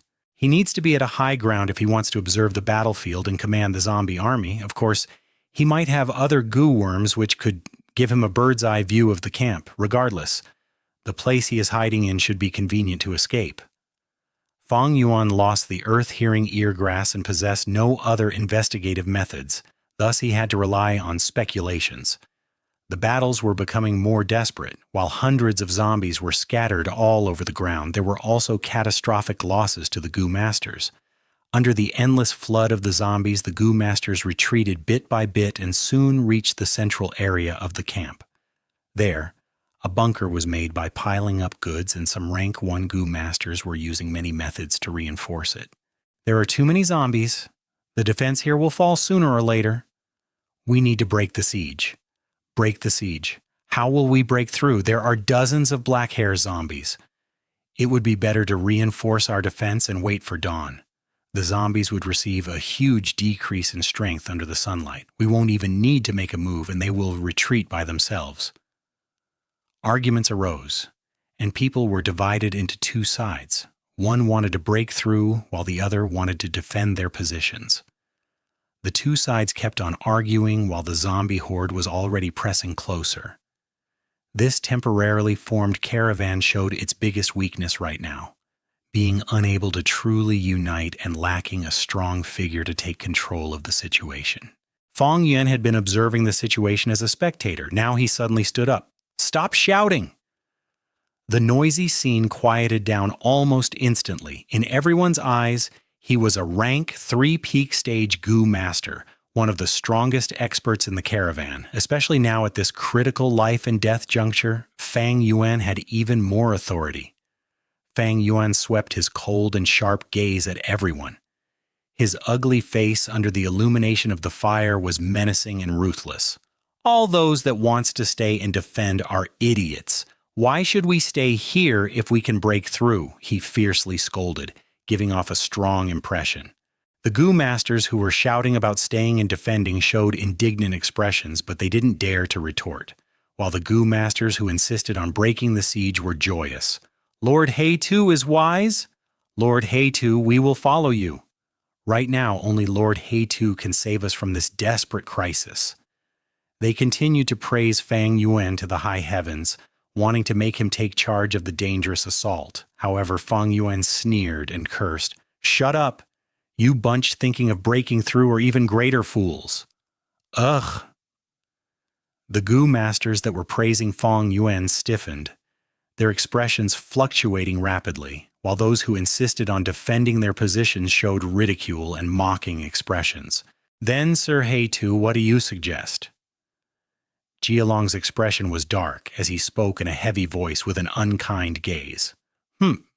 Be it defending the position or breaking through the siege, the situation needs to be investigated properly first. Do you know the scale of this zombie horde? What if there is a large group of them hiding in the darkness? Wouldn't breaking through then be walking right into a trap? And if this is just all of them and you guys insist on defending your positions while you could clearly escape, the bloody odor would attract more zombies and you would just be sending yourselves to death. Fang Yuan spoke with such vigor that his saliva went flying out. Nobody would show a good expression after being scolded harshly. Chen Shuangjin asked in a gloomy voice, "Then what good suggestion do you have?" Fang Yuan opened his eyes wide in anger and pointed at Chen Shuangjin. "You fools, your brain is filled with shit. I have spoken for so long and no one understands. Of course we are going to break through, but first we are going to check our surroundings. Investigative Gu masters, you need to work hard." Being pointed out by Fang Yuan and reprimanded, Chen Shuangjin's expression turned ugly, and a fire burned in his heart. However, he still vividly remembered that time when Fang Yuan killed Wu clan father and son, so he could only suppress his anger. Many became dissatisfied with Fang Yuan's aggressiveness, but at the same time, in this situation, such aggressiveness instead gave them a sense of indescribable security. Soon, a group was organized to break through the siege under Fang Yuan's manipulation. "Break through that direction," Fang Yuan said solemnly as he pointed toward southeast direction. "Yes, Lord Heitu. Remember, scouting is the priority. Protect yourselves and retreat if you can't continue." Fang Yuan smiled and patted the group leader's shoulder. The group leader's heart immediately relaxed, and Fang Yuan's image in his mind was no longer as repulsive as before. The zombie horde reached the final defensive line and battles issued everywhere. Breaking the siege group charged forward 300 steps before they were forced to retreat. Too terrifying. I discovered at least hundreds of zombies in the darkness at that side. The investigative Gu master's heart was still fearful as he made the report. Everyone turned slightly pale at these words. "No problem, take a rest. Second group, break through that direction," Fang Yuan commanded. This group charged through 400 to 500 steps before they had to retreat. "There are too many zombies." The investigative Gu master was pale. Fang Yuan let them rest and said to the newly formed third group, "Go in that direction." "But that side is a valley." The group leader was somewhat puzzled. Slap. Fang Yuan slapped the man. "If I say go, then go." "Don't give me nonsense." The group leader was stunned by the slap, but he didn't dare to meet Fang Yuan's angry gaze, so he turned around and led his group to the direction Fang Yuan pointed. Fang Yuan had organized 3 breaking the siege groups, sending them out to probe the situation and finally rule out the possible areas. The only place remaining is that high slope now. If I am not wrong, Ding Hao is definitely hiding there. Fang Yuan sneered inwardly and continued to arrange breaking the siege groups. These people are really not giving up. Ding Hao's brows furrowed but soon relaxed. "Ha. You guys might have been able to break through if it was an ordinary zombie horde, but too bad for you. This zombie horde is being controlled by me." He mobilized the zombies in the darkness to constantly replenish any gaps. At the same time, he deployed massive forces towards several areas. Several rounds later, the casualties in breaking the siege groups increased to a disastrous amount. "This is enough. Breaking through can't succeed. We can't make any more sacrifices in vain. Sigh, looks like we can only defend our position. Everyone persevere. Endure till the sun rises. These zombies would be weak as paper then. Stop your nonsense. Success is in sight. I will personally lead this time. Bai Yun, you stand guard here to Xianxia. Fang Yuan cursed and aggressively insisted on breaking through. Because of his aggressiveness, Gu Masters could only form another group. 8 Gu Masters charged out with Fang Yuan in the lead. With enormous strength combined with snow, silver, primeval essence, and canopy Gu, he was able to easily force his way through the encirclement. Damn, that side is somewhat thin. Ding Hao also couldn't prevent Fang Yuan from breaking through. He hadn't thought Fang Yuan would choose this side to break through. This side was a dead end, and he had continuously mobilized the zombies to other sides to fill up the gaps caused by the previous breakthrough attempts, causing the zombies in this side to be the least in numbers. They really succeeded. They broke through! The people in the camp were looking at this scene with wide eyes. Although in the process 5 Gu Masters died, Fang Yuan and the 2 other Gu Masters successfully broke through. We are saved! Quick, let's break through that side! Everyone was joyous in the camp. Don't even think about succeeding. Ding Hao gritted his teeth and immediately mobilized zombies to fill the gap. The camp was still in the process of organizing while white-hair zombies were already covering the area Fang Yuan broke through. There were also 5 black-hair zombies pouncing upon Fang Yuan's group. The 2 Gu Masters were shell-shocked. Follow me! Fang Yuan shouted and charged towards the direction where Ding Hao was hiding. The 2 Gu Masters couldn't think properly because of their fear and subconsciously followed Fang Yuan. Choosing to run towards me? Ha ha ha. It seems even heaven wants you dead. Ding Hao's lips curled up as he looked proudly towards 2 zombies beside him. These 2 zombies were huge, with green hair covering their body. They were green hair zombies, which was stronger than black hair zombies and could show a power equivalent to that of 1,000 Beast King during night. Ding Hao was only able to raise these 2 during his many years in the mountain. Go! He willed, and these 2 green hair zombies immediately charged out. 80 steps later, they met Fang Yuan's group. Fang Yuan met one head-on. Even though he had strength of 2 boars and a crocodile, they were evenly matched and both were sent back several steps from the collision.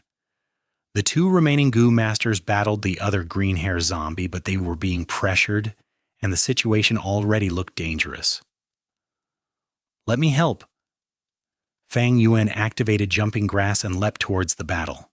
The 2 Gu Masters were exulted and were about to express their thanks, but without warning, 2 spiral bone spears shot towards them. Psh, psh. 2 piercing sounds determined the 2 Gu Masters' deaths. Eh? Ding Hao had been observing the battle, and seeing this unexpected change raised a huge doubt in his mind. This distraction caused the 2 green-hair zombies to slow down. The next words Fang Yuan spoke caused even more shock to Ding Hao, only to hear him shout, "Ding Hao, get out here!" Chapter 2, 156. So you are eldest, senior brother, translator, Chibi General Editor? Chibi General Ding Hao started to get dizzy as if a flashbang went off in his head. Who is this guy? He discovered me and even knows my name. Impossible. I have been so careful all these years, never giving myself away. How could he discover me? Waves rose in Ding Hao's heart, and his thoughts became a whirlpool. The 2 green-hair zombies, along with the black-hair zombies and white-hair zombies around the camp, became still. Everyone in the camp were stunned by this unexpected scene. However, Ding Hao immediately came to his senses and reacted. The battle in the camp resumed. Fang Yuan knew he had already half succeeded upon seeing these 2 green-hair zombies remaining still. He shouted, "Ding Hao, you will regret if you don't come out." Ding Hao was hiding within some bushes. He gritted his teeth and asked while controlling the green-hair zombies to surround Fang Yuan, "Who are you? How do you know my name?" Fang Yuan snorted, "Of course it was my master second zombie king who told me." "Ah?" Ding Hao could not stop but let out a cry of surprise. Master and second zombie king, these words were like a boulder descending and creating a huge wave in his heart. He stood up and walked out of the bushes, his two eyes staring tightly at Fang Yuan with shock and doubt. "Who on earth are you?" Ding Hao anxiously asked. Fang Yuan snorted and said in an overbearing tone, "Are you deaf? Didn't you hear me? I am the second Zombie King's eldest disciple, Hei-Tu. Ding Hao, I will count to 3. If you don't call back these 2 green-haired zombies by then, heh. You are eldest senior brother? Wait a second. How did Lord Benefactor know my name?" Ding Hao held suspicions towards this entire issue, but regardless, he still called back the 2 green-haired zombies to his side. Fang Yuan's expression turned stiff as he scolded, "Who is your eldest senior brother? Master has yet to take you in as his disciple. How dare you pose off as one?" Ding Hao had no way to retort back. Fang Yuan's tone softened. "Don't you talk to the stone slab all day? How could Master not know your name?" "Ah!" Ding Hao uttered a cry of surprise. All these years he had lived alone with only the zombies as his companions. When he felt depressed and painful, he would go to the final cave and pour out his heart to the stone slab. He had never expected Fang Yuan to expose his secrets with one remark. I thought that was an ordinary stone slab," Ding Hao stammered. What level are you at? Of course you cannot understand the profoundness of the stone slab. Master has vast powers. How would you be able to see through it?" Fang Yuan disdainfully sneered. In actual fact, even if a rank 9 Gu master were to see the stone slab, they wouldn't be able to see the profoundness of it. That was just a common stone slab. However, in Fang Yuan's previous life, Ding Hao himself had personally narrated it in his recollection of his struggles in life after he made a name for himself. Ding Hao licked his dry lips. He was almost fully convinced, but he still had some doubts. He gave a deep bow towards Fang Yuan and cupped his hands. "Lord Hei-Tu, since you are Master's disciple, then please show me our unique characteristic, the Zombie Heart Gu." Zombie Heart Gu was a Gu specific to the Zombie King's lineage. It resembled a heart, had 7 holes, and was stiff as stone. It was a rank 3 Gu, was cold to the touch, and seemed to be made of bronze. Zombie Heart Gu could produce rank 2 Running Corpse Gu. It was similar to Charred Thunder Potato Mother Gu, which could produce Charred Thunder Potato Gu. Rank 2 Running Corpse Gu was also a consumable Gu, and was used on corpses to form zombies. However, it had an advantage over Charred Thunder Potato Gu. The zombies it created could grow up and advance a stage. For instance, white hair zombies could become black hair zombies could become green hair zombies, and so on. Fang Yuan possessed Charred Thunder Potato Mother Gu, but he had no Zombie Heart Gu. However, he was not in the least nervous towards Ding Hao's request.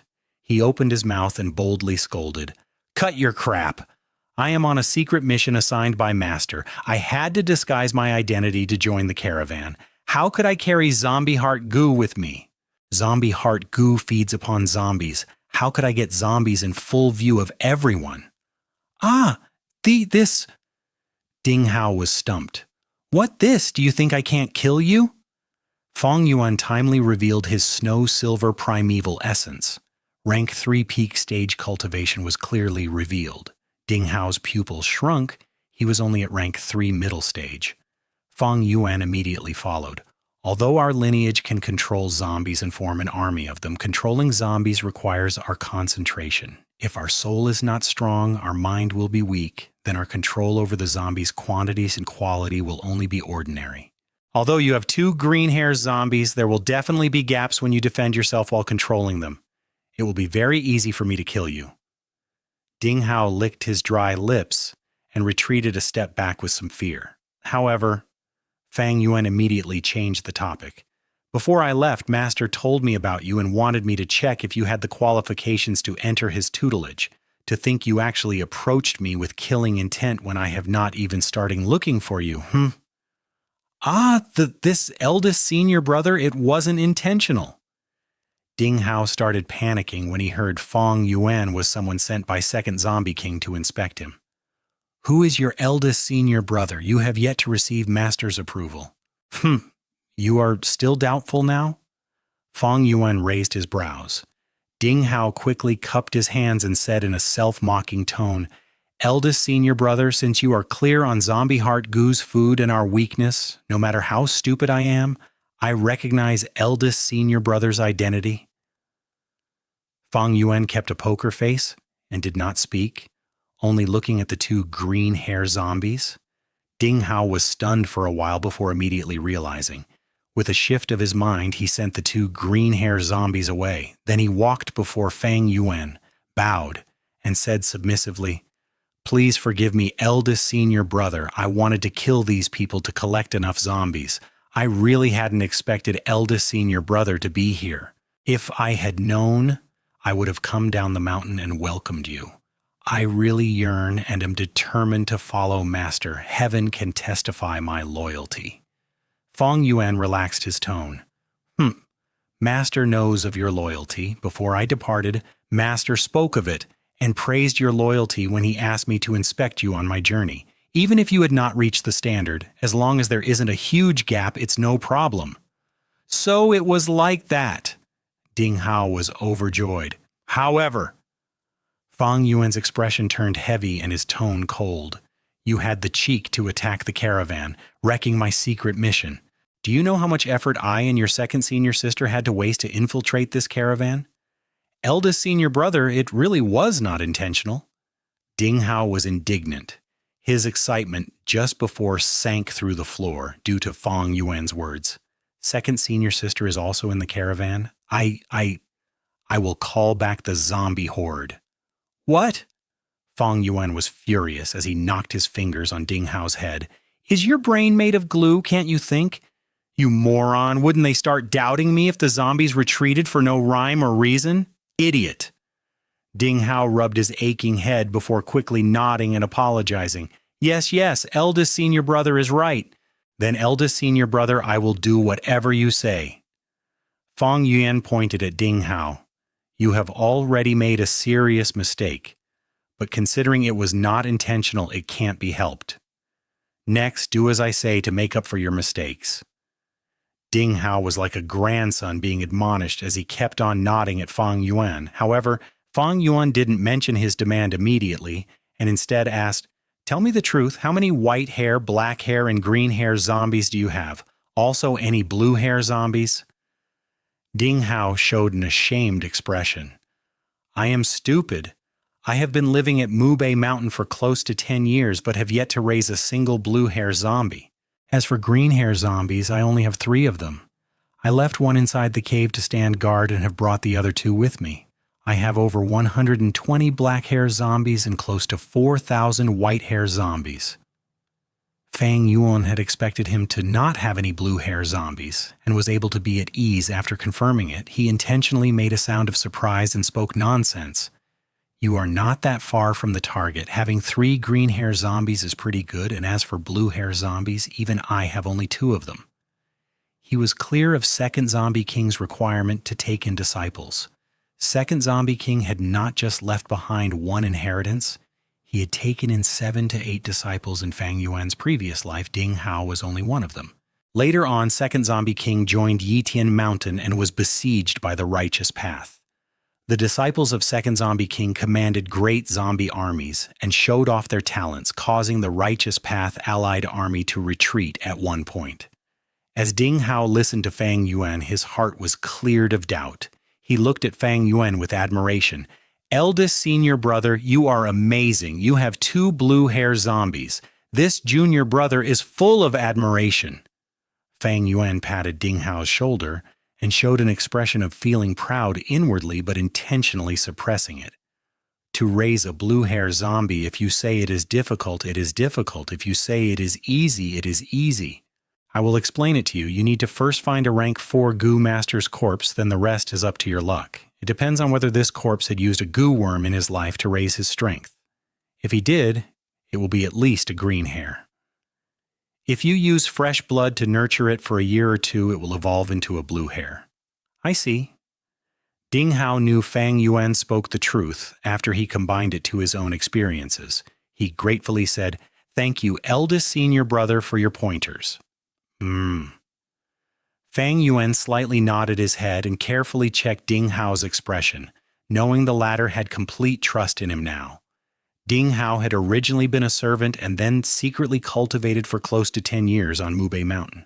His honest character made him easy to deceive. In fact, even those who were very scheming would be moved by Fang Yuan's words and would at least believe most of it. No use in crying over spilled milk. Act with me, and if your performance is good, I will give you a pass from my side, Brr, Fang Yuan said.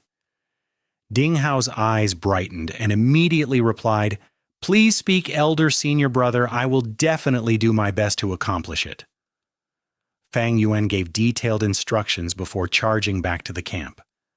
With Ding Hao's secret cooperation, Fang Yuan returned beside Xianxia without any mishaps.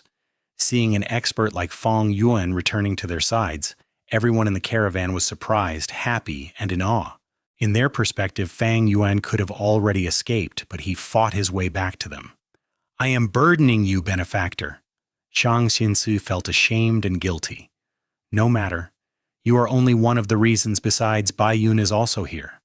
Fang Yuan shook his hand, and intentionally said this, making Xianxia and Xiao Di feel even more moved. Bai Ningbing glanced at Fang Yuan with doubt. Fang Yuan vaguely winked at her. She immediately realized he was up to no good. Chapter 2 157 A Spear from Behind Translator, Chibi General Editor, Chibi General. The zombie horde's attacks gradually slowed down and the situation came to a standstill. Time passed minutes by minutes. Occasionally, some Gu Masters heroically sacrificed themselves or zombies fell down. 2 hours later, Ding Hao followed Fang Yuan's instruction and steeply increased the attacks of the zombies, breaking the defensive line that was hanging by a thread. There were only 30 or so people in the caravan now. They had to break through. They were all of one mind on this, as every one of them could see that there was a chance at survival if they broke through. And if they insisted on defending their positions, their deaths were certain. To break through would also be a desperate struggle. Layers upon layers of white hair zombies had encircled them, and there were also black hair zombies obstructing them. "Give up on these mortals, they will only slow down our speed," Jialong shouted. Xianxia and Xiao Dai became pale. "Don't worry, I am here." Fang Yuan defended them. All the remaining mortals were ruthlessly abandoned. Only the two of them remained. Jialong and other Gu Masters didn't dare to say anything since they had to rely on Fang and Bai's strength. They were progressing shakily through the siege, and just when it looked like they were about to break out, 2 green-hair zombies appeared. "We will go back." Fang Yuan pulled Xianxia and Xiao Dia and said in a soft voice, "Bai Ningbing stopped. Weren't they entering into the encirclement again by going back?" However, Fang Yuan was already retreating towards the back with Xianxia and Xiao Dai. Bai Ningbing gritted her teeth as she looked at the empty field in front of her. But she still turned around and followed Fang Yuan. The other Gu Masters fell into a chaotic battle against the 2 green-hair zombies. Green-hair zombies were as strong as Thousand Beast King, and though there were many rank 3 Gu Masters, they were already exhausted. As their battle with the green-hair zombies continued, the surrounding black and white-hair zombies closed in on them. This instead caused the pressure on Fang and Bai to decrease greatly. Fang Yuan retreated dozens of steps before he started breaking through again. Numerous white-hair zombies were blocking their way, but Fang Yuan just plunged and dashed. The power he displayed was extremely high. White-hair zombies died everywhere he passed.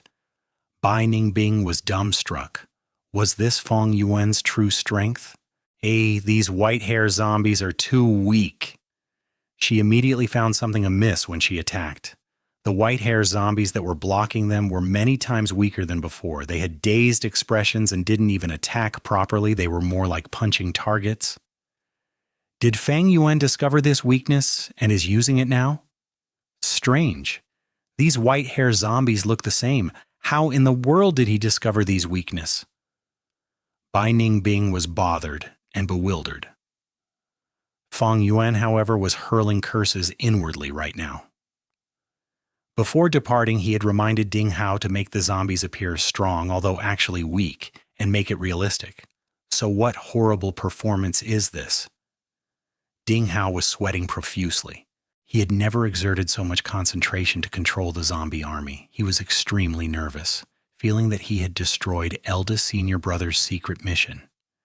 Guilt and worry made him cooperate with Fang Yuan's act with all his efforts. It was okay when he didn't know Fang Yuan's identity, but now that he knew Fang Yuan was his eldest senior brother, how could he dare to truly attack him? Amazing!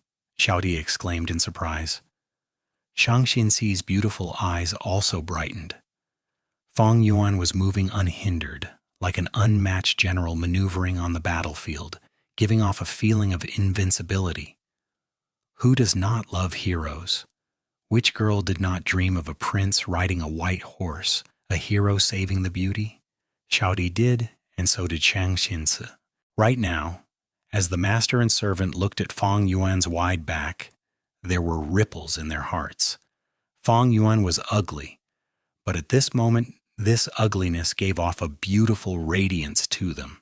His bravery and spirit gave an indescribable sense of security to these two girls who were in this dangerous situation. They could not help but want to rely and depend on him. Such terrible acting, this coward! Fang Yuan really wanted to kick Ding Hao to death. His thoughts moved rapidly and he could make out Ding Hao's mental state. It seems I have no choice. Fang Yuan narrowed his eyes, then he resolutely deactivated Canopy Goo and charged towards an attacking white-hair zombie. His flesh was torn open. Fang Yuan got injured. Good, this is how it should be, Fang Yuan happily thought. This was the best chance to win Xianxia's trust. How could he let it go in vain? Damn it! Bai Ning being cursed and immediately rushed towards Fang Yuan, abandoning Xianxia. Fang Yuan had the Yanggu on him. That was the key to her reverting back to a man, and it could absolutely not be lost. Oh my heavens!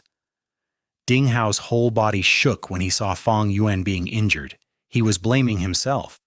The worry and panic was clear on his face as he mumbled, "It wasn't intentional. It really wasn't intentional. Eldest senior brother." Ah! Xianxia and Xiaodi both cried out. Their hearts ached seeing Fang Yuan injured. "What are you doing? Go back and protect them!" Fang Yuan shouted in a soft voice when Bai Ningbing approached him. Bai Ningbing's blue pupils widened. She immediately realized Fang Yuan had intentionally received the attack. This bastard! "Don't go overboard!" Bai Ningbing's eyes twitched. She said these words and left. With Ding Hao's control, the white-hair zombies made threatening gestures, but it was all show and little action. Bai Ningbing kicked a white-hair zombie flying and hurried back toward Xianxia. "How is He Tu?" Xianxia grabbed Bai Ningbing's arm and asked, "He is okay." Bai Ningbing's lips twitched. "Why are you not switching with him? He is injured." The gentle Xianxia's words carried a rarely seen grievance. Bai Ningbing's lips twitched. She couldn't tell that Fang Yuan intentionally received the attack, right? So she casually made up a reason. He has always been like this. He will never stop when he starts an assault unless he falls. Xianxia's beautiful eyes flickered and slightly reddened. Xiaodi covered her mouth. Her eyes were already moist. There were ripples in the master and servant's hearts again as they looked at Fang Yuan. What kind of man was this? In this horde of zombies, he moved around without fear, constantly pressing forward. No doubt he was a hero, a sorrowful hero. Seeing Fang Yuan injured, Ding Hao was shaking with fear and didn't dare to obstruct the path. Fang Yuan charged ahead for some distance and led Xianxia and the group out of the zombie encirclement. That's it? He smacked his lips with dissatisfaction and grudgingly looked at the only injury on his body. It was such a good opportunity to show off, but he only received a single injury. The act was really lacking. Despite only suffering a single injury, it already made Xianxia and Xiaodai extremely worried. "He Tu, are you okay? You are injured. The wound is so deep, all because of me." Xianxia's eyes were becoming moist with tears. "So much black blood is flowing out, Lord He Tu, you have been poisoned," Xiaodi said with deep concern. Fang Yuan puffed out his chest and said in a deep, fearless voice, "This is just a small injury. The corpse poison is somewhat troublesome, but I can detoxify it with clearing heat goo. You don't no need to worry. Ha ha ha. He started laughing. The camp was in ruins. Flames blazed everywhere. The remaining people in the caravan had set the camp aflame before leaving. It was to burn their bridges and also to have a source of lighting. Fang Yuan and the group charged out of the zombie encirclement and reached the outer perimeter of the light from the fire. The light shone on Fang Yuan's face, chest, and his injury. He laughed. His appearance was ugly, but it gave a different kind of heroic charm to the two girls. They had dreamt of dreams of hero saving the beauty, dreamt of handsome and unrestrained hero. Truthfully, the image of Fang Yuan and their image of heroes were as different as day and night. However, strangely, the two girls felt this was the true hero. He was unrestrained, fearless, and had unmatched heroic spirit. Many years later, Xianxia would ask herself how Fang Yuan walked deep into her heart. Every time she would involuntarily think of this night. Layers upon layers of zombies to his back, blazing flames shining upon his face, the burn scars on his face, his smile revealing his white teeth. His deep black pupils looked at herself, the normally cold and indifferent eyes, under the orange flames, revealed a hint of warmth. "Save us!" The caravan group were deeply encircled by the zombie horde and started shouting for help when they saw the situation in Fang Yuan's side. Fang Yuan's gaze flashed, but he didn't speak. Xianxia had already grabbed his arm. "You are injured. Don't go. Let's leave. Do you remember what you said to me? Do only what you are able to. A peace of mind as long as one does what he can." Fang Yuan laughed and patted Xianxia's hand. "Don't worry, I am not going. There is no kindness or hatred between them and me. Let's go." However, it wasn't so appropriate to leave like this. What if someone knew he killed Zhang Ju and under desperation shouted it? What would Xianxia think then? In truth, his worries were unnecessary. Chen Xin and Chen Shuangjin, who knew about the matter, had already died in battle. Fang Yuan's eyes flashed with a bright light as he shouted loudly, "Continue to persevere. Wait till I bring them to a safe place. Then I will come help you. Brother Heitu is righteous. We hope Brother Heitu returns quickly. Brother Heitu, if you save me, I will give you a huge amount of money." The caravan people shouted one after another.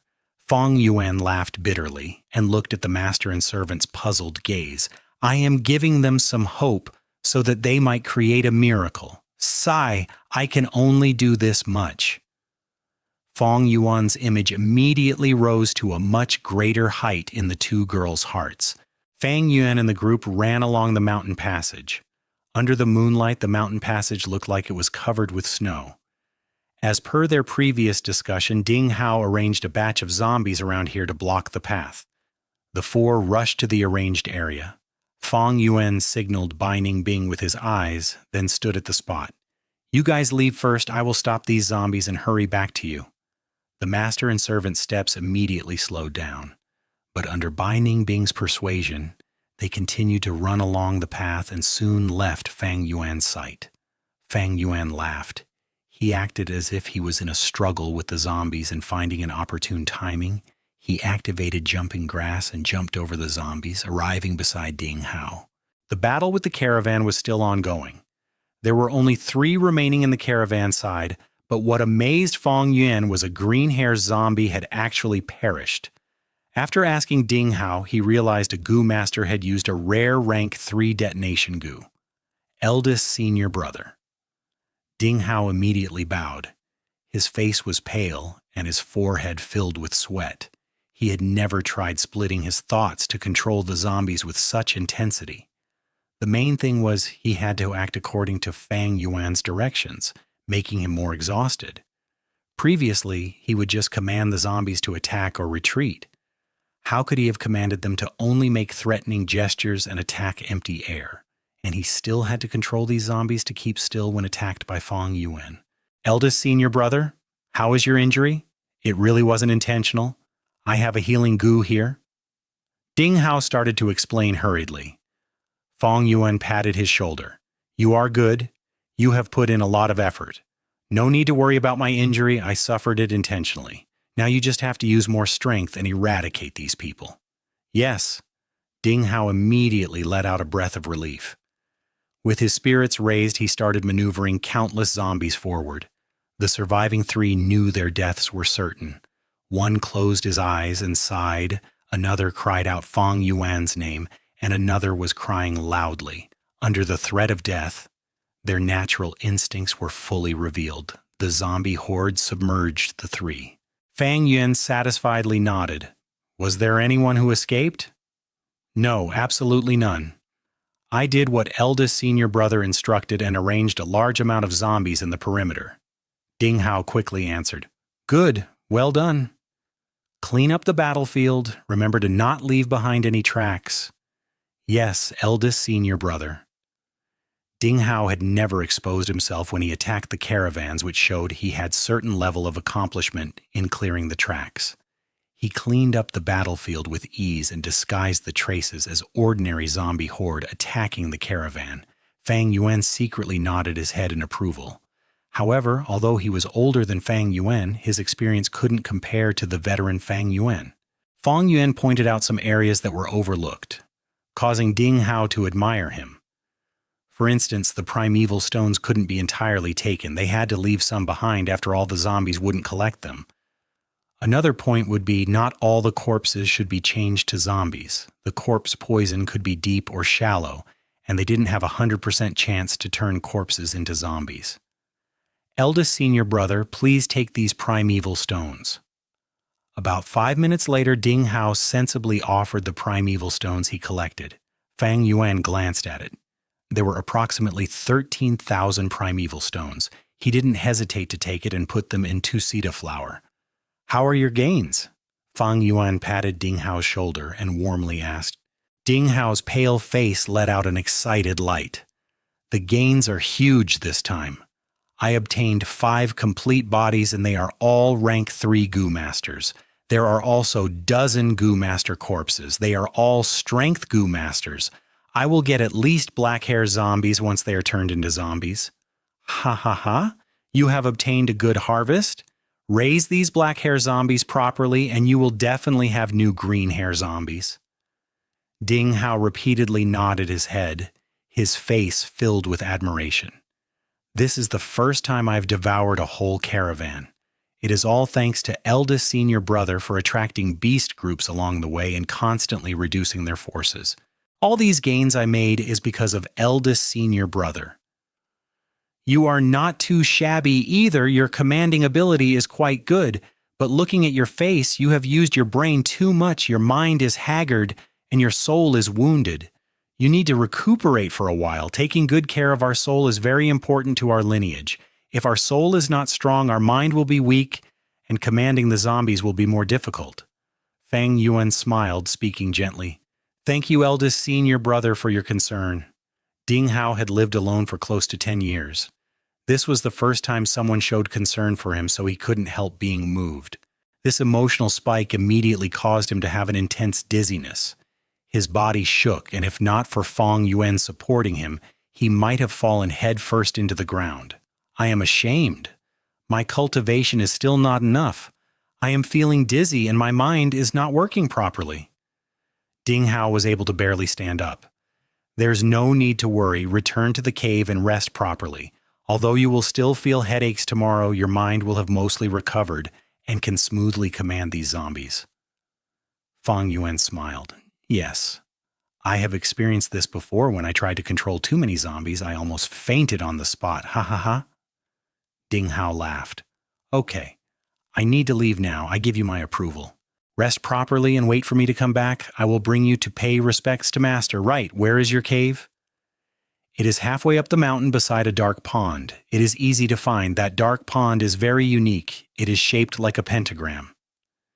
Ding Hao was very happy and immediately answered, "Eldest senior brother, you really won't come visit my cave with me?" "I can't. Time is pressing. I need to hand over the secret mission to Master. Not good. Someone actually feigned death. There is still someone who escaped." "Where?" Ding Hao's mind shook and immediately turned around to look. "Pew! Next instant, a bone spear pierced his skull. Plop Ding Hao collapsed on the ground. A thick spiral bone spear pierced through his skull. Blood and brain slowly flowed out the spiral hole. His eyes were wide open, a look of utter disbelief. The smile on Fang Yuan's face disappeared, changing into an indifferent expression. He slowly bent down and grabbed Ding Hao's leg, dragging him towards the ruined camp. The flames were still blazing. The zombies, having lost their masters, started hopping aimlessly. The corpses on the ground drew their attention, enticing them. They hopped towards the corpses, biting and tearing them.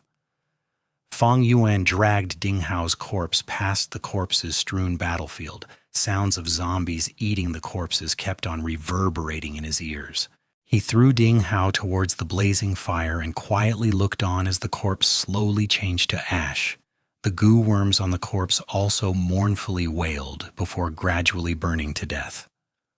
Once Xianxia was recognized by Shang clan leader, she would definitely be strictly investigated by the Shang clan. This battle was sure to be of utmost importance. If Ding Hao was captured by them and interrogated, Fang Yuan could be in danger. Despite Ding Hao being an honest person, easy to deceive, and a very good chess piece, his worth could never match with Xianxia, and if there were risks, it was better to abandon them. This including giving up the goo worms on his body. As long as Fang Yuan carried them on him, Second Zombie King could find him. Moreover, it was not convenient for Fang Yuan to feed zombie heart goo, and it might only leave behind traces which could be discovered in Shang clan's investigation. As for these zombies, they had turned back to being common zombie horde after losing their master. Once they finished eating these corpses, a part of them would stay here, and another part would leave, wandering about Mubei Mountain and searching for food. Once they were done with this, the whole scene would become even more natural. Only after Ding Hao's corpse was burned to ashes did Fang Yuan slowly leave. The zombies were eating the corpses. These mindless things were of no threat now. Chapter 2. 158. Separation as planned. Translator Chibi General Editor. Chibi General. The crescent moon hangs high in the night sky as moonlight flowed down like water. Xianxia stood on a boulder and gazed far away, her face filled with worry. Why has brother He Tu still not returned? Did something happen? Xiao Di added. How could anything happen to him? Don't worry. Baining Bing leaned on a withered tree, wondering what Fang Yuan was up to again. Minutes and minutes passed as Xianxia's brows furrowed while her worry kept increasing. Baining Bing also started feeling something amiss. Almost 8 minutes had passed. Did something really happen to Fang Yuan? She didn't care about Fang Yuan's death. What she cared about was the yang gu on Fang Yuan. Anxiety grew in her heart. Half of this was because of Fang Yuan's disappearance. The other half was because of her own helplessness. As Fang Yuan's cultivation continued to advance, she found it incredibly difficult to deal with him and get the yang gu. This meant that if Fang Yuan reneged on his promise, she had no way to deal with him. Baining Bing knew what kind of personality Fang Yuan had after traveling with him for so long. Fang Yuan's cultivation was nearing rank 3. The promised time was coming, and her heart was becoming increasingly fretful. The three discussed, and just when they decided to return to assist Fang Yuan, he appeared in their sights on the mountain passage. Xianxia let out a breath of relief, but her heart pounded again when Fang Yuan walked in front of them. Brother He Tu, you are injured again! Fang Yuan had intentionally made some more injuries on his body. He drew in a breath of cold air. When you guys had just left, a green-haired zombie appeared. Fortunately, I ran quickly. We should leave immediately. It might still be chasing me. The three naturally didn't dare to stay any longer when they heard that and hastened their journey that very night. So far, Fang Yuan's objectives were achieved, and he behaved appropriately along the way. After crossing Mubei Mountain, they arrived at Shuangjiang Mountain. This mountain had 2 peaks separated by a deep ravine. The peaks were similar to each other and gave off a majestic aura. The 4 no longer had the caravan's protection now, so it seemed to take a lot more effort when they moved through the mountain. Fortunately, after crossing Shuangjiang Mountain, it was Shuilei Mountain. Shuilei Mountain had Zhao clan and could not be considered to be a wild area since there were human inhabitants on it. The most dangerous part of the trade route was already over, so the danger had greatly decreased. Fang and Bai were wanted by Bai clan, so they didn't go to Zhao clan.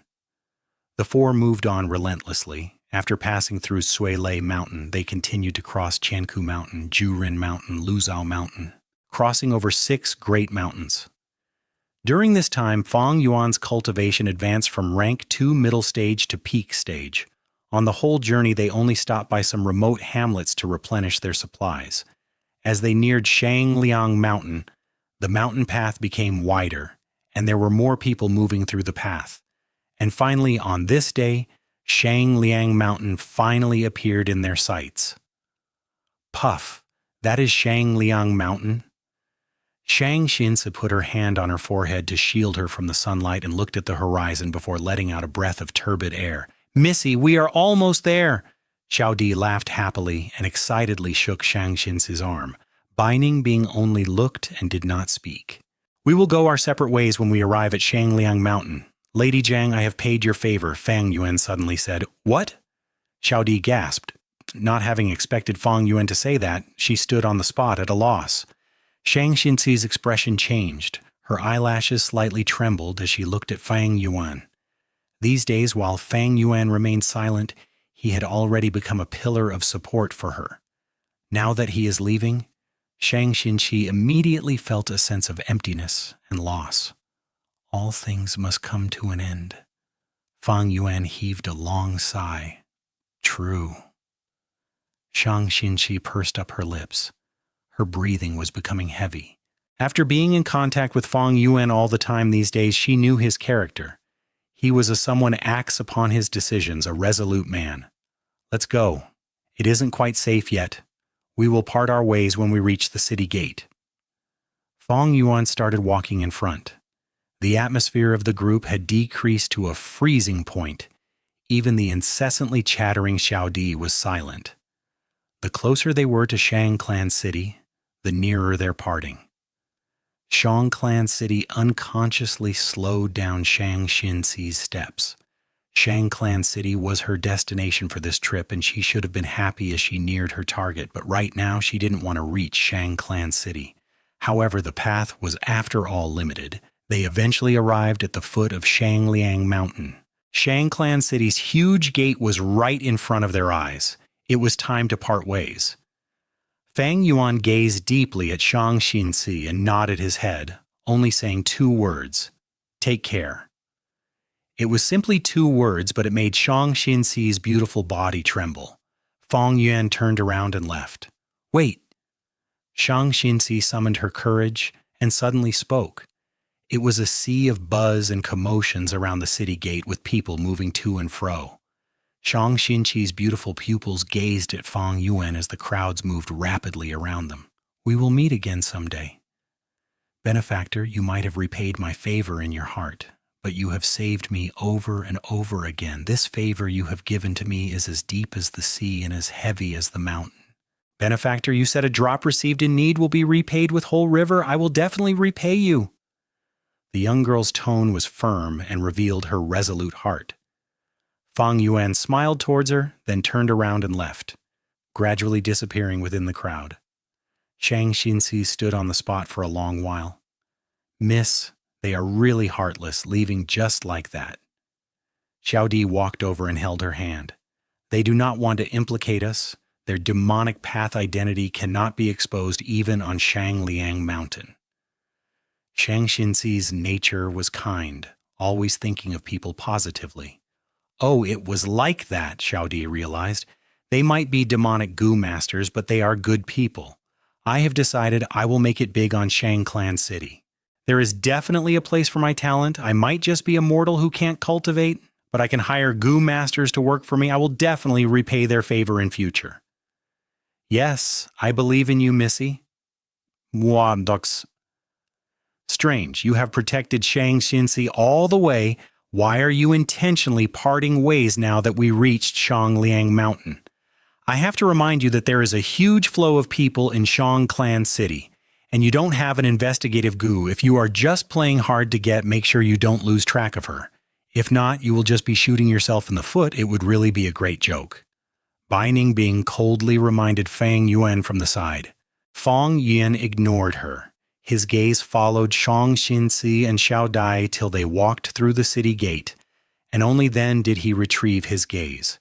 As per his previous life's memories, Shang clan leader should detect his bloodline in Shang Xinci once she entered Shang clan city. However, for confirmation, the tyrannical Shang clan leader would round up all the people of the caravan, which Shang Xinci joined at that time, and keep them in house arrest as he interrogated and investigated them. When the truth was cleared up and Shang Xinci's identity was confirmed, Shang clan leader generously compensated all the caravan members by twice the amount of their goods. Shang Xinci directly jumped from being a mortal girl to being Shang clan leader's beloved daughter. This event caused a sensation and became a popular conversation topic. This is why Fang Yuan needed to part ways with Shang Xinci. Fang Yuan had many gu in his aperture which could never be exposed to others, especially the Spring Autumn Cicada. If he was investigated and his aperture searched, it would become a huge trouble. If it was an ordinary clan, Fang Yuan would have no worries because the clan leaders who usually had the highest cultivation would only be at rank 4 stage in such clans. However, Shang clan leader had rank 5 cultivation, and that wasn't even the highest cultivation here. There were supreme elders in the Shang clan possessing rank 6 cultivation. If they were to search Fang Yuan's aperture, the Spring Autumn Cicada would be discovered even if it hid deep within. Saying his farewell had another advantage. He would appear to have no desire or need anything from Shang Xinci. This would deepen the impression of only repaying favor in her heart. Later, when he meets Shang Xinci, he would definitely obtain her trust. Actually, the quickest way to form an inseparable relation to Shang Xinci is through sexual relation. Fang Yuan could sense Shang Xinci had good feelings towards him. If he took her chastity, the future Shang clan leader would fall deeply in love with him. Fang Yuan might appear ugly, but the charisma he released already moved Shang Xinci's heart. He knew Shang Xinci would not refuse him if he wanted it, but this way absolutely could not be carried out. If he did it, he would become Shang clan's son-in-law and would be bound to the chariot called Shang clan.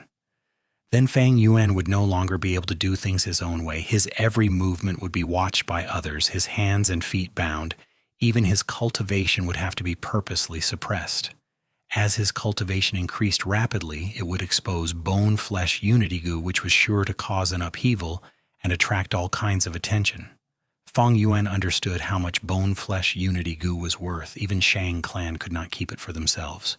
And if Spring Autumn Cicada was revealed on top of that, hey, those reclusive rank 6 gu masters, even rank 7 gu masters, would jump out one after another. After reaching rank 6, the gu master would experience a qualitative change in their strength, each of them able to contend against the strength of a whole clan. Once he had sexual relations with Shang Xinci, after Shang Xinci confirmed his identity, even if she was Shang clan leader, they would all come looking for Fang Yuan. Fang Yuan was moreover a demonic gu master with unknown origins. It was unavoidable for him to be investigated and interrogated. If he escaped, he would have to face Shang clan's pursuit and arrest warrant. This was a completely different concept from Bai clan's arrest warrant. Bai clan was in dire straits and didn't have enough strength, but Shang clan was one of the overlords of southern border. Fang Yuan would only have one way out if that happened. That was to escape from the southern border. Shang Yanfei was sitting cross-legged in the air, his whole body bathing in flames. The flames were scarlet like blood and were burning silently in the dark void. As the leader of Shang clan, he is occupied with clan affairs every day and does not have much time to cultivate. Even so, with his domineering aptitude and comprehension, he was able to cultivate to rank 5 upper stage and was only a step away from peak stage. Today's cultivation was about to end. The scarlet flames slowly dispersed and shrunk, finally changing back to long crimson hair on Shang Yanfei's head. Without the illumination from fire, darkness spread, becoming the sole master of the area. Suddenly, Shang Yanfei opened his eyes. His pupils were dyed color of blood, and his gaze shone like lightning as it pierced through the darkness. A new bloodline that originates from mine. How did this appear out of nowhere? Chapter 2, 159. Reunion of Father and Daughter Translator. Chibi General Editor. Chibi General Shang Yanfei's thoughts stirred and immediately disappeared from within the darkness. When he reappeared, he was already at the outer area of Shang Clan City. All kinds of noise entered his ears. There were various stalls located on both sides of the street. The people in the surrounding only saw a flash of bloody flame. Then a black-robed, crimson-haired, handsome man appeared in their midst. Whoa! Scared the soul out of me. Who is this man? He actually dares to use his goo in Shang Clan City?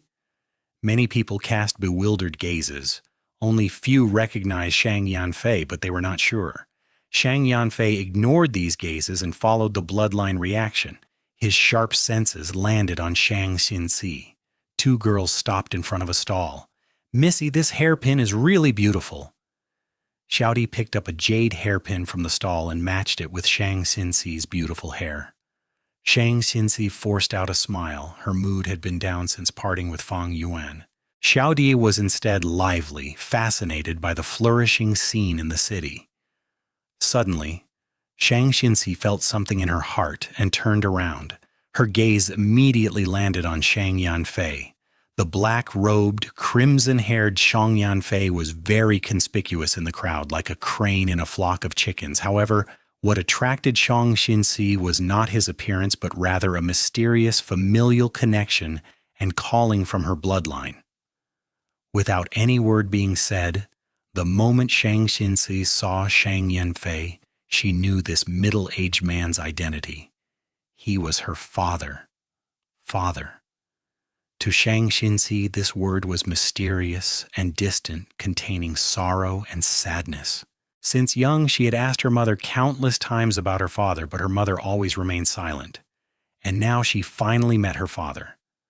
So this was the reason Mother told me to go to Shang Clan City before her death. Realization dawned upon her, and tears uncontrollably fell down her eyes.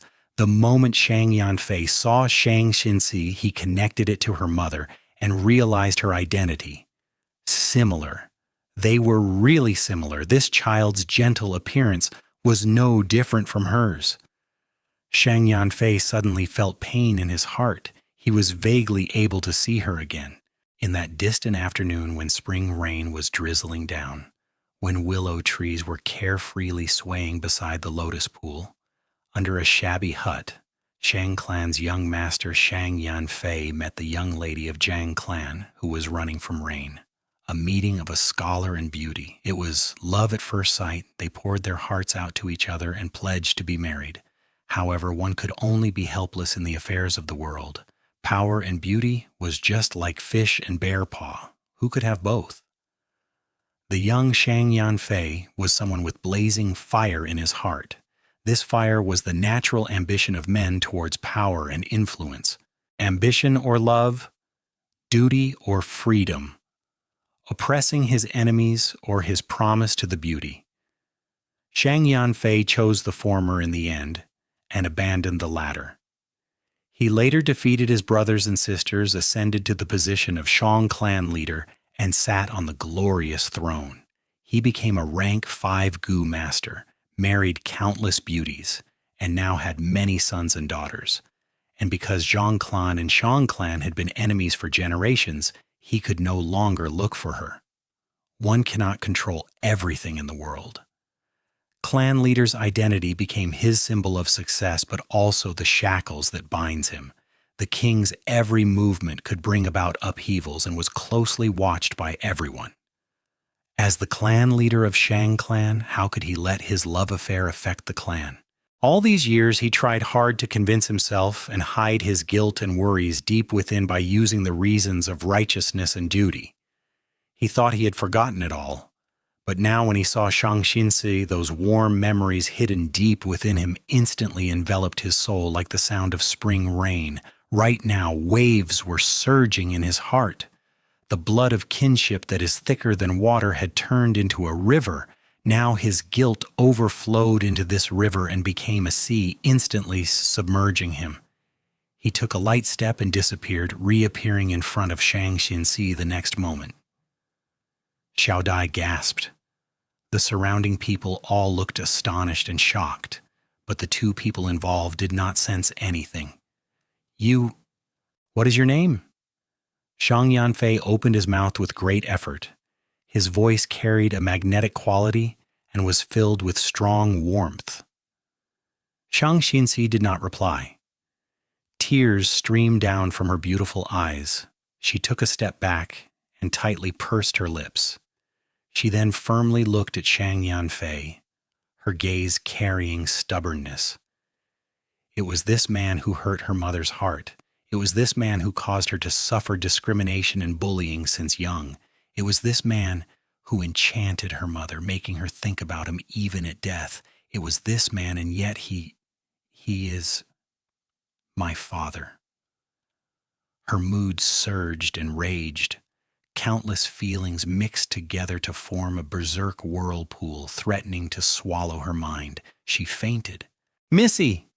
Xiao Di, who had been absorbed in Shang Yanfei's aura, regained her senses and screamed. However, Shang Yanfei was a step faster and held Shang Xinci on his hands.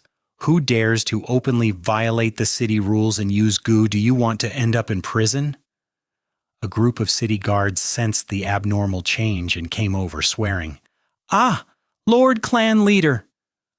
Their expressions instantly changed the moment they saw Shang Yanfei, and all of them kneeled down. The whole street was in commotion. You are Shang clans, Xiao Di stammered, and was speechless. Shang Yanfei grabbed Xiao Di's arm. A blood-colored flame burst forth, and the three disappeared. Line up in a queue. Enter one by one. Everyone needs to pay 10 primeval stones as the toll to enter the city. Once you enter the city, you are not allowed to misuse your goo. The violators will be sent to prison for at least 7 days.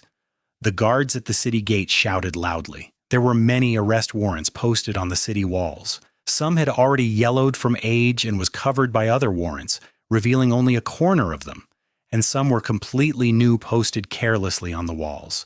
Fang Yuan and Bai Ningbing moved with the queue and slowly neared the city gate. Sure enough, they saw an arrest warrant for them from Bai Clan. Bai Clan! Fang Yuan inwardly snorted. 2 sirs, please stop!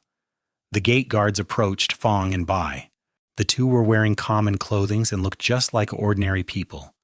Bai Ningbing lowered her straw hat further down. Here is 20 primeval stones. Fang Yuan was not nervous. He simply handed over a bag. The guards confirmed the amount and immediately let them pass. Despite there being arrest warrants packed all over the city walls beside him, which he could easily look at, he didn't give them a single glance from start to end. These arrest warrants were nothing more than superficial show. Shang clan prioritized profits. As long as one handed over primeval stones, they could enter the city. Every day, numerous demonic goo masters passed under the eyes of these guards. Both sides had reached a tacit mutual understanding. Demonic goo masters would sell their loots in Shang Clan City, and they would also need to replenish any lacking goo worms. Shang Clan City was the best option for them. One could even say one of the huge pillars for Shang Clan City's development was the demonic goo masters. Of course, the demonic goo masters couldn't enter the city too brazenly and aggressively. After all, Shang Clan City represented righteous path, and they would also need to consider some consequences of their actions. A wide street appeared in front of the two after they walked through the city gates. There were people moving to and fro on the street. Large, tall trees were planted on both sides of the street, and under its shade were all kinds of stalls. Some sold food like sesame breads, soft bean curd, meat, and vegetable dishes, while others sold jewelry and all kinds of other stuff. The two walked past the stalls. Then they saw buildings. Tall bamboo buildings, mud buildings, and white gray tiled houses. Shops, hotels, inns, smithies, and so on appeared one after another. "This brother, do you need a room? Our price is very cheap, just half a primeval stone for a night." A middle-aged woman approached Fang and Bai with a smile on her face. Fang Yuan glared at her and left without saying a word. His appearance was really terrifying and gave the middle-aged woman a great shock. She did not dare to bother him anymore, instead changing her target to Bai Ningbing, who was behind him. "This brother, being away from home is not easy. Our inn is quite good. There will even be a pretty girl at night. It won't be cheap for you to visit the red light street. Mortals like us who travel outside to sell goods are using our lives to earn money, yet spending our hard-earned money on those places would not even cause a ripple. Our inn's girls are still the best, extremely cheap too. We have mature girls and even fresh, cute, and adorable ones. What is your pick, brother?" the middle-aged woman said in a soft voice with a vague expression. She misunderstood Fang Yuan and Bai Ningbing as mortals from their clothings.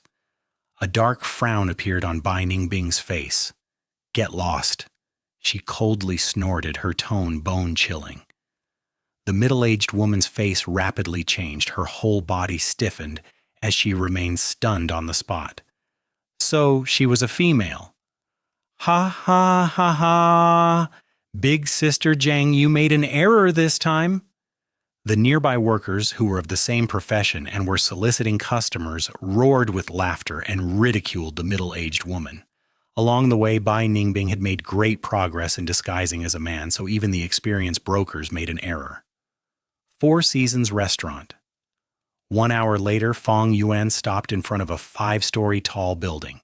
The building was made of white-black tiles, with vermilion gate and huge pillars. There was an aroma of wine and fragrance of dishes floating around the place. It was a famous restaurant in Shangclan City. "Sirs, please come in." A smart waiter saw Fang and Bai and quickly came out to invite them. The two had walked for a long while and the journey had been tough. They were also hungry, so they stepped into the restaurant. "Sirs, please take a seat here." The waiter showed the way. Fang Yuan slightly frowned. "This hall is too noisy. We will go upstairs." The waiter immediately revealed an awkward expression. "I won't keep it from sirs. We indeed have private rooms upstairs, but they are only open to Goo Masters." Fang Yuan snorted and revealed a portion of snow-silver primeval essence. The waiter quickly bent down. "I had failed to recognize Mount Tai. Please come upstairs." When they reached the stairs, the waiter stopped. A young and sweet-looking girl walked over and spoke softly. "Lords, could I ask which floor you want to go?" Four Seasons Restaurant has 5 floors. First floor hall is for mortals. Second floor provides for rank 1 Goo Masters. Third floor provides for rank 2 Goo Masters. There is a 20% discount for them. Fourth floor provides for rank 3 Goo Masters and has 50% discount. Fifth floor provides for rank 4 Goo Masters, and the services are free of charge. Fang Yuan laughed. "Fourth floor, then." The girl's expression immediately became a bit more respectful. She bowed in greeting. "Please, demonstrate your primeval essence." Chapter 260. Each with their own schemes. Translator, Chibi General Editor, Chibi General Steamed Lamb, Braised Duck, Steamed 8 Treasure Pork, Glutinous Rice Stuffed Duck, Stir-Fried Carp, Assorted Stuffed Intestines, Spicy Oil Crispy Roll, Honey Yam, Sliced Fresh Peach, 8 Treasure Ding Steamed Bamboo Shoots, Ape Lips, Camel Humps, Antlers, Bear Paws, 3 Fresh Osmanthus Soup, Beeswax Pork Trotters, Fresh Shark's Fin Soup. A moment later, Fang Yuan and Bai Ningbing sat at elegant seats on the 4th floor, as a spread of delicacies were presented before them, each possessing visual appeal, fragrant smell, and flavor. Fang Yuan picked up a pair of bamboo chopsticks and casually ate a few mouthful. He first tried the steamed bamboo shoots. They tasted refreshing, raising one's concentration. He next took a piece of the fresh peach. Its sweetness was perfection. Next, he took the bear paw. It was plump and tender, just like the steamed lamb, tasting divine with just a bit of flavoring. Bai Ningbing drank a mouthful of the 3 fresh osmanthus soup. flavor spreading in her mouth as fragrance remained on her lips and teeth, causing her appetite to awaken. After spending so much time with you, this is the first time you are so generous. As she ate, she did not forget her sarcastic comments to Fang Yuan. Fang Yuan laughed, not giving a reply. He knew Bai Ningbing's suspicion and impatience. He got closer to Xianxia, using all his effort to protect her laboriously, and yet at their destination, he purposely split away from them. This action was something Bai Ningbing could not comprehend. Fang Yuan was now rank 2 peak stage, only a step away from rank 3. The agreement he set with Bai Ningbing back then regarding rank 3 was approaching its end too, but Fang Yuan would definitely not keep his word. In his eyes, such a thing like integrity was only a compromise made out of necessity or a beautiful cover-up, like a convincing mask. Fang Yuan knew this, so did Bai Ningbing. Thus, she was starting to feel hasty, because she had already sensed that Fang Yuan would break his word. Yet there was nothing she could do to Fang Yuan. The Yanggu was in his possession. Her hands were tied. Right now, without Bai clans hunting and without beast hordes, Fang and Bai ate at the same table, giving off a sense of amiability, but their relationship was extremely tense. If they progressed one more step, they would fall apart and turn against one another. And this step is Fang Yuan advancing to rank 3. Once he advances, he and Bai Ningbing would no longer have any hopes of reconciling. The two would have to face each other directly. How to deal with Bai Ningbing? Throughout the meal, Fang Yuan considered this. His cultivation could not stay stagnant. One day, the conflict will escalate. The situation now was very delicate. Fang Yuan had the upper hand because he controlled the Yanggu, but in fact, Bai Ningbing also held Fang Yuan's handle. She traveled along with Fang Yuan, experiencing Baigu Mountain's inheritance herself, while also saw how Fang Yuan attracted all those beast hordes to attack the caravan. She knew too much. Compared to the potential threat Ding Ha was, Bai Ningbing's threat towards Fang Yuan was far greater. If I finish off Bai Ningbing, I will not have to worry about Xianxia, but because my cultivation is insufficient, I missed the best chance to kill off Bai Ningbing during the caravan journey. Back then, I needed her strength to ensure my survival. Moreover, with Xianxia nearby, I could not strike easily. This Bai Ningbing had always been wary of me secretly, and she has the ice muscle's jade bones to defend her. I cannot finish her in one hit. Furthermore, her battle instinct is outstanding. With her recently gained experience, she is even harder to deal with now. Fang Yuan considered all possibilities as his thoughts flowed, but at the same time, Bai Ningbing was also deeply considering her situation. Since leaving Qingmao Mountain, there's finally a time to rest and recover. I have to take back the Yanggu and regain my male body. I have little chance of succeeding if I directly snatch it, unless I can kill Fang Yuan in an instant. But this scoundrel, even though he is rank 2, his fighting strength is much greater than that, such a weirdo, with extremely experienced fighting techniques. Together with that scheming, devious mind of his, capable of committing all heinous crimes, no morals can restrain him. He is somebody who can truly commit any sin. Most importantly, I have not discovered his true trump card yet. But I have my advantages. His current cultivation is still dependent on me, and I know too many secrets. Maybe I can use these things to force him to compromise. Using the poison Vow Gu and make an agreement with him that cannot be broken. Other than that, I can use Plunder Gu, Seize Gu, Petty Thief Gu, and others to steal the Yanggu. Bai Ningbing was not stupid. She had been observing along the way and considering her options. As the two ate on the same table, not even 3 steps away from each other, they looked like good friends but were scheming against each other in their minds. The disappearance of external pressure caused their internal conflicts to surface. In this relatively safe environment in Shangclan City, they had the time to consider such problems. But the more they thought about it, the more troublesome they felt the other party was. Fang Yuan did things without restraints, but Bai Ningbing was just the same. In her ideology, as long as life is exciting, anything goes. Morals and principles? What are that? They were very similar, looking at the world with disdain, and were strong-willed individuals with an extremely thirst for power, only trusting themselves. From others' perspectives, they were accursed demons, scum that harmed society. Their death would benefit the world. But because they were so similar, the two could feel each other's danger. The most difficult enemy to deal with was often oneself. Most importantly, they held each other's weaknesses. If they could not win in one strike and allowed the other party to escape and recover, then both of them would go down in flames. The two got a headache the more they thought about it. This Bai Ningbing is not easy to deal with. Fang Yuan gritted his teeth. He had too little resources to manipulate. This Fang Yuan has almost no weaknesses. Bai Ningbing squinted, her eyes shining with cold light. The two could not think of anything, thus looking up at the same time, staring at each other. Their gaze met for an instant before turning away.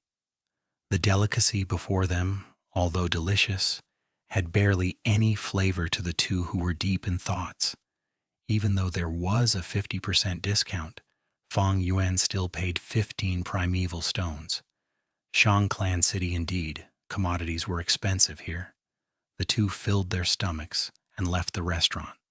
On the streets, Fang Yuan heard people discussing. Do you know? At the southern gate, Shang clan leader appeared. How is this possible? It's true. He came and left like a flash. The entire street was thrown into chaos. Bullshit. What kind of person is the Shang clan leader? Why would he appear on the streets for no reason? Rumors spread as some claimed it was Shang Yanfei while others denied it. Fang Yuan chose to enter from the eastern gate, while Shang Xinxi came in from the south. By the time the rumors got to the eastern gate, the truth had already been distorted beyond recognition. Bai Ningbing heard this, and thought of it as just a passing rumor, not paying attention to it. Soon, people started a new conversation. But to Fang Yuan, it was a clear indication of events. He laughed secretly. It seems that Shang Xinxi's situation did not exceed what he had expected from his memories. Next, he would wait for the fruits to mature and land on himself. Quickly look. Is the flying blue whale? Yi Clan's caravan is here? Suddenly, someone pointed to the sky, shouting in shock. At once, people on the street stopped and looked up in the sky. A giant shadow engulfed everyone. In the sky, a giant blue whale slowly emerged. Well, compared to flying, one might as well say they are swimming. Flying blue whale was a huge beast capable of moving freely in the air. They lived above the 9 heavens of the eastern seas, having a peaceful and mild temperament. Often goo masters used the whale enslavement goo to control them and use them in the caravan. Flying blue whale was huge, like a small mountain, and the entire caravan hid within its body as it flew in the sky. Compared to the caravan moving through the forests, the danger was much less, and the speed was much faster. But the flying blue whale consumed up to 500 kilograms of food a day. Only a large-sized clan could afford to feed them. In the entire southern border, only Yi clan owned flying blue whales. Yi clan is one of the overlords of the southern border, almost the same status as Shang clan, and had a close relationship with the forces in the eastern seas. What a grand sight! Bai Ningbing sighed. She thought about the former Bai clan village. This blue whale just had to land on Bai clan village, and the entire village would be in ruins. The huge figure moved towards Shangliang Mountain. As the flying blue whale gradually landed on one of the mountain peak, Fang Yuan could see from afar it opened its huge mouth, and a large number of black dots emerged from its mouth. These dots were the Yi clan caravan members, but because of the distance, they could not be seen clearly. Yi clan caravan is here. The market is going to fluctuate again. I heard Yi clan brought a rank 5 goo this time to auction on Shangliang Mountain. Yi clan and the eastern seas have a deep connection. They definitely brought many specialties from the eastern seas this time. There is value in purchasing them. The topic quickly shifted to the Yi clan caravan. Fang Yuan and Bai Ningbing walked up the path together. Guyue clan village was only a portion of Qingmao Mountain, but Shang clan city covered the entire Shangliang Mountain. In the southern borders, even the number one clan, Wu clan, did not have such a massive mountain city. The entire Shang clan city had all sorts of buildings: bamboo buildings, dried mud houses, brick houses, shacks, tree houses, and even mushroom houses, caves, towers, castles, and much more.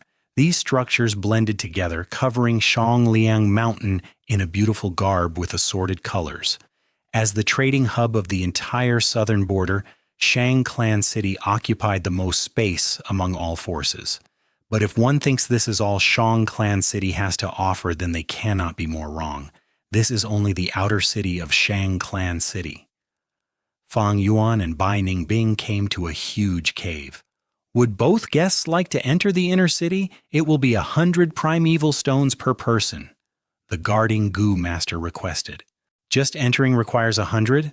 Bai Ningbing expressed her shock. The inner city has a smaller space. This is to prevent irrelevant people from entering, and also to maintain social order. The Gu master replied respectfully. Shangliang Mountain had been modeled by Shang clan for thousands of years. Not only did they use up the surface of the mountain, but even deeper into the mountain's interior, they built an inner city. Chapter 261. Shang Clan Inner City. Translator Chibi General Editor. Chibi General Fang Yuan paid 200 primeval stones and entered the inner city with Bai Ningbing. Inner city, although built in the mountain, had wide walking paths that could accommodate 10 horse carts traveling in a line.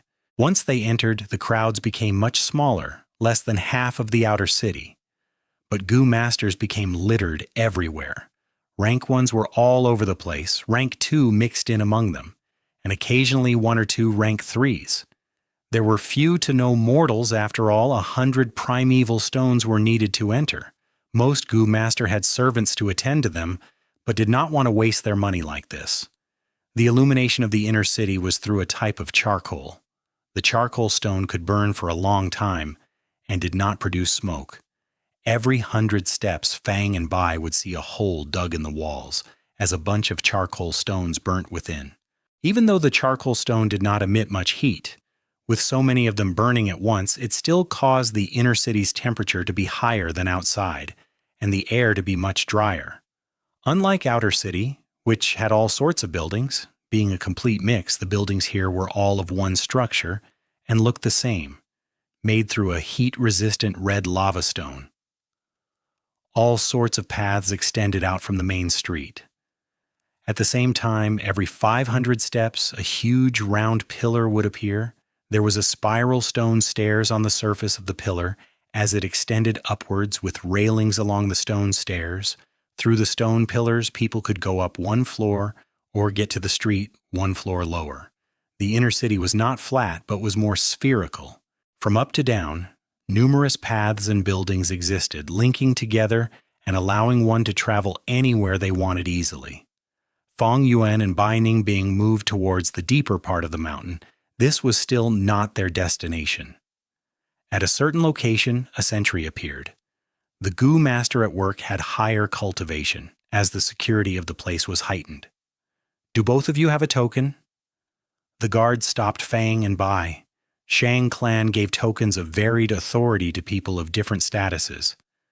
"This is our first visit," Fang Yuan said. Obviously, he had no such thing. "In that case, it will be 200 primeval stones per person," the guard said. Fang Yuan paid the primeval stones, and the guard let them through. The two arrived at the 4th inner city as a result. Shangliang Mountain had been through a few thousand years of development by Shang clan. The entire mountain was remodeled by Shang clan, digging paths and constructing new buildings, classifying the place into regions. Thus, the inner city was huge. From inner to outer, there was 5 regions. The first inner city was called the Central Inner City, the political heart of Shang clan, and also their military base. The second inner city was also known as the Clan City. Only Shang clansmen could stay here. The third inner city had an elegant environment with clean and fresh air. It was the high-class zone. 4th inner city was the middle-class zone. 5th inner city was the low-class zone. Any further, and we get to the outer city, having high traffic flow and all sorts of goods transportation. Compared to the inner city, it was much more chaotic. This construction structure was somewhat like a termite hill on Earth. Termite hills were 4 to 10 meters long, with the termites living within, in small interconnected tunnels, complex and exquisite. Once the two entered the fourth inner city, they could feel more moisture in the air as the temperature dropped slightly. Compared to fifth inner city, fourth inner city was a grade higher. Not only was the entrance fee twice as high, it also had much better facilities. Firstly, light was not provided by charcoal, but by a large number of a specific rank 1 grass goo. The name is Moonlight Crawling Mountain Tiger. This was a type of vine. Growing on the walls of both sides of the street, as it spread out, it could be seen everywhere. The roots were deep blue and the leaves were wide and large, emitting a small blue moonlight. Just one segment of the path had thousands of leaves, as the gentle blue light merged into one. Because of the large numbers of leaves, the air is more humid, and water vapor filled the air. Near the ground there was mist from the condensed vapor. The moonlight refracted in the mist, turning into an aurora. As one walked on the streets, they had a feeling of walking in a spiritual realm. The buildings here were mostly full of carvings and decorations. Some residents created grass fields and placed flower vats, while others made artificial mountains and pavilions. There was even less people on the streets here. Rank 2 goo masters were now the common group. After all, 200 primeval stones was a huge sum to rank 1 goo masters. Most evidently, the streets were still noisy in 5th inner city, but here it was much more quiet. The two continued deeper and got to the city gate. Without a token to enter the 3rd inner city, both of you would need to pay 600 primeval stones. The guard's cultivation was already rank 3. Fang Yuan gave the primeval stones and arrived at the 3rd area. This place was different from 4th inner city yet again. All infrastructure were made using star stones. This type of rock was a widely used material in goo refinement, able to emit starlight in the darkness. The entire 3rd inner city used star stones. Not only buildings, but even the walking paths were made of star stones. At one glance, starlight filled the air as vision is clear, without any mist as obstruction. The air was fresh and clear. Looking around, there were pavilions, red walls, and green bricks, and even transplanted bamboo forests, famous trees making an artificial mountain with spring water flowing as well. The streets had little people, quiet and serene, like a star palace. Truly rich and extravagant.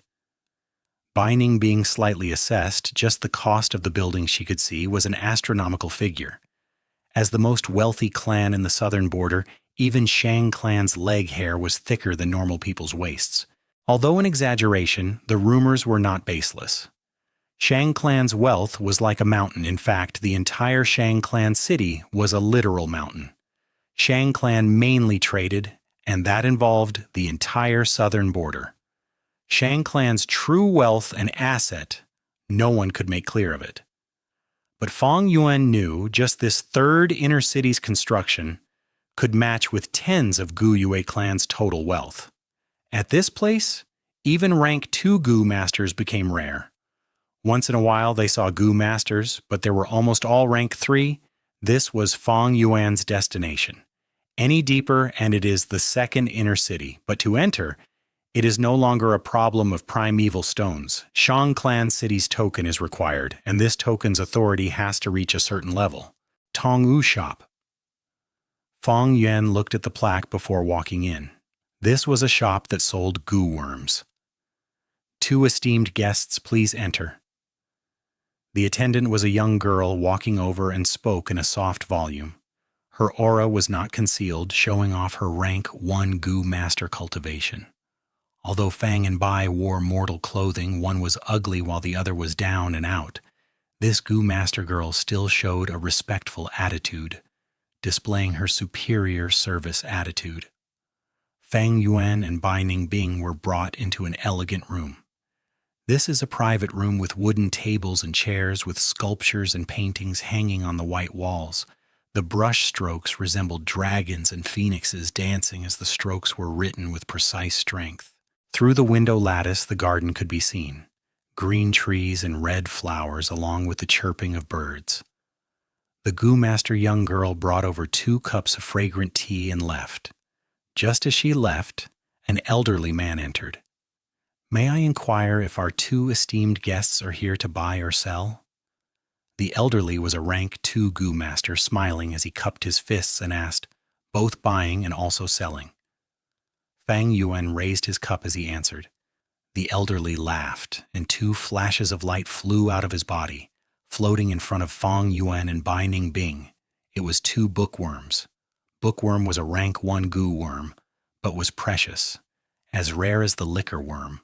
Once one appears on the market, it would be sold instantly. There was often demand, but no supply for it.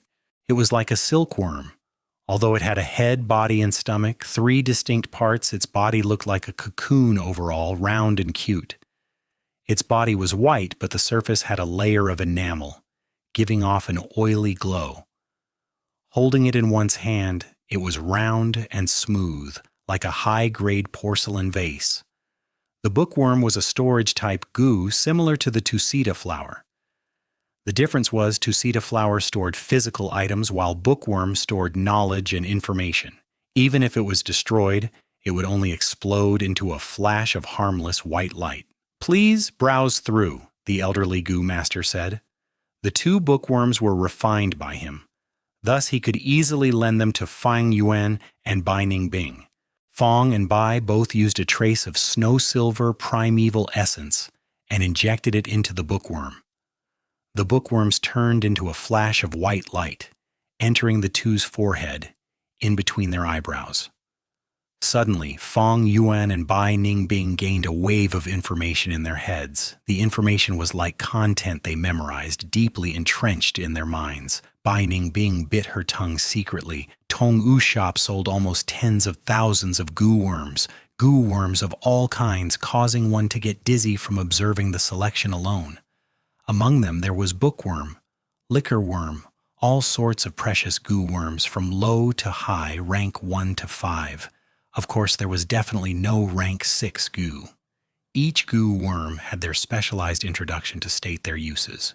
There was even accurate prices. Some were priced highly, while rare and precious Gu worms even had all sorts of token requirements.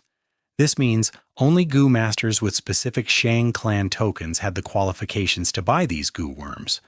Fang Yuan needed to purchase large numbers of Gu worms.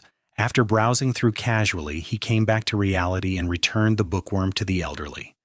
Although he had over 10,000 primeval stones now to purchase all the Gu worms he needed, there was still some way to go.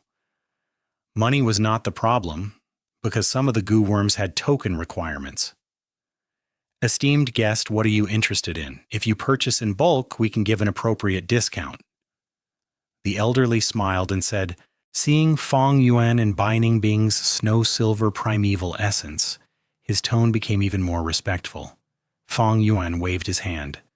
"No rush. I have Gu worms to sell." Saying so, he summoned a bone spear Gu. The elderly was not surprised. There was many who came to Tong-U's shop to buy, but also many who came to sell.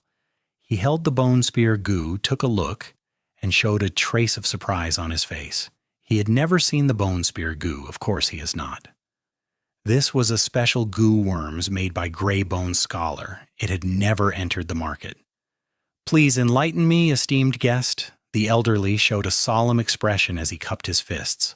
Fang Yuan nodded, drinking some tea. "Of course. This is the bone spear Gu, a specific lineage of Gu worms. I'll lend it to you now. You'll know when you try it." The elderly wielded it at once, remarking, "This Gu, although rank 1, is not easy to raise, but its attack power is high and is rather unique. It is worth this price." The elderly stretched out his palm, showing a number. Chapter 262. Unable to sell translator Chibi General Editor, Chibi General, 310. Seeing the amount shown by the elderly, Fang Yuan raised his eyebrows. Liquor worm's price was 580. Bookworm was slightly higher at 600. Black and white boar goo were also 600, but all these goo worms were rank 1 rare goo with little numbers, thus their price was steep. Ordinary rank 1 goo were around 250 primeval stones. One-time expenditure goo like vitality grass were priced at 50 apiece. Setting the bone spear goo at 310 was already quite good. This elderly working at Tong U's shop did not suppress the price purposely, but even so, Fang Yuan tried to raise the prices as much as he could. Bargaining was already mastered by him to the limits in his previous life. In just a few sentences, the elderly had no choice but to raise the price by 10 primeval stones. 1 bone spear goo, 320 primeval stones. All right, we shall deal at this price. Fang Yuan waved his hand, and a wave of light flew out of his aperture. 56 bone spear goo floated in front of the elderly, causing him to jump from shock. So many! He instantly regretted it. Each raised by 10 primeval stones, this is nearly a 600 primeval stone increment. The truth is, Fang Yuan took almost 200 bone spear goo from Baigu Mountain. But as he traded along the way without sufficient food, most of them had died already. Only so little remain.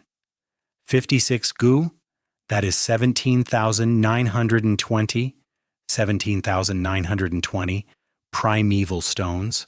I will ask the servants to bring over the primeval stones over now. The elderly kept the bone spear goo into his aperture. No rush, look at this. Fang Yuan smiled, taking out a spiral bone spear goo. This rank 2 goo resembles the bone spear goo. The elderly showed astonishment on his face. Indeed, successfully refining the bone spear goo will create this spiral bone spear goo. It has a spiral force, thus its penetration ability is very strong.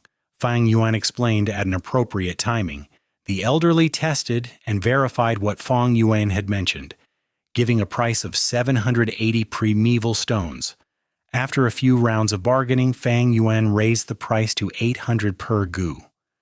These spiral bone spear goo were well kept by him.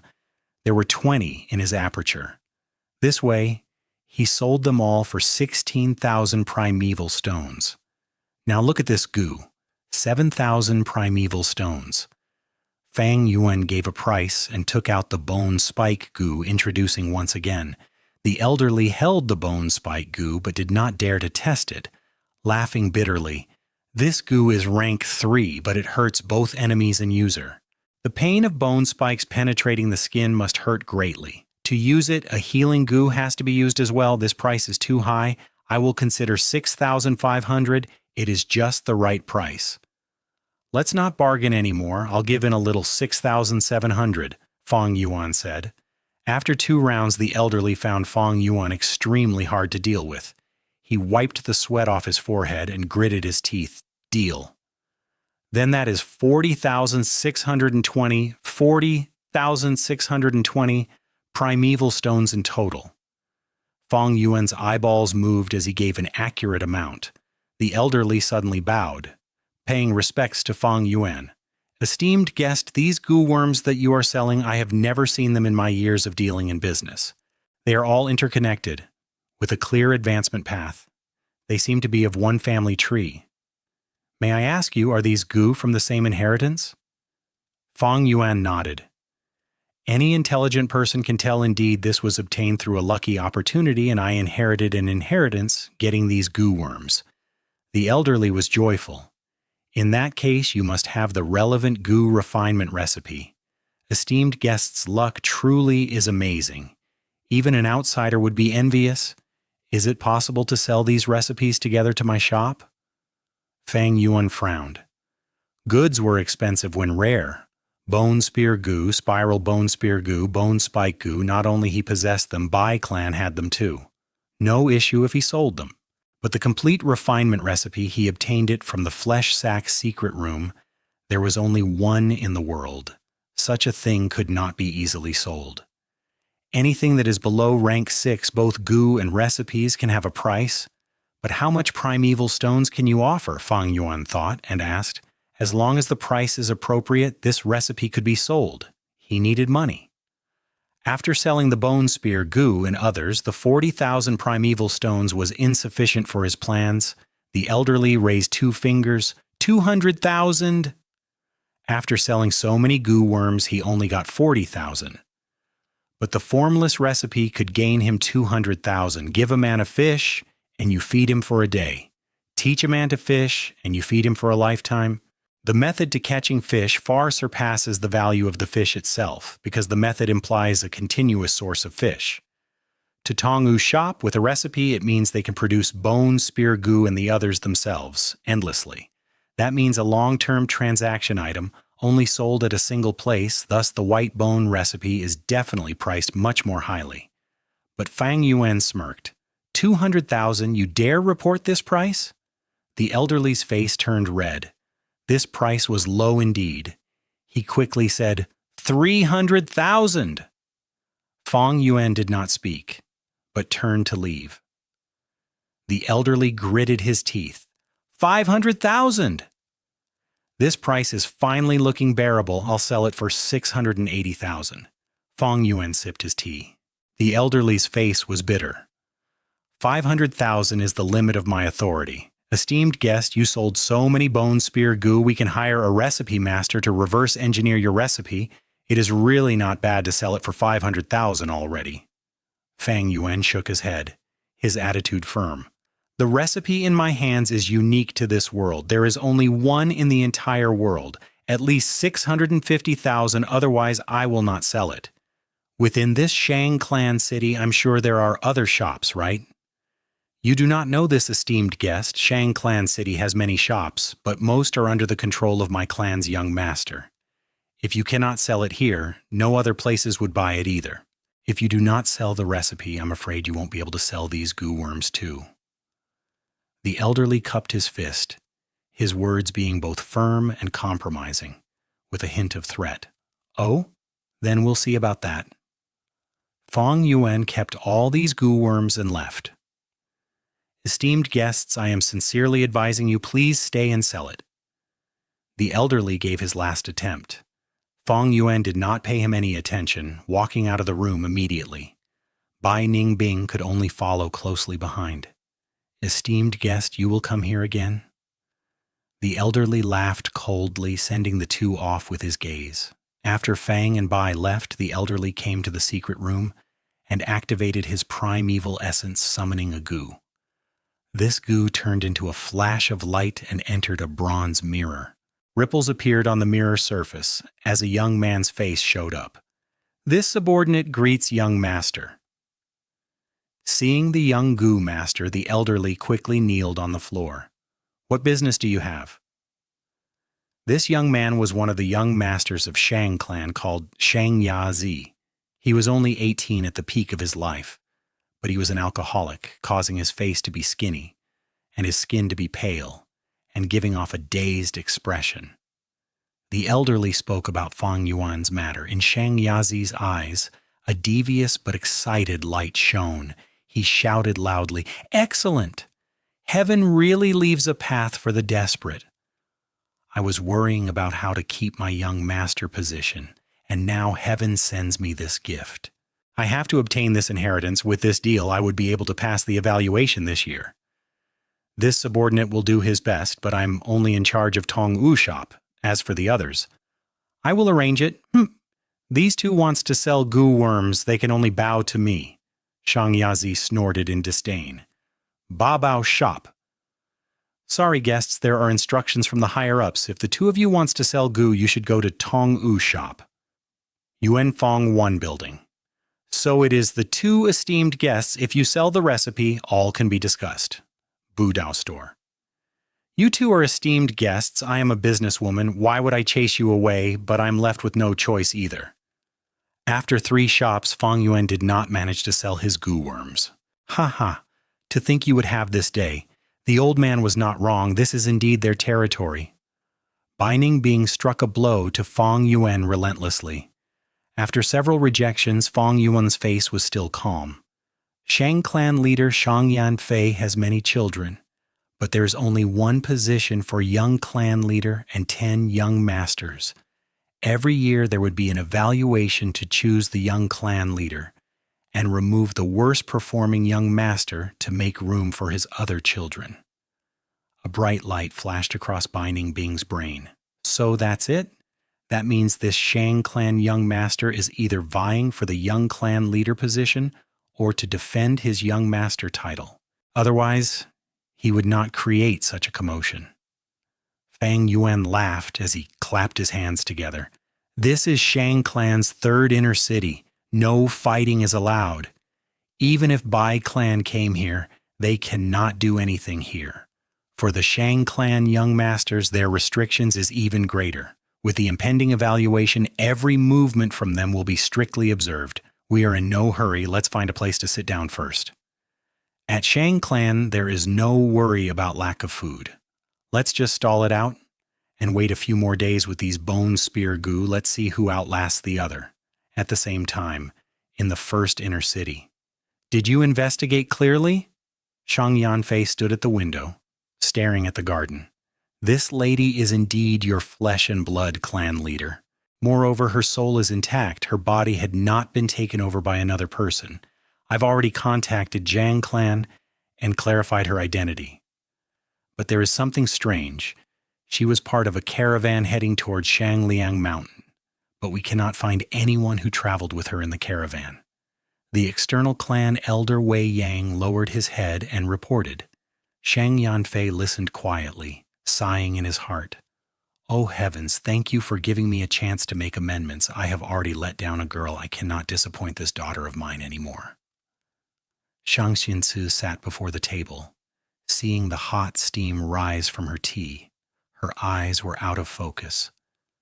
From Xiaodi's words, she knew of Shang Yanfei's identity. She did not expect her father to be the Shang clan leader, a man with immense authority, whose every action can impact the entire southern border.